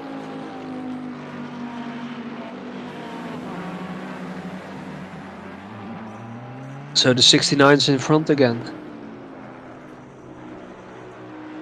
Nice work.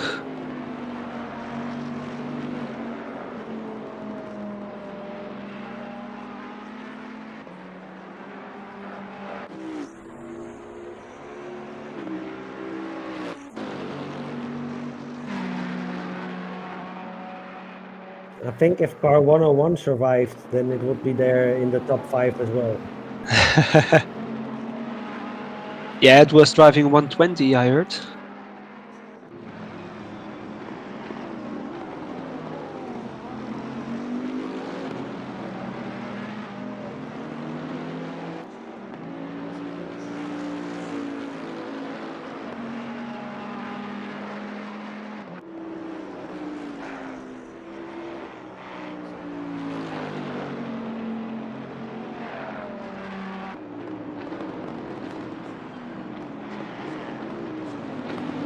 There's also a fight for P7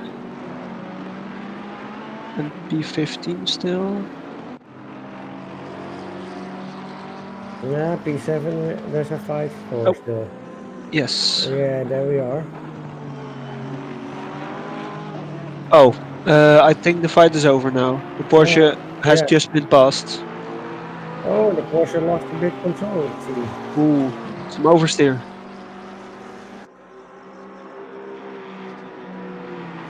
But there still hasn't been any rain. No, no rain. It seems still clear. Yeah. And there's someone in the pits.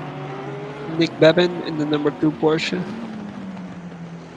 Let's see if he's also doing the driver swap.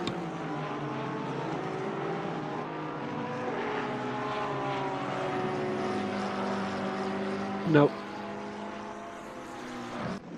Doesn't seem so.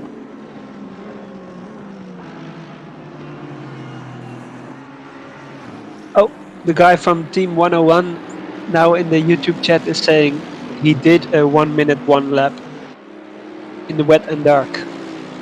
Wow. With no lights. Oh wow, what a drivers.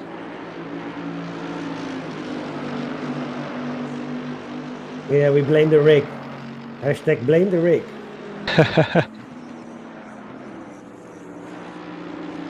Yeah, did they actually have problems with their sim rig?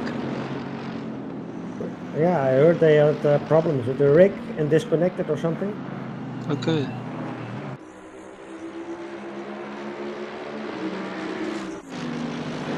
That's a shame for them. Ooh, in the tier 1 race it started raining. In Yeah, the but night. they still have a racing heart and still are following on YouTube. Yeah. Yeah, that's great. What's the gap between 30th and 31st? Can we maybe switch to a car that's running 31st? Oh, yes. Ah, it's a commentator, Dimitri Schenk.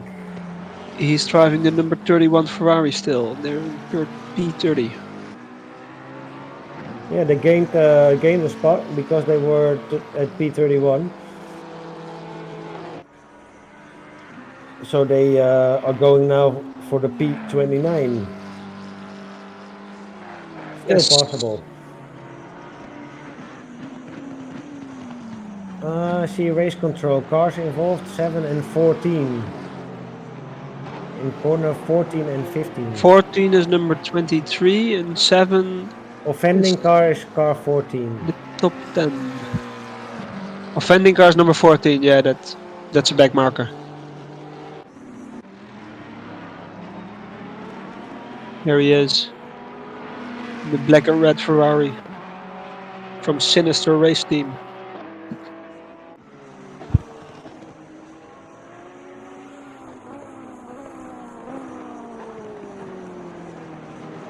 Yeah, I can imagine he has problems with letting people pass in the dark. Although it's actually... Yeah, it was blue flags again. Yeah. But it's now becoming a lot lighter. Yeah, the sun is coming up. Maybe if we switch to an onboard footage, we can see it more.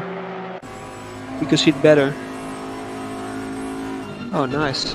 Skies.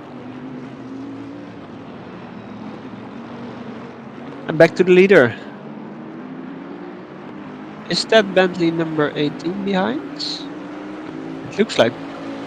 Yeah, Wow. it looks like it. Is there a battle for P1? It looks like it, yeah. Yeah, it seems so. Now it's getting exciting. Number 69 Porsche from... What was the team called? From Simply Sim Racing versus the GT Series MS Boatley II.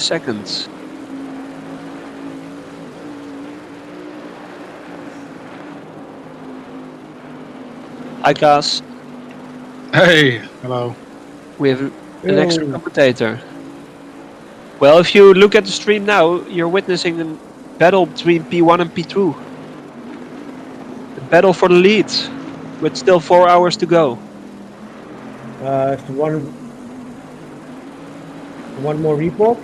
Cars involved, 7 and 404.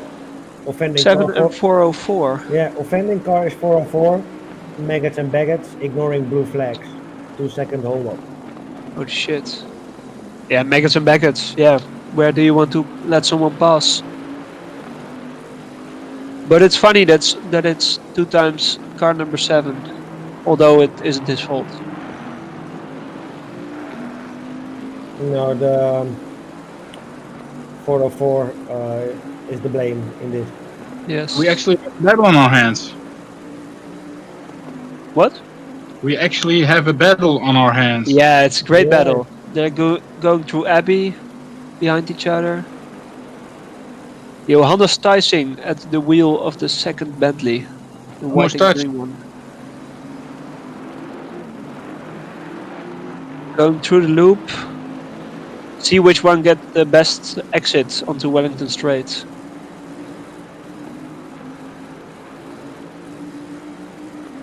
The number 69 Bentley is now getting away. Yeah, the A number bit. 18 lost some time. Yeah, but he's now coming back through Brooklands into Luffield. Really incredible how they reduced the gap. Yeah, that's really great. That's the nice thing of an endurance race. Yes, this is great view, onboard view. Second car.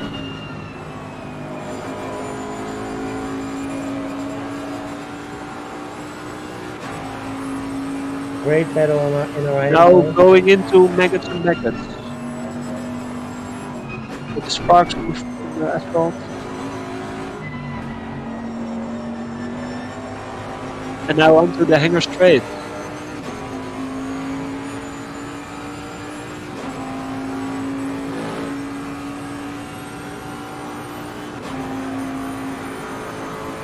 Oh, car number 69 has to defend.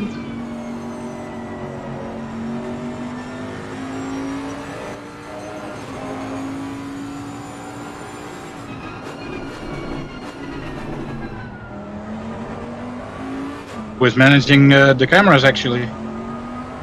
I think Calvin is still doing that. Our god. Oh, he went out. Oh, He went out. car 69 69 went wide. went But really he wide. rejoined back in front. Still.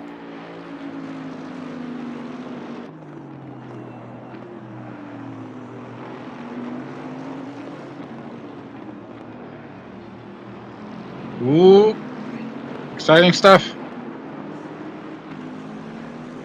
What? He runs wide. Oh, now the number 18 Bentley has lost it onto the Wellington Strait. He's now 1 second behind. So they're still slipstream.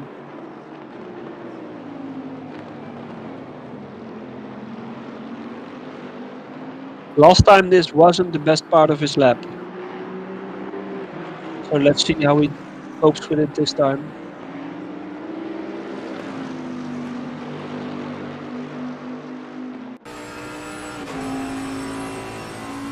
On the way to the top.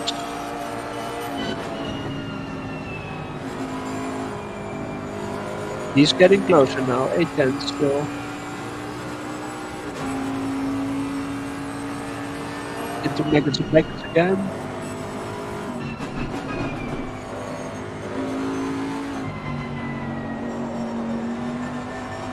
Now let's see if that exit out of the Chapel Curve of the Hanger Strait. This is really exciting.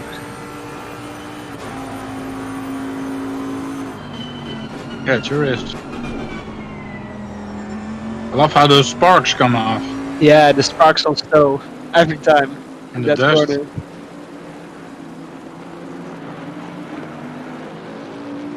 Does he have the pull? Does he have the tow? Yeah, yes. So coming on to start finish again. He's really close again. What's he going to do at Abbey? Going to leave the room? Oh, he's getting closer. Now on to Village. You can take different lines here. It's great to see. Now going into the Wellington Strait again for the second time. Which Bentley does have the best exit? Looks like he's struggling, Jones. Yep. Yep. Side by side, he still has the inside. Yeah. Car number 69 has to defend really well. Really much. But he's doing it well.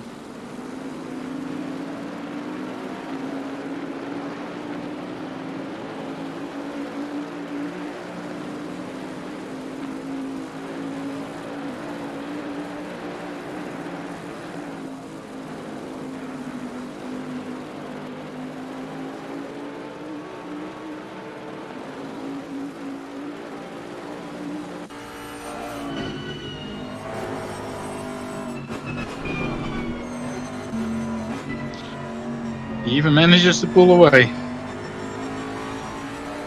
Yeah, well, they're getting closer again now. Onto the hanger straight. Number 69 Bentley has to defend. Driving defensive line. Through Stowe. Passing the back marker. Look how close he is. Oh. Wow. The number 69 Bentley in front has to defend a lot.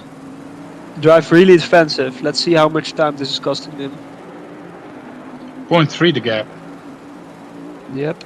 Again through Abbey. Last lap was 2 minutes 2.1. So they're losing about a second to a second and a half. Okay. He had to lift. He had a better exit, but he had to lift. You can see the gap growing larger. Now we're on to the Wellington straight again.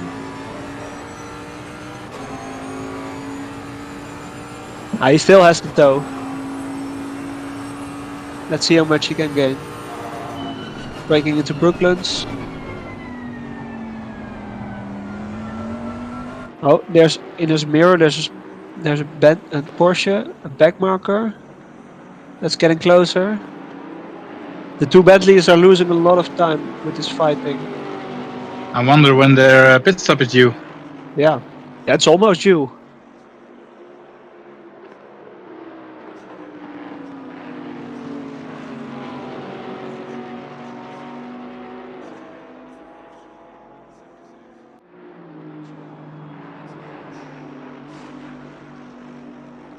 But they're still driving on. Look at that Porsche. Yes, the Porsche is trying to unlock itself. Oh my god. This is going to get wrong. It seems like... He's only 11th. Is he? Is that the number 2 Porsche? He has 11 on his window. On the front window? Yep. Oh, So yeah, that's changing all the time. So it's R dot. Not sure who that is, R dot. R dot. I don't know.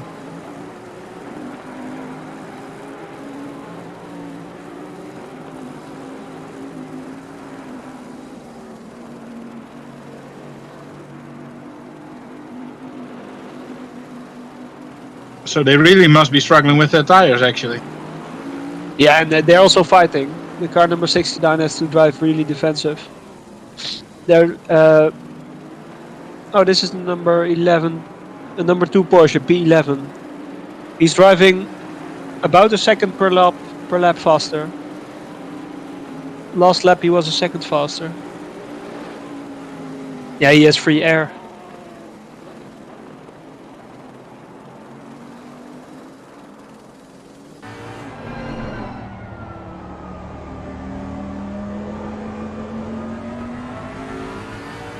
Again onto the start finish. Ooh, he had a moment there. Yeah, the number 18 Bentley is really struggling with his tires. No, I meant the Porsche. The Porsche had to back off. Oh, the Porsche. Yeah, he went over the curbs. Over the sausages, even. The sausage curbs. Ooh. Those are dangerous, we heard at the start of the race. Yeah, Frans, who's now driving in our car, he experienced them firsthand a couple of laps ago. Yeah, Frans in the number 120 Ferrari, P21 Yes. right now. He had a spin, unfortunately. through cups, probably the inside curb, sausage curb. It's killing if you hit it.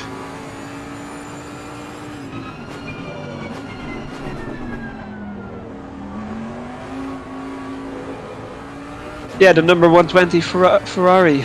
Your races are going okay. You started P16.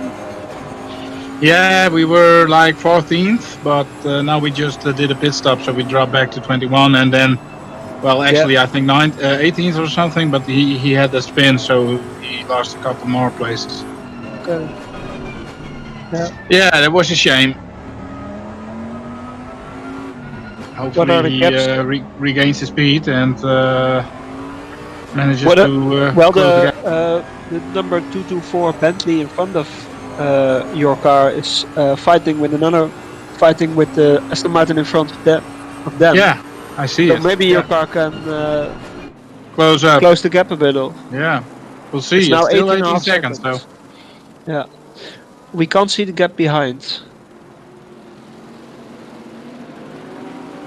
So we don't know about there are a couple of large gaps. Yours is 14 seconds behind the number 17, and number 16 Constantino is 13 seconds behind number 15. So there are a couple of large gaps. Yeah, they're hard to cross. 8 and 9 are 20 seconds apart. Yeah, there are some gaps. Yeah, you have to be quite fast to close the gaps. Close them. Yeah, you have to make up the time. Like, if you do only a second per lap, it still takes 18 laps. Yeah, precisely. If you don't have any problems in those 18 laps. Precisely. But that's the beautiful part of an endurance race, right? Yeah. Especially the when leader you do now see those gaps closing down. The leader now has done almost 250 laps, so incredible. Slow and steady wins the race, literally. The Porsche has regained the connection, so he's coming. Yeah, the number 2 Porsche on P11. Let's see if he wants to unlap himself. What's the gap between P10 and P11? Oh, he had a huge moment. He went off. He went wide. A huge moment. So he has to do it all over again.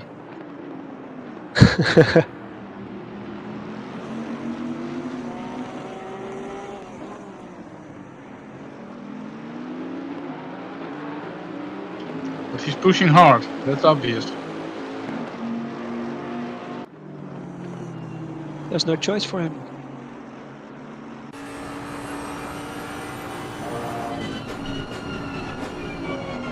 Number 16, say Eickhout has entered the pits. Oh, yes.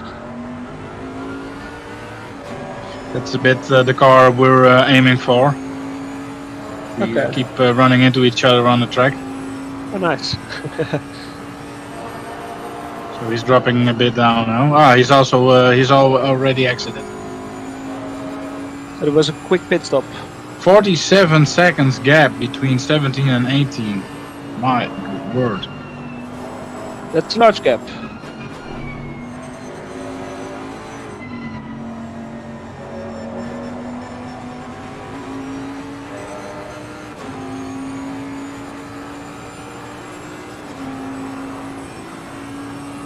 So the top 2 Bentleys, P1 and P2, are still fighting for lap after lap for like 10-20 minutes already right now.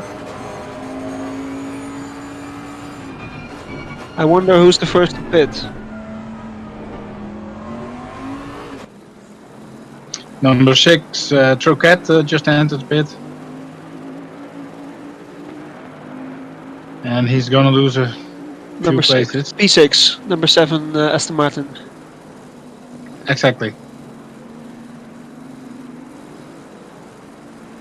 The 2 Bentleys in front are still driving roughly the same lap time, like 2:01.5.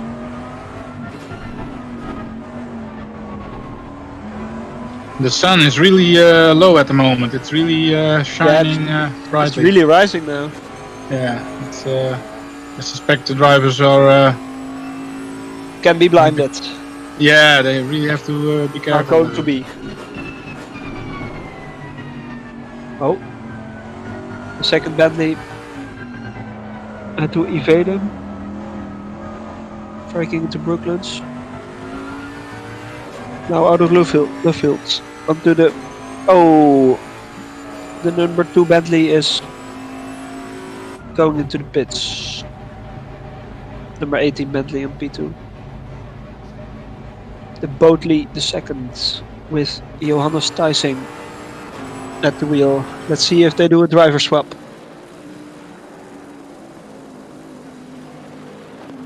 Now it's for the number 69 car. Super important what their times will be before the pit stop.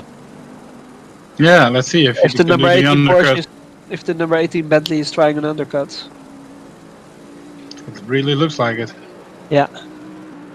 Well, there's 4 hours left, so they can now start calculating driver stints till the end. Yeah, we'll have that have a go at that as well. Yeah.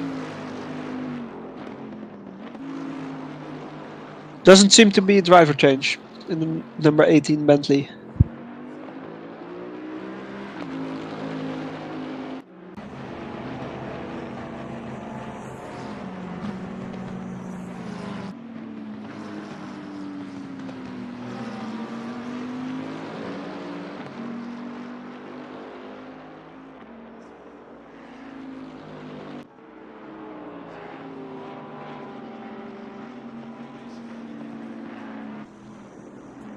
He's still in the pit. Ah, now he's exiting.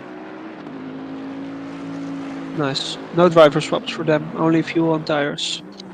Number 5 was in the pit as well. Now 6, 7. He's dropping. Yeah, and 69 has to pit now. Yeah, now it's the question, when will car number 69 go into the pits?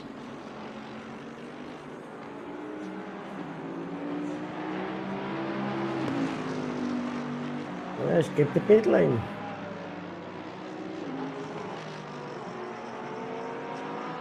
And when are you back in the car, Yorick? I'm not driving. Not at all? No, not at all. Oh, I thought so. No, at first I wanted to drive, but then I didn't want to drive.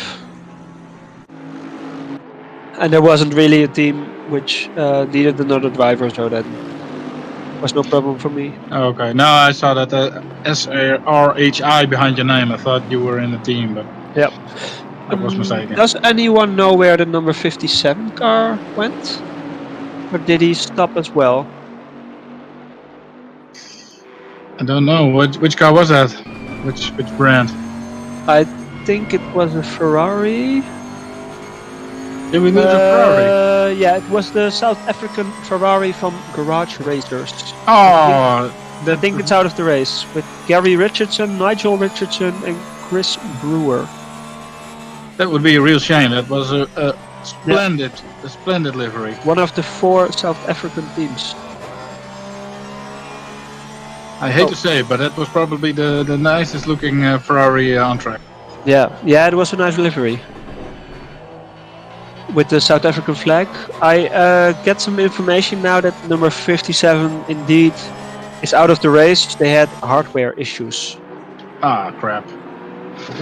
Yeah, it's virtual game, but you can still have hardware issues. We experienced them ourselves when we had Benny without force feedback. Ooh, so what did you do? Quick driver swap? Yeah, Benny was just heading out the pit and he discovered he hadn't any force feedback, so he did like 2 laps and then he came back in and... he did more than 1 lap? Yeah, Bart had to get ready, so I think he did like two laps without force feedback, so that was quite enough. Yeah, that's enough. But he didn't... And then they swapped. Just driver swap.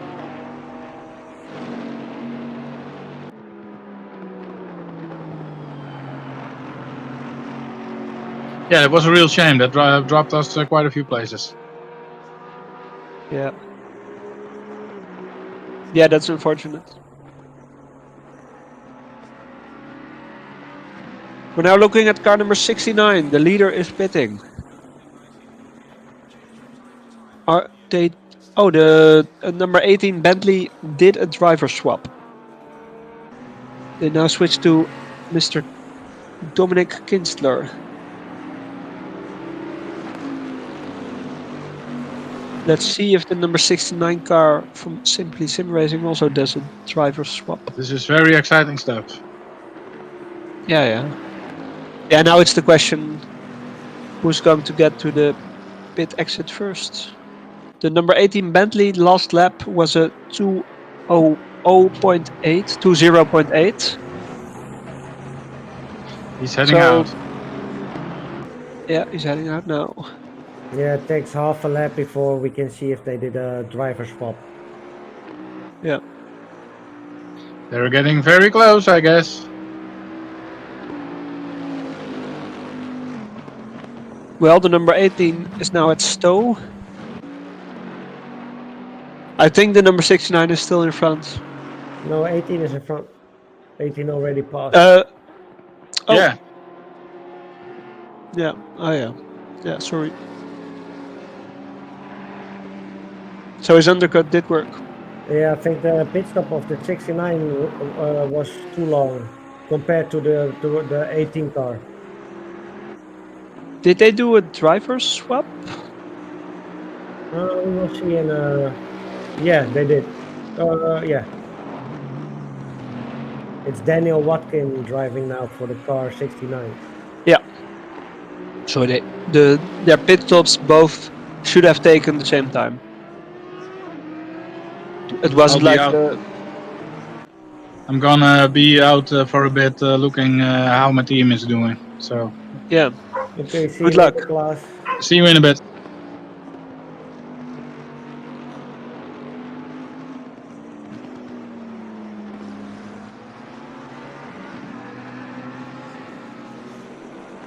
So the race leader now is Dominic Kinsler, car number 18.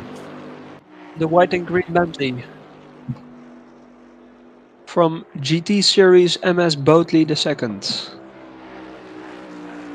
The German team. It's now the Germans in the Bentley versus the Brits in the Bentley. With number 69. Yeah, but the Germans are smart. They call it Boatley.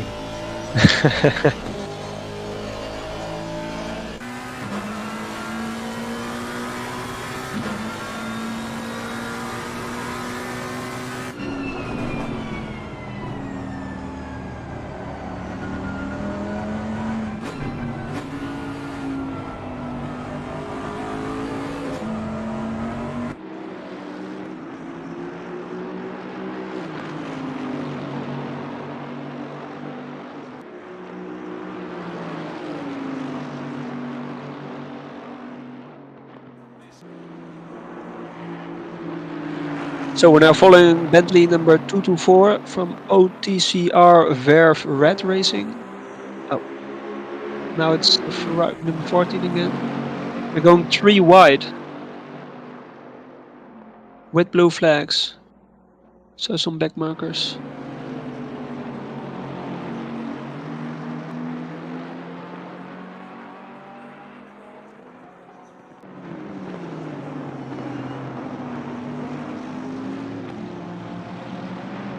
Here's the number 14 Ferrari with the red and black livery from the Sinister race team.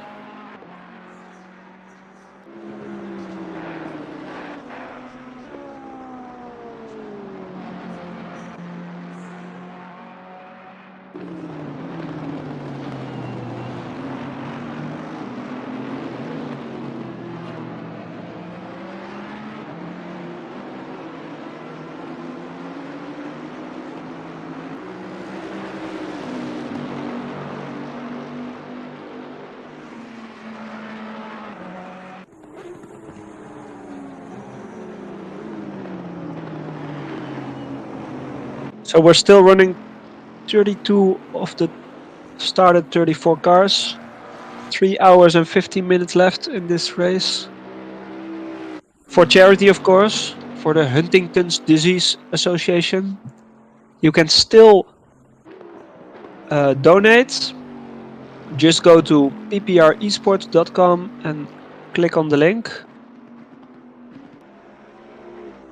Yeah, the link is also on YouTube. Yeah, in the it's description. in the description of this video. We're now at 5,800 pounds, almost 6,000.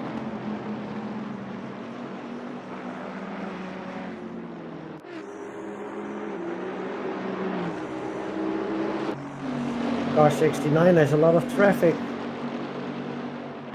He needs to get Yes. past the traffic before he can even get close to P1. It's now 40 seconds behind. So it's lost 40 seconds Yeah, with the undercut.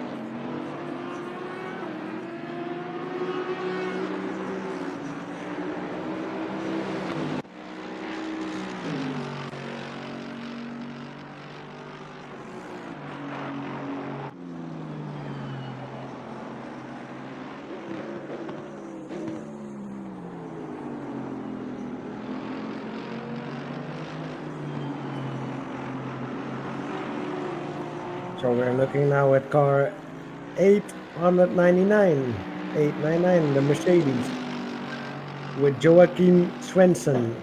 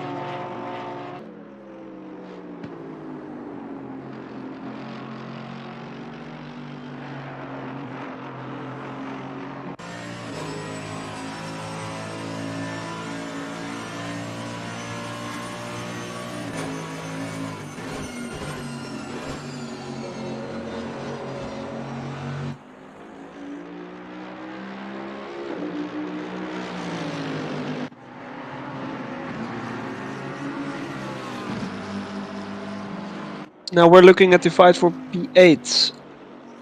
Car number 42 behind car number 720, both McLaren 720Ss. Yeah, the McLarens with their great sound. Yes.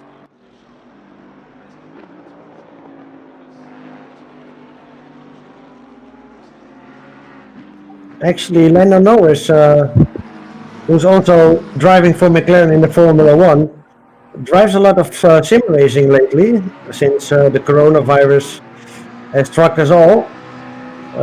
He's driving iRacing, ACC, R Factor 2 and Formula One at the moment. Wow. All those games. That's crazy guy. He's only gaming right now in his life. Till next week. Not that we aren't.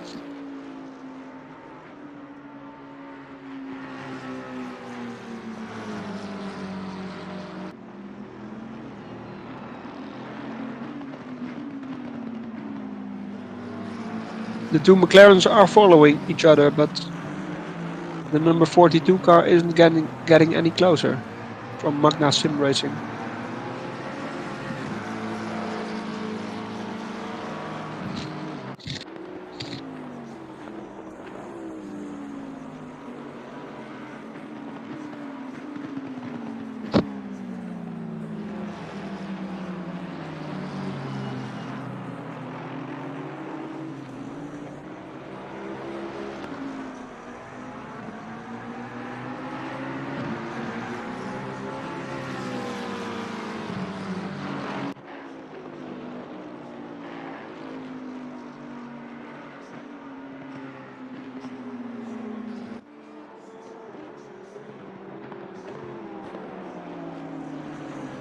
Well, the only Honda in the race with the green livery, number 937, with Joris Eveleens behind the wheel from CNS Motorsports, the Dutch team.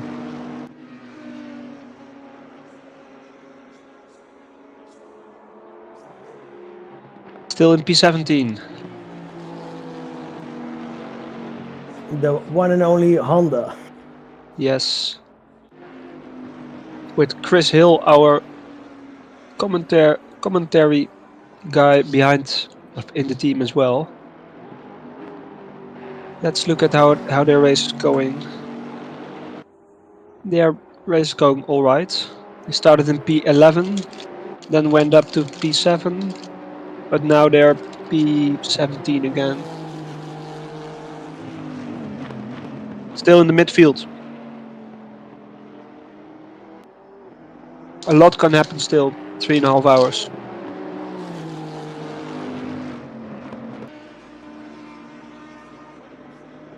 Welcome back, God. We have a new race director for the stream. No, he's called God instead of race director. We need to call him God.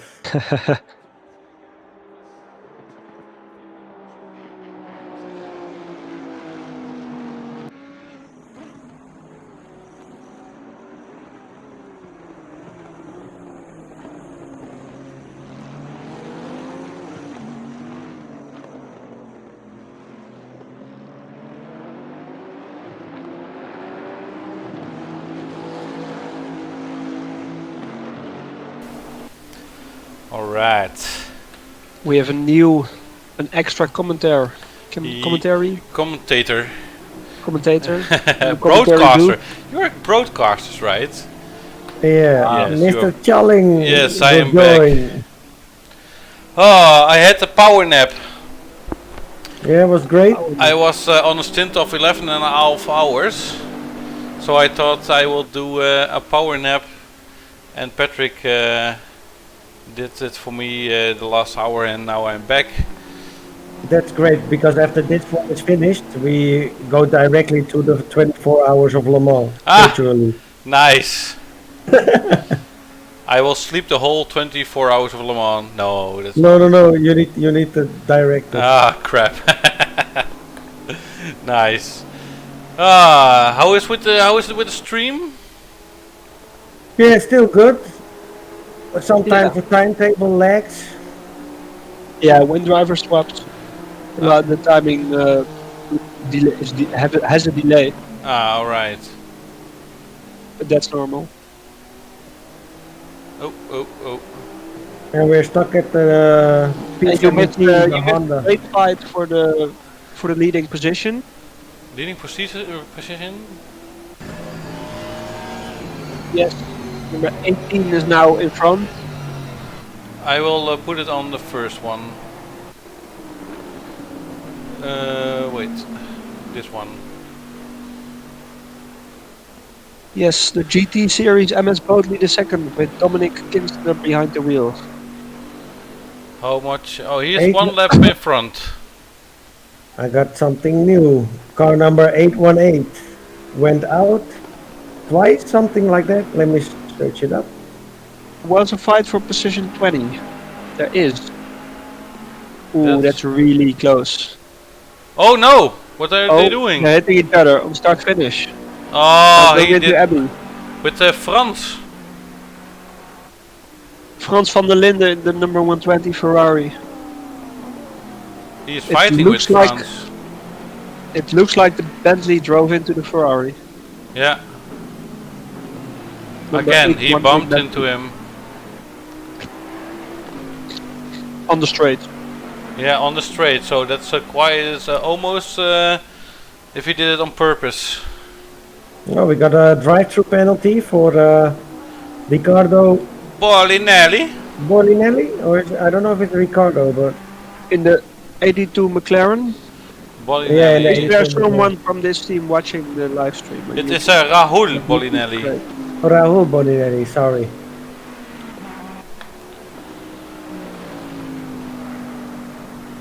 But now Frans van der Linde is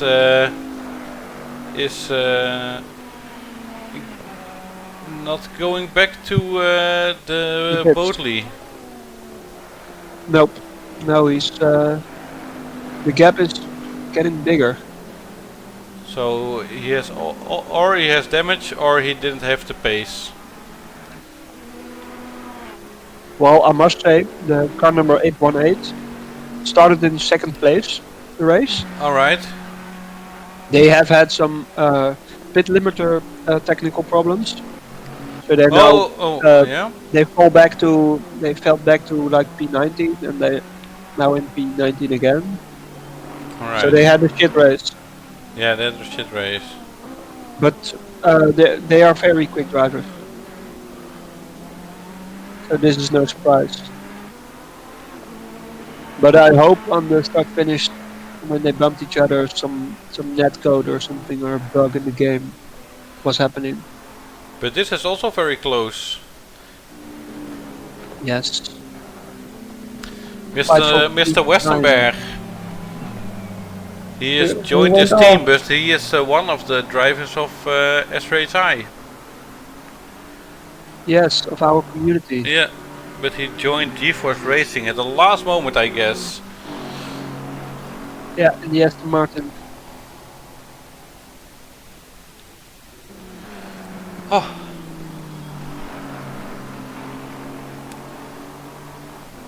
Number 7 Aston Martin. Who is up for commentary? Klaas. But Yeah. I don't think that Klaas is coming. He just left. Yeah, that's why. So I think he doesn't come. So the people have to do it with us. Well, if you guys are still willing to do a stint, then it would be lovely. I'm still Well, here. I think I will be done in 30 minutes or something. Well, if you... Yeah, then it's challenging me. That's also okay. okay. That's okay. You need your beauty sleep, Efren? No, I need to relax. Yes. Will you be on later at the end or something? Yeah, I will try to come back at the end. Ah, awesome. Nice. That would be awesome. Because Yeah, you because- had a lot of stints today. Yeah, and after all those stints, you actually want to see the end. So Yeah, I will try to come back. Awesome.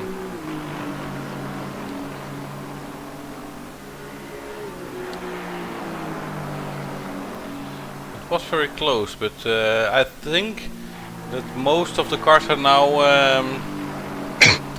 far away of each other. Yeah, there's no close gaps anymore. Maybe Wait, in the bottom this half one. of the... This one. Yes, This is- fight for P7. Between the McLaren and the Bentley. The green Bentley and the white McLaren. It looks cloudy again. It looks like it's going to rain or Oh, something. it would be awesome if it's now going to be raining. Yeah, They are. Oh, it's I right. think they are glad that in the dark they hadn't had any rain. The yeah. track Tier is 1 there was rain in the midnight. the track is It all was a shit show. What is the shit show? The race for Tier 1. Yeah? They had rain in the night, and it was a shit show. Ah, crap. People span and hit each other. Ah, that's not awesome. But maybe in Tier 2 we can do it better. That would be awesome. Oh, I do get some secret information that there is coming rain. Ooh. Oh, I saw it correctly. Oh, between 5 and 15 minutes. Oh. In-game time, of course. Oh, then There's it's beginning. rain. That's beginning now. Oh, I saw already the clouds. All So right. it's beginning in a few minutes. Awesome. Awesome. We'll change See how now. the two Bentleys in the lead are adapting to that. They will do great in rain because they're already boats.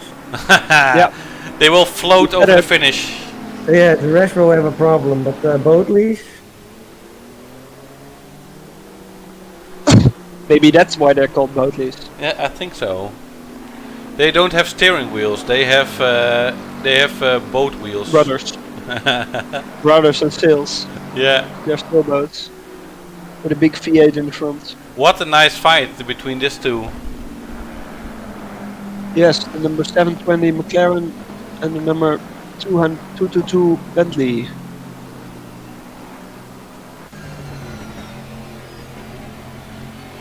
It's lovely to see that Xander Westenberg, I can call it in Dutch because I'm Dutch, but he's You can pronounce it how you want. he is still holding up at 10th place. So it's fucking nice. He great driver. Yeah, great ride for him.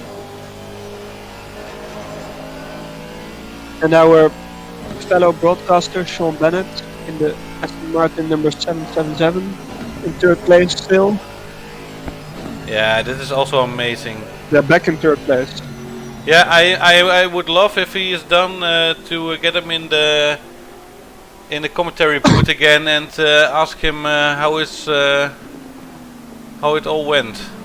Yeah, because they 3rd were place down is to great. P7. They went down to P6. Yeah, Now they're climbing up again. awesome. They're only half a minute behind P2, number 69 Bentley. That is amazing. So the rain could mix up the field a lot. It's starting to rain. Yes, it's starting already. Starting already? Yeah, you can see the drops. Oh, yeah, you can see them. Okay, we have rain now. Let's see when the first people are pitting. For most people, it's now halfway through their stint. So this will mix up things.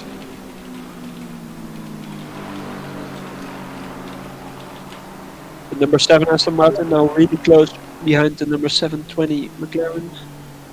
The blue flags. 22. Yeah, this is a fight for position.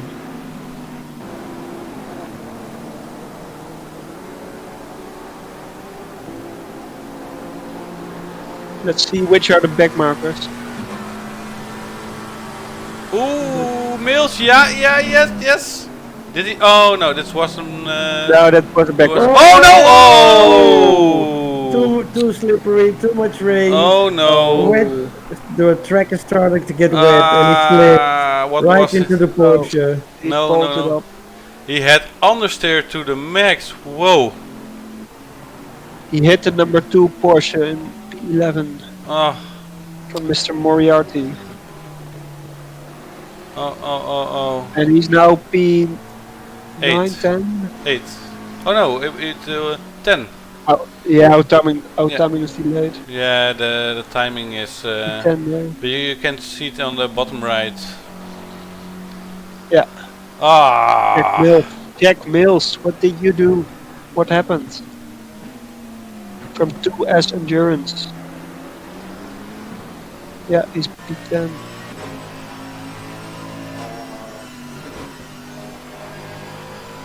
There are people pitting right now. P15 and P5.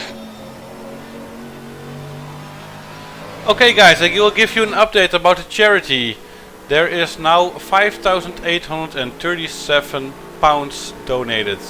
What a great effort we have put in. I hope we get to the 6,000 pounds today, but that will be not that hard. So if you have any spare change, donate it to the good cause. You can see it on the PPR website. PPR Also in the description of the video, there's a link. In the YouTube link, we can also see it. Yeah, awesome. But almost 6,000 pounds, guys. So smash it, and we will get them to 6,000 pounds. Well said. Rain, guys, awesome! I really love it. Yeah. This will become. We were hoping for this. Yeah, and I think if the guys are doing well, that maybe the guys who are far away can close in a little bit. That would be great as well. Can we maybe see the top of the field again? Yes, I will do it. If there have been a lot of changes. The leader is now on 250 laps. Wow, amazing. With 3.5 hours to go. 250 laps, guys. Imagine that. It's amazing. The laps are each around 2 minutes. So 500 minutes. Yeah, the average is about. Well, he's the first. Oh, I think the second guy will close in a little bit because number 69 Bentley. Yeah, because his pace is better than the first car of the leader's now. The leader's last lap was at 2:03.7. Yeah, and so he's really slowing down. He's really slowing down, and number 2, Daniel Watkin, is he is closing in.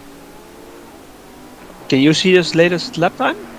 From Watkin? Yes, it's 2:02, 8:59. 2:02.8. So he's closed in a second. Yeah, almost a second. Okay. Well, let's see when they change for rain tires. Yeah. When are they going to? This is also very close. These guys are fighting for 5th place. 5th place? Yeah, Florian Schulze and Xander. Xander Westenberg. Yes. The 5th place is Mr. Soenstrom. And the 899 Mercedes. Oh, you mean the fight for P6? Fight for P6, yes, sorry. Fight for P6, yes. Still. Yeah, but they are close. The red and grey McLaren. Yeah, it's amazing. The Aston Martin in front. The blue stripes. And the back marker behind, another Aston Martin.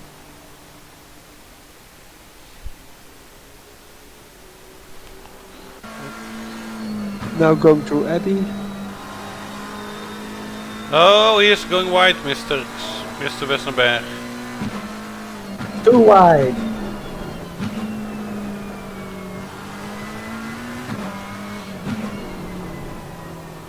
Yeah. The power of that McLaren out of the corners. Yeah, it's amazing to see. Right? Yeah. Onto the Wellington Straits. Yes, the Martin's still less than a second behind. Yeah, I've already thought so. The car 69 went a bit off, 2 corners back, and there's now 1 lap behind the car number 18 on P1. All right. Yeah. So the leader extended his lead even more.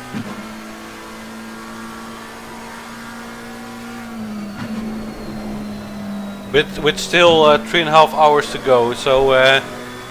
And the rain is starting. Yeah.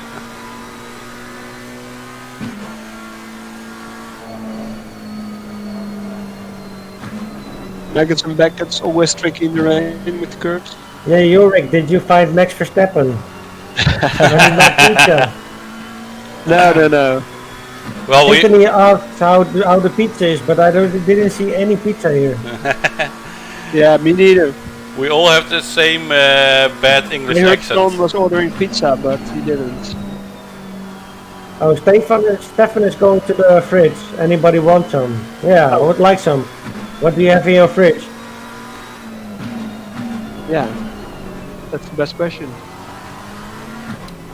I hope a go lovely to the beer or fridge as well. something.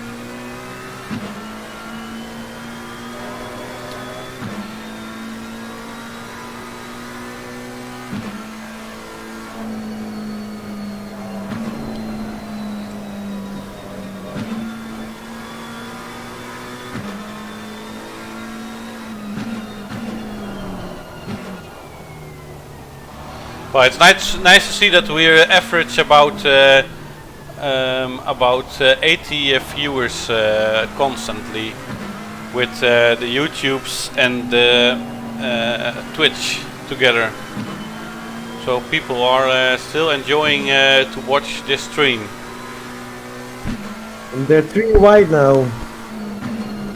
42 McLaren from with Schulze. And the Porsche, and there's another car past. Oh! Ooh, that was close! Oh wow. And Florian Schulze from Number 4. Wagner Sim Racing He is going pitting. into the pits. Alright, we Is go he to going to the Xander. rain tire?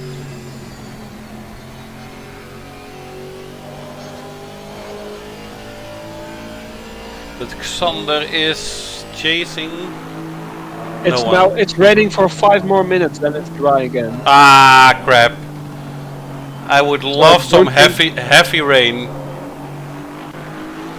So I don't think anyone is going to rain tires right now. No, I don't think so. And the track is still 21 degrees. There is a dry te- line. It is a 10% rain and 10% wet, so the slicks are still the best option.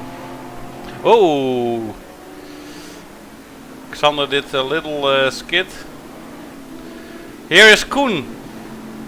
Scepter from AAK Racing. Yes. Also one of their HI teams. Yeah, and what a car. What a car. Yeah. Orange jungle. How would you call it? Oh, no dive bomb. Oh, he keeps it safe. Orange camouflage livery. Yes. Yeah, you can't see it. Oh, you can't see it. You're right.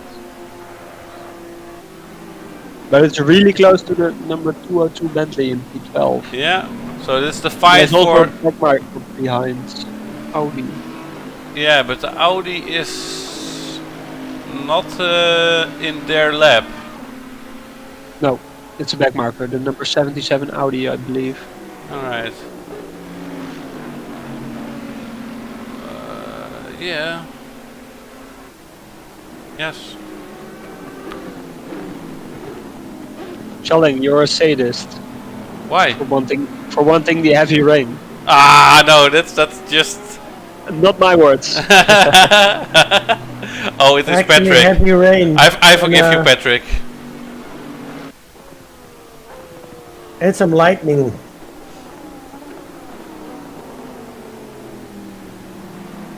When does Patrick has to drive? Maybe we can get some heavy rain then. Yeah, that would be nice. Patrick, do you still have a stint left? I believe so. He's driving the number 31 Ferrari. Ah. The green. He still has a stint left. Last time I checked, they were in 29th position. Patrick is not gonna say when he's going to drive. All right. We're not allowed to bet on him.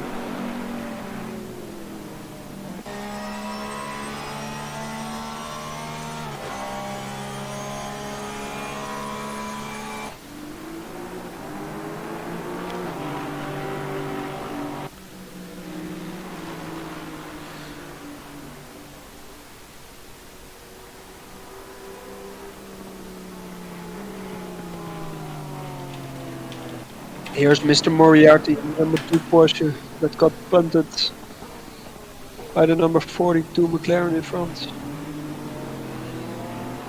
Somebody went off. Yeah, a few laps to go.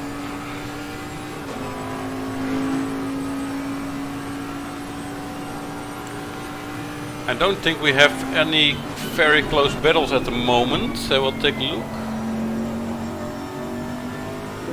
Maybe in the back half of the field. There is a fight for P16. This one, oh, it's still the same. Alright. P16. Yes. Mr. Finocchiaro. Opa! Oh, this is nice. They just pass each other. Yeah. Now going into village. Giving each other some room. Let's see which Bentley is the best exit now. Ah, crap. Sorry. Oh. Number 16, P16. Oh, wait. Number 818 and 224. Two Bentleys. One down. Wait. Yes. Number 818 is still in front. But it's nice to see that people know it's a 12-hour race, so they don't take any big risks at the moment. Yeah, I must say, almost all of the racing we have seen today is great racing. Yeah. Fair racing. There were incidents, but a lot of room. Yeah. People don't take big risks. It is good to see. Yeah.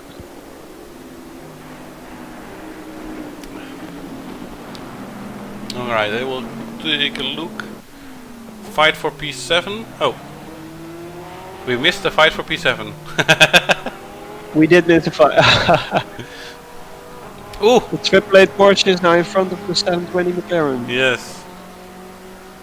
That 720 McLaren is losing places. It was first 45 minutes ago. It was in P5. Oh, he was slipping around. I just saw. So they're not coping well with the rain. McLaren. Maybe it is time for them to take a pit stop, but I really don't know when they did it last. This is also still a fight.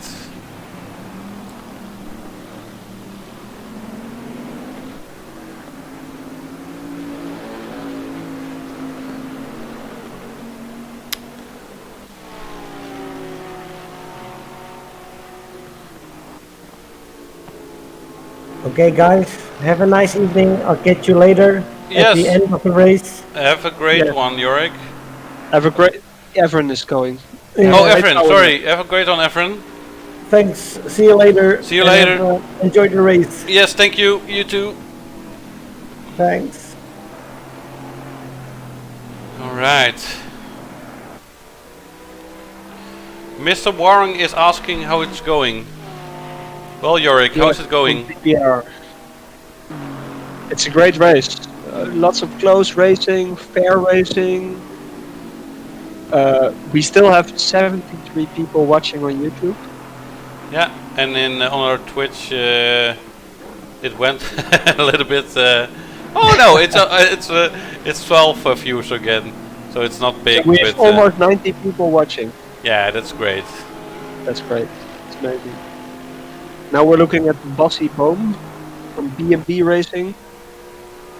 The black AMG P20.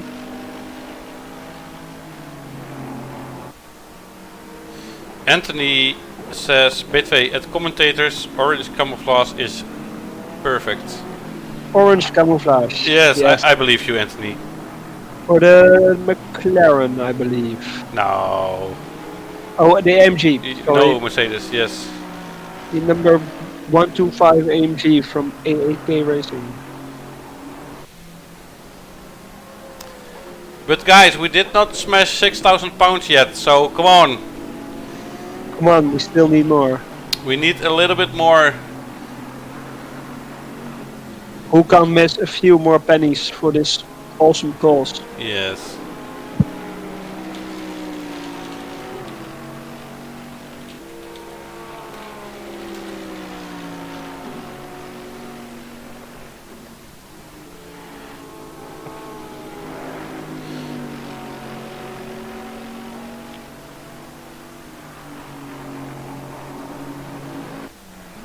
well, not to be biased, but I have to look. How is it going with Chris Hill? Chris Hill, P21. And Honda is 206. still not last. At 206 in his last lap. 206. That's not very fast, but what I'm seeing, it is it is good. Everybody is almost at that time, so he's doing well. No, in the rain. In the rain, 206. Okay. Like average lap time. Yeah, average lap time. Yes, his last lap time. Everybody is going 2.5, 2.6. I see some better, but it is good. And what do we? How are the two front Bentleys driving with their lap times? 206, 205. Okay, so not a lot of difference. No. But Mr. Van der Velde is going in the 31 Ferrari. Yes. From Scuderia Hollanda. The orange Ferrari. The first Ferrari that's not red, but orange. Yeah. Nice. With Chris Frans. Frans is in the pit. Do we go for a change? The number 120 Ferrari. Also one of the SRHI teams. SRHI. Will France be... will they change drivers? Yeah, I think who will be after France? There's a lot of love for the Honda in our again? chat, our YouTube chat. Yeah, for the 101 Honda, but they aren't here anymore. Was car 101 also a Honda? Yeah. Oh. Honda love is Honda love. Yeah. Doesn't matter what car number. Yeah, they did a driver change. Bart Swering is now behind the wheel. Mr. Bart is going again. Yes. Nice.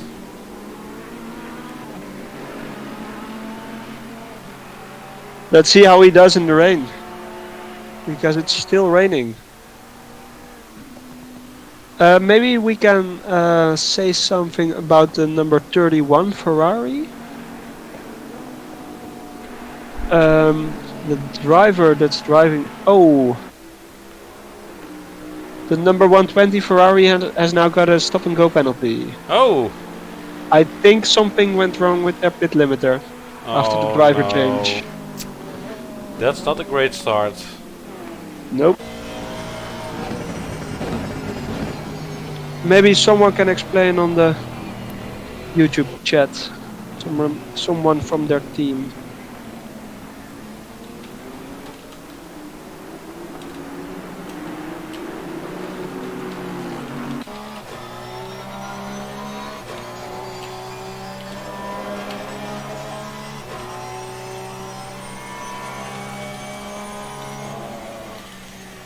So they are going to lose some extra time with their stop and go penalty.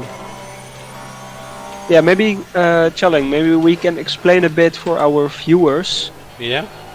What's usual in this game for the pit limiter? What do you mean?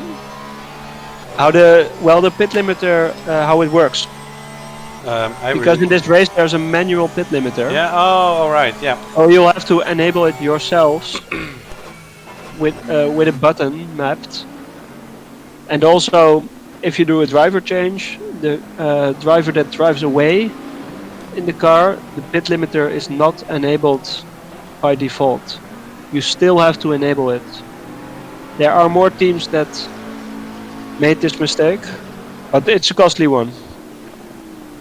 Stop and go penalty for 30 seconds. I think you'll lose about a minute with one of those.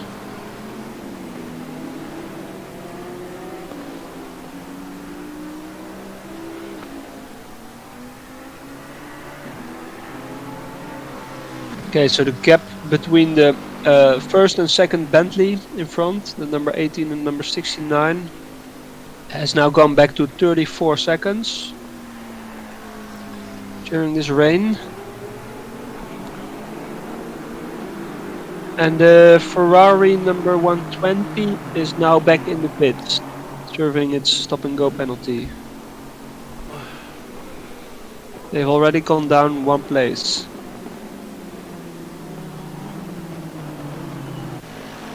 But I don't think they will go down another. Alright, I think that Bart did his stop and go penalty. Yep. Yeah, in P22. The Ferrari, the black and white Ferrari from Sim Racing Holland. They served their penalty.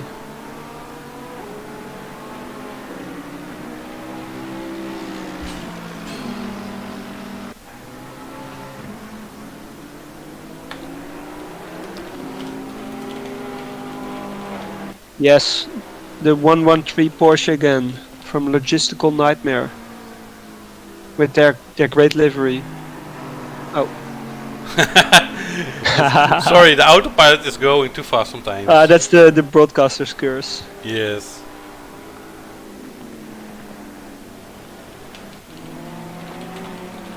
What do you think of this livery, Charlie? Yeah, it's freaking beautiful. With the white wheels? Yeah. Oh, I will go. I will give.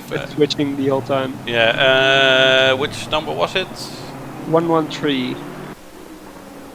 Yes, there it is. Johannes van der Merwe. Johannes van der Merwe. Yeah. This is also one of the South African teams. One of the three remaining South African teams. Yeah, it's a. Look at it! What a great livery. They've done a really good job.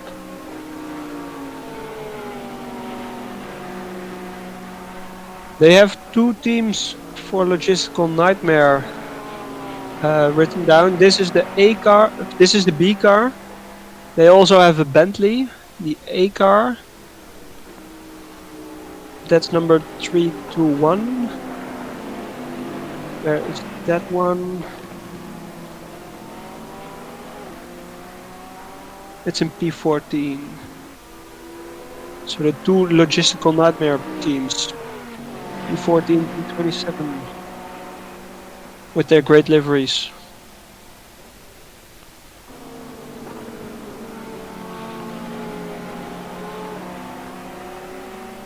Charlene, can we maybe take a look at car 27? That's the Bentley from Shift Speed, a British team. 26. Car number 26. Oh, here. P32. At the back. Ah. Yeah. The last one. That's also great livery. Yeah. Amazing. They've had some bad luck in this race. They started P26. Right. They started P26 in car 26. So yeah, that's bad luck.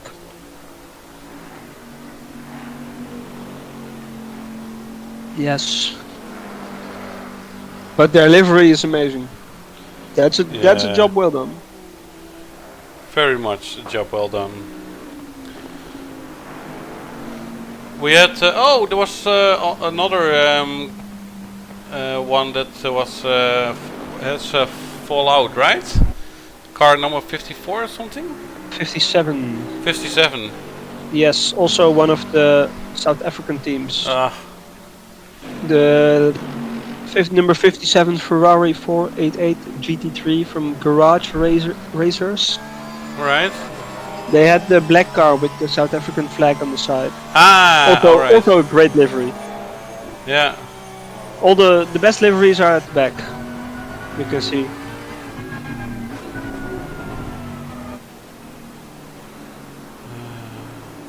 Oh.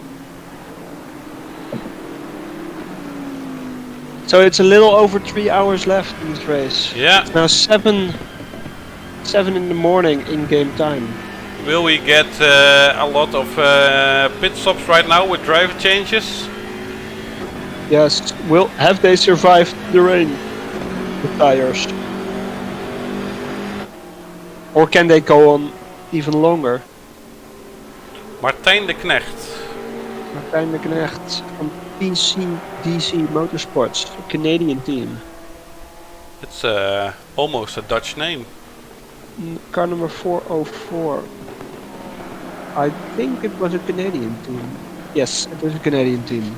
Yeah, but yes, he's the only Dutch sounding name. Yeah. In there. They're also the only car with a BMW. Yeah. Also amazing. And they're in P25, so you can take your own conclusions from that. Nah.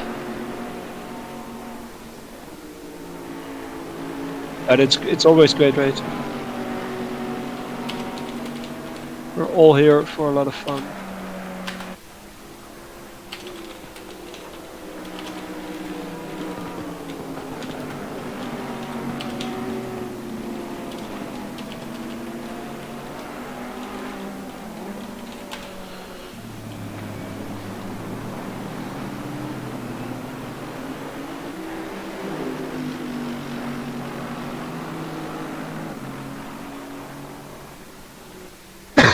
And the number 899 Mercedes again, with the gold stripes on the roof.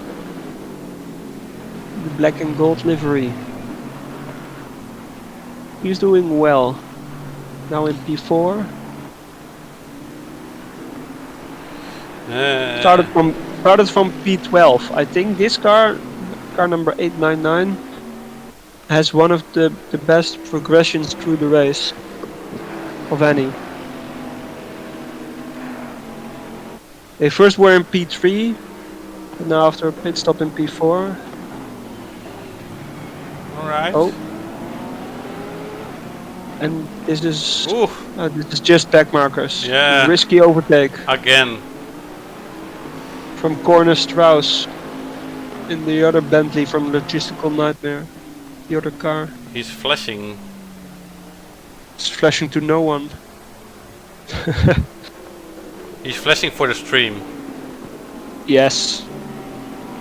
Of course. Oh, it ging right. Koen, I think.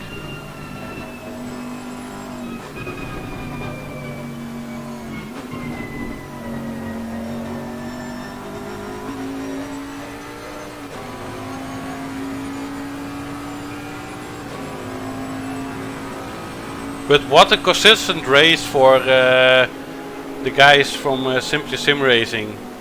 Yeah, Simply Sim Racing car number 69. Yeah.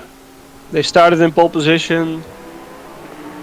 Almost the whole race they were in first position. Yeah, but they lost quite a lot of time before they were taken over by the guys from number 18. Yeah, what was it? Number 18 Bentley. From GT Series MS Boatley 2.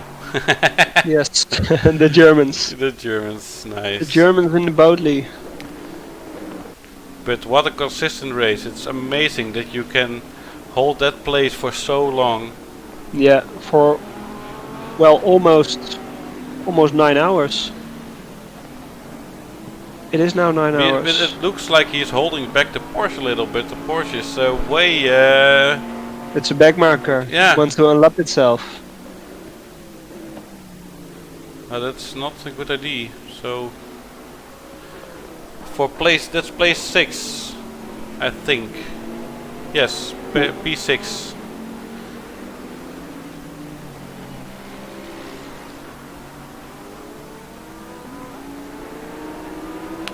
Oh,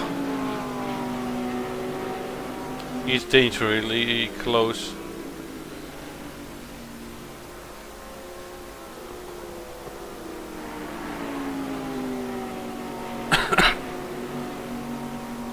You can still see the red tips from the Porsche. The glowing exhaust. Mm-hmm. In the dark, the whole back box behind the bumper was glowing. Yeah, because now you can still see it. Yes.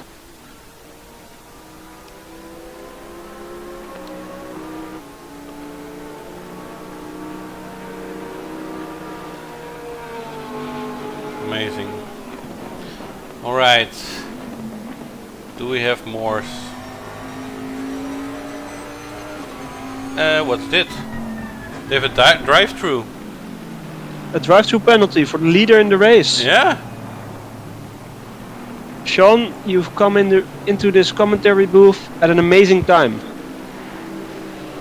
The two leading boatlies of the race, they first, about an hour ago, they swapped positions, and now the first one has a drive-through penalty.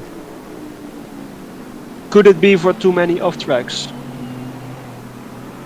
We don't know. It is possible. Charlene, can you switch to the back half of the grid for a few seconds? Which one do you want to see? My mic. Yeah, your mic's on now. There we go. Car number 404. 404.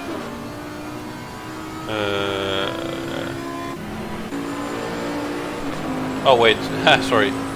Autopilot off. Then 404. There you go. The beautiful Canadian BMW. Beautiful. Now that is interesting. But you're back, Sean. I am. Yes. Yeah, we had quite a tense time there. I was in the car for the changing conditions. Yeah. In That the was 777 Aston Martin. stressful. It was incredibly stressful. So Well, you got overtaken again by car number 899. yeah, so we had with the wet conditions and stuff, got caught out a little bit by the curbing, which is still wet and takes a little bit longer time to dry than the tarmac. So just I can imagine the curbs are very slippery. yeah. So yeah, a little adjustment there, and we're back underway. We're lapping well. Things have been good. We were catching P2. Yeah, we saw it. We had a talk about it. So Yeah, you were driving really well. Props to yeah, you. it was tough. I was sweating here a lot, but yeah. You're now really close to P3. The Mercedes Yeah. 899. Yeah, so it's going now is when it really starts to get interesting, because we've started trying to calculate backwards on how the stints are going to work now. There's less than a quarter of the race to go, so it's really starting to get to crunch time now. It's getting interesting. It's getting stressful. How is That's what we want to see. yeah, I bet everyone From the does. long bonnets. So yeah, how's Chris doing? I can see him down in P20. He's in P20 now in the Honda. Oh, Yeah. Still not last. still not last. That's right. Well, he first was in P17 He's P19 about now. an hour ago. Yeah. Oh, he's now gone up to P19. What a car! It is a beautiful car to see. Beautiful so car to see. Where has P1 served their drive-through? I will take a look, but We can take a look. yes, they have. And they came back out in P1. Yeah. Yes, 5.5 seconds. Oh, This is what we want to see, guys. that is. I mean, they're probably going to just end up pulling away again. Their pace has been absolutely incredible throughout this race. Yeah, it's Even amazing. though even though we're competitors with them, it has. Yeah, look at that, 6.6 seconds already. So the gap is increasing. So they're just going to pull away again. Yeah, it's amazing. But the battle for the last podium spot is well on. Yes. Yep. That's well on. So But yeah, it was. You drove a magnificent stint. Yeah, well, it got a bit challenging towards the end because there was so much discussion going on about getting the right tire pressures. Because all of a sudden it looked like the rain was coming in and it was going to stay, and then we could see a little bit of action coming in there, and then the rain started to disappear, and we could see the cloud cover was reducing and the track temperature was coming up. So that was all going into the calculations, big discussions going on. So that was, and also running out of fuels and running out of time to make the decisions. Yeah. So yeah, it's not the first time, but yeah. And that is a someone Bentley rejoining off the there. track? A blue Bentley. That could be. That is the guys from. Bradley. You know. That's Chris Hill under pressure there, isn't it? Yes. Yeah. Mr. Chris Hill coming under pressure. Under pressure. Oh From crap! the number Okay. 13 Porsche. Oh dear! You can tell that we've been at this for about. Well, I think all together with the warm up and everything, it's definitely coming up for 12 hours already, isn't it? Yeah, I was. Still free to go. I just told the guys that I think when your stint was going on, Patrick took over for an hour for me, so I could do a little power nap, because I was so tired, because I was 11 and a half hours behind the PC already. Yeah. So it was. It started at 11 this morning for me. That's for the British guys. It was at 10 o'clock. That's 12 and a half hours ago. Yeah. And it has flown by. I think really time has gone incredibly quick. Yeah, that's right. As we're following on board on P20. Oh, we just switched. Oh, there we go. But that was Chris Hill under pressure. A lot of pressure from the pink Porker. Yes. Should I switch back to them? I think we should, because it looked like that they were going to have a good battle there. 13 Porsche. Yeah, he's still within 3 Pink tenths. Pork Racing. G. Brandl is the driver. Yeah, there we go. Yes. Ooh. So Chris is really under pressure, especially now he's got some lap cars ahead of him. That is going to be interesting. That is going to be a lot of pressure for Chris. He's going to have his eyes in the rearview mirror, trying to look forward as much as possible, not lose too much time. And I think it's nice of that they put in a rule that they're not allowed to unnecessarily flash the headlights, which we do see in GT racing. It is a bit of a mind game tricks, but I think with a lot of people, it's their first endurance event, and it can be a little bit overwhelming and distracting. So it was nice that we have limited that. Yeah, that's right. Guys, I will go back in God mode. Have you guys given out the latest giveaway from Simrigs? Have you heard about that? It's giveaway from SR Simrigs. From Simrigs. So basically, everyone needs to go and type in Simrigs into the chat. I'm not sure if it's this chat or T1 chat. But basically, then you will be eligible to win a direct drive wheel from Simrigs. It is in the tier 1 chat. It is in the tier 1 chat. Yeah. On the PPR Esports YouTube channel. Yeah.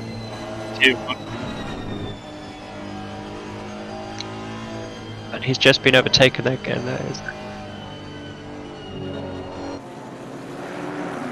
Yeah. They're just going through Maggots, and Beckett's coming out there now onto the Hanger Straight. Coming down into Stowe. Chris looks like he's got the run. Is he going to make the move? He's pulled onto the inside, coming into Stowe. Oh, he's braked a little bit early, bit unsure there.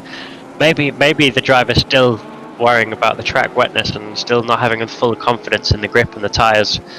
Could be that his tyres are a bit off pressure if they've thought that it was going to rain, because obviously when it rains the track cools down, so you need to increase the tyre pressures at the pit stop to adjust correctly for them. So if they've done that, I don't know when they last pitted, but if they did pit for the rain, they could have bumped the tyre pressures up too much, and his tyres could be ballooning.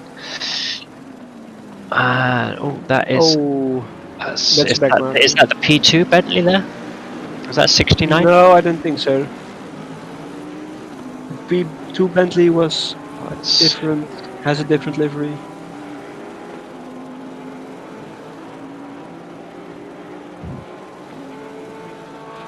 E15, yes. The 1.8 Bentley, the Italian rollover Squadra Corsa. Now, I think they've also had some issues, because when I was looking on the Discord as well, I could only see one driver in, so they could be having some driver incidents. The driver could be doing a lot of stints. I believe so, and luckily there's no maximum driver stint lengths on this race, so otherwise that could have been race over for them. We've seen it before. he's getting caught out there. Oh, he would have had to come out the gas a lot there. That's going to cost him a bit of time. See the marshals on the side of the tracks frantically waving their blue flags. Their arms they must have eaten a lot of spinach. They got Popeye arms, I tell you. Keep waving those blue flags for this amount of time. Nice training, being a race marshal. Well, it is now that the clouds are starting to recede and we're starting to get a bit of sun. The track temperature dropped down to about 18, and here we are on board with 222 Bentley being lapped. Is that Chris Hill again being lapped? Yes, Nice. Chris Hill's getting lapped. It is, I think. How many cars are still on the lead lap at the moment? I think it is just the 4? top 4 at the moment. Still on the lead lap. I can't see the gap between P2 and P3 right now. So P2 Maybe and our race P3 director is about 8. Is it between P2 How and many P3? people are still driving the lead lap? That is, I think, the top. Only 2 cars in the lead lap. I think. No, they're just about a minute and 20 behind, because there's 88 seconds gap between P2 and P3. Okay. So then there's 4 people driving in the same lap. Yeah. So here's an interesting fact: a drive-through takes about 24 seconds to complete. Okay. Thereabouts. So a stop and go penalty is 54 seconds. Stop and go 30. Yeah. Or it's maybe 57 or something, but Yeah. Well, a normal pit stop with a 30-second stop takes about a minute if you execute it well. if you don't repair any damage. Yeah, exactly. So yeah, we've our pit stops have been very well throughout all of them. Actually, we've not had any, touch wood, any major pit stop issues at the moment. That's great. Very, very cautious with the pit entry and also the pit exit, because you can get caught out especially if you're driving in cockpit view and you look and you think, I've crossed the line now, boom, but your back end is still over the line, and if you accelerate too quickly, that's a drive-through right there. Yep. We are on board now with the 69 Bentley, trying to chase down P1. Now the gap has stabilised a little bit, hasn't it? 6.7 seconds grown. now. Yeah, it grew It got a bit shortly, bigger now. but it seems to have Almost 10 stabilised seconds. again. Yep. On board with Sean Moriarty in the number 2 Porsche. The times are dropping now.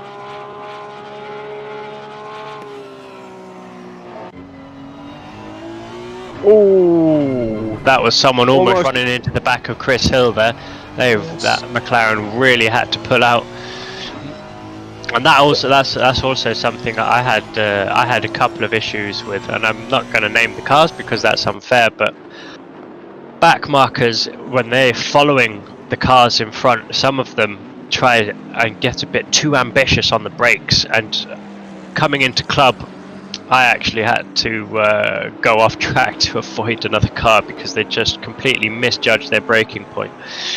So, and then again coming into the loop, a car had gone off track, and I don't know what he was sitting on the inside curb on the loop, trying to join the track, and it's just, yes, that's something you do. But luckily, no one was hurt, just a bit of time loss. But so it's all good. But sometimes driving, I think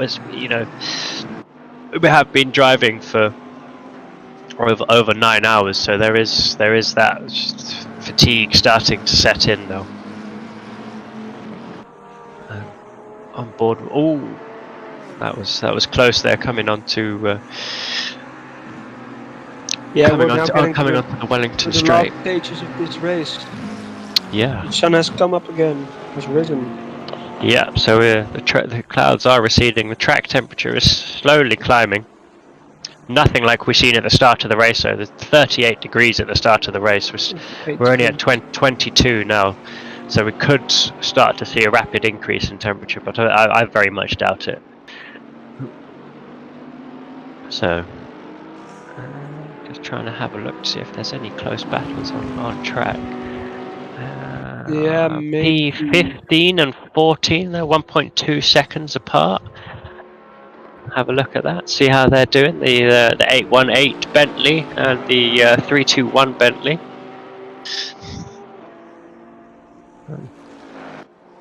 Yes, the Italians versus the South Africans. Let's see if we can switch to those cars. Yeah, see if our broadcaster is awake or if he's having another one of his power naps. So we were just talking about car 15 and 14. Is getting very close now. They're 0.3 of a second. And here they are. Here they are. Two Bentleys. Going into the fast right-hander of Cups there. Powering through now. Is he going for a move into Maggots there? Oh, he thought about it. He's pulled out of it. Thought about it. Fly it through 5th or 4th gear, depending on your car. Hold as much speed as you can. Try and just push the car without going too wide here onto the exit of Beckett's and Chapel Curve. Onto the hanger straight and just hope for the best. Try and tuck into the slipstream. Oh, he's gone on defence early. Has who's that? I've completely lost the name now. There's Strauss there early on the defence. Cost him a bit on the exit, but Finocchiaro, I can't say his name. I will stick with the car numbers. Finocchiaro. Yeah. So the 818 there is shown his nose in every corner, just trying to unnerve the 321 Bentley. But 321 Bentley's gone very aggressive there. Cuts back across the nose. Oof. There's a lot of defending going on. Yeah, that's going to cost them lap time. That is going to be very costly. Very defensive there. It's cost them on the exit there onto the loop. Defensive again. It's going to go on the outside. You're going to try and get the cut back through Aintree and down onto Wellington Straight. Maybe set up a pass into He's Brooklands. It looks like it, doesn't it? He's got the slipstream. He's still defending. Can he carry the momentum? Is it going to be a late night move? He thought about it. He leaves the room. Ooh, he's braking very late there. It's really close. So this is where Battle of Nerves starts to come in. When you start to try and put pressure on the other driver, and you start showing your nose, trying to unnerve him, trying to fill his mirrors with your car, and there's a lot of car to fill to fill the mirrors with. That Bentley is massive, but interesting geometry with the Bentley, and where the actual motor is placed. So it's actually a front mid-engined car. So the engine is actually behind the front axles. And they did a lot of development from on the Evo version of the Bentley to actually get that motor as far back as possible. Here we go. Is he going to try and bit of swerve in there just before the braking zone? That could end up in an unhappy incident. Cost him a bit on the exit again. They're really pushing the track limits here. See, he's held back a bit coming into club. He's going to try and get a good exit coming out of club chicane. He's got it, but 321's just held him up on the apex there. And here we go, coming into Abbey. Yeah, they're going to try and carry the speed. Try and maybe set something up going into Village. Little dab of the brakes from 321 there. He's thought about it. Oh, he's not late enough on the brakes. The 321 is very late on the brakes. Too late on the brakes. That's it. That's cost him is on the outside now going into the loop. He's going to be able to get the power down earlier. So they swoosh through Aintree, coming onto the Wellington Straight now. This is he's got two wheels on the grass. Pull back over. Has he got into Brooklands? Oh, they touch going into Brooklands there, side by side, and they touch again as they enter Luffield. 222 Bentley's managed to. He's gone right. Stuff this, lads. I'm out of here. and they're still fighting, and you've got the pink porker as well behind them. Oh, this is getting really juicy now, isn't it, boys? This is getting really juicy. Now back to Abby. Oh, and they touched. That they- was just an accident waiting to happen. Oh, that's unfortunate for shame. both of them there. Are they That is- waiting on each other? That's the question. Yes, they are. That is unfortunate there. We don't like to see that, but it was inevitable. They were so close lap after lap. Luckily, they only took themselves out. Now, the question is, whose fault was that? Oh, they've almost touched again. Now, I don't think there'll be any damage on that, but they will have flat spotted their tyres a little bit. So he's turned on his indicator in frustration. Or has he just smashed every button trying to get the car to go again? Because you can stall these cars. You can. You know, because the way that the everything is manual, so the ignition and the starter is manual. So if you stall the car and you have to press the starter button again to get it going. So Wow. that could just be a frantic button smashing. And I know from experience that if you accidentally hit the ignition while you're moving, the car has to come to a complete stop before you can enable the ignition again. So that was unfortunate there. That was a sad end to what was looking to be a very close battle. Yeah, So- it looks like the gap has grown a bit now.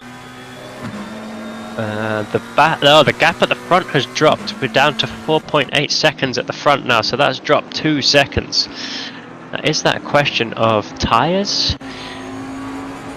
Oh, I'm just trying to have a look. Now, the P1, car number 18, pitted on lap 265, and P2, car number 69, pitted on lap 238. So the number 69 car has a bit better tires. Yeah, so the 18 car, the last lap it was actually its drive-through, wasn't it? Yeah. So that's why it's got the extra pit. So are they in sequence, or how has that panned out?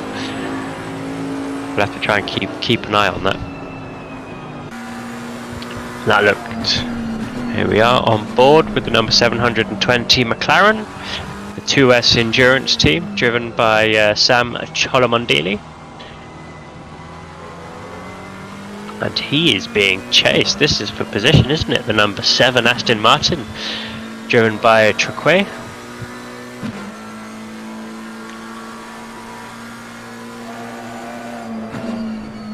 I am also trying to keep an eye on because I am next in the car, so I'm just having a quick. Oh, you're next in the car. Yeah, so I had When do you have to go? I am I'm keeping an eye on it, but I shall let you know. So I'll be hopping in and out, having a chat with the team and just making sure that everything is okay. Otherwise, I can take over again.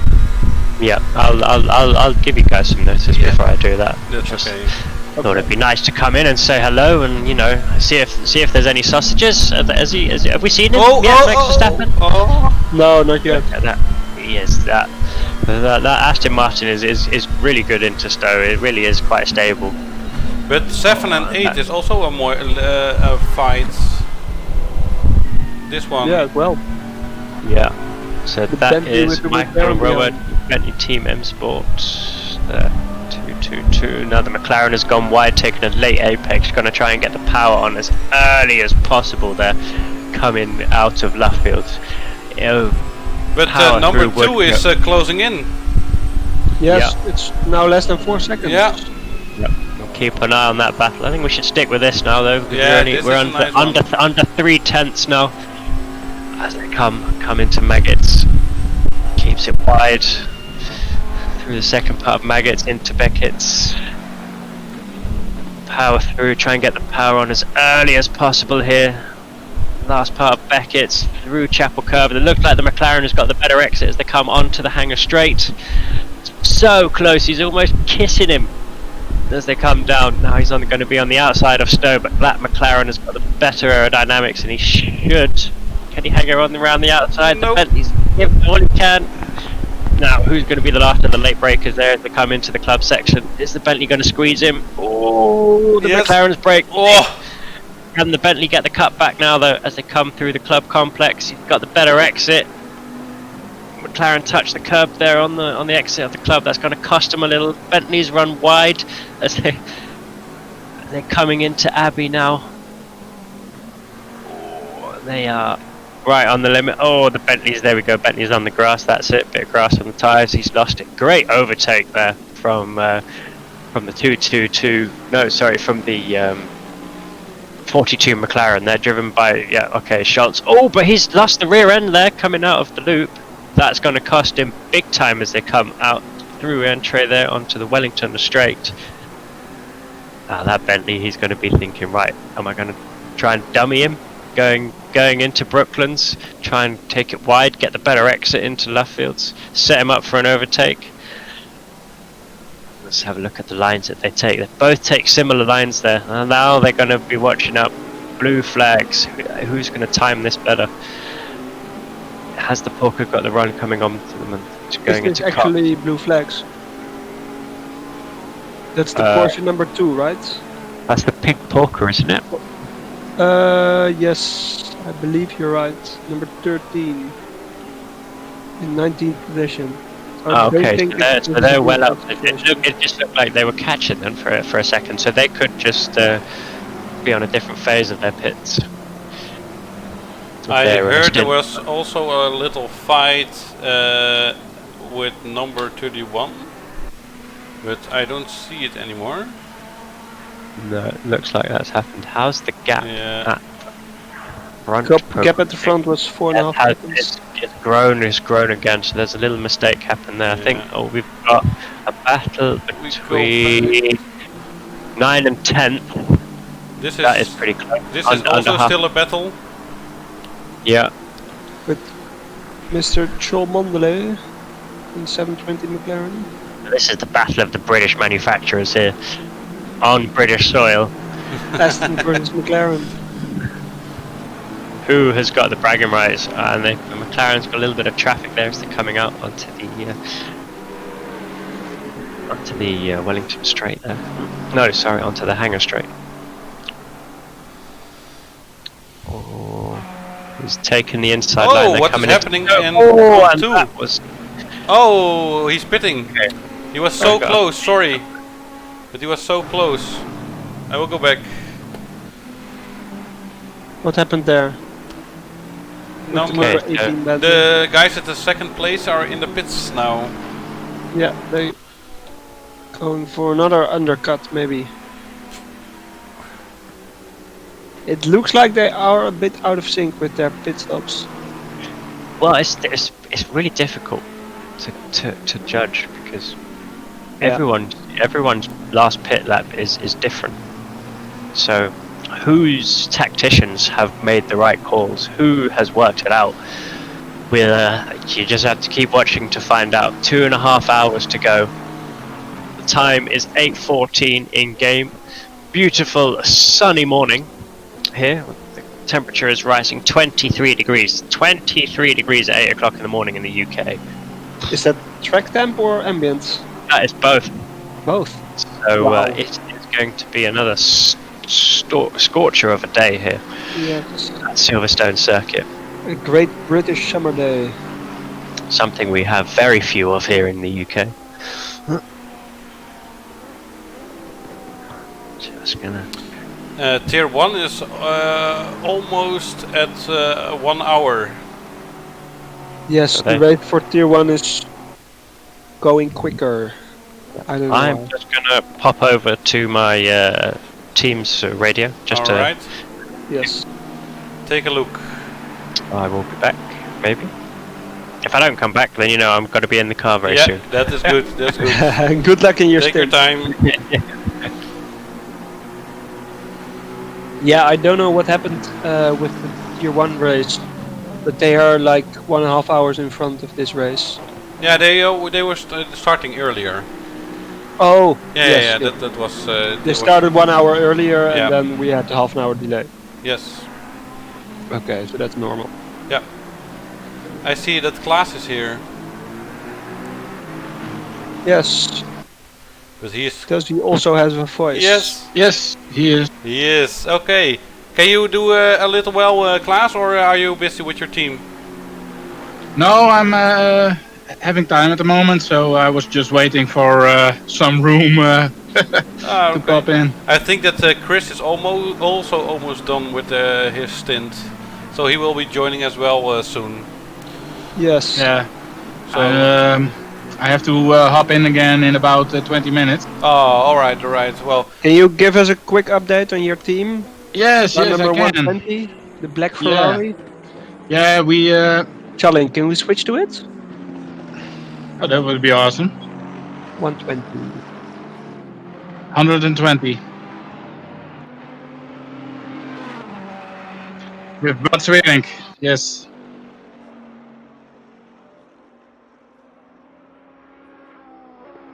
Well, it wasn't. Yeah, Bad had the bad beginning, but it was due to Frans hitting some key on his keyboard while he was on a pit limiter, and for a brief second, the revs went up, and then we were back in the rev limiter again. But yeah, we received a stop and go of 30 seconds, nevertheless. So that was. That was very, very, very bloody unfortunate. Yeah. So that was a shame. Yeah. Yeah.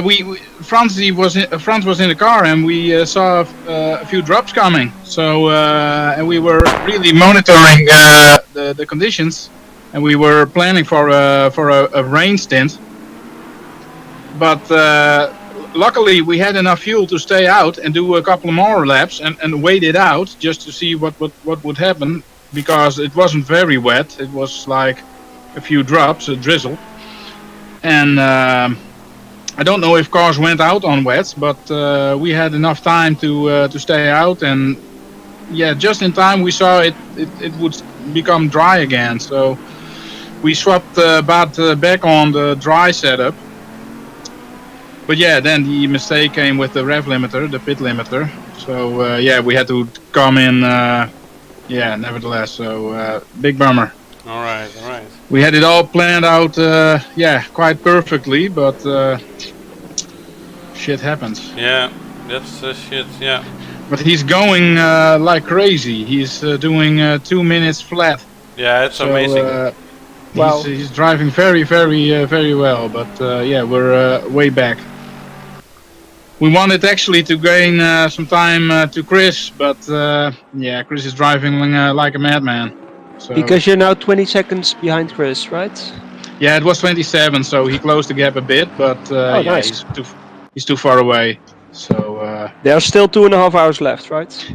yeah, exactly. In 20 minutes you're going in, you're going to do great.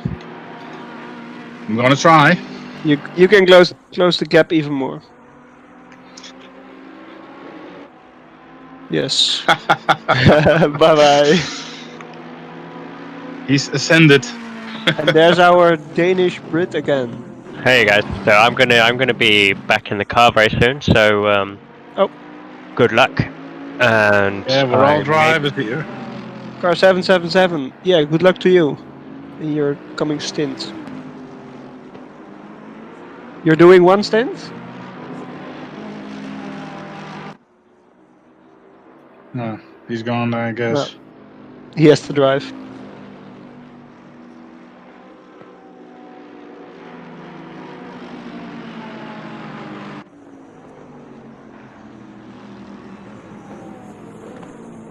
You're gonna give us some more pollution. And your own lungs. You naughty boy. You naughty boy. Yes. So the viewers have to do it with you and me only. Yeah. Yeah, you were having a visitor doing the comment. What? No. Yeah, that British guy a brief moment ago. That Sean. Yeah, Sean. Yeah, Yeah, he was in. He was great. So He was I in thought here. Yeah, I he's wouldn't great. interfere. He needs to work at like Sky or something. Yeah, really. He can replace Martin Brundle, no problem. But he is going to drive right now in the number 777 Aston Martin in Oh, third he's in place. third. They're Oh in my third God. place now already. They were in fifth Amazing. half an hour ago. But they've made up a couple places, it seems. So that's great. That's amazing. Third, man. Yeah, on the podium. Yeah, we weren't thinking of podiums or anything, but yeah, top 10 would have been ideal. And now it's top But yeah, 20. it's 21 at the moment, so but Bud is really going like a madman. So I'm hoping he'll. The gap's he can still make- 20 seconds to the Honda in front. Yeah, but perhaps we're gaining to the guys in front of that, so you don't know. Yeah. But yeah, we were really looking forward to a rain race. But it's very good in the rain. What did you say? Did you practice a lot in the rain? No, Bud was coming into the car, and we know Bud is very good in the rain. So Bud is a very excellent driver, and in the rain he was like an alien the other day. So yeah, we had high hopes to gain quite some time, and in the rain it's always a bit hectic. Cars flying off. Cars trying to struggle with slick tires, other guys doing great on rain tires, and then you have perhaps the moment when you have to switch back. So it's always hectic. So yeah, we were looking forward to that. Yeah, But, for sure. Yeah, unfortunate. So Bud is in traffic now. It's pretty crowded on the track. Yeah, we can't actually see him now. But they're all. We're following. No, we're now. Oh, it switched. No, actually, he has some quick guys in front of him. It looks like he's faster than the number 9 in the 720 McLaren. We have got a change now. The leader from the race, P18, has now dropped to P11. He has dropped 10 places. You're kidding me. I'm not kidding you. What? Car number 899 is now in front. How the hell did that happen? Yeah. He's in 11th. What would have happened there? He's now. Yeah, we missed he's that. lost a few laps. 2 laps. That's very strange. Yeah, that's very strange. I wonder if there's someone in the YouTube comments in the chat that knows it.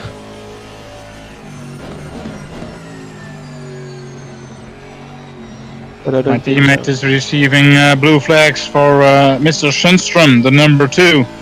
He's right behind us.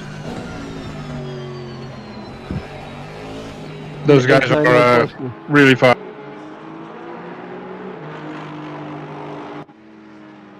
.899 Mercedes AMG, Mr. Sundström. Yeah.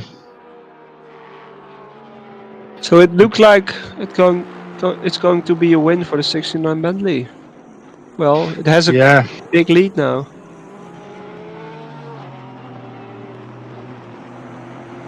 Wow. 26.7 seconds. That's quite a big gap, yeah. The German team with the number 18 Bentley, what had happened to them? The GT Series MS Bentley. But it's a virtual game, but even hardware issues do occur. We had the fast feedback failure earlier on with Benny, and now Frans, he he did it perfectly, and suddenly he hit some kind of key. We don't know what he hit, and the pit limiter for a brief second was gone.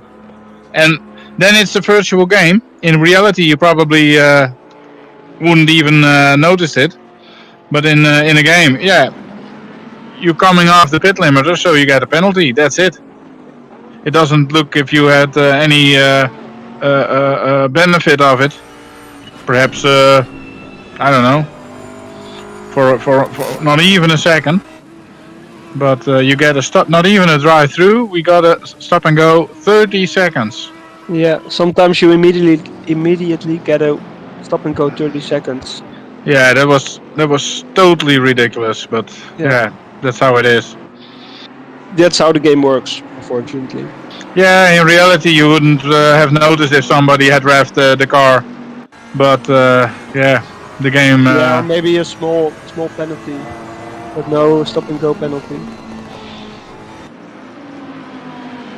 No, a drive-through would have been sufficient, but no, 30 seconds. So then 30 seconds is a very long time. Yes. When you're stationary in the pits. My word. Yeah, you were in the car at that time? Or were you just watching? I was watching. I was with him in the car, feeling his pain. Yeah, I was there. Yes.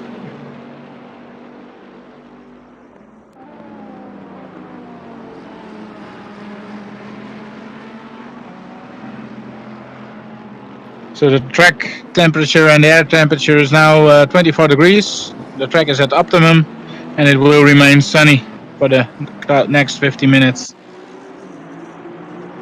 Nice to hear. Yeah, I'm gonna hop back to my teammate Bart, and we're gonna prepare for my stint. We have to do tire pressures and fuel, so that always takes a couple of laps before you have that sorted out. Yeah, no problem. So, I'm afraid I'm gonna have to leave you again. Good luck. Thanks. You too.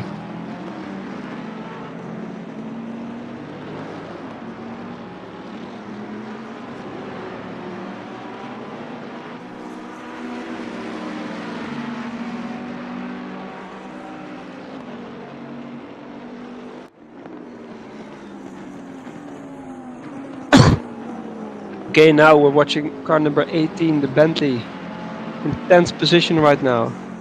They were leading the race, but now they're 2 laps down.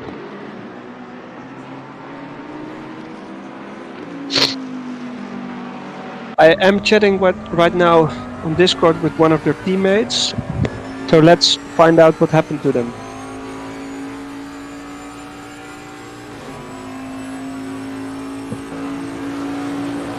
Oh, they did have some technical issues with the game. They stopped on the track. They couldn't shift down anymore.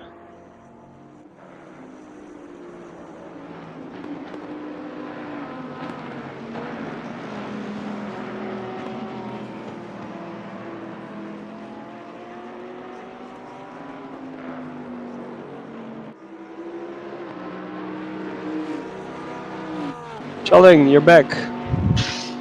And I'm back as well. It's Dimitri. You're back. Yeah, I can be back for about 30 minutes, I think, and then we're gonna prepare for the last stint. I have an interesting story for you. And that is? Well, the number 18 Bentley from the GT Series MS Boatley team, that's now in P10, they were leading the race for quite some time, but then suddenly they dropped down to P11, 2 laps down. But I've now got some more information from one of their teammates about what happened. They had some technical issues with the game. They couldn't shift down anymore. They were stopped on the track. So something happened to his steering wheel or something. He can't downshift anymore. So I think they had to be teleported back to the pits. That's a shame. That's a real shame.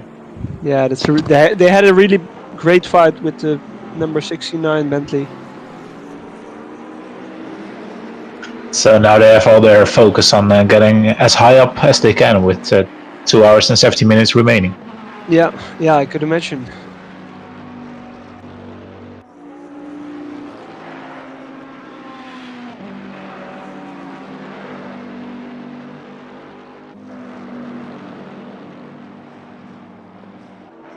Yeah, I think Sean mentioned it as well. I think most of the teams are now figuring out how they can make it to the end of the race with as few pit stops as possible.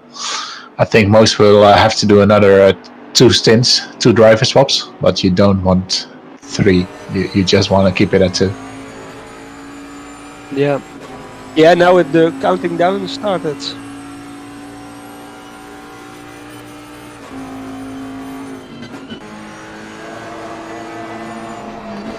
Nice inside view of Bart.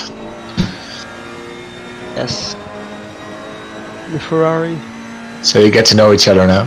We know what he looks like now. His helmet on, his black suit.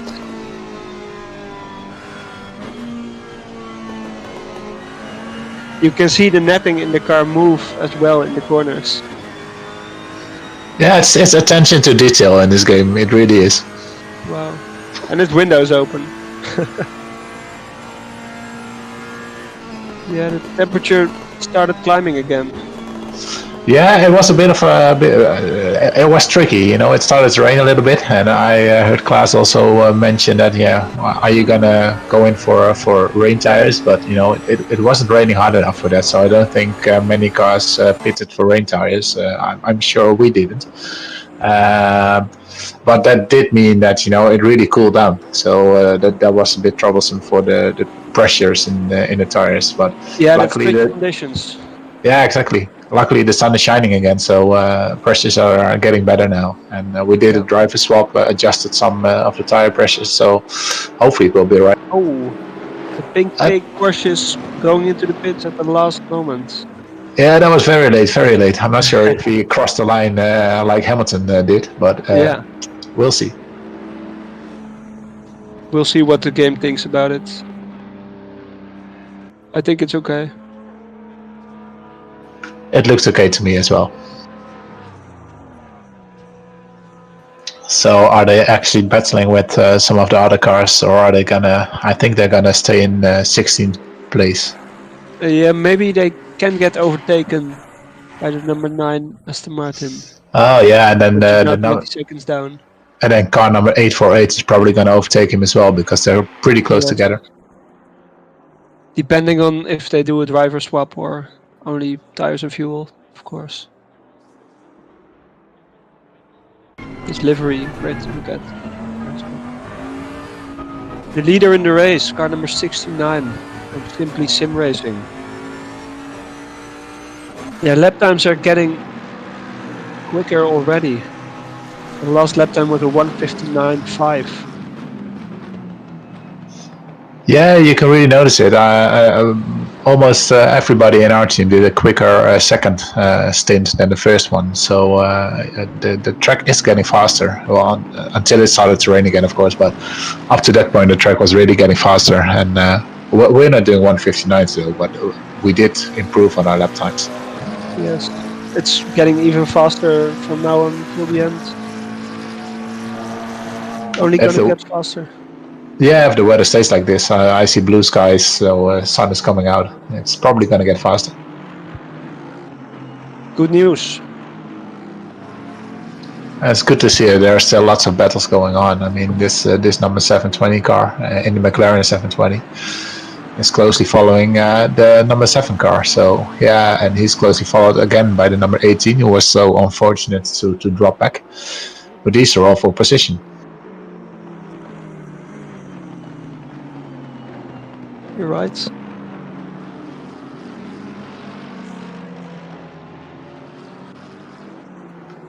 Hello, Mr. Channing. I will join you in the commentator booth. Then also for the stream. Yeah, go for a break, Yorick. Yeah. Have a great one. I will see you back when you are ready for it. Thank you, Yorick. Yeah, I was also telling Yorick, you know, that we have a lot of drivers commentating, and things sometimes don't work out as planned.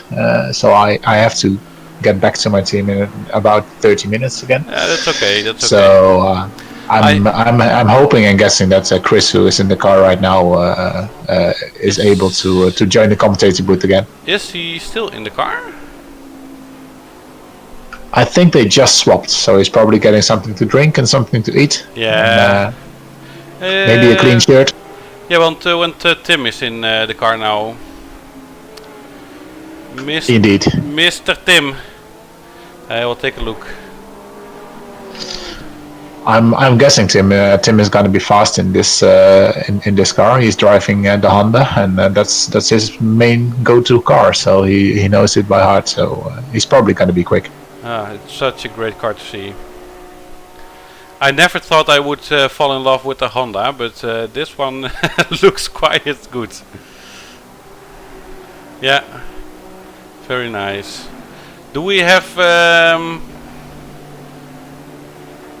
things that are 1 and 2 is still same? I'm watching the leaderboard for some close fights. It was where was it? It was around position 15. They were pretty close, but it all they all stretched out a little bit now.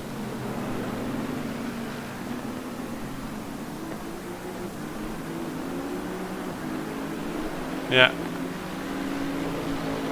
Nothing to see there.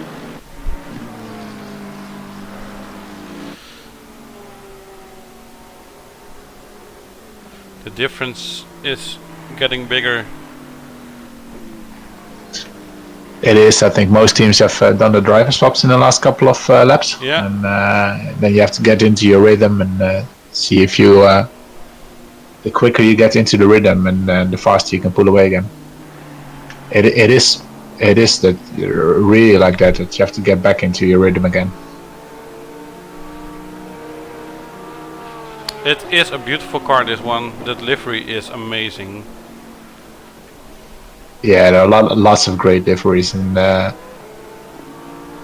lot of attention to detail. It isn't that easy to make a good livery, custom livery, and I said Corsa Competizione, because yeah, you have to really match all the different parts of the cars when you have a livery like this.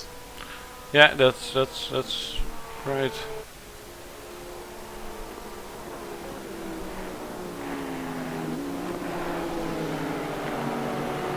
What a beautiful car that is. Ah! Mr. Hill is back. I'm looking at this. This is not for precision, I think. No, it's not. No, it's not for precision. But he's fighting hard, Mr. Meeris. Yeah, so we have our number one driver in. He's probably just glad that the sun is shining again, and he does not have to worry about rain and just can drive the car like it's supposed to be driven.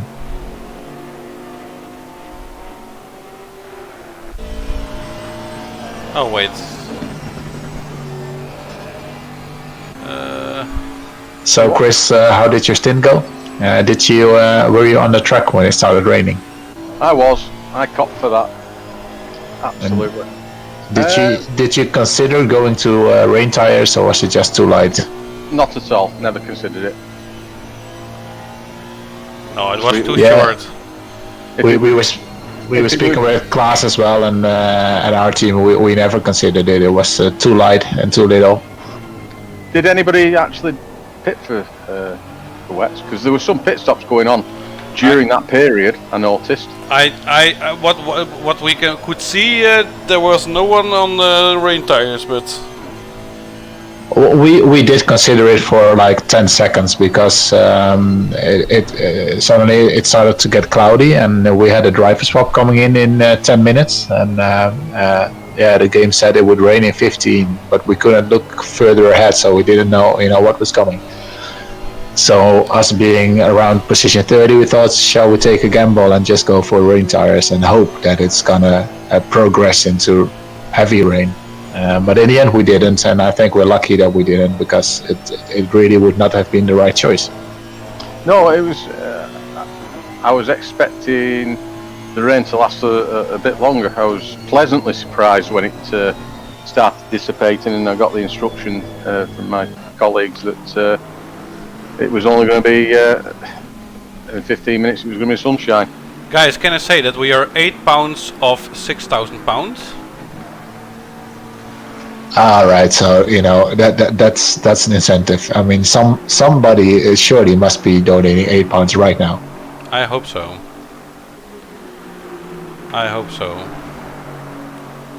Yeah. it is done.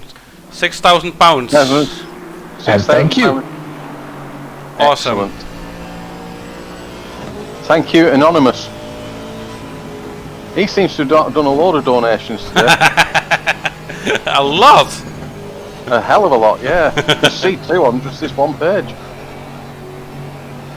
I will take a look at the tier 1 guys. They are, I think they're almost done.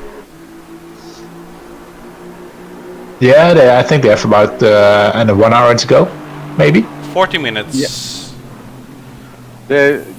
Although they were supposed to, scheduled to start 1 hour after us.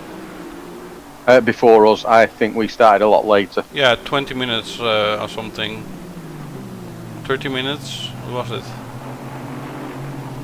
I don't know, but it's messed up with our strategy. Yeah.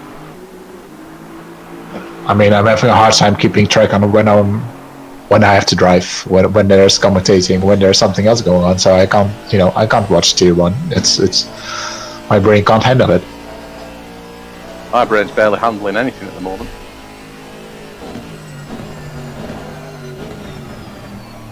So I'm just going to have a look at where we are with the status of the pizza. Because I'm really hungry now. I saw some remarks in the YouTube channel, but yeah, Channing, I think this is the car we have to be watching out for, because they're Mr. Sean? 3.9 seconds behind the number 222 car. So let's see if they can gain some time. Yeah, it's they were fighting for the 3rd place, but they did fall back a little. But maybe that's because of the driver swap, I think. Possibly, yeah. Going down the leaderboard, I think car number 13, Mr. De Winter, he's pretty close to Tim Murris in the 937 car as well. 937. Ah, he's almost at Mr. Swering. Yeah, and it's the 13 car behind him that's challenging him as well, so that might be a nice one to have a look at as well. I will take a look at Mr. Murris. Oh, beautiful car.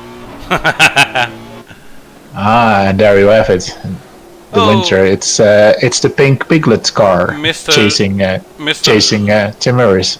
Yeah, Mr. Roots in the Audi number 77 has a stop and go penalty. Also in the pits, I think. So let's have a look. No, I can't see right now if that's how much that is gonna hurt them, because I can't see if Mr. Bird and Mr. David are close by. No, I can't. No. It is +6 laps, but that's from the leader, I think. Yeah.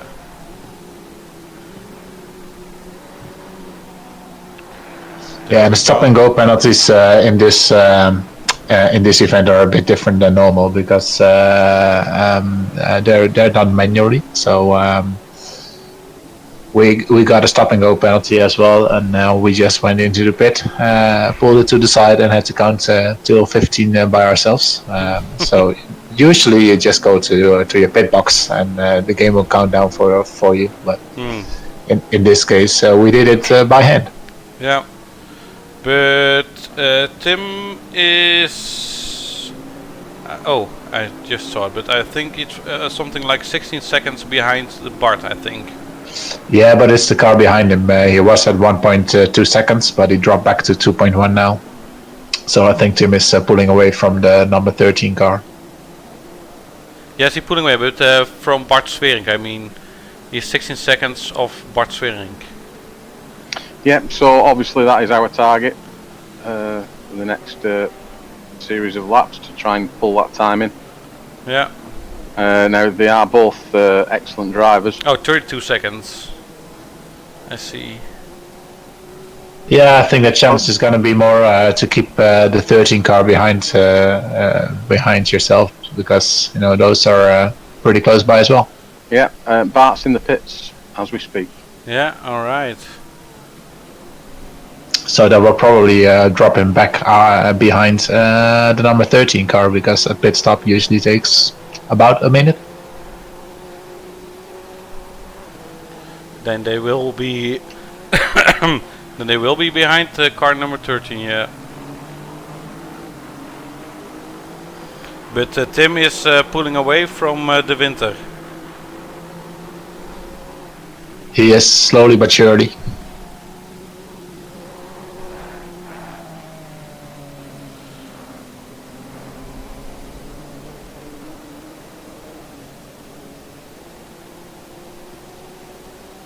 So yeah, looking at the leaderboard, the closest cars at the moment are about 3.5, 3.7, 4 seconds apart from each other, and so it's waiting till one of those guys really get close to each other and have some incredible action again.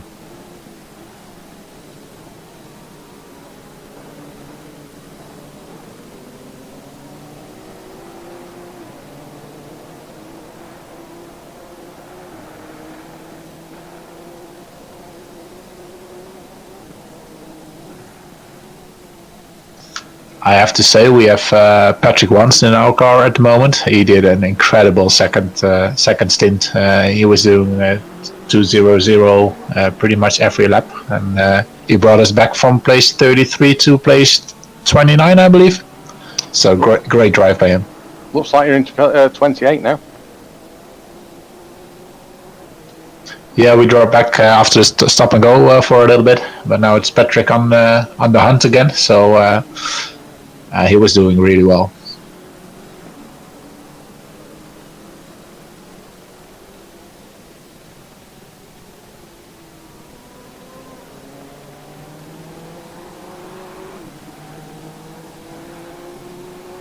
So it looks like the car number 321 is gaining on the 120. It's the Aston Martin following the Ferrari.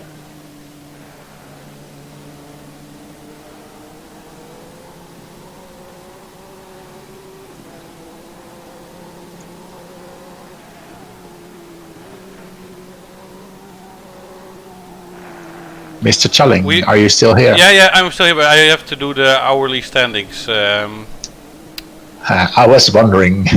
What guys do you have to see?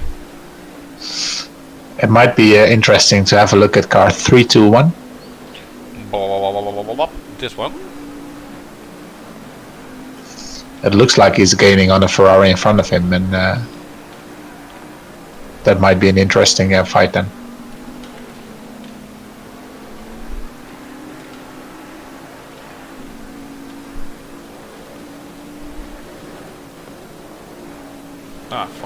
The Ferrari in front is driven by Klaas, isn't it? Currently. Yes, it is. And Klaas was here in the commentator booth about 30 minutes ago. He did not have much time because obviously he had to prepare for his drive.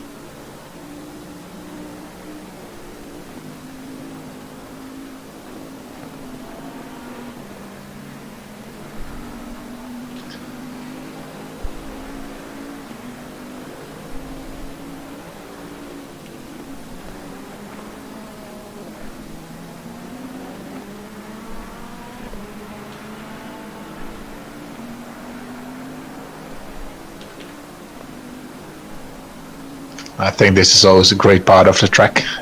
Going into the next corner, village and farm, it's one of my favorite pieces of the track. Immediately followed by one of the least favorite parts of the track for me.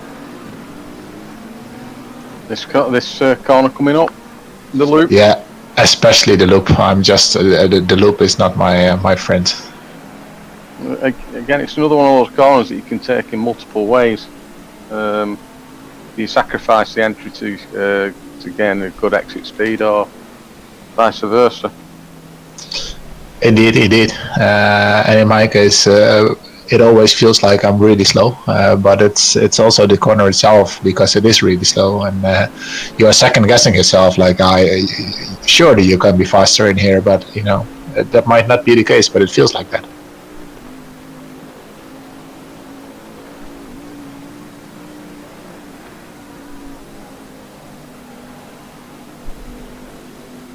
I'm gonna have a small look at my team, see if I have to prepare for the drive.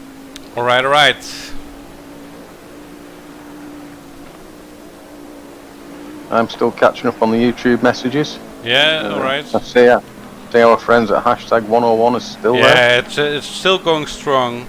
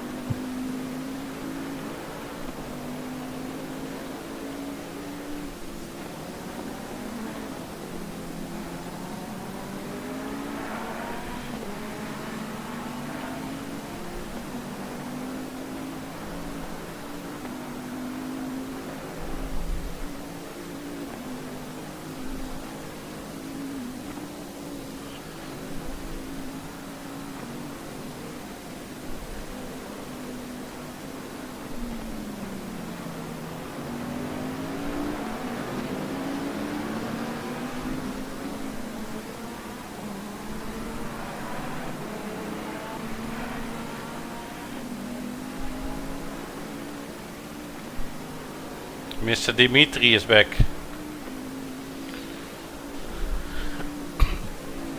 Back again. Shady's back. Oh no, that's not his name. Tell a friend. It's he has about 27 laps left, so I can spend some more time. Awesome. Then I will go back in God mode for now. No, don't leave us. Yeah, you can. Yorick is back as well. Hey, Yorick. Now we are with 4 again. Yes, the 4 musket. No, it doesn't work, does it?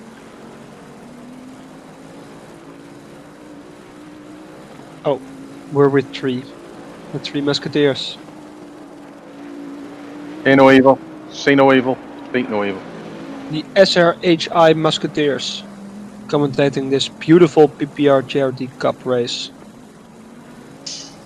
Yes, and Yorick, maybe some important piece of information while you were away. We have reached the 6,000 mark for the charity. Oh wow, event. we're at 6,000 pounds. Indeed. And I have no idea what that is in euros, but it's a lot. Yeah, wow. That's nice work. 6,002 pounds. Wow. Yeah, and the funny thing is, I even got some donations from colleagues at work, and I'm pretty sure none of them is interested in sim racing at all. So, that's nice. Yeah. How much? Oh, it's six. The 6,000 pounds is 6,600 euros. Sweet. That's super sweet. Sweet F.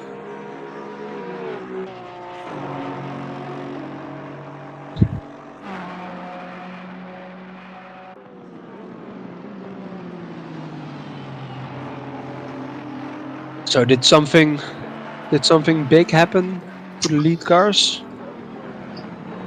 No, the last couple of laps, you see that the gaps between the cars are the closest gaps that we see is around 3 seconds. So it seems that everybody is pacing themselves to have a final push in the last hour.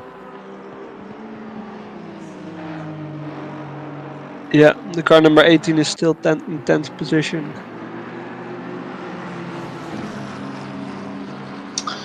Yes, Chris, you might have missed that. Car number 18, it was running for the top spot pretty much all the time, but they had some technical issues, so they had to return to the pits and they dropped back to outside of the top 10. They seem to be just on the border of top 10 at the moment.